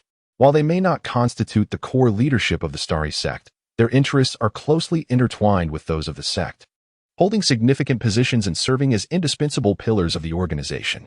It is understood that there are as many as 186 foundation establishment cultivators within the Starry Sect. Had it not been for the previous war with the Phantom Demon sect that claimed numerous foundation establishment lives, the number of cultivators would likely have exceeded 200. This serves to highlight the profound heritage of the Starry Sect. It is noteworthy that other foundational families typically possess only 1 or 2 foundational cultivators. In stark contrast, the Starry Sect boasts over 100, equivalent to the sum total of more than 100 foundational families. This clearly illustrates the formidable strength of the Starry Sect, which is unparalleled by ordinary sections. Greetings, esteemed friends. Subai nodded slightly, his heart brimming with myriad emotions. In the past, when he was merely a solitary cultivator, he would never have had the opportunity to encounter such prominent figures at the foundational level. He would have scarcely dared to approach them for conversation. A single misstep could provoke their ire, leading to a dire fate. Yet now, those powerful individuals within the sect, who wield substantial authority and possess lofty aspirations, have come forth to present gifts, bowing and scraping before him with faces full of flattery. The rapidity of such changes in the world is truly astonishing. Of course, Subai understood that the obsequiousness of these foundational elders was not a result of his own successful foundation, but rather due to his partner being a golden core true person, who also happens to be the sect leader of the Starry Sect. Consequently, everyone treats him with affable warmth, their words as sweet as honey, as if they were caressing him with a gentle spring breeze. Their respect is not for Subai himself, but for the power held by that golden core true person. Upon reflecting on this, the slight sense of elation he had felt quickly dissipated, restoring his composure. In this ruthless world of cultivation, where the strong prey upon the weak, it ultimately remains power that dictates all. Without sufficient strength, everything is merely an ephemeral illusion, destined to fade away in an instant. Chapter 165, The Master of the Qifeng Sect, Ji Yunchuang. This time, Subai's foundation establishment ceremony was executed with remarkable success, leaving both hosts and guests in high spirits.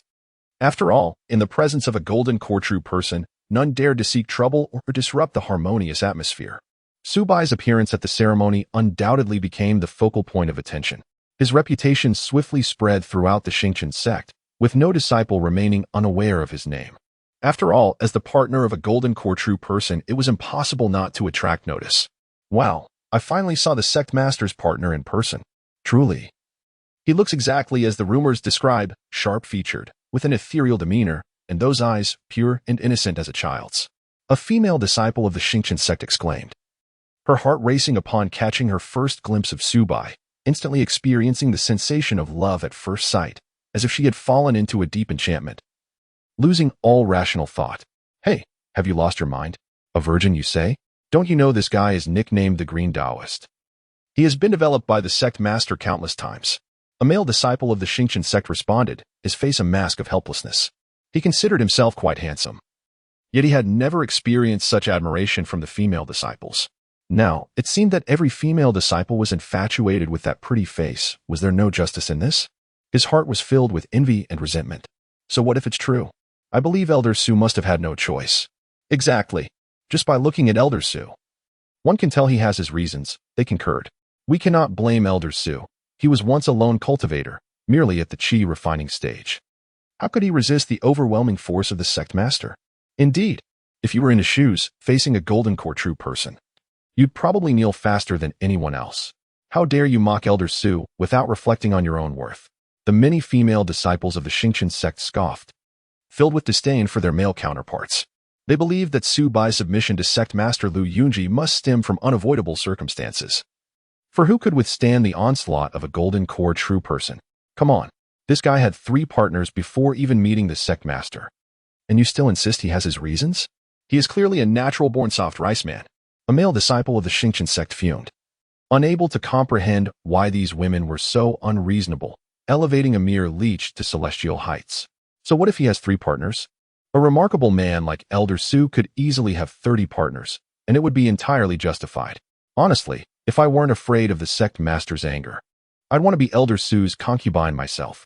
Bah, you think you could be Elder Su's concubine? You'd probably just be a foot-washing maid. To serve as a foot servant would not be without its merits, as it would at least allow one to be closer to Elder Su. The numerous female disciples of the Starry sect engaged in animated discussions, their infatuation evident. Upon hearing these words, the male disciples of the Starry sect were rendered speechless, uncertain of how to respond.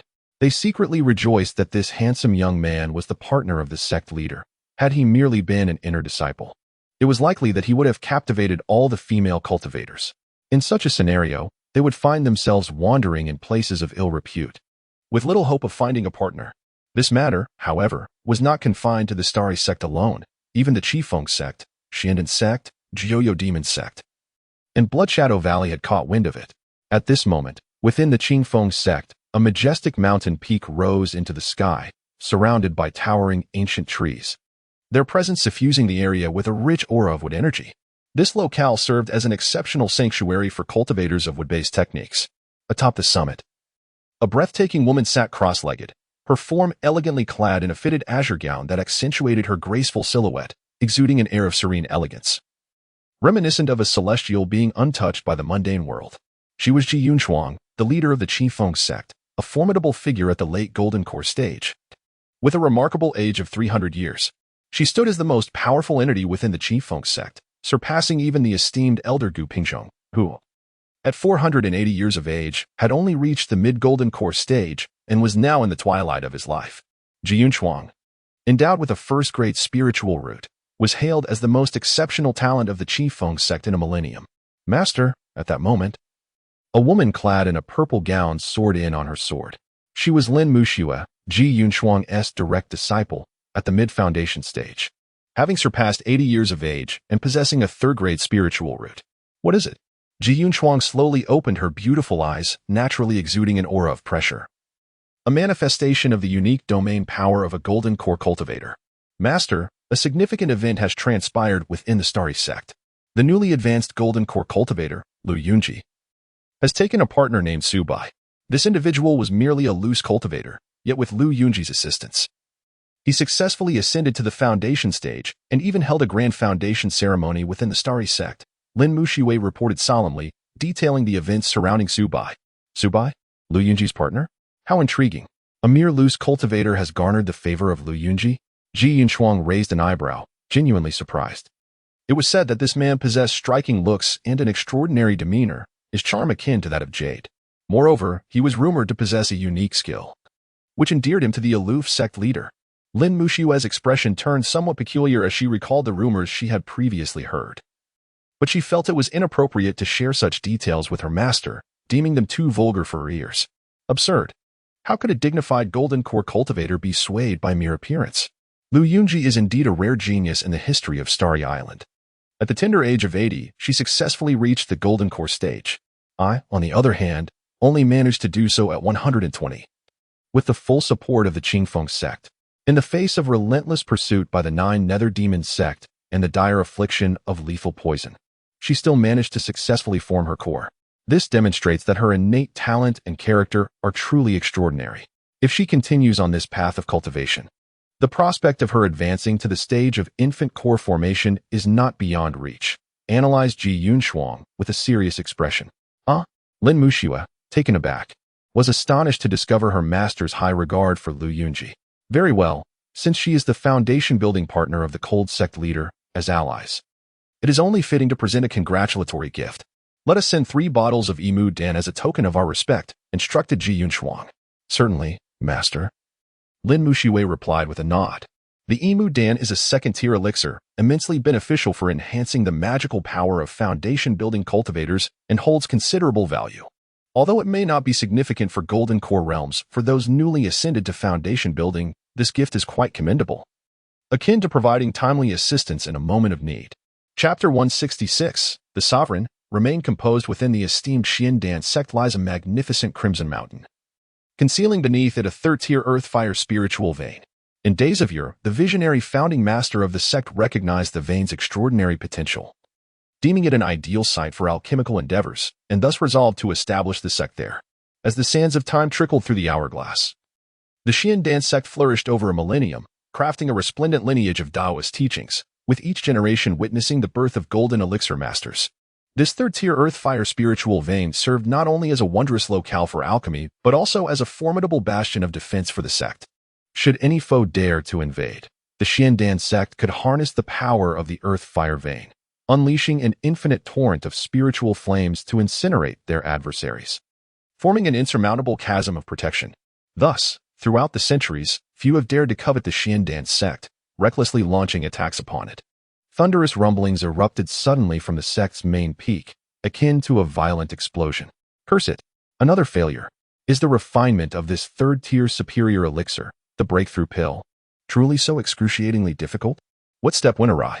A melodious voice, as clear as a lark, emerged from the enveloping mist, followed by an exquisitely beautiful woman, clad in tattered garments, struggling to emerge from the rubble. The scant fabric barely concealed her form, her enchanting figure partially revealed, evoking a blush upon the cheeks of onlookers. Master, several female disciples, seemingly accustomed to this scene, hurried forward to drape a coat around her shoulders. This stunning woman was none other than Jiang Yuyao, the sect master of the Xiandan sect, a mid-stage golden elixir cultivator at the tender age of 230, endowed with a first-grade spiritual root. Simultaneously, she stood as the sect's most exceptional alchemist, having attained the rank of a third-tier alchemist. Within the realm of Starry Isle, few could rival her prowess in alchemy. Master, a significant event has unfolded at the Starry sect. One disciple hastily reported the latest gossip. Oh, what is this momentous occasion? Jiang Yuyao, momentarily distracted from her previous vexation over her alchemical failure, was drawn in by the news. The sect leader, Lu Yunji, has wed. Her partner is merely a loose cultivator, with a low-grade spiritual root. However, with Lu's assistance, he has successfully established his foundation. Recently, a foundation establishment ceremony was held within the sect, inviting numerous fellow disciples. The disciple relayed the information in one breath. What? A partner? That icy woman, Lu Ruobing, has found a partner? Jiang Yuyu exclaimed, astonished. I presumed she, like the woman from the Qifeng sect, was solely devoted to the pursuit of the Tao, intending to live out her days in solitude. I can't believe she has chosen a man. Tell me, what is so remarkable about this man that has caught Lu Yunji's interest? Jiang Yuyao queried with curiosity as she stroked her smooth chin. Master, It is said that this man is extraordinarily handsome, as if a divine being has descended upon the mortal realm. Any woman who lays eyes upon him cannot help but feel enamored. However, I have only heard this through the grapevine and cannot vouch for its authenticity. The female disciple spoke, a flicker of jealousy flashing in her eyes as she glanced at Jiang Yuo's figure, yet she continued her narration with unwavering composure. Could it be true? That even a woman like Lu Yunji would be captivated by a man's charm? What unparalleled beauty must he possess? If I were to seize this man, would Lu Yunji not weep bitterly? And surely, her tears would be loud and plentiful. Jiang Yuo's eyes sparkled with interest.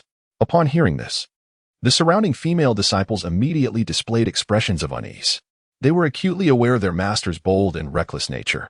She had dared to pluck the beard of her predecessor. And in her youth, she had foraged for spirit herbs, treating ginseng as casually as one would a carrot.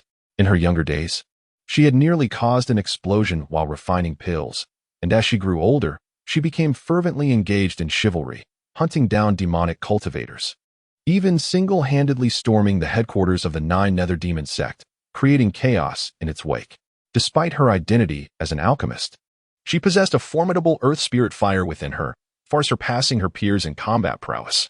Even when facing late-stage golden core cultivators, she was capable of putting up a fight. During the recent conflict with the Nine Nether Demon sect and other forces, she personally vanquished a mid-stage demonic cultivator. Jiang Yuo's reputation as a formidable sorceress had long since spread throughout the region, her conduct often more astonishing than that of the demons themselves. Haha, enough of that. I was merely jesting. Lu Yunji is my dear sister. How could I possibly steal her man? What could possibly be more fascinating than alchemy? Prepare 3 bottles of red fire pills as a congratulatory gift for her partner's foundation establishment, Jiang Yuo instructed languidly. Yes, master. Upon hearing this, several female disciples breathed a sigh of relief, secretly grateful that their master was not acting recklessly. Otherwise, should the Xiandan sect engage in war with the Starry sect, it would not be a trivial matter. The Xiandan sect had recently endured a fierce battle, leaving them significantly weakened and unable to afford further turmoil. The red fire pills were second-tier elixirs, renowned for their potency and highly beneficial for foundational cultivators seeking to enhance their magical power, making them a valuable product of the Xiandan sect, consistently in high demand. Jiang Yuo blinked her beautiful eyes, her gaze shimmering as she pondered over something. Meanwhile, at the headquarters of the Nine Nether Demon sect, Sect Master Wu Daoyu was consumed with rage upon hearing this news. Damn Lu Yunji, who has slain one of our golden core cultivators and shattered our alliance, flourishing within the Starry sect and ascending to the position of new sect master. Now she dares to marry a man, flaunting her allure as if she holds our Nine Nether Demon sect in contempt. Wu Daoyu was incensed, harboring deep-seated hatred for Lu Yunji. As a late-stage golden core cultivator at merely 400 years of age, he had envisioned a triumphant defeat of the Starry sect, Qingfeng's sect, and Xiandan sect, seizing their resources and amassing great wealth to venture to other islands. There, he would procure the materials necessary for nascent soul formation, perhaps achieving success and gaining a millennium of lifespan. The Nine Nether Demon sect had once enjoyed favorable circumstances, and had it not been for Lu Yunji's sudden emergence, their chances of victory would have been significantly bolstered. It is evident how profound his hatred for Lu Yunji is, to the extent that he wishes to obliterate her completely. Now, he harbors animosity towards those surrounding her, consumed by a singular desire for vengeance. Master, please remain composed. Our Jiao Demon sect is currently gravely weakened. Our immediate priority is to recuperate and regain strength. It is ill-advised to engage in conflict with the Xingqian sect at this juncture. A defeat would not only cause anguish to our kin, but also bring joy to our adversaries. Several elders of the Jiao Demon sect hastily urged caution. After all, should the sect leader, Wu Daoyu, act impulsively and suffer defeat at the hands of the Xingqian sect, it would spell the end for the Jiao Demon sect. Without the protection of a golden core true person, the mere foundation establishment practitioners would be incapable of maintaining their vast territory, leading to a hasty retreat. In such a scenario, their lives would become exceedingly difficult, a fate they were keen to avoid. Chapter 167. Renown spreads far and wide. Rest assured, I am not so foolish, murmured Wu Daoyu, the master of the Nine Nether Demon sect, his expression dark and icy. To recklessly storm into the Starry sect would be tantamount to seeking one's own demise. I am quite aware of that. Despite the tempest of fury surging within him, he maintained a semblance of calm. After all, he was known for his profound cunning, always calculating before taking action. Without absolute certainty, he would never act impulsively. That as well, the elders collectively breathed a sigh of relief upon hearing their leader's words, grateful that he had not been blinded by rage into making a rash decision. While they could not eliminate Lu Yunji for the time being, disposing of her partner would pose no great challenge. A flicker of resentment flashed in Wu Daoyu's eyes. From what I have gathered, Lu Yunji's escape from the brink of death was solely due to her partner, Su Bai. It appears this reckless individual possesses the antidote that saved her life. Had it not been for this surname Su meddling, how could our 9 Nether Demon sect have suffered such a crushing defeat? Clenching his fists tightly, his voice laced with venomous hatred. Wu Daoyu had already regarded Su Bai as a sworn enemy, consumed by the desire to eliminate him swiftly. What? That little wretch was the one who rescued Lu Yunji.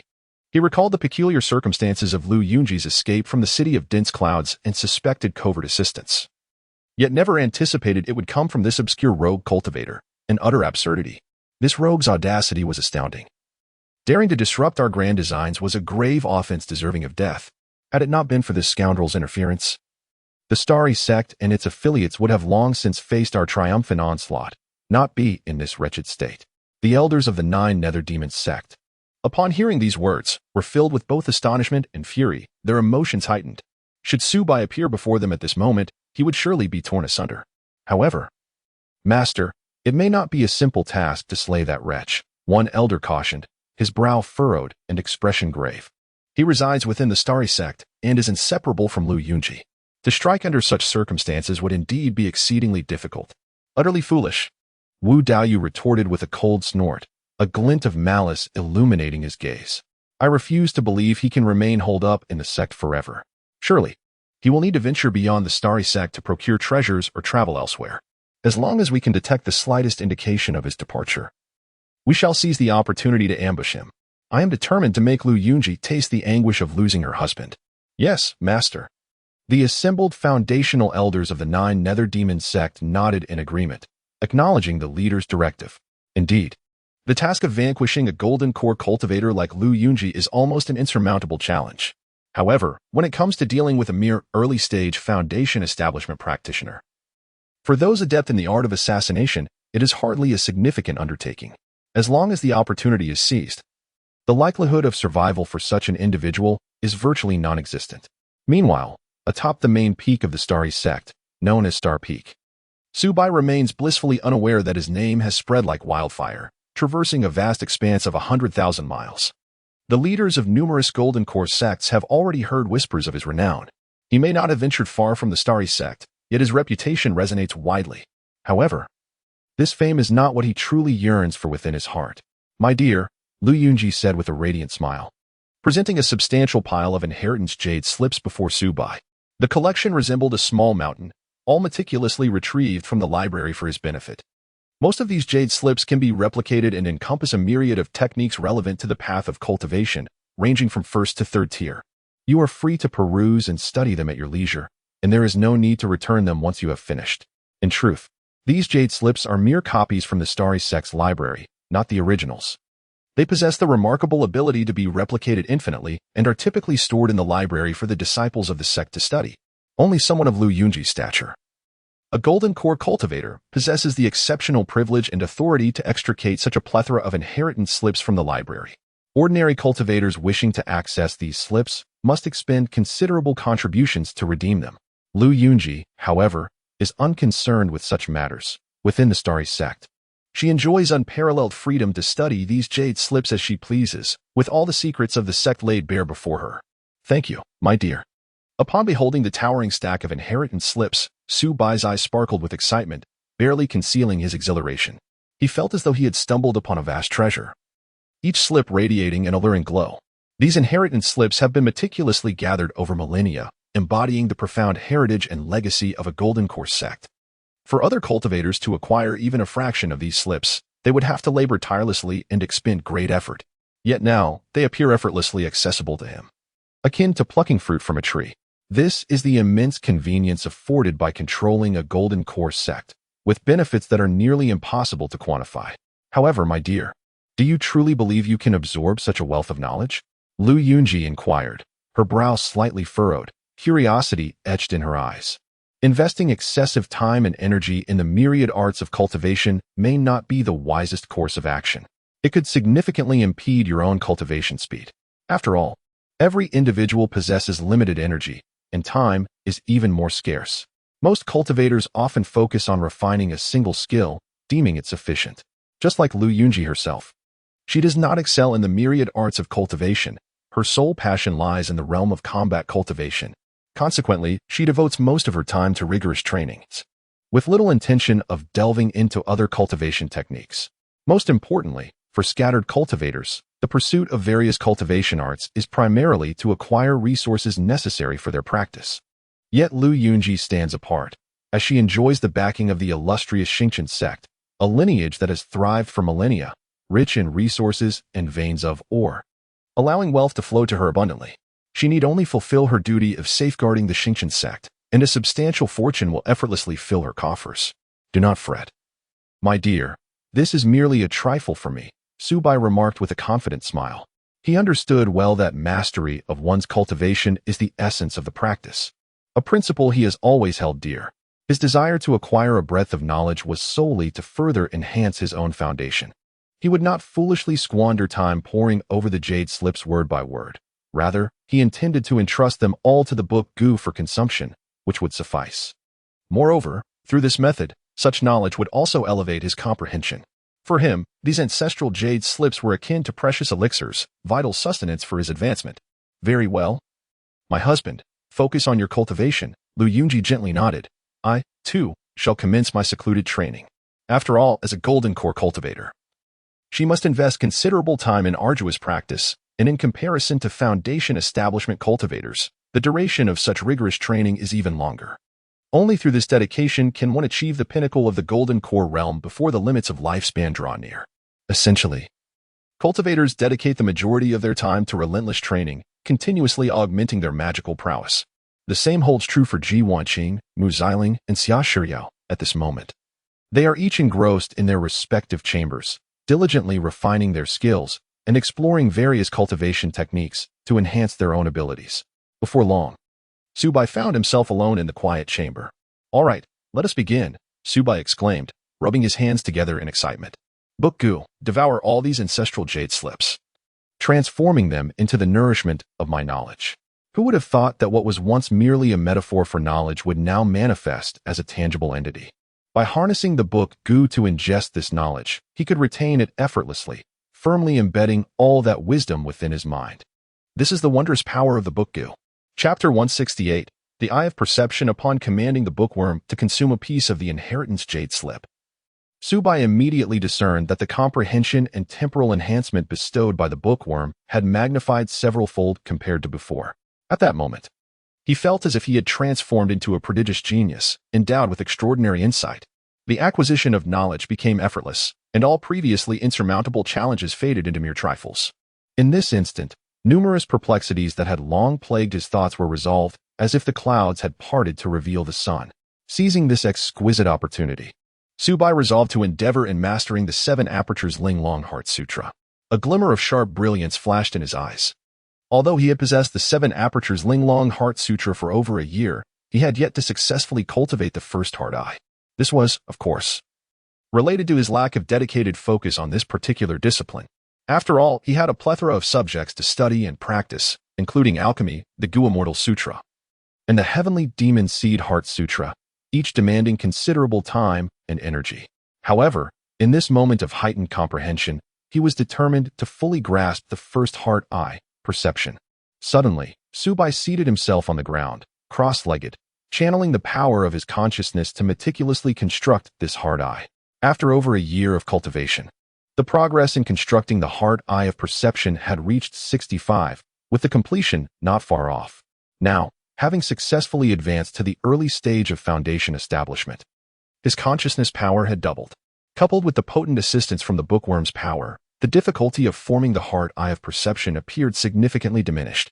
As he meticulously delineated the intricate patterns with his consciousness, they gradually became clear, each detail manifesting with precision. 66, 67. The speed of construction quickened. Perhaps as the saying goes, practice makes perfect. In the blink of an eye, 3 days and nights had passed. At that moment, Su Bai's body and spirit quaked violently, as if experiencing a wondrous resonance. When the final stroke of the pattern was flawlessly inscribed, the heart eye seamlessly closed, culminating in the formation of a flawless heart eye that began to operate autonomously. Is this the heart eye of perception? In an instant, Su Bai felt a phantom eye emerge deep within his heart, revealing a profound dark golden hue, with mysterious patterns flickering in and out of visibility within its depths. This heart eye resembled a most intricate machine, where any missing or surplus component could lead to catastrophic failure. Centered within his being, waves of intangible heart power quietly radiated outward. This power seemed to transcend even that of consciousness, as if it were a mysterious force emanating from a higher dimension, silently merging with the void, yet capable of discerning the essence of all things. With this thought, Su Bai waved his hand and instantly retrieved a collection of items from the internal space of the Gu God Bowl. These were all gifts he had received during the Foundation establishment ceremony. Seizing this opportunity, let us explore the extraordinary powers of the mind's eye. The Imu Dan, a second-tier high-grade elixir, harbors within it an exceptionally pure essence of Imu energy. When consumed by a Foundation establishment cultivator, it can significantly enhance their cultivation level. This potion possesses a gentle nature, inflicting negligible harm upon the practitioner's body. Similarly, the Chihua Dan, also a second-tier high-grade elixir, contains the fierce and unadulterated essence of Chihua energy. Although ingesting one can greatly elevate a Foundation establishment cultivator's prowess, its potent properties can be detrimental to the meridians and physique, rendering it more suitable for those with robust constitutions.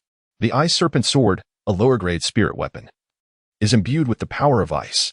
Once unleashed, it strikes with remarkable swiftness, akin to a venomous serpent darting from its lair.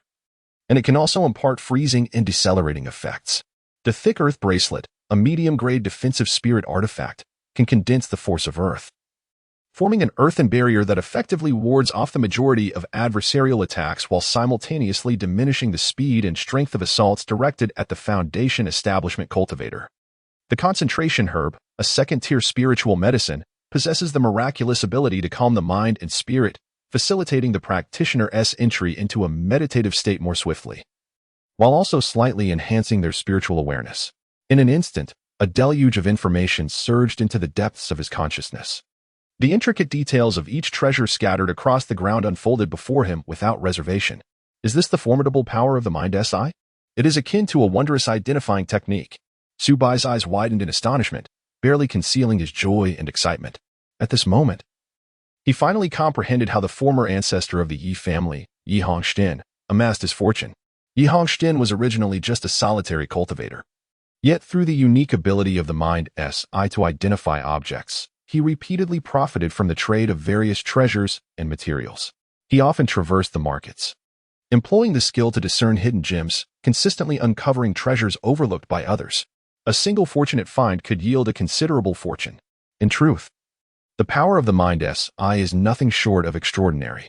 In the vast expanse of the cultivation world, treasures abound like stars in the night sky. However, due to the lack of transmission, not every cultivator can accurately recognize the value of these treasures.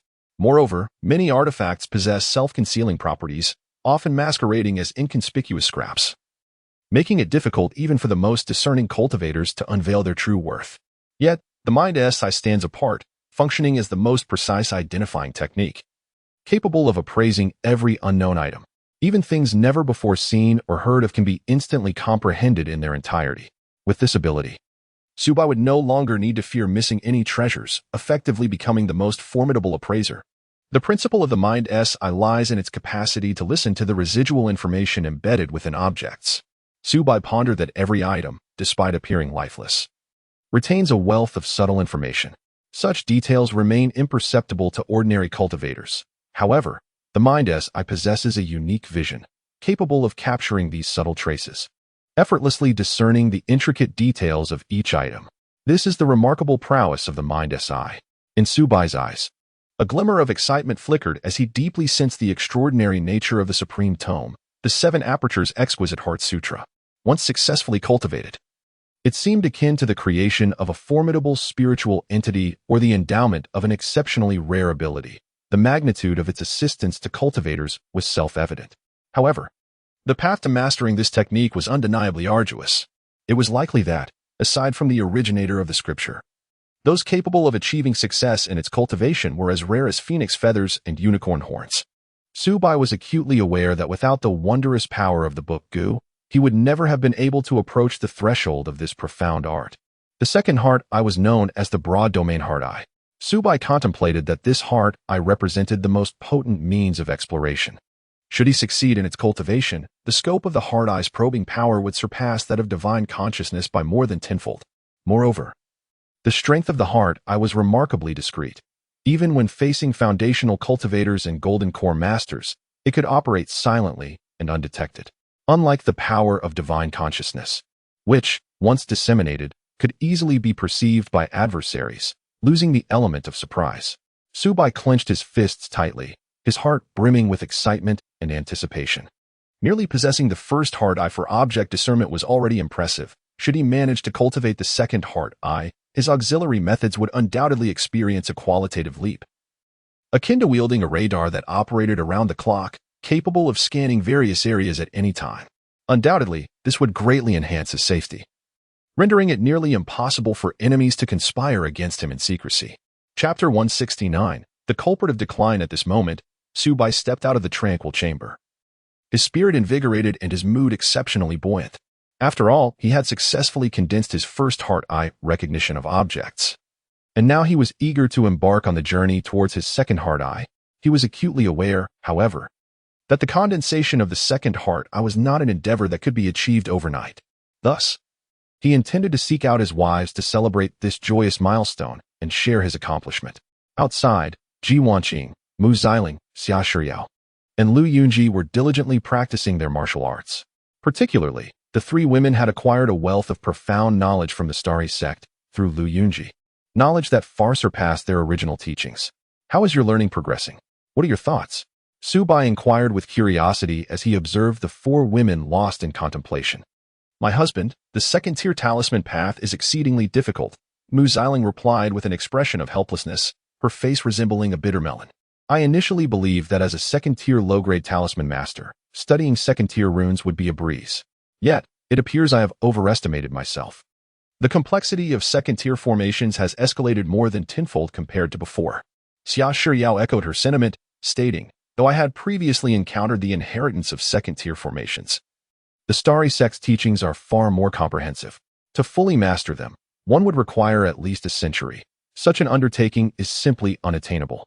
It is no wonder that second-tier formation masters are so rare. The difficulty is staggering. What they had learned previously was merely superficial. Only upon stepping into the second-tier realm did they truly grasp the arduousness involved. Moreover, the challenges grew exponentially with each advancement. Ah, I see. Allow me to lend you a hand, Subai said with a gentle smile, raising his fingers to lightly touch Mu Xiling and Xia Shiyao. In an instant, a torrent of substantial knowledge regarding second-tier runes and formations surged into their consciousness, as if a multitude of thick tomes had been forcefully inserted into their minds. This was the remarkable ability birthed from the second-tier book Gu, knowledge transmission. It could impart its stored wisdom without reservation to any individual, and once received, the knowledge would remain indelible. After a brief moment, Mu Xiling and Xia Shiyao widened their beautiful eyes in disbelief as they gazed at Subai. Ah, my husband, what have you done to us? Indeed, I feel as though I have memorized all the knowledge of second-tier runes, although I have yet to fully comprehend it. It is a significant improvement compared to before. Mu Xiling exclaimed in astonishment, her jaw agape. She had never experienced such a wondrous phenomenon. It was as if the knowledge had been directly implanted into her brain. Although it was a hasty ingestion, the retention was astonishingly miraculous. I feel the same way. A vast amount of knowledge about second-tier formations has been suddenly infused into me, as if I had been studying formations for decades. Xia Shiyao nodded in agreement. At this juncture, Ji Wanqing and Lu Yunji also regarded Subai with puzzled expressions. Haha, this is a secret technique I have mastered. Subai elucidated that he possesses the ability to directly impart the knowledge he has acquired to others. Once this knowledge takes root in their minds, it becomes indelible, thereby significantly conserving their time spent on memorization and potentially enhancing their comprehension. No wonder, dear husband, you require such a wealth of ancestral knowledge from the Starry Sect. It turns out you have mastered such an extraordinary secret art, Lu Yunji realized. She finally understood why Subai was so passionate about acquiring diverse knowledge. It was due to this remarkable technique. How astonishing! This is not merely a secret art. It could easily be regarded as celestial magic. Ji Wanqing gazed at Su Bai with admiration. At this moment, even if he claimed to be a deity descended from the heavens, she would not harbor a shred of doubt. You two excel in combat and have less exposure to the myriad arts of cultivation.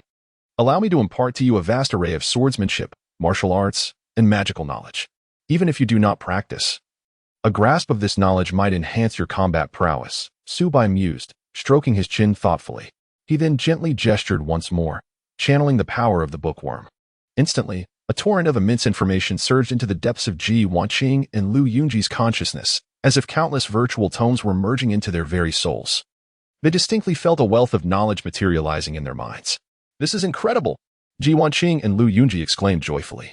For the first time in their lives, they discovered that learning could be such a delightful endeavor, with knowledge effortlessly embedding itself within them without the need to laboriously peruse through books.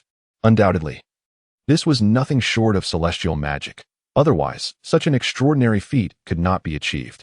All right, come join me in the hot springs. My recent cultivation has left me utterly exhausted, Su Bai warmly invited. The facilities at Starry Peak were comprehensive, and the hot springs were among them. Certainly, dear husband.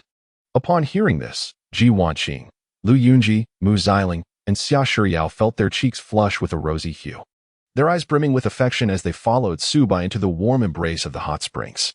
This night was naturally filled with joy and warmth, and none of them slept a wink.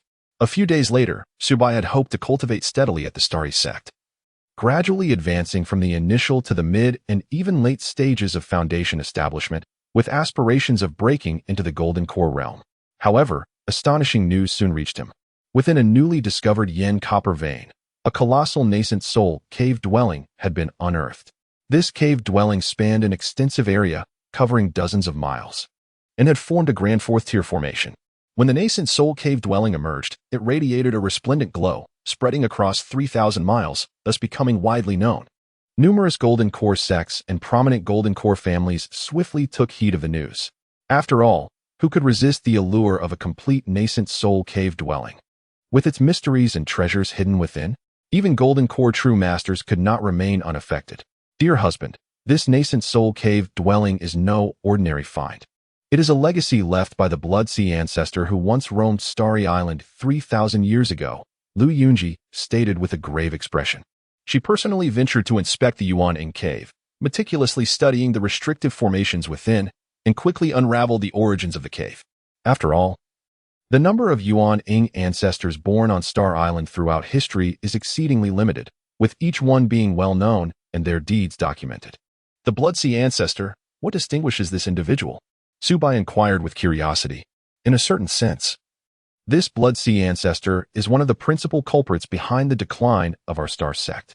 Lu Yunji clenched her fists tightly, expressing her indignation. 3,000 years ago, this Blood Sea ancestor wreaked havoc on Star Island. Engaging in a frenzied slaughter, countless cultivators perished at his hands. Any cultivator captured by him would be drained of all their blood, leading to their demise.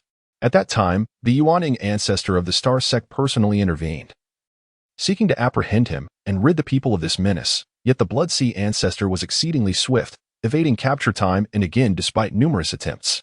Chapter 170. Is there a conspiracy? At this juncture, Lu Yunji paused momentarily before continuing.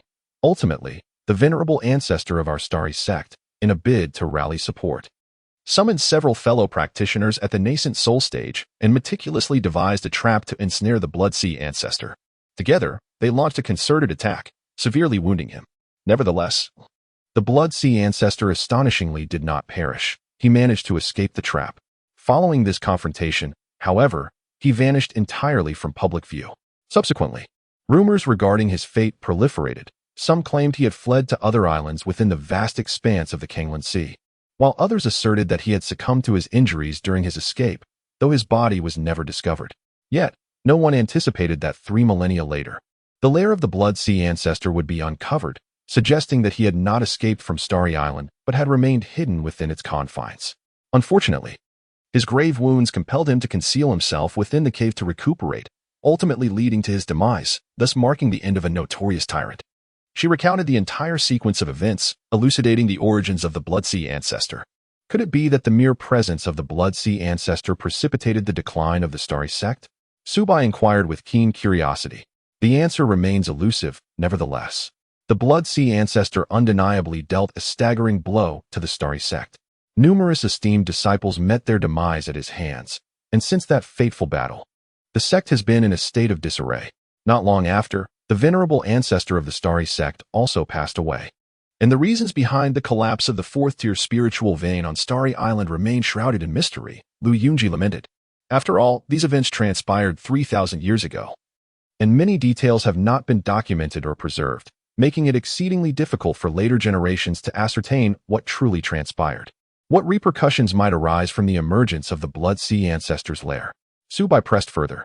It is likely that all the Golden Core practitioners on Starry Island will be stirred into action, flocking towards it. The notoriety of the Blood Sea ancestor is well known. Any sect with a semblance of historical continuity is aware of his existence. More critically, during his reign of terror on Starry Island, he ruthlessly slaughtered numerous families and seized untold treasures. No one knows what treasures might lie hidden within his lair. Should any items that aid in the condensation of the nascent soul be discovered, it could drive countless Golden Core practitioners into a frenzy. Such a monumental temptation is certainly beyond the Starry Sect's capacity to withstand. Of course, my dear, there is no need for you to overly concern yourself. Our Starry Sect is protected by arrays, and any Golden Core practitioners wishing to invade must tread carefully, Lu Yunji stated with a serious expression.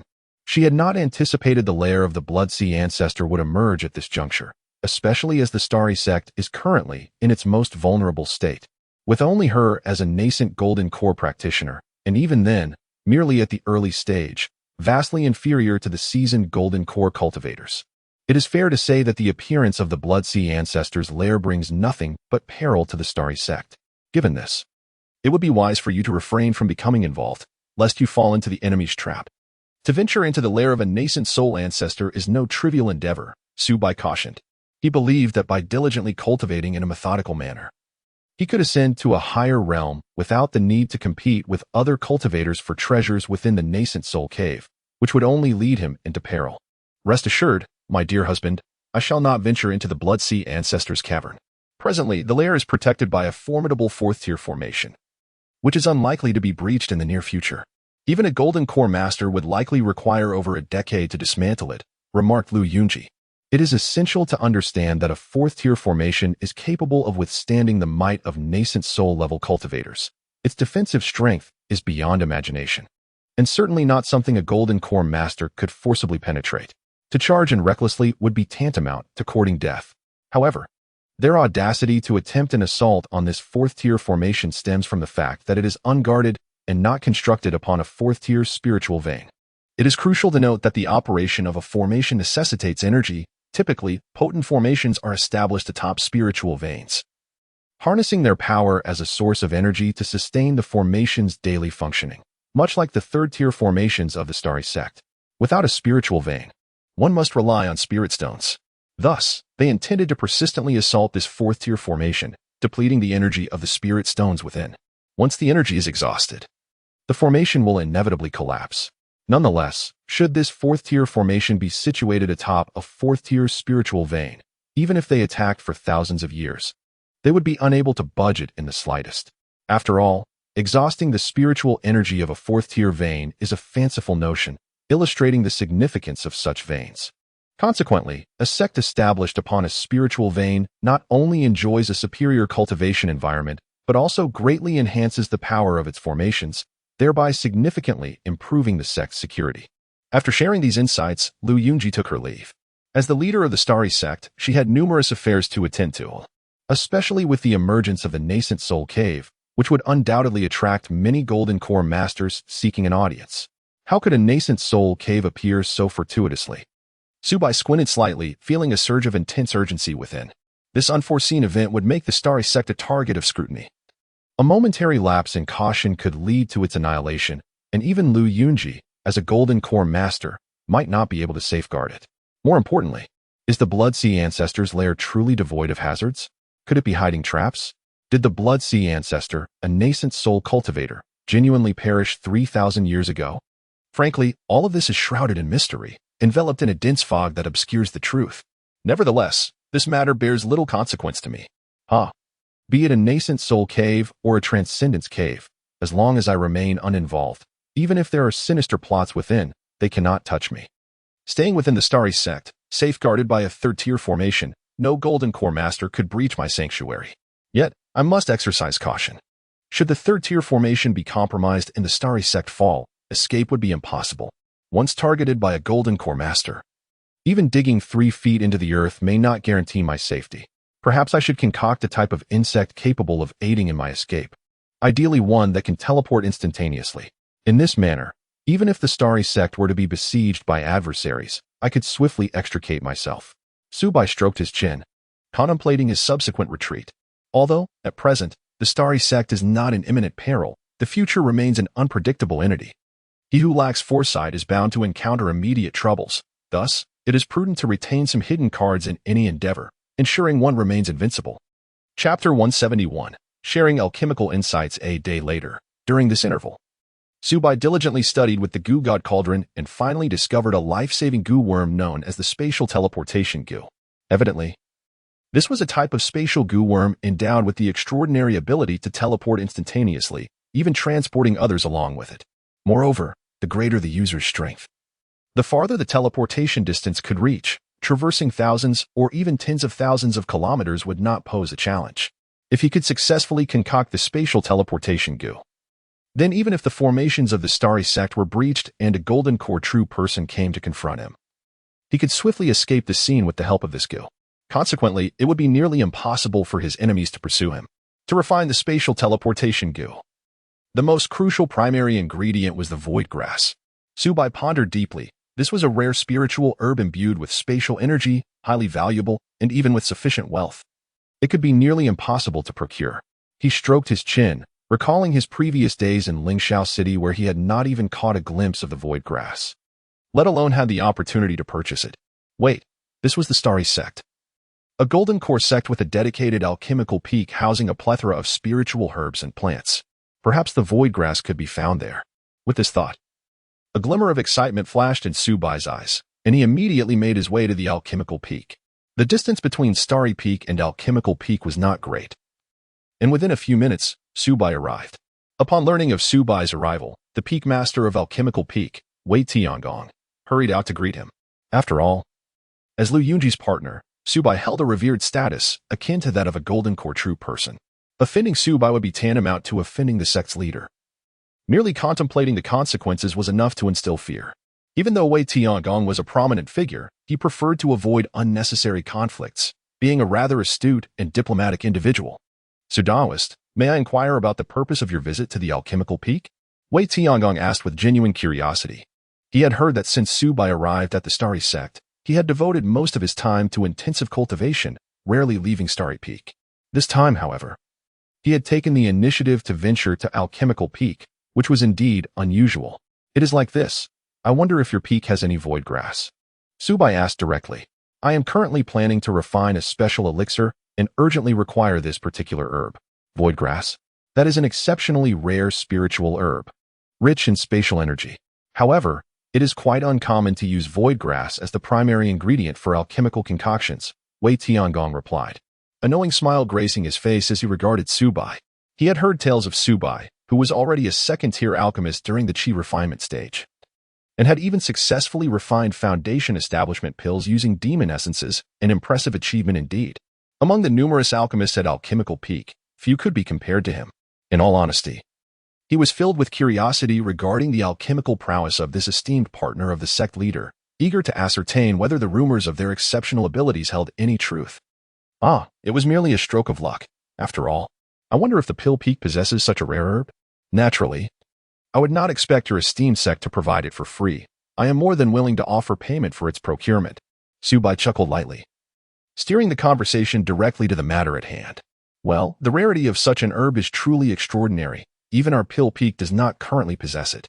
Wei Tiangong furrowed his brow, pondering for a moment before continuing. However, while we may not have it at present, we can issue a task to our fellow cultivators to keep an eye out. Should the elusive Kongming grass be found, we would be able to acquire it at the first opportunity. However, I must inform you that the price for Kongming grass is exorbitant, requiring at least 10,000 mid-grade spirit stones. As Wei Tiangong spoke, a flicker of hesitation crossed his gaze as he looked towards Subai. After all, for a foundation establishment cultivator, 10,000 mid-grade spirit stones is no trifling sum. While it may not lead to complete financial ruin, it would undoubtedly inflict considerable damage to one's resources. This price is tenfold that of a foundation establishment pill, underscoring the herb's immense value. 10,000 mid-grade spirit stones? That is absolutely no issue. Should your esteemed sect assist in its acquisition, I will promptly provide the spirit stones.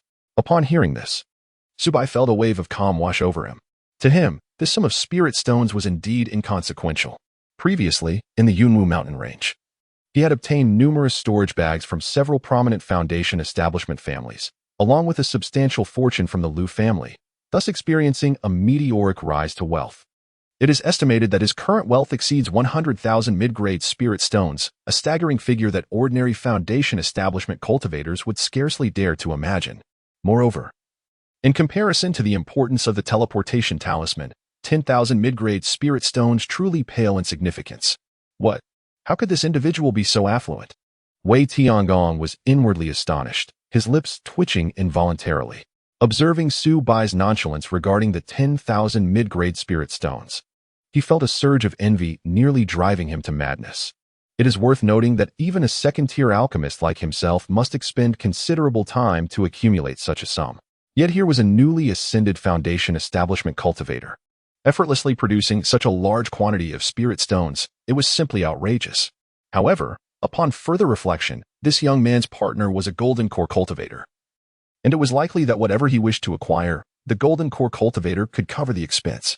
Given the earning potential of a golden core cultivator, 10,000 mid-grade spirit stones might indeed be trivial. With this thought, Wei Tiangong's envy only intensified. To be allied with a female golden core cultivator was akin to a meteoric rise in status, sparing him decades, if not centuries, of arduous cultivation. With the support of a golden core cultivator behind him, there may indeed be a genuine opportunity for future advancement to the golden core stage, at the very least. Late foundation establishment would be assured. So what if he is handsome? Is that truly a measure of worth, allowing him to act so recklessly? At this moment, even though Wei Tiangong was known for his astuteness, his expression betrayed a slight distortion, marred by jealousy. He reflected with a sense of melancholy. No matter how exceptional one's innate talent or comprehension might be, sometimes fortune simply trumps all. Very well, this matter shall be entrusted to us at the Pill Peak. As soon as we locate the elusive void grass, we shall promptly inform you, my friend Su. Wei Tiangong took a deep breath, forcefully suppressing the jealousy that stirred within him. I am grateful to you, Taoist Ma, for your assistance, Su Bai replied with evident satisfaction. Indeed, being part of a formidable faction offers numerous advantages. If it were solely up to him, he could not fathom when he would discover the void grass. However, with the immense influence of the Golden Pill sect, many cultivators were eager to lend their efforts in the search, undoubtedly saving him a considerable amount of time. By the way, Taoist Su, I have heard that you are a second-tier alchemist. Shall we take this opportunity to exchange insights on alchemy? Wei Tiangong's mind stirred with intrigue as he extended the invitation to Su Bai. In truth, he had his own motives, seeking to gauge Su Bai's true capabilities and discern if the rumors about his prowess held any merit. Absolutely, Su Bai replied without hesitation. He too was keen on this exchange, eager to glean practical knowledge from these seasoned second-tier alchemists. After all, while theoretical knowledge may be abundant, it must ultimately be solidified and enhanced through practical application. These experienced second-tier alchemists undoubtedly possessed rich expertise in alchemy, promising to yield invaluable insights for him. Chapter 172. The evaluation of a third-rank alchemist. Subsequently, Su Bai remained at the Pill Peak, engaging in a profound exchange of alchemical experiences with Wei Tiangong. It is undeniable that Wei Tiangong, as a second-rank high-tier alchemist, truly lived up to his reputation, although Su Bai possessed a wealth of theoretical knowledge. He found himself somewhat lacking in practical experience compared to this seasoned master alchemist. Through their discussions, Su Bai gained substantial insights, feeling a notable enhancement in his alchemical skills. For Wei Tiangong, the shock brought by Su Bai was immense, often leaving him in a state of astonishment. He could not help but find this young man exceedingly impressive. Despite being a rogue cultivator, Su Bai's depth of theoretical experience surpassed his wildest expectations. It seemed as though Su Bai had acquired a complete and profound alchemical legacy, honed through centuries of cultivation. During their exchanges, Wei Tiangong increasingly perceived Su Bai as a towering figure in the realm of alchemy. No matter the complexity of the questions he posed, Su Bai answered effortlessly, adeptly resolving each issue. Eventually, the dialogue transformed into a pattern where Wei Tiangong inquired. And Su Bai responded, leading Wei Tiangong to feel as if he had become a novice once more in the world of alchemy. Peak Master. Is this fellow truly just a rogue cultivator? After Su Bai departed, an elder from the Pill Peak, who had participated in the alchemical exchange, inquired with a face full of astonishment. Given Su Bai's solid grasp of alchemical theory, where had he acquired such knowledge? Initially, this elder had held Su Bai in low regard, considering him merely a wild-born rogue with limited capability. However, after several discussions with Su Bai, he realized the gravity of his misjudgment. The depth of knowledge Su Bai exhibited was far beyond his expectations, resembling that of a master who had immersed himself in the art of alchemy for centuries, possessing an intimate understanding of various alchemical principles. This realization filled him with a sense of shame.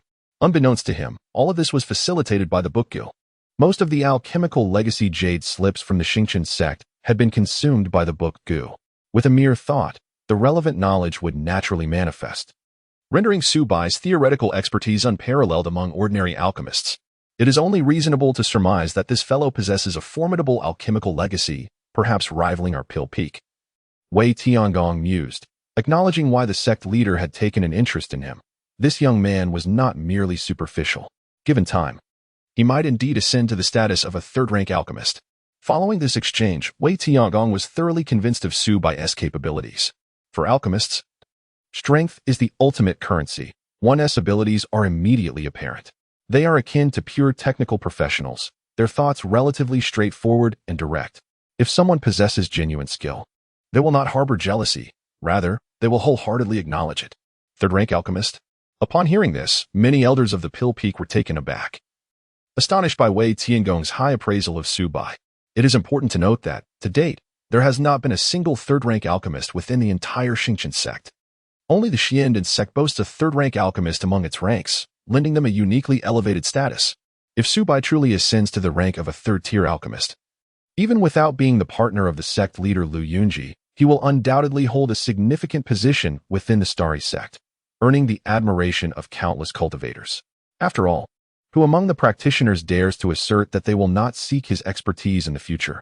For any cultivator wishing to enhance their cultivation and break through bottlenecks, the assistance of elixirs is indispensable, thereby underscoring the importance of alchemists. Enough of this gathering, Wei Tiangong declared. Let us announce the task of locating the void grass for this young man and send our disciples to assist him. Yes, esteemed Peak Master. The elders of the Alchemy Peak responded in unison. Initially, they had paid little heed to Su Bai, viewing him merely as a pretty face who had climbed the ranks by attaching himself to the sect leader. Though they feigned respect in his presence due to his connection with the sect leader, their private sentiments were far less cordial. Their efforts might have been half-hearted and procrastinated. However, the situation has now changed.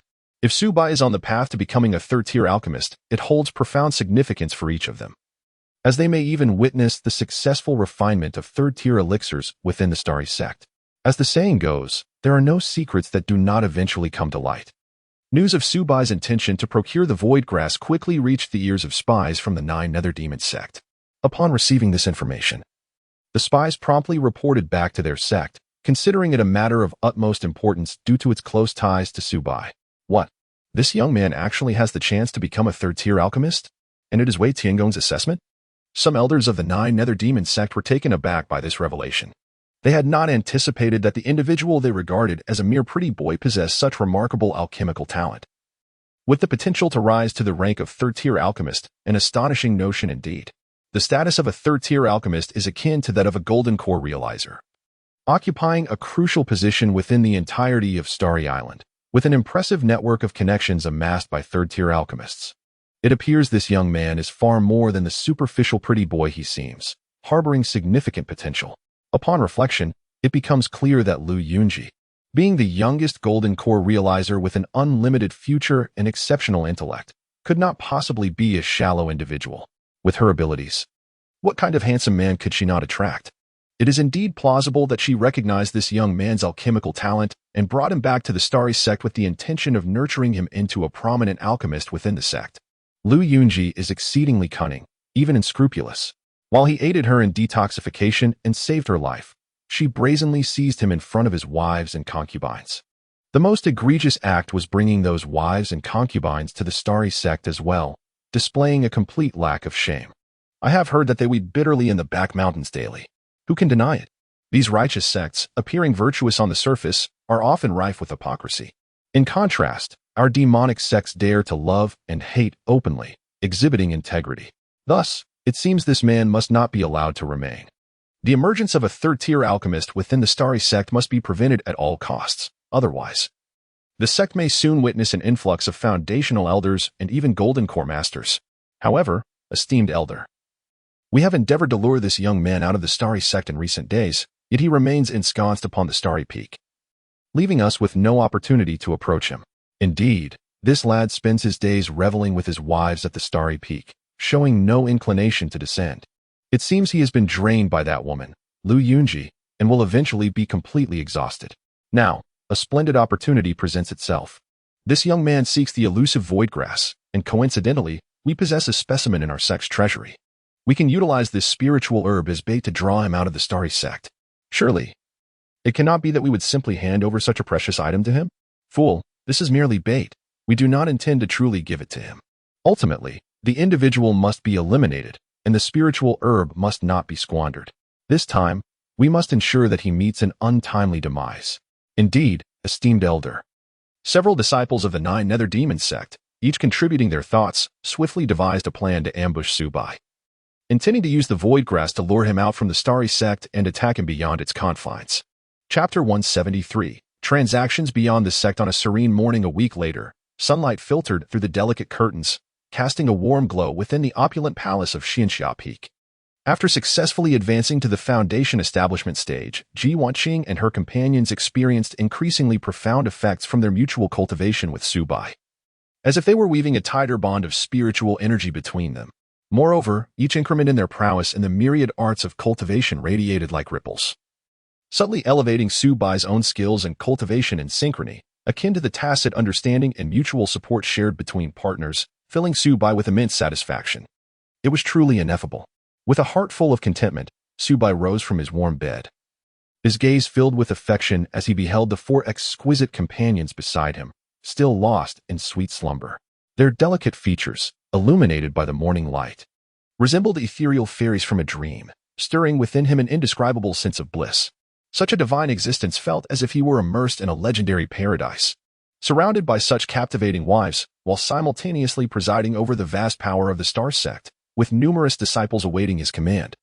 One could argue that his current status was akin to that of an emperor ruling the world.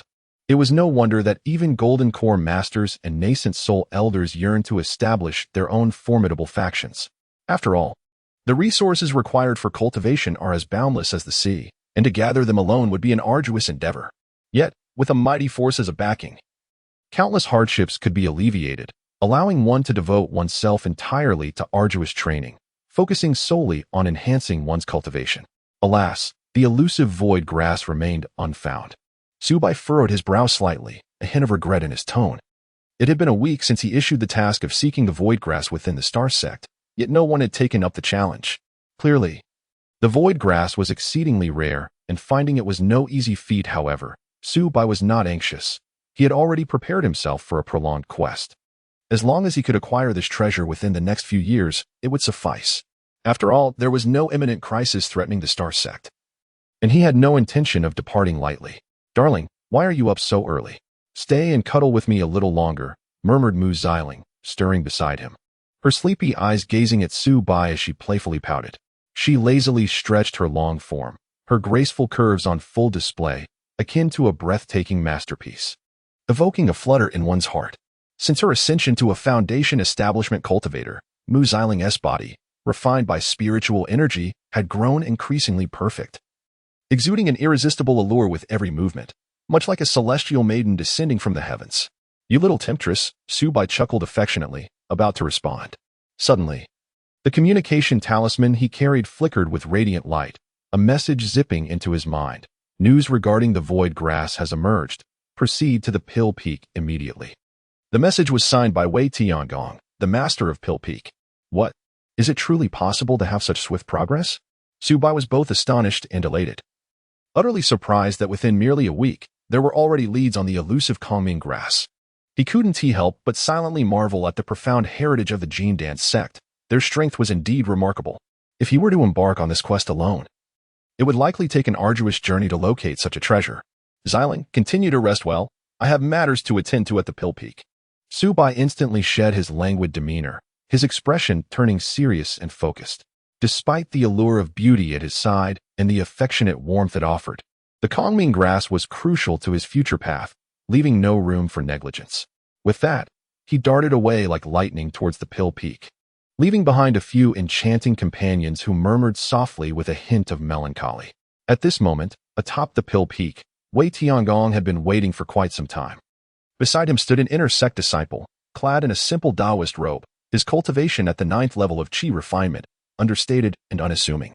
His countenance was plain and earnest, even somewhat awkward. In a crowd, he appeared utterly inconspicuous, akin to a drop in the ocean.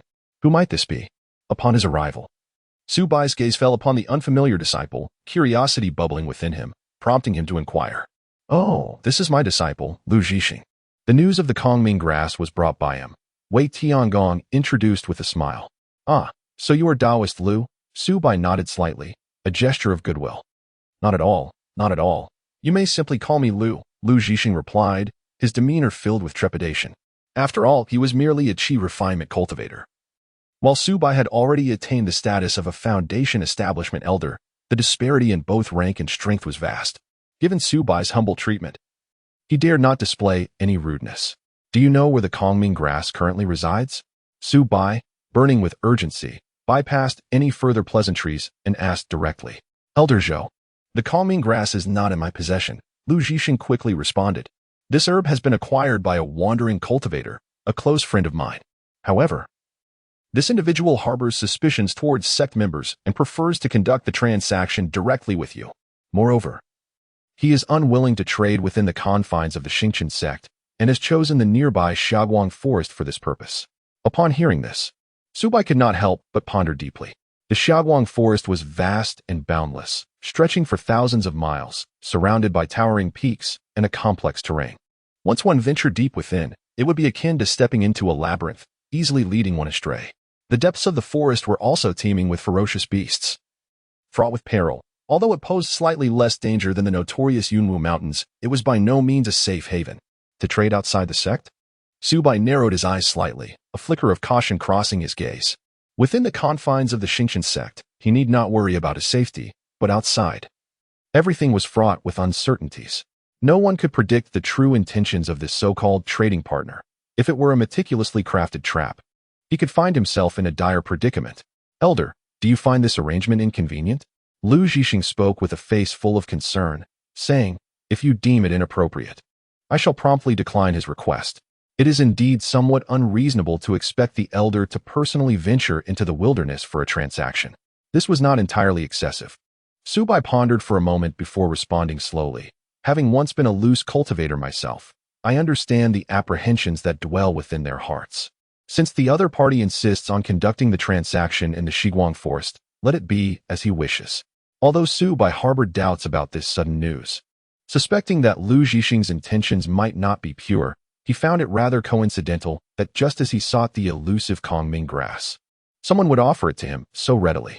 However, he also possessed his own confidence. After all, he had recently ascended to the initial stage of foundation establishment, and his strength was no longer what it once was. Should anyone dare to ambush him, it would undoubtedly be akin to an ant trying to stop a chariot. A path to self-destruction. Unless the adversary could summon a golden elixir master, there was no way they could pose a significant threat to him. Yet, would a golden elixir master reveal themselves so readily? Even if they did, they would surely hesitate to act recklessly near the Xingqian sect. Moreover, Su Bai had already devised a plan. He did not intend to use his true form for this transaction, but rather to dispatch a clone. In doing so, even if unforeseen circumstances arose, he would merely lose a fraction of himself. The Kongming grass was of utmost importance to him. Should he miss this opportunity, he could not fathom how long he would have to wait for another chance. Since his enemy had laid a trap, he would turn the tables and seize the bait. An eye for an eye. When would Elder Zhou be available? I would like to inform my friend immediately, Lu Zhixing inquired further. Perhaps around noon, Su Bai replied. I must first make some preparations. Naturally, he would not rush into action. He understood that this transaction might harbor hidden dangers and that he must be thoroughly prepared to ensure complete safety. Chapter 174. The method of seeking fortune and avoiding calamity in the depths of the Shiguang forest, within a tranquil valley, for foundation establishment cultivators lay in wait. Among them, 3 were at the early stages of foundation establishment, while 1 was at the mid-stage. They were all esteemed elders of the Jiuzhou Yumo sect, tasked by the sect to ambush Su Bai.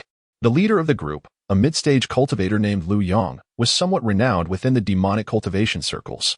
Lu, do you think that young man will take the bait? Inquired a black-clad cultivator at the early stage of foundation establishment, unable to contain his curiosity. Lu Yang furrowed his brow in contemplation before responding. It's difficult to say. Whether he falls for our scheme depends on how much he values the Kongming grass. If he is determined to acquire it, he will undoubtedly emerge to negotiate with us. However, if the grass holds little significance to him, he may very well choose to stay away. What if he doesn't show up? Wouldn't he that render our efforts futile? Complained a yellow-clad cultivator, his displeasure evident. After all, his time was exceedingly precious, and he was reluctant to squander it on this endeavor. It is unfortunate, but this is the sect's plan. We cannot expect everything to unfold as we envision. Failure is often part of the process, yet if we succeed, even once, the rewards will be substantial. I trust you are all aware of the generous rewards we would receive from the sect leader should we eliminate that young man. Lu Yang's lips curled into a knowing smile. Indeed, the other 3 early-stage cultivators nodded in agreement. Were it not for the alluring incentives offered by the sect leader, they would not have risked traveling such a distance. Here he comes. That young man is indeed following Lu Zhixing. At that moment, a black-clad cultivator received a message via a communication talisman, exclaiming in delight. To their astonishment, he approached alone, without any companions. Is he truly that bold? To come here unaccompanied? One of them mused. Perhaps he has just ascended to the early stage of foundation establishment and, emboldened by his newfound abilities, feels invincible. That makes sense. After all, it is merely a transaction with a chi-refining cultivator. Bringing along assistance would indeed be comical. He likely has no inkling that we, for foundation establishment cultivators, are watching his every move. Their luck was astonishing. The plan was proceeding more smoothly than anticipated, and it seemed they would soon fulfill the sect's directive. The 3 cultivators from the Jiuzhou Yumo sect could not help but burst into laughter, their joy palpable. They had anticipated numerous contingencies for this plan, yet it appeared that none would be necessary. The fair-skinned Su Bai had unwittingly fallen into their trap, departing from the Xinxia sect with their orchestrated insider. However, just as the crowd was engulfed in joy, Lu Yang's expression suddenly turned grave and unsettling. A wave of intense unease surged within him, as if he had foreseen an ominous turn of events. Something is amiss. The plan is cancelled. We must immediately abandon contact with the target, Lu said with a serious tone. What do you mean, Daoist Lu? One of the other 3 foundation establishment demon cultivators exclaimed in disbelief. We are on the verge of meeting that lad, and now you wish to retreat? Are you out of your mind? The others stared at Lu Yang, their faces reflecting utter confusion at his thoughts. You fools. Lu could not restrain his anger. What do you understand? That boy hails from a loose cultivator background and has always acted with caution. How could he so readily follow a stranger to an unfamiliar trading spot? Unless he possesses absolute confidence, he would never take such a risk. Perhaps he is even being trailed by the Golden Core Master Lu Yunji. If that is the case, we would all be doomed. Impossible. That sounds too far-fetched, another remarked. After all, he is a Golden Core Master. How could he allow that pretty boy to command him? Does he truly consider himself the partner of a Golden Core Master? Daoist Lu, you are making a mountain out of a molehill, came another voice. I just carefully surveyed the surroundings, and aside from that lad, I found no other disciples of the Xinxia sect. It seems he came alone. Daoist Lu, you are overreacting. At this point, is there any possibility of retreating? The group of foundation establishment demon cultivators were filled with dissatisfaction, deeming Lu Yang cowardly and overly dramatic. They remained oblivious to the underlying anomalies. I do not care what you think. I am resolute in withdrawing from this mission, Lu Yang declared, prepared to make his exit. He dismissed the thoughts of his companions, for his strong sense of crisis stemmed from a unique technique he practiced, one that allowed him to navigate fortune and misfortune. Whenever confronted with danger, he would invariably experience a potent sixth sense. This acute perception of peril had spared him from countless life and death crises. This time, however, the foreboding sensation was more intense than ever, unsettling him and leading him to regret taking on the task in the first place. Interesting, he can sense danger. In that case, you shall not escape. A voice resonated like a thunderclap through the valley. The speaker was Subai. Upon learning of the trading location, Subai immediately employed his abilities, dispatching his avatars into the Shaguang forest for a thorough search. Since ascending to the early Foundation establishment stage, he could create a total of 18 avatars, harnessing the power of these avatars to scour the surrounding forest. He swiftly detected the presence of the 4 Foundation establishment demon cultivators. Subsequently, one of his avatars, leading an army of goo insects, charged aggressively towards the valley. In an instant, as the voice echoed, the power of the Dream Soul goo erupted like a volcanic explosion. Skill, Nightmare. Now elevated to the mid-tier of the second stage. The potency of the Dream Soul goo was magnified beyond tenfold compared to before. If complemented by Subai's formidable soul power, even cultivators at the late Foundation building stage would find it hard to escape its influence, let alone those at the initial and mid-Foundation stages. In an instant, Lu Yong and the 4 Foundation building cultivators from the 9 Nether Demon sect felt an overwhelming dizziness, their minds slipping into a state of disorientation, as though their very souls were being forcibly drawn into a surreal and nightmarish realm. The sensation was akin to being ensnared in a profound dream, rendering them nearly impervious to the tumultuous events occurring in the outside world. Panic surged through Lu Yong as he felt the hairs on his body stand on end. As a mid-Foundation cultivator, he bore a mid-grade soul defense artifact, the Soul-Repelling Bracelet. This artifact could withstand powerful soul illusions, preventing him from being dragged into the dream realm like the other early Foundation cultivators. Nonetheless, he still experienced a profound mental disarray, as if his head had been struck by a heavy hammer, leaving him dizzy and on the verge of fainting. Suddenly, at that very moment, 100 golden devouring insects emerged in the air. They flapped their wings, swirling and dancing in the atmosphere, their menacing fangs and claws glinting ominously in the sunlight, enveloped in a dark golden glow that emanated a chilling aura of ferocity. These were, indeed, the second-tier golden devouring insects. Chapter 175. The softest persimmon is the easiest to squeeze, damn it. I will fight you to the end. Lu Yong's voice echoed through the valley, filled with both astonishment and fury. He had yet to discern the whereabouts of the enemy responsible for the soul attack when he was suddenly beset by a horde of ferocious and bizarre insect-like creatures, plunging him into a dire struggle for survival. The atmosphere was thick with murderous intent, as if he were ensnared in a deadly ambush from all sides. No matter which direction he attempted to break free, he felt the looming threat of enemy attacks awaiting him. He had found himself in an inescapable predicament, with no retreat in sight. At this moment, Lu Yong was consumed by regret, lamenting his decision to participate in this mission. Had he known how deeply Subai had concealed himself, he would have never embarked on this endeavor. Yet, it was too late. There was no remedy for regret. In a flash, he swiftly retrieved a mid-grade spiritual weapon, the Blood Demon Blade. Instantly, a chilling wave of demonic energy erupted, rising like a dark mushroom cloud into the sky, enveloping the surrounding area for miles. Lu Yong's features contorted, his expression fierce as he unleashed the vast reservoir of magical power within him, igniting terrifying crimson blade auras that surged forth like an enraged beast lunging toward the swarm of golden devouring insects.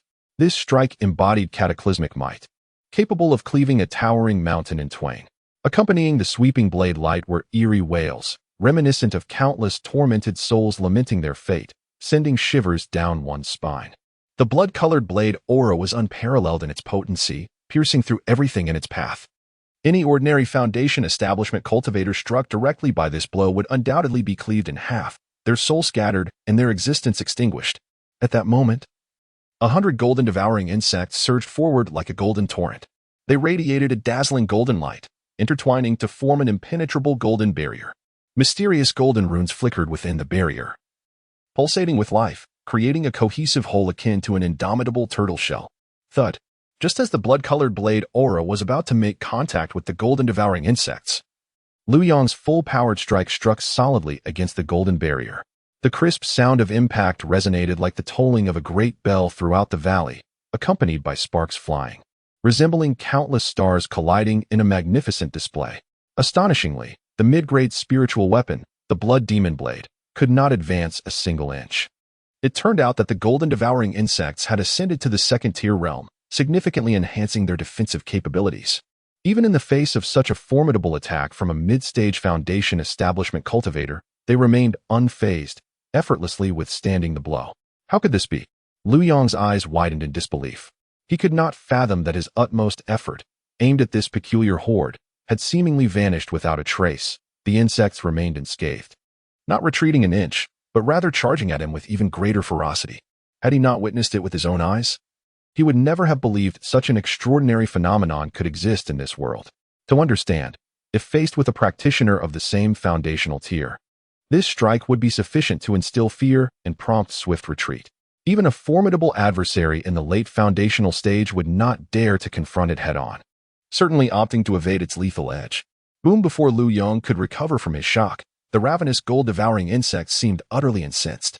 That recent blow had ignited their ferocity, and the already intimidating aura of menace surrounding them erupted like a volcano, growing increasingly violent.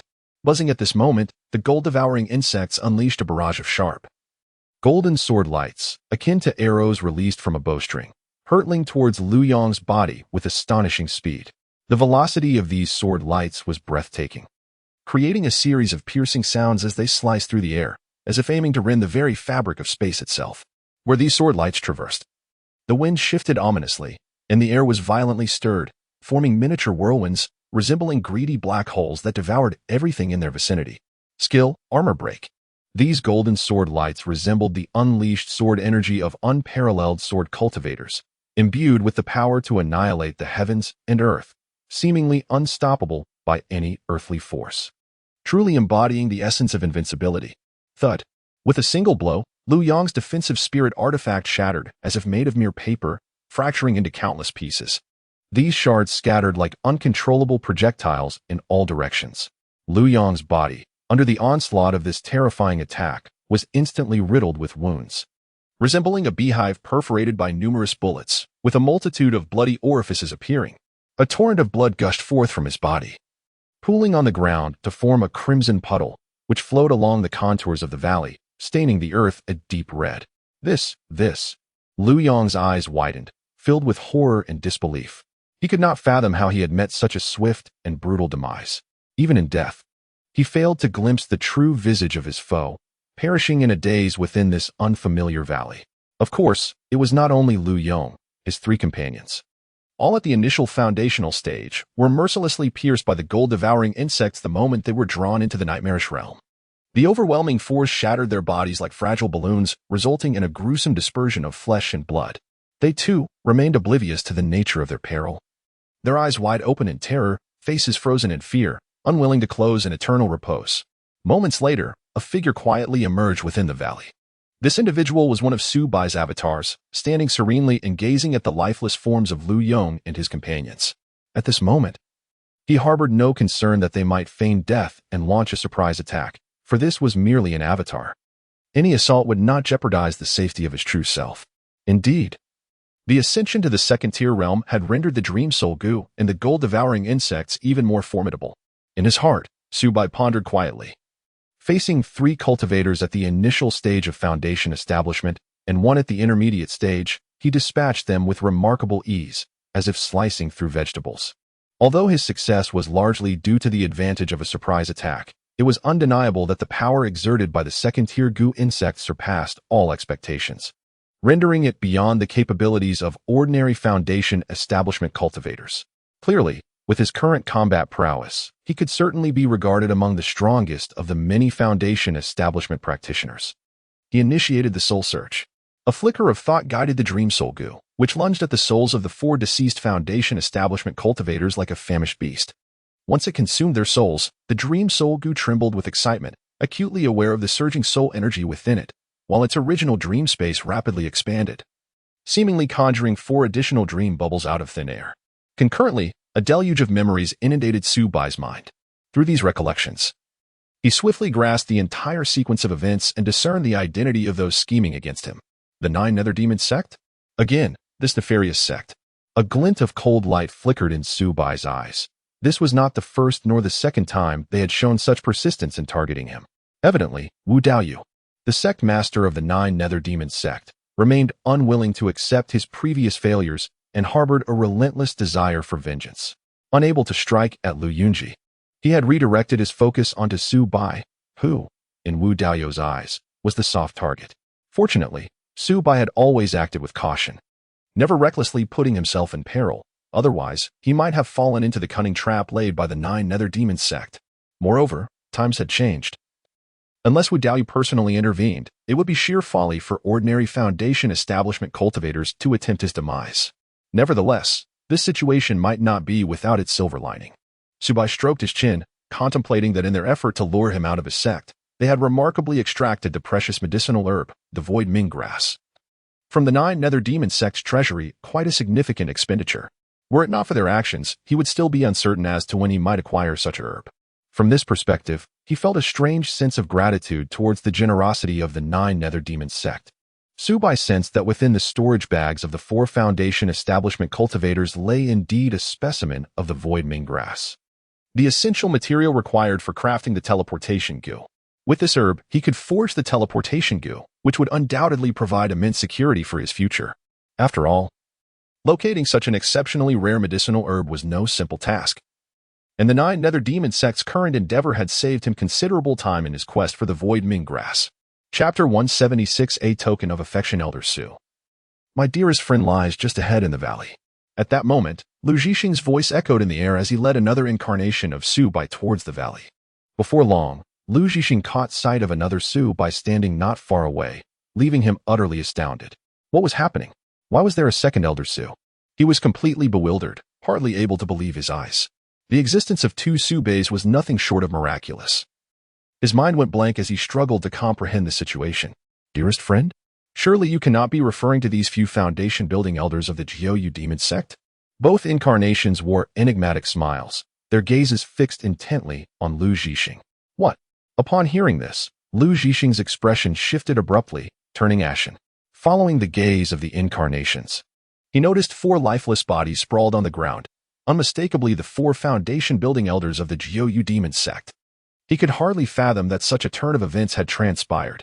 After all, his original mission was to lead Su Bai to this very place, so that the members of the Jiuyu demon sect could ambush him. Naturally, he was well aware that once his scheme was unveiled, he could no longer remain within the confines of the Xingqian sect, thus he had prepared to flee and distance himself from the sect's influence. Yet now, these 4 foundation-building elders of the Jiuyu demon sect lay dead, their demise tragic and gruesome, with their bodies unrecognizable. Clearly, the plans of the Jiuyu demon sect had been utterly thwarted, and his intentions had long been seen through by Su Bai. From the very beginning, this seemingly pristine Su Bai had been toying with him intentionally. Elder Su, it is a misunderstanding. This is all a misunderstanding, Lu Zhixing cried out in terror, desperately attempting to explain himself. Thud. In the next instant, an invisible wave of spiritual power descended upon him like an overwhelming avalanche, shattering his body into countless pieces as if he were fragile glass, obliterated before he even had the chance to struggle, meeting a tragic end on the spot. Compared to the foundation-building cultivators, his status as a mere chi refining stage cultivator rendered him insignificant, with no means of resistance. One strike was all it took to end his life effortlessly. Su Bai had no desire to engage in idle conversation with Lu Zhixing. Having betrayed him and acted as a spy for the Jiuyu demon sect, it was absurd for him to still seek mercy at this juncture, as if he were a fool easily deceived. Thus, without hesitation, Su Bai delivered a decisive strike to send the young man to his demise. Not wishing to utter a single unnecessary word. In the world of cultivation, debts must always be repaid, and the price of betrayal is none other than life itself. Bring me the heads of these 5 individuals. With a wave of his hand, Su Bai resolved to take the heads of all 5 with him. This time, he had no intention of erasing the evidence as he had done in the past. Previously, he had acted thus out of fear due to his own weakness, anxious about potential retribution from his enemies, hence the need to eliminate all traces. However, the situation was different now, with the backing of the Golden Core sect. The Xingqian sect, and his companion Lu Yunji, a Golden Core true master, he had no reason to fear retaliation from his foes. The tide of battle has indeed shifted, and it is now the Jiuyu demon sect that should be wary of his retribution. With utmost nonchalance, he collected several storage bags, harboring no concern that they might bear tracking marks. After all, he resided within the headquarters of the Starry sect. even if they were aware of his whereabouts. Would they dare to brazenly assault the Starry Sect? This is the advantage of being backed by a formidable power. There is no need for one to tread cautiously like a lone cultivator. Rather, it is the enemies who must remain in a state of perpetual anxiety, fearing the repercussions of his vengeance. Swiftly, not long after, Subai returned to the Pill Peak of the Starry Sect. Meanwhile, another of his avatars stealthily departed, concealing itself within the nearby mountains with the goo insects in tow. Su Dao, friend, you've returned rather quickly. Was the transaction successful? Inquired Wei Tiangong, the master of Pill Peak, his curiosity piqued. He then expressed perplexity. Strange. Where is my disciple Lu Zhixing? Why did he not accompany you back? He is already deceased. Su Bai's expression remained calm as he waved his hand, casting 5 severed heads onto the ground, which rolled gruesomely, stained with blood, creating a horrific spectacle. What? At these words, the elders of Pill Peak immediately underwent a drastic change in countenance, their gazes fixated on the 5 severed heads strewn upon the ground. Cursed be this fate. Is that not Lu Yong, the Foundation Establishment Elder of the Jiuyo Demon Sect? But it is not just Lu Yong. There is also Chun Yao, Lu Zhong, and Gu Zhong, all Foundation Establishment Elders of the Jiuyo Demon Sect. They had slain numerous disciples of our Starry Sect in the previous battle. This deep-seated enmity is not one we can forget. Who would have thought they would meet such an end, leaving behind only these severed heads? The expressions of the numerous elders of Pill Peak were filled with disbelief as they turned their gazes towards Subai, apart from the chi-refining disciple Lu Zhixing. They immediately recognized the identities of the other 4. After all, the Starry Sect and the Jiuyo Demon Sect had been embroiled in conflict for several years. With both sides deploying substantial elite forces, their Foundation Establishment Elders were well acquainted. Even if reduced to ashes, they would still be identifiable. Su Dao, friend. Could it be that this transaction was a trap? Wei Tiangong's expression darkened considerably. He was not a fool and could discern the underlying intricacies. The death of his disciple, the demise of the Jiuyo Demon Sect's Foundation Establishment Elders, coupled with the presence of Su Bai, the sect leader's companion. These factors intertwined ominously. Indeed, Su Bai affirmed, his demeanor serious. Your disciple Lu Zhixing was a spy planted by the Jiuyo Demon Sect within our Starry Sect. They lured me out of the sect using the Kongming grass as bait and set an ambush with 4 Foundation Establishment Elders, attempting to eliminate me in one fell swoop. Fortunately, I possessed a 3rd-tier talisman gifted by my partner Lu Yunji, along with several dozen 2nd-tier high-grade talismans. It was through their momentary negligence that I managed to launch a counterattack. Otherwise, I would have truly fallen into their trap. Subai succinctly recounted the process of his retaliation, attributing the successful slaying of the Foundation Establishment Elders to that 3rd-tier talisman.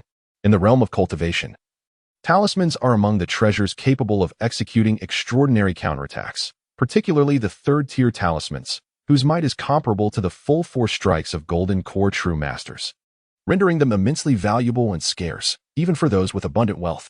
The number of 3rd-tier talisman masters on the entire Star Island is indeed limited. Regardless, he harbored no fear of inquiries from others, who would dare to press the consort of the sect leader. That would be tantamount to courting death. The elders from the Pill Peak could not help but display expressions of sympathy as they gazed at Lu Yong and the other foundation-building elders of the 9 Nether Demon Sect. These individuals had truly met an unjust demise. Why provoke anyone at all, let alone the consort of the sect leader? To challenge him was to invite disaster. The audacity to confront even a 3rd-tier talisman was telling of how deeply the sect leader favored the pale-faced Su Bai, as if talismans were freely bestowed upon him. Ordinary foundation-building cultivators would be courting death by daring to engage with Su Bai. My dear friend Su, I deeply regret this, said Wei Tiangong, the master of the Pill Peak, his face etched with guilt. It is indeed our failure in management that allowed a spy from the 9 Nether Demon Sect to infiltrate. Had it not been for your profound blessings, you might have faced dire consequences this time. I assure you, I will provide you with a satisfactory resolution. With that, he reluctantly produced 10 bottles of water source pills from his possession and handed them to Su Bai, stating, "Here are 10 bottles of water source pills. A modest token from our Pill Peak. I hope you will not hold this against us." This was a desperate measure, for the emergence of a traitor from the Pill Peak was no trivial matter. Should Su Bai truly encounter mishap, he would undoubtedly face severe repercussions, potentially inciting Lu Yunji's wrath, thus ensuring his own demise. Even if Su Bai emerged unscathed, he needed to find a way to quell Su Bai's anger. Otherwise, he feared for his own future. Hence, he He could only offer these 10 bottles of water source pills in hopes of placating Su Bai. Well then, if that is the case, I shall leave this matter in your hands, Su Bai replied with satisfaction. The water source pills were indeed valuable second-tier elixirs. Their worth not inferior to the Chi Fire pills and Ewood pills he had previously acquired. With the sudden offering of 10 bottles, it was a significant loss for them, and he felt it inappropriate to pursue the matter further. Having concluded this exchange, he turned and departed, making his way toward the Star Peak. Chapter 177. The power of the teleportation goo at this very moment, atop the Star Peak. What, my dear? You were just ambushed by an elder of the Jiuyo demon sect? The four women, Lu Yunji, Ji Wanqing, Mu Xiling, and Xia Shiyao, were taken aback upon hearing Zhou Sui recount the recent events, their faces etched with concern. Do not fret. The entity that just ventured out was merely my doppelganger, Zhou Sui reassured them with a gentle wave of his hand. My true self remains here on Star Peak. Even if an unforeseen incident were to occur, it would only result in the loss of a mere projection, which is of little consequence. A mere projection. Then that's a relief. Upon hearing this, Ji Wanqing and the others felt a wave of relief wash over them. They were well aware of their beloved's mastery over a remarkable technique of creating doppelgangers, which could nearly deceive the senses. Previously, he often employed this skill to navigate the various corners of Miyun City, whether to trade in spiritual liquor or gather intelligence. The Jiuyo demon sect is utterly outrageous. Haven't they already ceased hostilities with the Star sect? Mu Xiling exclaimed indignantly. How can they still send an elder to assassinate my dear? What exactly do they intend to achieve? This is likely all connected to me, Lu Yunji said. Her expression filled with guilt as she gazed at Zhou Sui with deep remorse. Because of my presence, I have disrupted the Jiuyo demon sect's carefully laid plans, leading them to failure. Unable to reach me, they have turned their attention towards you. Had it not been for my involvement, the Jiuyo demon sect would not have resorted to such underhanded tactics against Zhou Sui. Moonlight, you need not bear such burdens, Zhou Sui replied soberly, his demeanor steady. This is not your fault. The true culprits are the Jiuyo demon sect. It is entirely unreasonable to cast blame upon you while absolving them of their misdeeds. Thank you, my dear. Lu Yunji expressed her heartfelt gratitude, recognizing his understanding nature. However, a glint of cold determination soon flickered in her beautiful eyes as she declared, nevertheless. The Jiuyo demon sect has grown too brazen, daring to strike at those close to me. They are simply courting death. Are you planning to take action against the Jiuyo demon sect? Zhou Sui inquired. Indeed, Lu Yunji affirmed with a nod. But I do not intend to assault their headquarters directly. Their stronghold is protected by a third-tier grand formation, which, given our current strength, we would find insurmountable. However, they possess numerous markets, cities, and mines in the outside world. These can be seized. While they cower within their fortress, these locations remain unguarded. More importantly, the Jiuyo demon sect has recently suffered the loss of 4 foundational elders, rendering them significantly weaker. If we do not seize this opportunity, when shall we? Lu Yunji clenched her fist tightly, a palpable aura of vengeance enveloping her. If her beloved were to be targeted while she remained passive, that would not be the Lu Yunji everyone knew. Even if she could not completely eradicate the Jiuyo demon sect, she would ensure they paid a heavy price. Very well. I shall leave this matter to you, but you must exercise caution. Do not fall into the trap set by the Jiuyo demon sect, Zhou Sui advised with genuine concern. While vengeance is undoubtedly significant, if Lu Yunji were to be harmed in the process, it would be a loss beyond measure. As the saying goes, a gentleman's revenge is a dish best served cold. There is no rush. As long as one aspires to become a golden core true person, the demise of the 9 nether demon sect is inevitable. There is no need to rush. Do not worry, my dear. Lu Yunji nodded in agreement. Of course, the incident involving Zhou Sui being ambushed by a foundation-building cultivator of the 9 nether demon sect quickly spread within the Starry sect. After all, it is unprecedented for the partner of the sect leader to be attacked by a demon cultivator, a significant event indeed.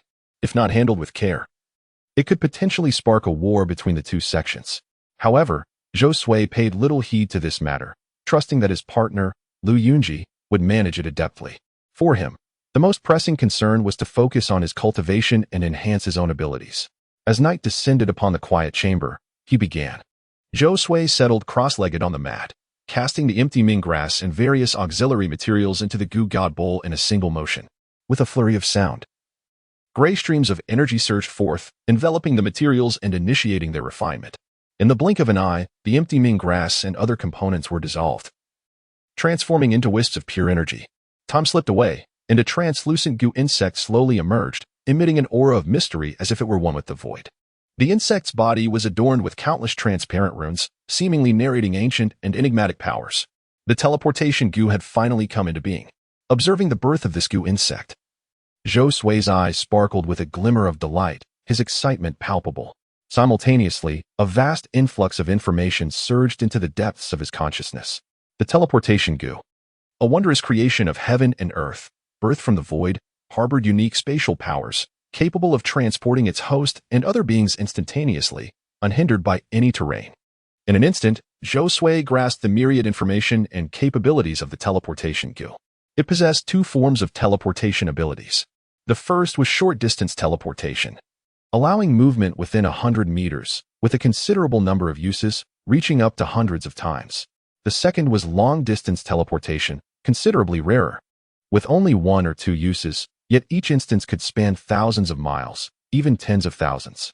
Undoubtedly, this ability was extraordinarily powerful, a crucial lifeline in dire moments. For even a golden core true person would lack such remarkable teleportation capabilities. The first-tier teleportation goo could accumulate spatial energy for a mile daily, reaching a limit of 1,000 miles, usable only once before requiring a fresh accumulation. The second-tier teleportation goo could gather spatial energy for 10 miles each day, with a maximum of 10,000 miles, allowing for 10 instances of teleportation. After 10 uses, no further accumulation could occur unless the already gathered uses were expended. Zhou Sui squinted thoughtfully. Clearly, if the teleportation goo could attain the second-tier realm, it could accumulate 3,650 miles of spatial energy within a year, reaching 10,000 miles in 3 years, and after 30 years, a staggering 300,000 miles, with 10 opportunities for teleportation. Splendid. Zhou Sui could hardly contain his joy. The emergence of the teleportation goo undoubtedly bestowed upon him a formidable means of ensuring his survival, should the starry sect truly encounter a crisis. Even faced the peril of annihilation, he could harness the power of the translocation goo to instantaneously transport his wives and himself across vast distances. Furthermore, if the number of usages reached 10, he would be capable of traversing 100,000 miles in a single instant. Such an astonishing range would allow for a swift escape, even from the relentless pursuit of an ancient nascent soul master. Of course, it is possible that the starry sect may not encounter any issues. This is merely Zhou Sui's prudent preparation for unforeseen circumstances. While it is ideal for no crisis to arise, should danger indeed come, he would not be left without a strategy. It is reminiscent of his prior foresight in Lingxiao City, where he had prepared an underground sanctuary in advance. Without such measures, he would likely have long since fallen victim to the hands of the 9 Nether Demon sect. Chapter 178. Seizing the moment, right? And those storage bags of the 4 Foundation establishment cultivators. At this moment, Subai produced 4 or 5 storage bags from his person, one of which belonged to a Qi refining stage cultivator. However, the contents were utterly trivial, almost negligible. He slightly closed his eyes, allowing his consciousness to unfurl like delicate threads, simultaneously employing the method of discerning objects with his mind's eye. In an instant, a torrent of information surged into the depths of his consciousness. The details of various treasures, spiritual stones, spiritual herbs, magical artifacts, spiritual energy, and elixirs immediately materialized before him. Indeed. They are all impoverished individuals. Subai curled his lip, a look of helplessness on his face. He had initially hoped to uncover some rare treasures, but to his dismay, he found nothing more than common cultivation resources, devoid of anything truly captivating. Nevertheless, the combined value of the treasures within these 5 storage bags was estimated at 40,000 mid-grade spiritual stones. For a Foundation establishment cultivator, this was undeniably a substantial fortune. 40,000 mid-grade spiritual stones could procure a significant quantity of second-tier elixirs, capable of rapidly enhancing a Foundation establishment cultivator's cultivation. Adding to that the value of the calming grass, priced at 10,000 mid-grade spiritual stones, he realized he had earned a total of 50,000 mid-grade spiritual stones, akin to striking gold unexpectedly. Alas, it is best to focus on cultivation and enhance my own magical power. Subai set the storage bags aside for the moment and promptly sat cross-legged on the ground. He retrieved a vial of Emu Dan, poured out a single pill, and without hesitation, swallowed it. In an instant, his magical power began to circulate, he activated the Gu divine nerve, swiftly refining the Imu Dan and transforming it into a vast reservoir of energy. The energy of the Imu Dan was exceptionally gentle, flowing through his meridians like a gentle stream, continuously fortifying his physique. At this moment, the magical power within him was steadily increasing, bit by bit. This pace is exceedingly slow. Subai couldn't help but lament that even with the assistance of the second-tier Imu Dan, it would take at least a month to condense a drop of magical liquid. This illustrates just how sluggish the process of condensing magical power truly is. Without the aid of second-tier elixirs, one might require half a year to condense a single drop of magical liquid. Based on his current cultivation progress, it seems he would endure 100 years of arduous training before he might hope to reach the pinnacle of foundation establishment. It is worth noting that his spiritual root has reached the 6th grade, categorizing it as a medium spiritual root. Even so, the speed of his cultivation remains as slow as a snail's crawl. If an ordinary 6th grade spiritual root foundation establishment cultivator were to spend their entire life, they might exhaust their lifespan without ever ascending to the peak of foundation establishment, let alone condensing a golden core. It is plausible that they might remain forever in the initial stages of foundation establishment. As one progresses further in cultivation, the significance of one's aptitude for cultivation becomes increasingly pronounced. For those with inferior spiritual roots, while it is not entirely impossible to become foundation establishment cultivators through fortunate encounters, aspiring to become a golden core realizer is almost an impractical fantasy.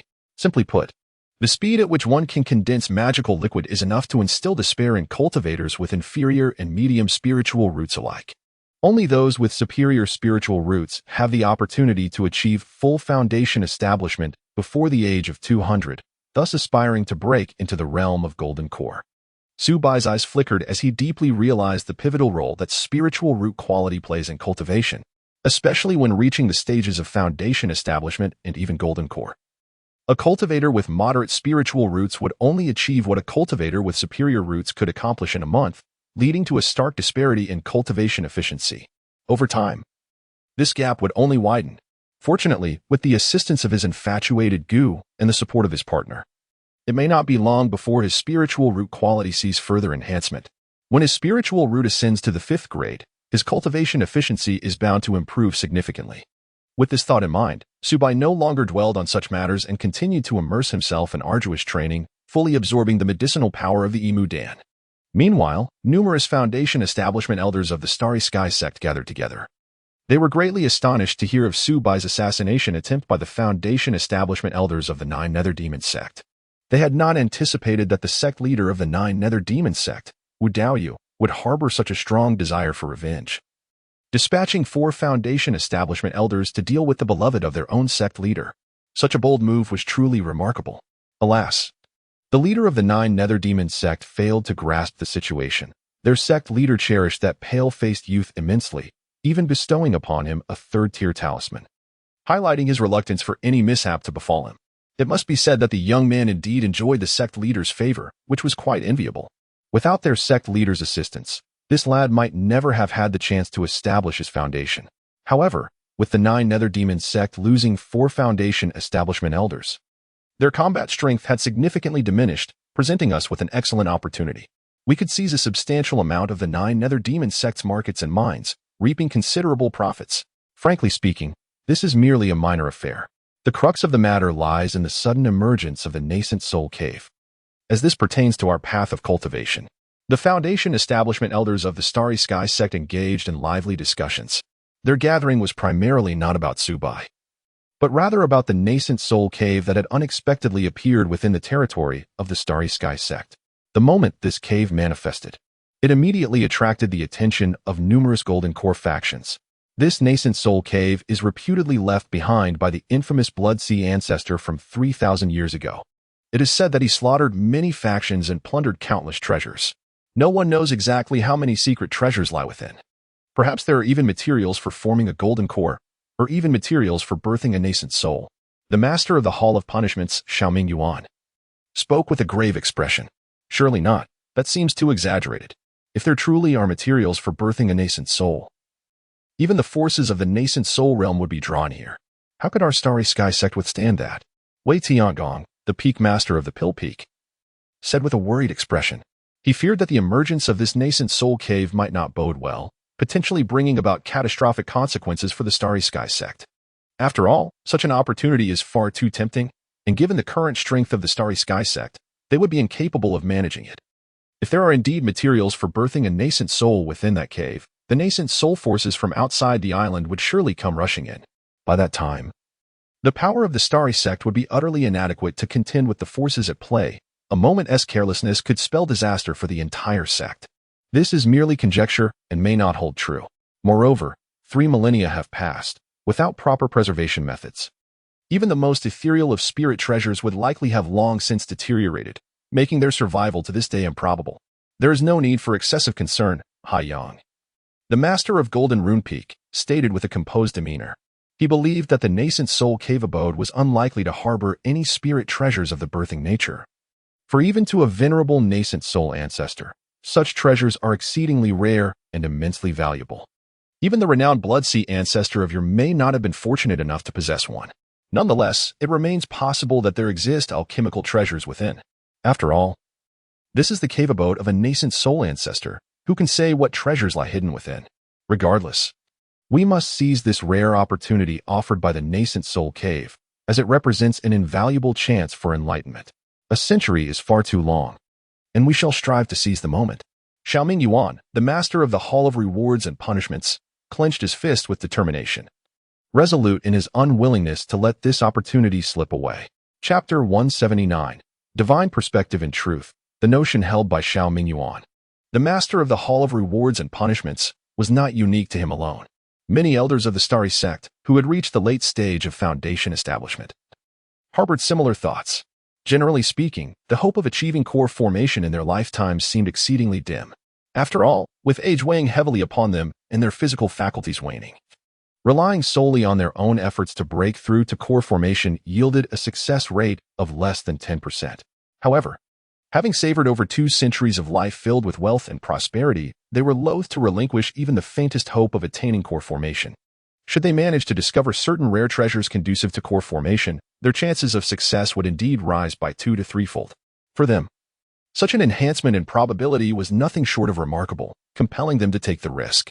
Thus, regardless of the perils that the nascent soul cave might conceal, they would resolutely refuse to concede defeat. The sect master had already indicated that the emergence of the nascent soul cave had drawn considerable attention from numerous golden core powers. At least 20 to 30 golden core true masters had their sights set on this cave. Given the current strength of the Starry sect, safeguarding this cave would not be an easy feat therefore. The sect master decided to open the cave and invited other golden core true masters to explore and develop it together. Chao Xing, the master of the Array Peak, wore a grave expression as he slowly articulated Lu Yunji's decision. Could it be 20 to 30? Has the entire golden core contingent of Starry Island turned out en masse? This is utterly astonishing, exclaimed one foundation establishment elder, his face a mask of disbelief. Although he had anticipated that the emergence of the Bloodsea Ancestors Cave would attract numerous Golden Core factions, he had not expected such a multitude of Golden Core true masters to appear at once. Indeed, it was somewhat peculiar, logically. The dissemination of such news should not have been so swift. Yet, within a short span, the word had spread across Starry Island, making it hard not to suspect that someone was deliberately orchestrating its circulation. But what advantage would one gain from spreading such news? Why not seize the nascent soul cave for oneself? It was likely that the cave's protective formations and restrictions were exceedingly formidable, rendering it nearly impossible to breach alone, thus necessitating the combined efforts of many Golden Core true masters. However, with so many Golden Core true masters involved, what chance did foundation establishment cultivators like us have to share in the spoils? Yet, opportunities were not entirely absent. Although Golden Core true masters possessed immense strength, their mutual checks and balances deterred them from acting recklessly. In such a scenario, it was conceivable that we might find a sliver of hope to see some benefits amidst the fray. To venture for profit beneath the very noses of Golden Core true masters, was that not a rather audacious thought? Yet, fortune favors the bold. The opportunity for core formation lay tantalizingly close. If we do not strive for it, shall we merely let it slip into the hands of others? I am unwilling to concede defeat so easily. Everyone need not fret excessively, we still have time to prepare. To breach this 4th-tier formation, one would require several years, and a large-scale conflict is unlikely to erupt in the short term. The numerous elders of the starry sect engaged in fervent discussion, clearly recognizing that the emergence of the Blood Sea ancestors' cave seemed to harbor deeper mysteries. However, when faced with this rare opportunity for advancement, despite being acutely aware of the potential deception, they found it exceedingly difficult to let go. Once this chance was missed, who could say when a similar opportunity would arise again? Of course, none of this held any allure for Subai. His sole focus at this moment was to diligently cultivate and swiftly enhance his own abilities. As for the lair of the Blood Sea ancestor, he harbored no interest whatsoever. Nevertheless, within the territory of the Starry Sect, a vast influx of foundational and even Golden Core practitioners from various corners of Starry Island surged in, creating an increasingly chaotic scene. Conflicts among the cultivators erupted incessantly, never ceasing. Time flew by, and in the blink of an eye, 5 years had passed. In the tranquil chamber atop Starry Peak, Subai sat cross-legged, immersed in the cultivation of the 7 Apertures Linglong Heart Sutra. Although he had successfully condensed his first hard eye to perceive the world, he did not pause in his training. After all, this was an exceptionally potent soul secret technique, capable of significantly augmenting his spiritual power. Through 5 years of diligent practice, he was on the verge of successfully condensing his second heart eye, the wide area heart eye. This particular heart eye had long been the object of his aspirations, for it promised to greatly enhance his perceptive abilities, allowing him to more acutely observe everything in his surroundings, a truly invaluable asset. At this moment, Subai's soul was entirely immersed in the depths of his consciousness, meticulously sketching the patterns of the second heart eye. With the assistance of the Book Goose power, he was in a state of absolute clarity, free from any distracting thoughts. After all, condensing the heart eye allowed for no errors. Even the slightest misstep could lead to failure. Should he falter, not only would all prior efforts be in vain, but he would also have to begin the construction anew. This exemplifies the formidable difficulty of mastering the 7 Apertures Linglong Heart Sutra. It was a matter of either achieving immediate success or suffering a severe blow to the soul upon failure. Truly, success or failure hinged on this singular moment. Boom. At that instant, Subai keenly sensed the final stroke of the soul's pattern being successfully completed, akin to finding the last missing piece of a puzzle or the crucial component of a machine. With a crack, the heart eye instantly took shape, transforming into a perfect illusory eye. Simultaneously, a void eye emerged deep within his heart. Success had finally been attained. A radiant smile illuminated Subai's face, his heart brimming with exhilaration. He could hardly contain his eagerness to wield the power of this heart eye.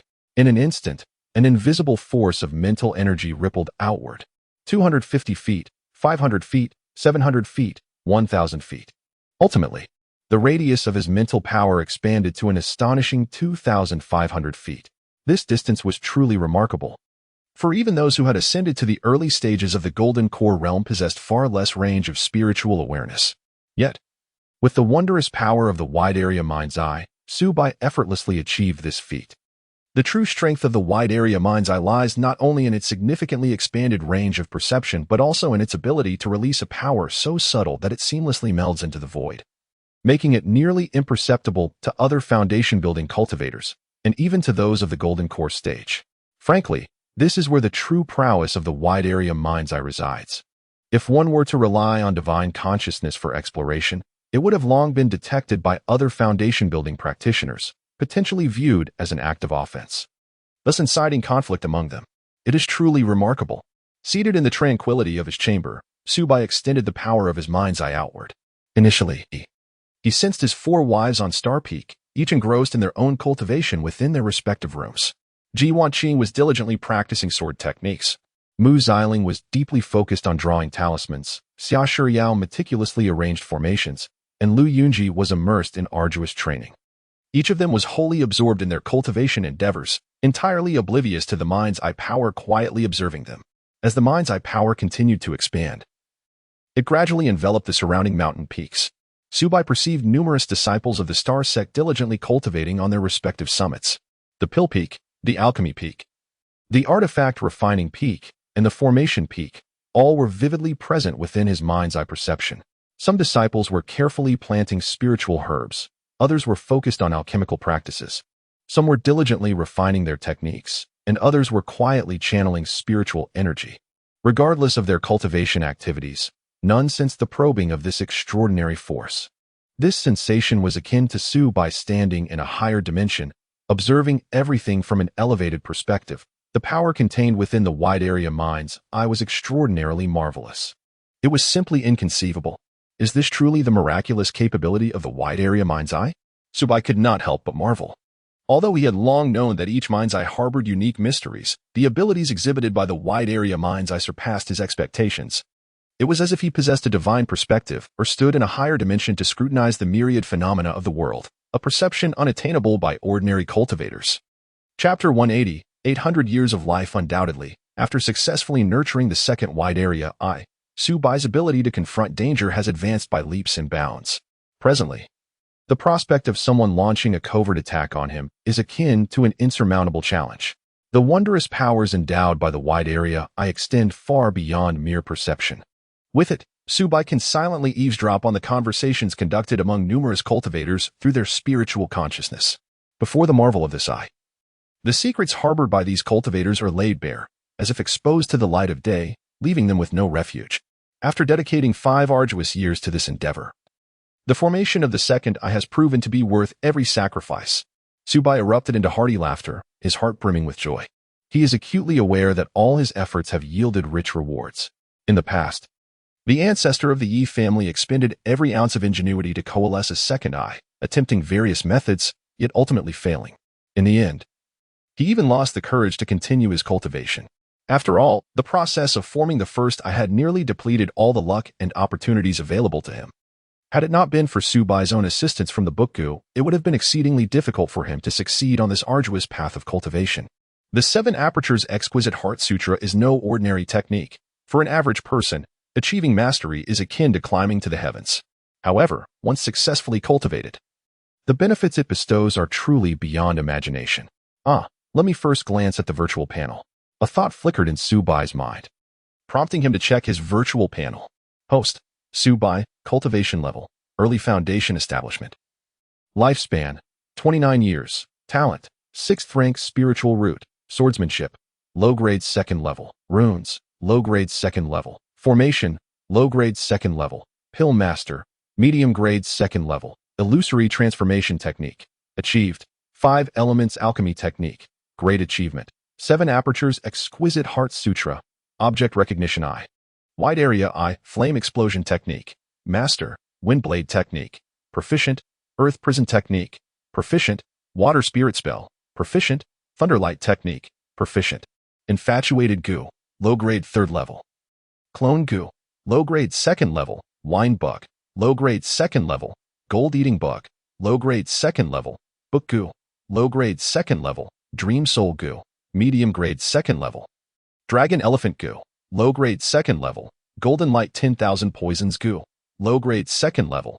Instantaneous movement goo, low grade 2nd level. A lifespan of 800 years is quite remarkable. Subai felt a profound sense of satisfaction. Over the past 5 years, the mysterious blood energy of the dragon elephant goo has continuously refined and baptized his body almost every month. It can be said that his physical prowess has been steadily ascending during this period, with the power contained within him now exceeding 200,000 pounds. Simultaneously, his bodily defenses have been significantly enhanced, rendering them comparable to a low-grade defensive spiritual artifact. Ordinary spiritual weapon attacks against him would lose half their potency. Should he encounter an attack from a magical artifact, his body, as resilient as the hide of a divine elephant, can easily withstand it, making him virtually impervious to blades and bullets. Of course, the most crucial aspect remains the remarkable extension of his lifespan. From a previous lifespan of 600 years, it has now ascended to 800, an increase of 200 years. Should other cultivators become aware of this development, they would likely be consumed by jealousy. After all, for the majority of cultivators, extending one's lifespan typically requires either a breakthrough to a higher realm or the consumption of longevity elixirs. Yet, for Subai, leveraging the power of the dragon elephant goo allows him to augment his lifespan almost monthly, and as it stands, he appears to have yet to encounter a plateau in this growth. This signifies that he is evolving towards a realm that transcends the ordinary, gradually liberating himself from the confines of typical human existence. In truth, the path of cultivation is fundamentally a transformation from human to celestial being, which, in essence, bears little difference. However, during the early stages of foundation establishment, his progress has only reached 70. The journey of a foundation cultivator is indeed fraught with challenges. Subai contemplated his cultivation progress, noting that he is still 30 away from the mid-foundation stage. Even with the continuous consumption of elixirs and engaging in dual cultivation with his partner, his rigorous training has taken a full 5 years to attain this level of advancement. By conventional standards, it would likely require at least 2 to 3 decades to break through to the mid-foundation stage. In reality, many foundation cultivators find themselves ensnared at this level for centuries, a phenomenon not uncommon in the world of cultivation. At this stage, even the slightest enhancement of magical prowess demands significant time and resources. If he continues at this pace, it may take another 2 to 3 years before he can transcend to the mid-foundation stage. Nonetheless, it must be acknowledged that such a rate of cultivation is already quite remarkable. Take Lu Yunji, a prodigy with a first-grade spiritual root. It took her a full decade to transition from early to mid-foundation. Subai's relatively slow cultivation speed can also be attributed to a crucial factor, the influence of the goo worms. While these creatures bestow upon him formidable strength and various aids, they are not without their drawbacks. He must facilitate the evolution of the goo worms. Should they fail to evolve, his own breakthroughs would be hindered. It is akin to the necessity for both Subai to enhance his internal magical energy and the second-tier goo worms to elevate their own powers to promote their evolution. Recognizing this, Subai is now reluctant to readily concoct goo worms, unless a particular goo worm offers substantial benefits to his cultivation. Creating a multitude of them would not only fail to assist his training, but could indeed impede his progress, rendering the endeavor a fruitless pursuit. The rate of enhancement for his spiritual root has also become sluggish. Subai stroked his chin, contemplating the evolution progress of his spiritual root. After 5 years, he has merely reached 71, with another 30 remaining before metamorphosing into a 5th-grade spiritual root. He had long prepared himself for this circumstance. After all, the higher the level of the spiritual root, the greater the difficulty of evolution. Aspiring to enhance the quality of his spiritual root in a short span is akin to chasing a delusion. Nevertheless, he does not feel an urgent need. A 6th-grade spiritual root is, in truth, already sufficient for him. Moreover, with the assistance of elixirs and the dual cultivation with his Tao partner, his progression in cultivation is, in fact, not inferior to that of practitioners possessing 3rd-grade spiritual roots. It is believed that with the passage of time, advancing to 5th-grade spiritual roots will not pose a significant challenge. Fortunately, he has achieved remarkable advancements in realms such as formations, runes, swordsmanship, and alchemy. Over the past 5 years, in addition to diligently focusing on the 7 apertures exquisite art, he has also invested considerable effort in mastering the myriad arts of cultivation. Indeed, diligence does not go unrewarded, yielding abundant harvests. Subai feels profoundly satisfied with his improvements in the diverse arts of cultivation. Acknowledging the gradual deceleration of his own cultivation speed, he dedicated part of his time to the study of these arts. This strategic choice has proven to be immensely beneficial. Techniques in formations, runes, and swordsmanship have all ascended to the 2nd-tier lower grade, while his alchemical skills have reached the 2nd-tier middle grade. With his current alchemical expertise, he is undoubtedly regarded as a master alchemist within the Celestial Star sect. Chapter 181. One's Own Choice Indeed. There existed some aspects of skill advancement in Subai that were rather inconspicuous. Take, for instance, the illusionary transformation technique. Ever since he reached the minor achievement stage, there had been little progress. This was, however, quite understandable, as Subai had not invested much effort into this particular art.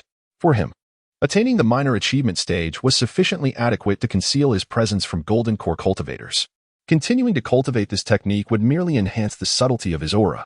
Yet, given his current circumstances, the benefits derived from such advancements were minimal, leading him to neglect this discipline. The same could be said for various other techniques. In comparison to his previous progress, the advancements were not particularly remarkable. After all, the allocation of time and energy is inherently limited, necessitating a distinction between primary and secondary focuses during cultivation. At present, Subai naturally directed more attention towards elevating his own cultivation level, as it fundamentally underpins his standing within the realm of cultivation. The instantaneous worm had finally ascended to the 2nd tier, a matter of utmost significance. A smile graced Subai's face, for the instantaneous worm was currently his most treasured creature. When he first concocted it, it was merely at the 1st tier. But under Subai's meticulous care, it successfully progressed to the lower tier of the 2nd tier within just a year. its capabilities saw a substantial enhancement. And after 4 years, it had accumulated enough energy to teleport a distance of 10,000 miles. Thus, should he encounter peril, Subai could harness the wondrous power of the instantaneous worm to escape instantaneously to a location far beyond the starry sect, rendering any pursuer futile in their efforts to capture him. This was undoubtedly a crucial trump card in his possession. Alas, if only he could find a few more partners, his ascension might accelerate even further. If he could discover a partner at the Golden Core level, it would be all the more splendid. Subai stroked his chin, contemplating the idea of seeking additional companions to expedite his cultivation. Reflecting on his earlier days during the Qi refinement period, he recalled how the support of 4 partners had facilitated a smooth and rapid progression along his path of cultivation. Had he relied solely on his own gradual efforts, it would have taken him over a decade of arduous toil to break through and become a foundation establishment cultivator.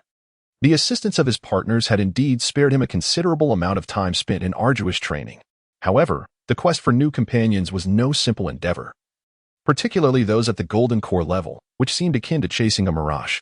The number of Golden Core cultivators on Starry Island was already scant, let alone female cultivators of that caliber. Consequently, Subai did not dwell too heavily on this notion. Even without the support of partners, given his current pace of cultivation, ascending to the Golden Core realm was not an unattainable feat. Moreover, with his lifespan having reached 800 years, even a methodical approach to arduous training could lead him to become a Golden Core immortal. As night descended, the bright moon hung high in the sky, and countless stars twinkled. After consolidating his cultivation in the quiet chamber, Subai slowly emerged.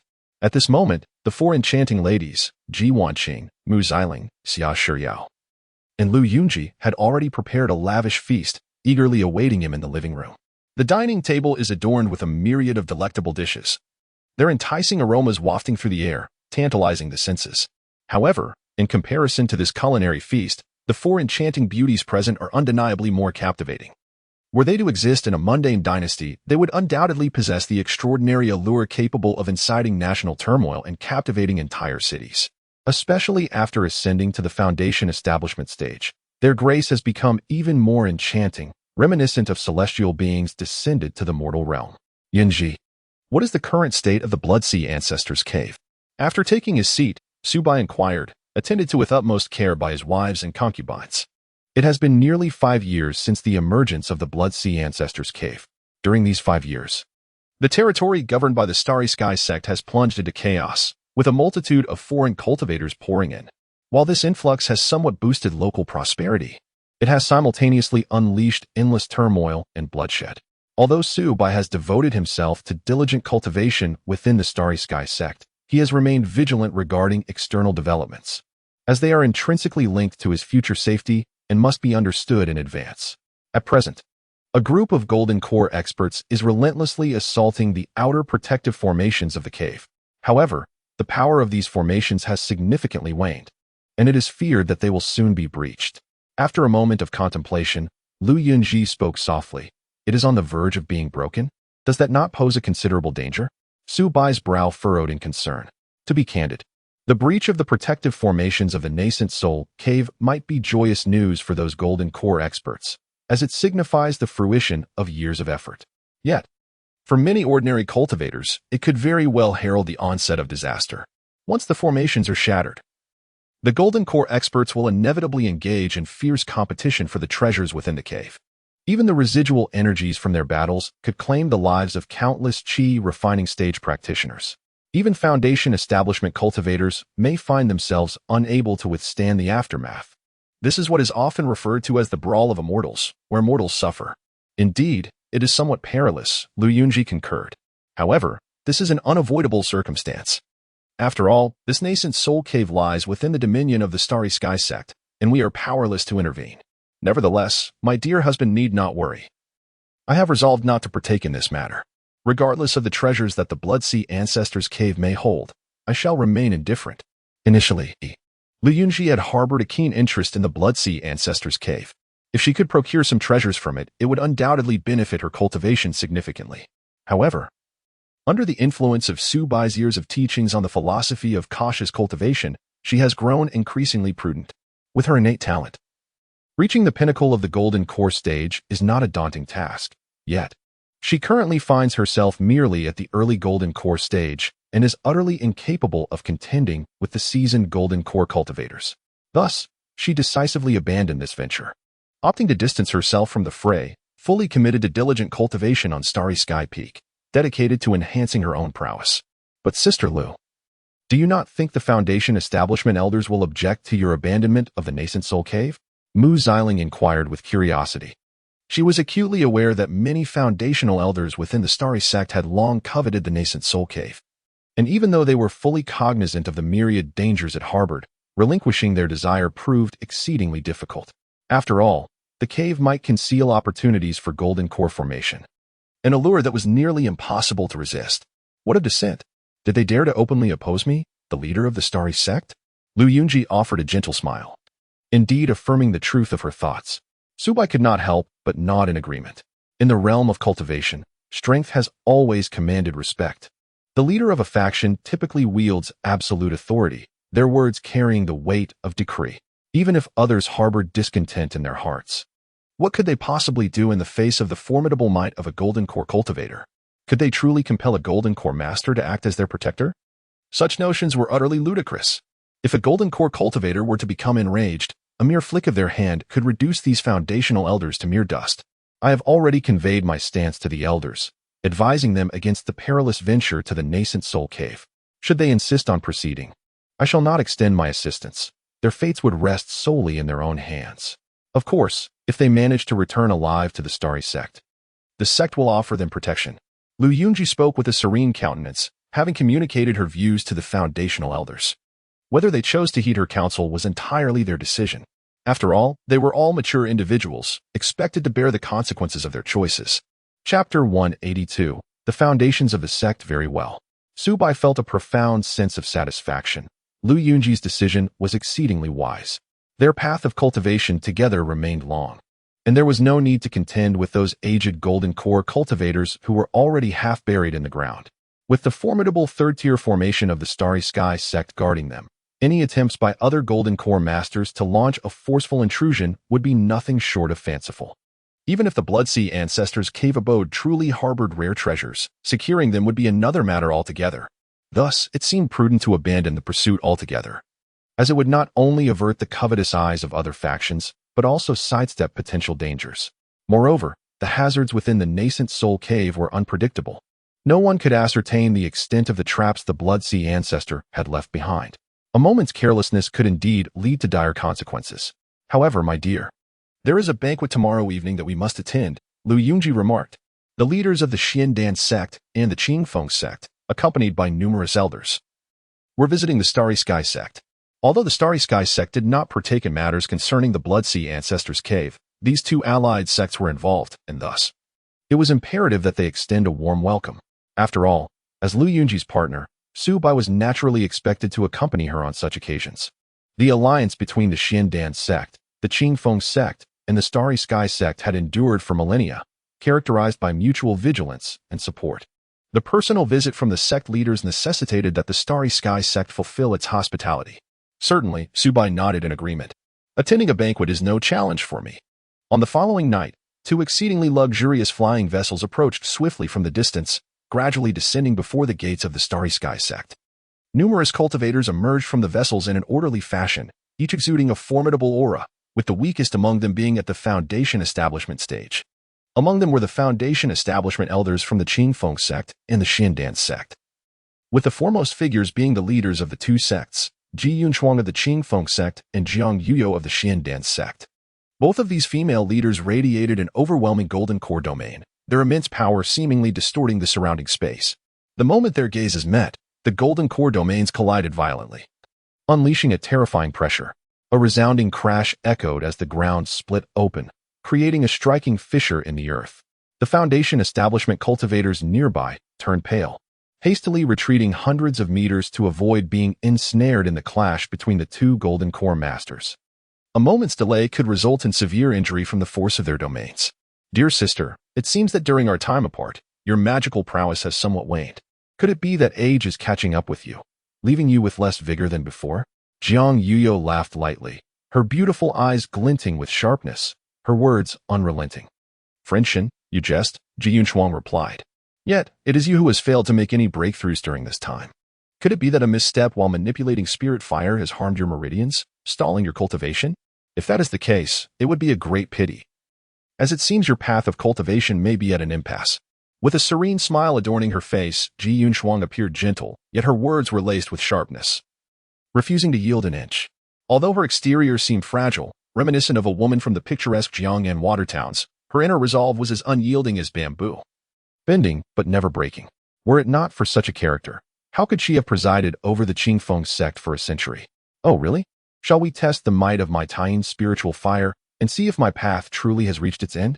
Jiang Yuyao interjected with a cold snort, her delicate fingers flicking lightly, summoning a peculiar gray flame that instantly manifested in her palm. In an instant, the terrifying power of the flames surged forth, as if intent on incinerating all in its path, while simultaneously exuding an icy aura, capable of freezing everything in its vicinity. The numerous foundational elders present turned ghostly pale at the sight. They were acutely aware of the dreadfulness of the Taiyin spiritual fire, equivalent to a fourth-tier spiritual flame. Its might beyond imagination. It was precisely due to the formidable power of the Taiyin spiritual fire that Jiang Yuyao possessed the strength to challenge those beyond her level. Even practitioners in the late Golden Core stage would think twice before confronting the Taiyin spiritual fire, for a careless brush with it would be akin to being consumed by relentless flames. Even treasures carried would stand a significant risk of being incinerated by this fearsome spiritual fire. One could liken Jiang Yuyao to a hedgehog, bristling with dangers that dissuade any from engaging her lightly. It was said that her acquisition of the Taiyin spiritual fire stemmed from an unexpected opportunity. She had entered a mysterious secret realm, where by sheer fortune, she successfully collected the Taiyin spiritual fire, and from that moment onward, her reputation soared. Even when she brazenly assaulted the headquarters of the Nine Nether Demon sect, they could only swallow their anger, refraining from retaliation. This woman acted with reckless abandon, devoid of caution. Once she set her sights on someone, even late-stage Golden Core cultivators would find themselves in a dire predicament. However, possessing the Taiyin spiritual fire was not without its costs. Jiang Yuyao endured its searing heat day and night, her soul and body subjected to extreme torment. This suffering had rendered her temperament exceedingly volatile, akin to a bomb ready to explode at the slightest provocation. Moreover, due to the interference caused by the Taiyin spiritual fire, she found herself unable to break through to the late Golden Core stage, rendering aspirations to ascend to the nascent soul realm a distant dream. Truly, she was both the architect of her success and the harbinger of her struggles due to the Taiyin spiritual fire. If you wish to make a move, I shall gladly accompany you to the end. Ji Yunchuang's expression remained tranquil as she retrieved a golden bamboo from her storage space. This bamboo was intricately engraved with golden runes that flickered with a light resembling entwined thunder, embodying a terrifying might capable of obliterating the heavens. This was the Qingfeng sect's treasured artifact, the superior-grade Golden Thunder Bamboo. The Golden Thunder Bamboo possessed not only the life-giving force of wood but also the ferocity of thunder, specifically designed to counter all forms of evil. Once this treasure was unleashed, it could summon a deluge of thunder, its power astonishing. It was precisely due to the formidable might of the Golden Thunder Bamboo that Ji Yunchuang faced Jiang Yuyao's Taiyin spiritual fire without a trace of fear. With a thunderous roar, the two formidable realms of the Golden Core clashed violently, intertwining the powers of thunder and flame in a fierce contest. Each collision unleashed a terrifying force, causing the very earth to tremble under the strain, rending it with massive fissures. The surrounding Foundation establishment cultivators quaked in fear, as even the residual waves of this battle seemed potent enough to shatter them into fragments. This exemplified the dreadful prowess of the Golden Core Masters, the undisputed sovereigns of Starry Island. Why must my esteemed friends be so enraged? We are allies, after all. Should outsiders witness such discord, we would surely become the subject of ridicule. At that moment, a melodious and graceful voice descended from the heavens, accompanied by a formidable presence of the Golden Core realm, swiftly appearing before Ji Yunchuang and Jiang Yuyao to separate them. The speaker was none other than Lu Yunji, the revered leader of the Starry Sect. Clutching the exquisite artifact, the Golden Serpent Scissors, she emanated an aura akin to that of a dragon, exuding an air of unparalleled sharpness and brilliance. With a deft motion of the Golden Serpent Scissors, the two immense Golden Core realms appeared to be effortlessly cleaved apart. Even when measured against the experience of the two seasoned Golden Core Masters, Lu Yunji's confidence in intervening was not solely due to her significant enhancement in strength. It was also bolstered by her position within the Starry Sect, granting her access to the power of the sect's third-tier formation at any moment. With the augmentation of this formation's might, she harbored the confidence to easily subdue not just 2, but even 5 seasoned Golden Core practitioners. This exemplified the formidable power of formations and the inherent strength derived from the sect's profound heritage. Chapter 183, A Win-Win Situation. Is that not Yunji? Upon catching sight of Lu Yunji, Jiang Yuyao's beautiful eyes instantly gleamed with a sharp light as she scrutinized her from head to toe, unable to suppress her astonishment. It has only been a short while since we last met, yet the surge in your magical prowess is remarkably evident. Not only has your spiritual energy flourished, but even your physical constitution appears to have significantly improved. With a physique like yours, one could easily compare you to an advanced practitioner of the Golden Core stage. Have you embarked on the path of dual cultivation of both body and spirit, Yunji? Your aspirations are truly ambitious. Jiang Yuyao recalled that the last time she encountered Lu Yunji, she was merely a novice in the Golden Core realm. However, in just 5 short years, Lu Yunji's magical prowess had experienced a remarkable transformation, her cultivation advancing by leaps and bounds. What astonished her even more was Lu Yunji's physical condition. Every movement she made seemed to exude an overwhelming force, as if a true dragon resided within her. This undoubtedly indicated that Lu Yunji must have practiced an exceptionally profound body refinement technique. Otherwise, such astonishing results would be impossible. While her magical abilities have flourished, she has also commenced body refinement cultivation. It seems your innate talent surpasses my previous estimations, remarked Ji Yunshuang, equally taken aback. Though she was aware that Lu Yunji possessed a first-grade spiritual root and exceptional aptitude for cultivation, she had never heard of her possessing the qualifications for body refinement. Perhaps Lu Yunji had deliberately concealed this aspect of her talent until she ascended to the Golden Core realm, choosing to reveal it fully only then. After all, in the realm of immortality, the tallest tree invites the wind. Exhibiting excessive talent too early can sometimes be detrimental. Thus, it is entirely plausible that Lu Yunji had previously chosen to hide her capabilities. You flatter me, esteemed seniors, Lu Yunji replied softly, her lovely eyes blinking. However, this is the mountain gate of my starry sect, not a place for conflict. Why not join me at my starry peak for a gathering? Upon hearing the compliments from the 2 seniors, Lu Yunji felt a twinge of unease within. She was no such prodigy of body refinement, nor had she practiced any body refinement techniques. It was merely the result of long-term dual cultivation with her partner, gradually strengthening her physique through the mysterious energies within him, leading to her enhanced strength.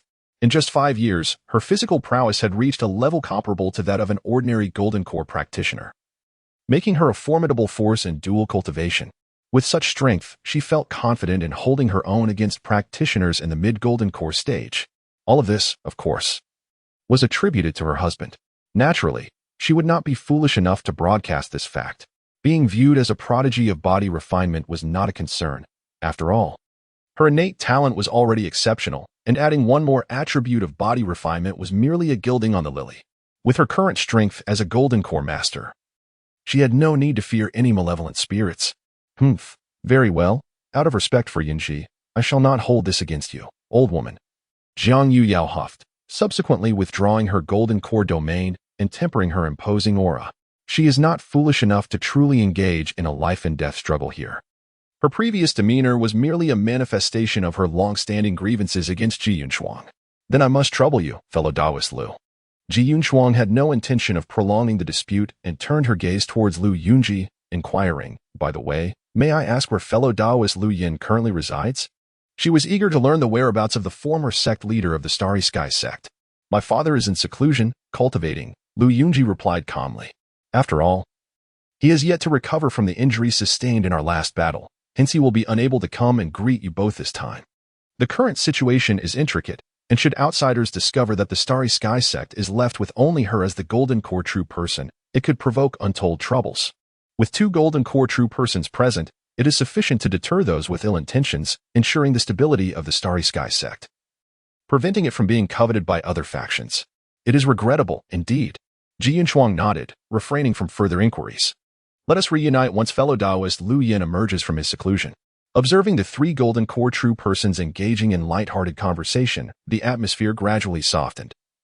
And the many Foundation establishment elders present could not help but breathe a sigh of relief. After all, if a conflict were to erupt, it would not bode well for anyone involved. Whoosh, Whoosh, whoosh. Under Lu Yunji's guidance, the cultivators from the Qingfeng sect and Xiandan sect entered the Starry Sky sect, making their way directly to Starry Sky Peak. At this moment, a banquet had already been prepared atop Starry Sky Peak. In a spacious square, a series of long black tables were set, adorned with an array of exquisite fruits, vegetables, and delectable dishes. Numerous Foundation establishment cultivators took their seats to dine, while the qi-refining disciples of the Starry Sky sect acted as servers, busily bringing various foods to the guests. Ji Yunshuang, Jiang Yuyao, and Lu Yunji naturally occupied the seats of honor, with Su Bai accompanying them. Meanwhile, Ji Wanqing and others did not make an appearance, remaining in the palace behind to cultivate. Are these two the leaders of the Qifeng sect and Xiandan sect? Su Bai's eyes brightened as he looked towards Ji Yunshuang and Jiang Yuyao beside him. To be honest, this was his first time witnessing these two Golden Core sect leaders in person. Indeed, they were Golden Core female cultivators, exuding an extraordinary aura, each possessing her unique charm. As the leader of the Qifeng sect, Ji Yunshuang was strikingly beautiful. Years of holding a high position had imbued her with a regal presence that radiated an air of authority akin to that of a queen, reminiscent of a noble lady, effortlessly stirring a man's desire for conquest. Her visage also conveyed boundless gentleness, her aura as pure as that of a priest, creating an unforgettable blend of nobility, tenderness, and sanctity. As for Jiang Yuyao, the leader of the Xiandan sect, she possessed an alluring charm of her own. Her enchanting beauty was reminiscent of a fox spirit, captivating those around her, and her striking figure was unmatched by any female cultivator present. Even without employing any enchanting techniques, she exuded an innate, soul-stirring allure. Had she been part of a demonic sect, she would undoubtedly be a bewitching figure. Yet, she found herself within a prestigious righteous sect, which only enhanced her aura of sanctity and inviolability. The male cultivators nearby mostly dared not meet her gaze, for the consequences of inciting the temperamental Golden Core cultivator could be dire. It was said that the number of disciples she had reprimanded was countless.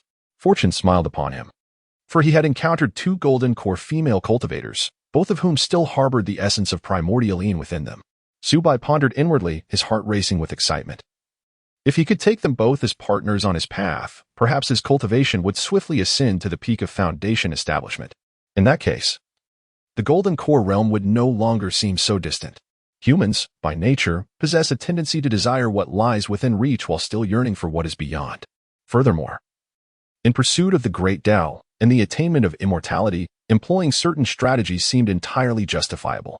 In a sense, this could be deemed a mutually beneficial arrangement. They would aid him in becoming a Golden Core cultivator, and in turn, he could assist them in advancing to the nascent soul stage, and even striving for the transformation into divinity. Chapter 184, Just Joking. Ji Yunshuang and Jiang Yuyao. The two women seemingly preside over two major sects, both holding the esteemed title of sect leader.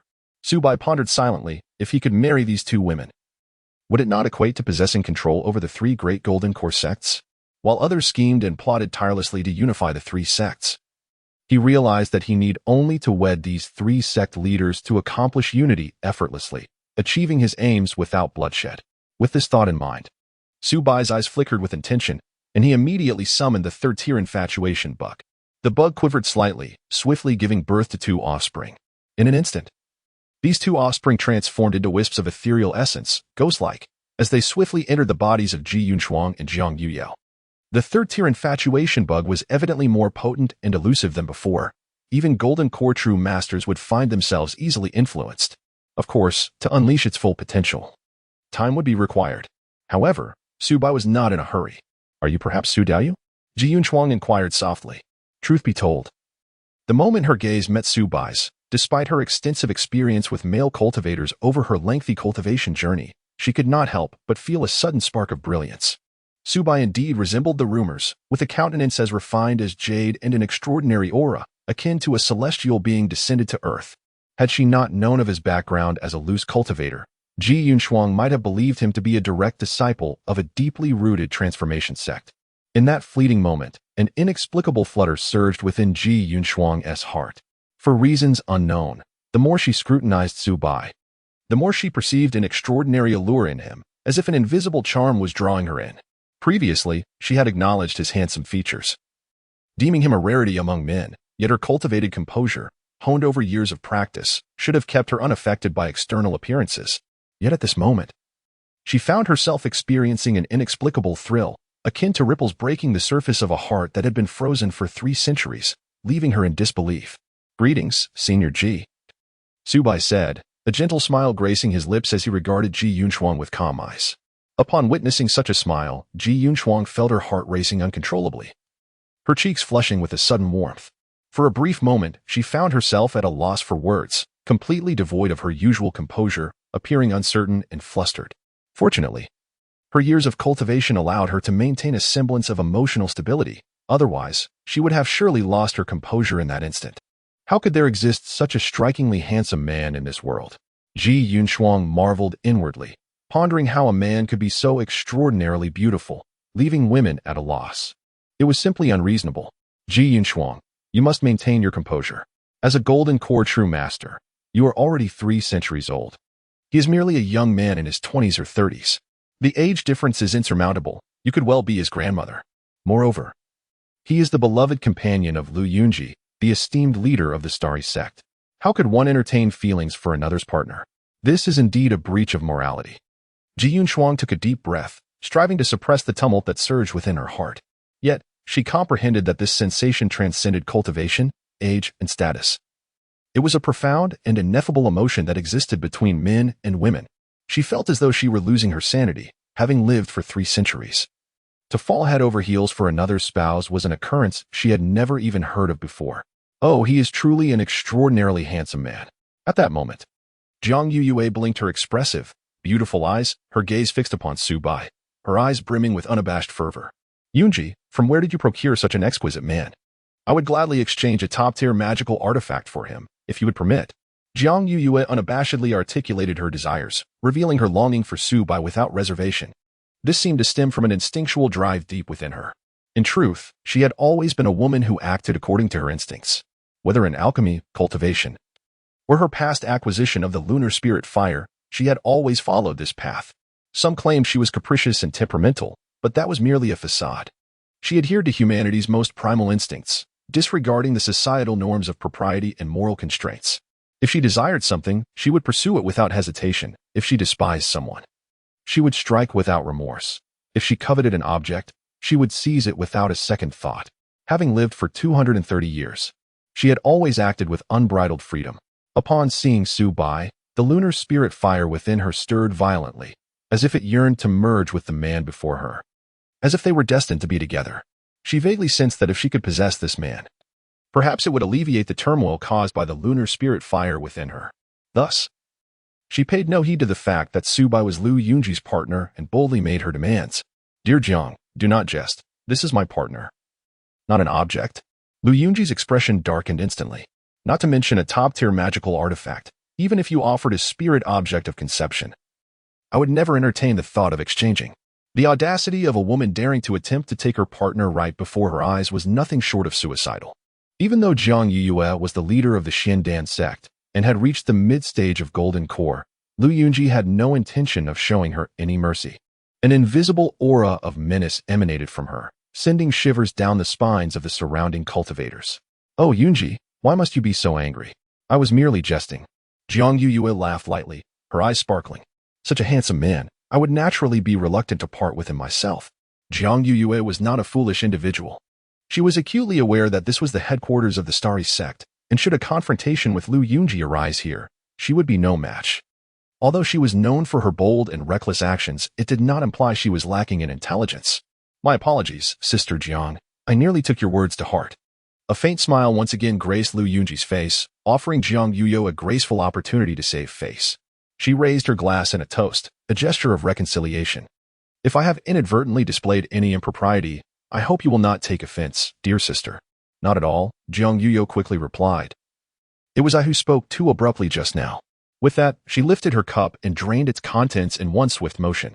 In an instant, the 3 formidable Golden Core practitioners present found themselves locked in a tense standoff, their energies clashing with palpable intensity. The once harmonious banquet was now suffused with an ominous aura, instilling fear in the hearts of many Foundation establishment cultivators. The architect of this turmoil was none other than the enigmatic Subai, seated regally at the high table. Subai blinked, a wave of apprehension washing over him. He had not anticipated the profound impact of the third-tier infatuation goo, which had manifested its effects so swiftly, accompanied by seemingly potent side effects. Yet, at this juncture, he found himself with no alternative but to observe the unfolding drama. Fortunately, the remainder of the banquet proceeded smoothly, with all in attendance indulging in merriment, avoiding any further disturbances. After all, they were allies, having previously joined forces to vanquish the forces of the Nine Nether Demon sect, maintaining a relatively harmonious relationship. The evening ultimately concluded on a note of camaraderie and goodwill. Chapter 185. The Man Who Brings Disaster to Beauty. After the banquet concluded, the foundational elders from the three major sects gathered together. During the feast, with the presence of the Golden Core Masters, they dared not speak freely. However, with the event now over, they finally felt unrestrained to express their thoughts. Oh, who exactly is this Subai? He is nothing short of a disaster, a veritable calamity. He nearly incited a Golden Core conflict. What a predicament! An elder from the Xiandan sect could not help but exclaim in exasperation, his emotions running high as he let slip some coarse language. Recalling the earlier confrontation between the two Golden Core Masters, he remained unsettled, having been too close for comfort and trembling in fear. If a battle had truly erupted, the mere aftermath of their magical powers could have claimed his life. Such an unjust fate. Who could argue otherwise? In the secular realms, there are women whose allure leads to the downfall of dynasties. It is astonishing that our cultivation world has also given rise to a man akin to a femme fatale. Alas, there seems to be no remedy. In our generation, most Golden Core Masters are women. If the Xingqian sect and the Xiandan sect were to go to war over a mere man, it would indeed be the height of absurdity. The foundational elders exchanged remarks, each expressing their frustrations. They could hardly have anticipated that the banquet among the three sects would devolve into such chaos, nearly upended by a single man. Truly, what is Subai's background? What enchantment does he possess that has captured the hearts of so many women? It is utterly bewildering. One elder, his face etched with confusion, pondered aloud. While Subai is indeed handsome, it hardly seems sufficient to drive Golden Core Masters to the brink of obsession. Just a short while ago, he was but a rogue cultivator with inferior spiritual roots. Logically, he should have had no hope of advancing to the foundational level. Who could have foreseen that his striking visage would not only attract the admiration of three late-stage Qi refinement female cultivators, but also inspire them to willingly marry him and dedicate everything to him? Subsequently, his fortunes shifted dramatically when he saved our esteemed sect leader, who then fell hopelessly in love with him. From that moment, his luck turned, and he obtained the foundational elixir, successfully advancing to the foundational realm. Thus, it appears this pretty boy has ascended solely through the favor of women. An elder from the Xingqian sect recounted Subai's rise with clarity, essentially narrating a history of elevation through female patronage. Without the aid of female cultivators, he likely would have perished long ago, with no chance to ascend to the foundational stage. Is it possible? What merit does he truly possess? Merely for his good looks, does he garner the affections of so many beautiful female cultivators? Some found it utterly incomprehensible, their hearts filled with envy and resentment. Though they may possess ordinary appearances, their talents and insights are commendable. Why, then, do they not attract the sect leader's favor?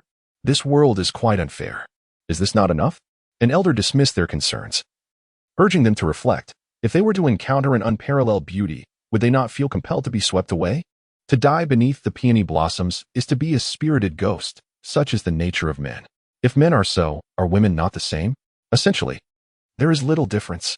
He believed that men would fight fiercely for a stunning woman, even igniting wars between nations, resulting in countless casualties. In this era, the three major sects are all governed by female cultivators of the Golden Core stage, and it does not seem far-fetched that they might wage war over a handsome man. The young man is so favored by women, not merely for his looks. It is said that beyond his handsome visage, he possesses various skills to win the hearts of women. I have heard of this matter as well, and he is rumored to have a nickname, the Azure Taoist, which carries quite a reputation. Humph, what a shameless Azure Taoist, bringing disgrace to our masculinity. To please female cultivators, he resorts to all sorts of despicable measures. We must keep a close watch on this young man. He must not be allowed to seduce the leader of our Xiandan sect. Haha. Who does not know that your leader has always acted on whims, favoring young men? But our Qingfeng sect's leader is different. She is wholeheartedly devoted to the path and would not be swayed by such superficial charm. Indeed, our Qingfeng sect's leader is renowned for her purity and grace. having remained unmoved by numerous male cultivators' pursuits, fully dedicated to her quest for enlightenment. Unlike those young female cultivators, who lose their senses at the sight of a handsome man, young women, alas, are often unable to withstand the trials of affection. The foundational cultivators of the three major sects engaged in fervent discussions. Yet they all reached a consensus. They must prevent Subai, this pretty boy, from meeting with the other sect leaders. Should the two parties truly encounter one another, it would be akin to lightning meeting gunpowder, inevitably leading to great trouble. If two golden core cultivators were to clash, the consequences would be unbearable for them. After all, if they perish, it is but their demise, yet a golden core practitioner must not fall, as it pertains to the legacy of their sect for centuries to come, allowing no room for error. In short, Subai's infamous reputation swiftly spread among the three sects, and many cultivators became aware of the situation. At that moment, within the palace at Star Peak, after the banquet concluded, Subai and Lu Yunji returned to their chamber. My dear, I did not anticipate your charm to be so profound that even Daoist Jiang would openly attempt to take you from me before so many witnesses.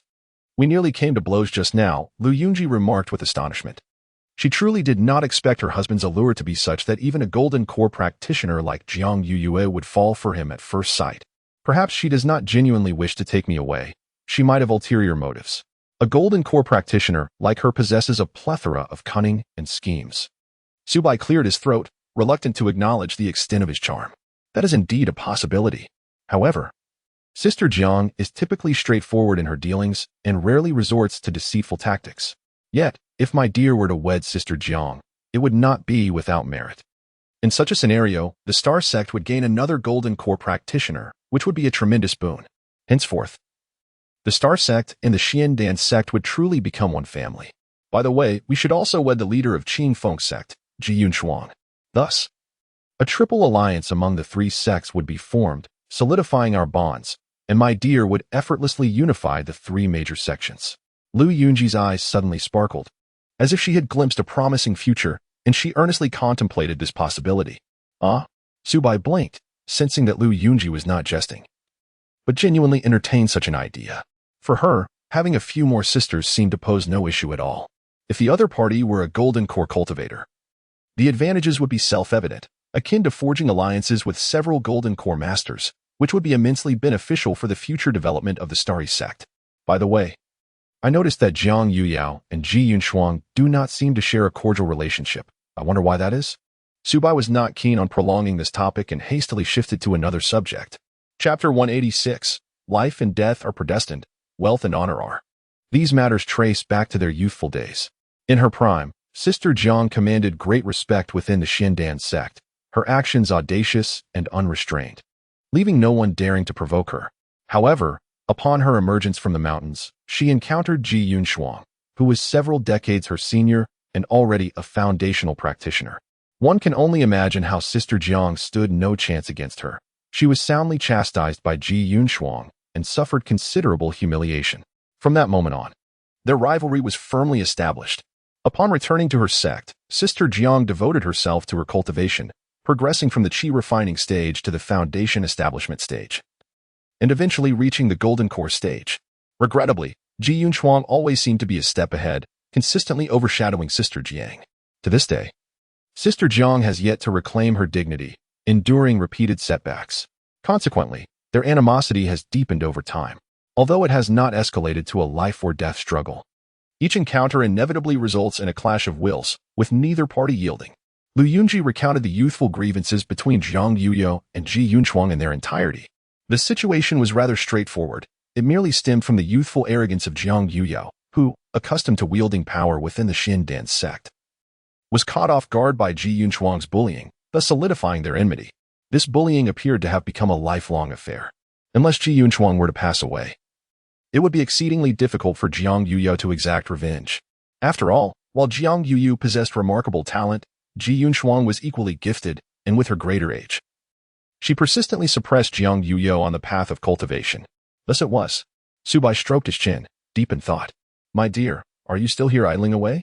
Come over and rest, called Ji Wanqing, her gentle voice imbued with a hint of urgency. Mu Xiling and Xia Shiyao, too, gazed at Subai with affectionate, lingering looks. You little enchantresses, Subai observed his beloved wives with a slight smile gracing his lips, before striding toward them. Before long, the bedroom was suffused with a tender and enchanting ambience. The following morning, the cultivators of Qingfeng sect and Xiandan sect set off early, heading towards the cave of the Blood Sea ancestor. Their objective was none other than the legendary Yuaning cave. Other Golden Core factions had already taken action, and they could not afford to remain idle. Otherwise, the treasures within the Yuaning cave would surely be snatched away by others, leaving them with nothing. Elders of Xingchen sect gathered before their leader, earnestly requesting Lu Yunji to lead them to the Yuaning cave. Esteemed leader, urged Zhao Kuan. The head of the alchemy hall, sincerity etched across his face, this is a once-in-a-lifetime opportunity. Everyone knows that the Blood Sea ancestor was a Yuaning master 3,000 years ago, having plundered countless rare treasures in his time. If we could breach the restrictions of the Blood Sea ancestor's cave, the rewards would undoubtedly be substantial. Perhaps within lies a spiritual treasure that could assist in forming the Golden Core. Should we succeed in obtaining it, our starry sect would surely gain several more Golden Core masters. Moreover, our alliance with the Qifeng sect and the Xiandan sect binds us closely together. If the three sects join forces, we could certainly intimidate our adversaries and reap immense benefits. However, I have made my decision. Lu Yunji's expression remained serene, her tone resolute and unyielding. The circumstances surrounding the Blood Sea ancestor's cave remain uncertain. Who can ascertain whether it harbors traps or indeed countless treasures? Therefore, I shall not take this risk lightly. Nevertheless, I will not hinder any of you. Should any among you feel sufficiently confident, you may venture to the Blood Sea ancestor's cave to claim those treasures. Yet, life and death are dictated by fate. Your outcomes depend solely on your own fortitude. Upon hearing Lu Yunji's words, the expressions of the foundation-building elders darkened ominously. They had intended to persuade her further, but upon sensing the chilling aura emanating from Lu Yunji, they were seized by trepidation, falling silent and hastily retreating from Starry Peak. After all, none dared to defy the commands of the sect master. How infuriating! Why does the sect master refuse to partake in this expedition? This is a golden opportunity for our starry sect to rise, yet it slips through our fingers. Zhao Kuan, the master of the artifact hall, clenched his teeth in frustration.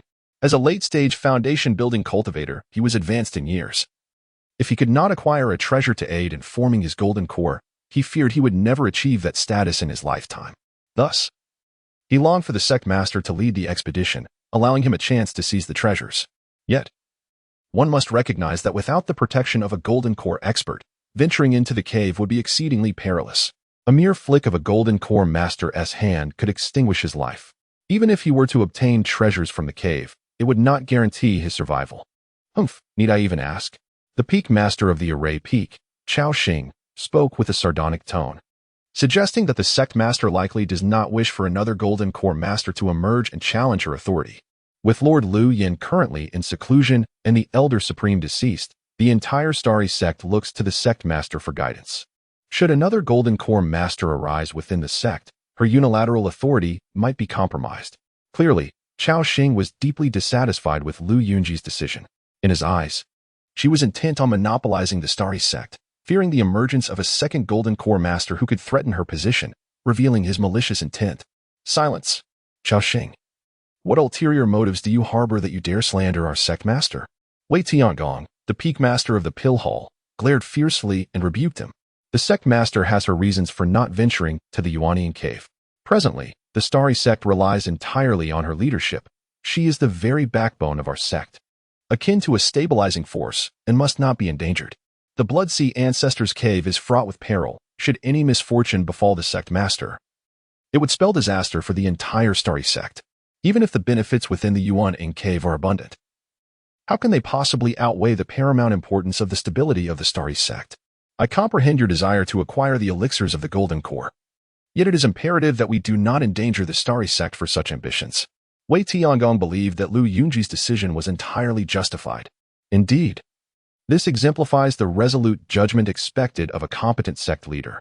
If the Starry sect boasted 2 or even 3 Golden Core masters, participating in this contest would be a matter of course. However, the reality is that Lu Yunji stands as the sole Golden Core master in the open, and she cannot afford to take reckless risks. Otherwise, the Starry sect would undoubtedly plunge into a profound crisis, a dire circumstance that would spell disaster for all its disciples. Wei Tiangong, spare me your pretentiousness, sneered Chao Xing, the master of the Array Peak, regarding Wei Tiangong with palpable disdain. Your path has been shattered. Even if you were to acquire the elixir, you would be unable to achieve the golden core. Thus, it is natural for you to shy away from danger. Yet we are different. We still possess a glimmer of hope to become golden core masters, which compels us to take a chance. What of it? Regardless, the sect leader has made her decision and will not venture to the Yuaning cave. If you are unafraid of death, then feel free to take your risks. After all, the sect leader does not hinder your endeavors. As the saying goes, life and death are predestined, and fortune lies in the heavens. It merely depends on whether you are fated for it. Having been a part of the starry sect for many years, Wei Tiangong had become quite seasoned and thick-skinned. Unaffected by Chao Xing's words, he had long since seen through the vicissitudes of life, reaching a state of almost complete detachment from desire. Chao Xing and his companions trembled with rage at Wei Tiangong's remarks, yet they found themselves utterly powerless against him. Chapter 187. Sword Dao Practitioner's Esteemed Colleagues. What are your thoughts? Would you be willing to accompany me to the Yuaning cave? At this moment, Chao Xing, the master of the Array Peak, cast his gaze over the Foundation establishment practitioners beside him, contemplating that every additional person would enhance their strength. If a multitude of Foundation establishment cultivators were to unite, the collective power would be formidable indeed. I sincerely apologize, Master Chao. Please understand that we are utterly powerless. Indeed, without the protection of our esteemed sect leader, venturing to the Yuaning cave would be akin to courting death. This is undeniably true. We are merely at the early to mid stages of Foundation establishment, still far from the late stages. Even if we were to acquire the elixir for forming a golden core, it would hold no value for us. Without a golden core realizer to safeguard us, could we possibly escape? Master Chao, it would be best for you to seek others.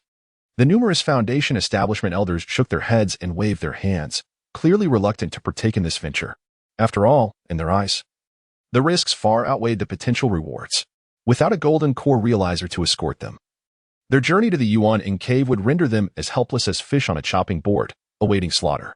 Just as these words were uttered, the Foundation establishment elders swiftly departed, including Wei Tiangong, the master of the Pill Peak. Before long, only Chao Xing, Zhao Kuan, the master of the Artifact Hall, and Xiaoming Yuan, the master of the Punishment Hall, remained, just a handful of late and mid-stage Foundation establishment practitioners. They were unwilling to relinquish this rare opportunity. What a cowardly bunch. No wonder they remain at the early stages of Foundation establishment at their age, lacking the courage to strive boldly. How can they even contemplate ascending to greater heights? Life is fleeting. How can one squander it? One must seize the day. Zhao Kuan, the master of the Artifact Hall, vented his frustration, filled with ire. He never anticipated that the Xingqian sect would harbor so many fearful souls. Alas, they are merely a disorganized mob. Even if they joined us, their assistance would be minimal, and they might even hinder our progress. Xiaoming Yuan, the master of the Punishment Hall, remarked with a composed demeanor, recognizing that this was all quite reasonable. Everyone has their own choices. While they sought fortune in peril, others merely wished for a stable existence.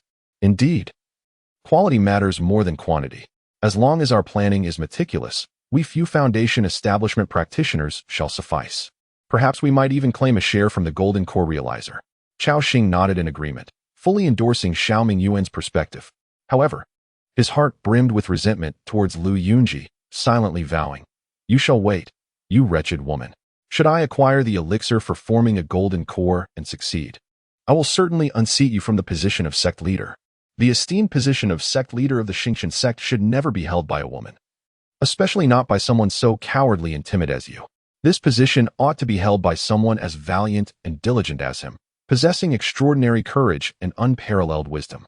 At this moment, within the tranquil chamber of Star Peak, Su Bai was employing his inner vision to silently perceive all the movements surrounding the Star sect. Naturally, the conversation among the Foundation building elders had not escaped his awareness. Furthermore, the other cultivators remained oblivious to the subtle observation of his inner vision. They still clung to the notion of venturing into the nascent soul cave for adventure. Yet, this matter bears little relevance to me. I shall focus on my cultivation instead. The most pressing concern at this juncture is to elevate my own level of cultivation. Su Bai stroked his chin, choosing not to dwell overly on the thoughts of the Foundation building elders of the Star sect. After all, Lu Yunji commanded the third-tier formations of the entire Star sect, rendering her an invincible presence in this regard, impervious to threats. At this moment, he need only concentrate on his training, leaving other matters aside. However, as an increasing number of cultivators head towards the nascent soul cave, The time to unravel the cave's restrictions may not be far off. When that moment arrives, it is likely that a conflict engulfing the star sect may erupt. Although the star sect is a golden core power, it would find it difficult to remain unscathed amidst such chaos. Despite possessing the teleportation talisman, which enables instant relocation across vast distances, he must still enhance his combat prowess. Presently, the only avenue available to bolster his strength seems to lie within the sword path. Subai narrowed his eyes in contemplation. He had never favored close combat. If possible, he would prefer to strike from afar. Nevertheless, having refined the dragon elephant talisman, its increasingly remarkable effects had fortified his physique, endowing him with the strength akin to that of a dragon or elephant. If he were not to master close combat, it would be a waste of such formidable physical prowess. This is akin to possessing nuclear weapons in a past life. One may not necessarily wield them, but one must possess them nonetheless. Similarly, the power of the sword path need not always be employed, yet it must be mastered. Thus, when the critical moment arises, it will undoubtedly catch the enemy off guard, delivering a profound shock. Furthermore, this will serve as a crucial trump card in his arsenal. More importantly, he possesses the power of the clone talisman, enabling him to conjure numerous avatars. These avatars, fearless in nature, can fully exploit the intricacies of close combat. Through dual cultivation with his partner, Ji Bingyu, his sword path has already attained the realm of low-grade second tier. The first-tier sword path comprises 3 levels. The low-grade tier allows one to handle weight with ease. The mid-grade tier enables one to manage light as if it were heavy. And the high-grade tier achieves a state of effortless balance where man and sword become one. Upon reaching this realm, one essentially touches the pinnacle of sword cultivation in the chi refining stage, as if merging with the sword itself, capable of unleashing formidable sword might with every gesture. At that time, Yueo was indeed in such a state. The second-tier sword path also consists of 3 levels, with the low-grade realm being the manifestation of sword energy. Those who attain this level of sword cultivation can harness the mana within their bodies to condense sword chi. This sword chi possesses the power to pierce through objects situated 100 meters away, transforming into a tangible force that significantly amplifies its potency, rendering ordinary magical artifacts utterly defenseless and easily penetrated in an instant. The second tier of mid-grade sword chi is known as the thunderous sword chi. Upon reaching this level, the sword chi unleashed is as swift as lightning. A single thrust can achieve supersonic speed, resulting in a sonic boom, thus earning the name thunderous sword chi. Once this stage is attained, even the most basic low-grade defensive spirit tools may struggle to withstand such an assault. In a mere exchange, an adversary's skull can be pierced before they even have the chance to react. The second tier of upper-grade swordsmanship is even more fearsome, characterized by the formless sword light. Upon reaching this pinnacle, the sword chi erupts into a substantial form that is imperceptible to the naked eye, capable of blending seamlessly into the air without causing the slightest disturbance. This signifies that the sword chi not only solidifies into a tangible entity, but also harbors astonishing destructive power. A single strike can effortlessly penetrate even mid-grade defensive spirit artifacts, dispatching foes with the ease of slicing through vegetables. Furthermore, due to the intangible and silent nature of the sword light, the moment it manifests, opponents are left with no time to react, facing instant annihilation with no means of resistance. It is no wonder that sword cultivators are regarded as the most formidable among practitioners of immortality. Their reputation is indeed well-deserved. Subai could not help but marvel as a wealth of detailed information regarding sword cultivators surged within the depths of his consciousness. Chapter 188. Sword chi thunder sound. At this moment, Subai stepped out of the quiet chamber and arrived at a martial arts arena outside the Star Peak. Gazing around, he found the surroundings vast and deserted. Holding a high-grade flying sword, he infused his internal energy into it and gently waved the blade. In an instant, a beam of sword light shot forth like lightning, its speed akin to that of a swift swan, causing the ground to crack open in a stunning fissure. This was the manifestation of the might of the second-tier inferior sword chi. Though he was merely testing his skills, it was sufficient to demonstrate the formidable power of sword cultivators. The sword, rightfully known as the king of all weapons, showcased the undeniable strength of sword practitioners among numerous cultivators. Certainly, while the path of sword cultivation may appear accessible at first glance, mastering it is an arduous endeavor. Many practitioners merely skim the surface, grasping only the most superficial aspects. Advancing further along the path of the sword without inherent talent is nearly an impossible feat. Within the Star Sect's library resides a fourth-tier sword technique, the True Dragon Sword Technique. Subai pondered. For it is said to be a fragmentary sword technique acquired serendipitously by the sect's ancestral infant. Mysterious and profound. It remains capable of cultivation up to the fourth tier, despite its incomplete nature. Regrettably, the stringent entry requirements have led to a scarcity of practitioners eager to learn it. Subai murmured to himself, however, this sword technique is perfectly suited for me. A wealth of knowledge surged within Subai's mind. All thanks to the aid of the Bookgu. To this day, with the assistance of Long Yueshi, the Bookgu had nearly devoured the multitude of legacy jade slips housed within the Star Sect's library. Now, he could be regarded as the most knowledgeable individual within the sect, embodying a vast repository of information, ready to summon various insights at any moment. It must be acknowledged that the Star Sect was indeed once a sect of the nascent soul.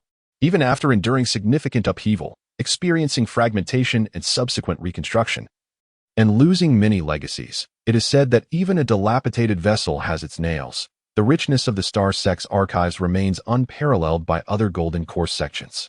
The True Dragon Sword Technique stands as a testament to the sect's profound heritage. The difficulty in mastering the True Dragon Sword Technique lies in the necessity of comprehending the power of the True Dragon. Subai furrowed his brow. However, the traces of dragons are nowhere to be found in this world, not even the elusive flood dragons. How could one discern the essence of true dragon power through mere imagination? Yet, I am unlike others, for I possess the dragon elephant goo within me. A glimmer of confidence flashed in Subai's eyes. Almost every moment, I am capable of perceiving the power of the dragon elephant, thereby gaining insights into the true dragon power. In this light, this sword technique appears to be tailor-made for me, and I shall surely grasp its essence with ease. Although the True Dragon Sword Technique exists in a fragmented state, allowing cultivation only up to the fourth tier, it is more than sufficient for Subai. After all, this is a technique capable of leading one to the realm of the nascent soul. It is worth noting that countless practices in this world can reach at most the foundation establishment stage, and many can only attain the Golden Core stage. Achieving the state of Yuanying is indeed an extraordinary accomplishment.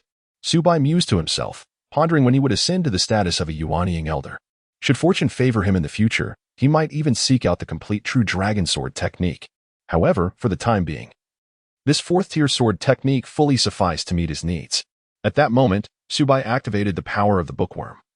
And a deluge of information regarding the True Dragon Sword Technique surged into the depths of his consciousness, accompanied by wisps of gray mist. In an instant, he felt as if his comprehension had received an unprecedented enhancement, transforming him into an unparalleled genius. Originally, this fourth-tier sword technique could only be grasped by an extraordinary talent in the sword arts, yet in that fleeting moment, Subai succeeded in understanding it. The True Dragon Sword Technique commanded the sword aura to summon dragons, unleashing the might of the dragon. Subai silently recited the essential principles of the sword technique. Every move and stance resembled a true dragon engaged in battle, imbued with overwhelming momentum, unstoppable in its advance. This swordsmanship inherently bore the power of dragon might, exuding a regal presence that was difficult for ordinary individuals to withstand. Moreover, it commenced as a second-tier sword technique. The first form of the True Dragon Sword Technique, Dragon Claw, required one to at least reach the realm of sword light manifestation to master it. As Subai contemplated, he guided the flow of his internal magical energy according to the operational method of the True Dragon Sword Technique. In an instant, he felt as though a true dragon traversed through the meridians of his body, akin to a dragon swimming into a mighty river, ultimately merging into the vast ocean. The dragon elephant goo within him began to tremble slightly, and the blood of the dragon elephant surged, as if the true dragon within was letting out a thunderous roar that shook the heavens. Boom. Following this, Subai wielded his flying sword and struck fiercely forward. A beam of sword light erupted, transforming into the shape of a dragon's claw. The dragon claw has long been one of the most formidable offensive maneuvers of the true dragon. Once unleashed, it is capable of obliterating anything in its path, containing profound principles that can shatter all methods. Countless beings have met misfortune beneath the dragon claw. The first form of the True Dragon Sword Technique emulated the ferocity of the dragon claw. The already razor-sharp sword aura, now manifesting in the likeness of a dragon claw, solidified the sword energy, resembling a true dragon emerging, extending its colossal claw. Thud! In an instant, a massive boulder, taller than a person, in the distant training ground was shattered into countless fragments under this fierce assault. Numerous beams of sword light erupted simultaneously, akin to the gentle grasp of a true dragon's giant claw, reducing the boulder to mere dust. Its might was so overwhelming that it was nearly insurmountable. In awe, Subai could not help but exclaim. Although he was already aware of the extraordinary power of this fourth-tier sword technique, the true dragon sword technique, exceeding all expectations, witnessing its might firsthand still left him profoundly shaken. Mastering a sword technique bears an immeasurable difference from being oblivious to its intricacies. This is akin to two individuals with comparable physical prowess.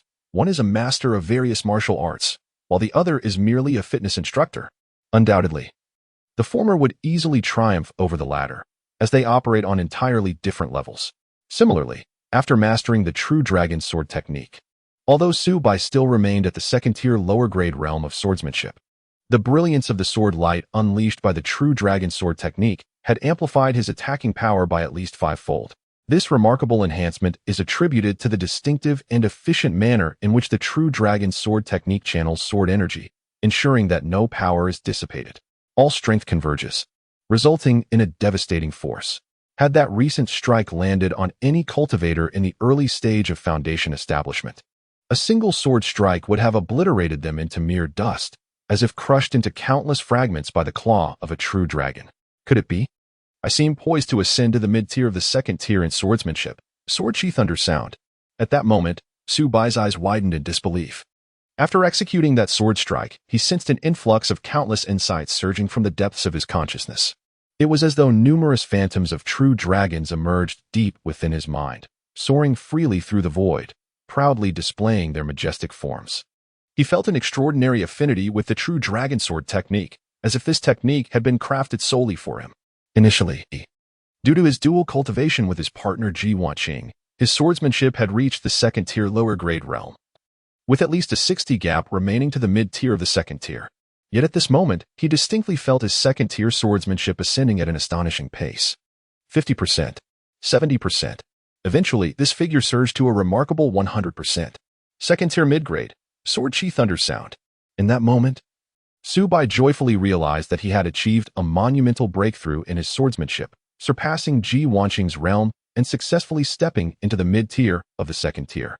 Chapter 189 is truly a marvel. Is this really happening? Have I effortlessly entered the realm of the second-tier intermediate sword sheath under sound? Subai felt a sense of disorientation, as if he were caught in a dream. To be candid, he had a clear understanding of his own capabilities. He was merely an individual of average talent. Without the aid of the cursed insect, he would never have achieved his current level.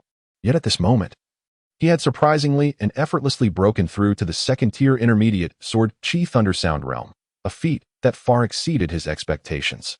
It is worth noting that a prodigious talent like Ji Wanqing, a genius in the sword path, had diligently practiced for 5 years after advancing to the foundation establishment stage without breaking into the intermediate realm. This illustrates just how arduous it is to elevate one's swordsmanship. Let us test it out, Subai contemplated. If I truly have reached the sword sheath under sound realm, it would mean I can execute the second form of the true dragon sword art, Dragon's Roar.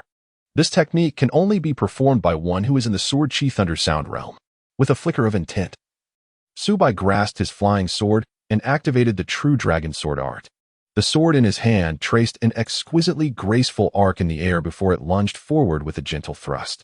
In an instant, his inner mana surged forth like a tidal wave, infusing the flying sword and coalescing into a formidable sword chi. It was as if an enraged true dragon was roaring toward the heavens, its might astonishing.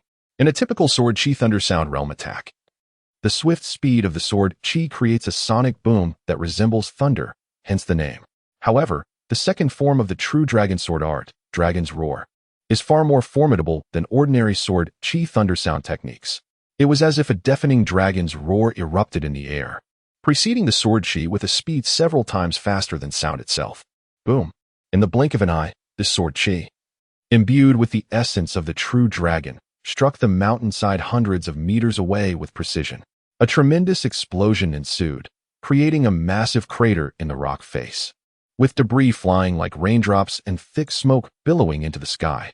The destructive power wrought by the sword chi, accompanied by the roaring sound wave, was simply beyond imagination. In awe, Subai marveled at the might of Dragon's Roar. It lived up to its reputation. Clearly, the second form of the true dragon sword art, Dragon's Roar, possesses a terrifying potency.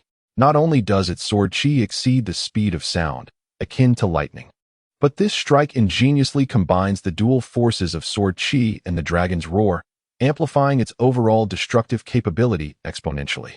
With just this one strike, even an opponent clad in inferior defensive spiritual gear would find themselves grievously injured by such overwhelming force. For even if they could barely withstand the sword chi, they would be utterly defenseless against the might of the Dragon's Roar, the power contained within the sound being potentially lethal.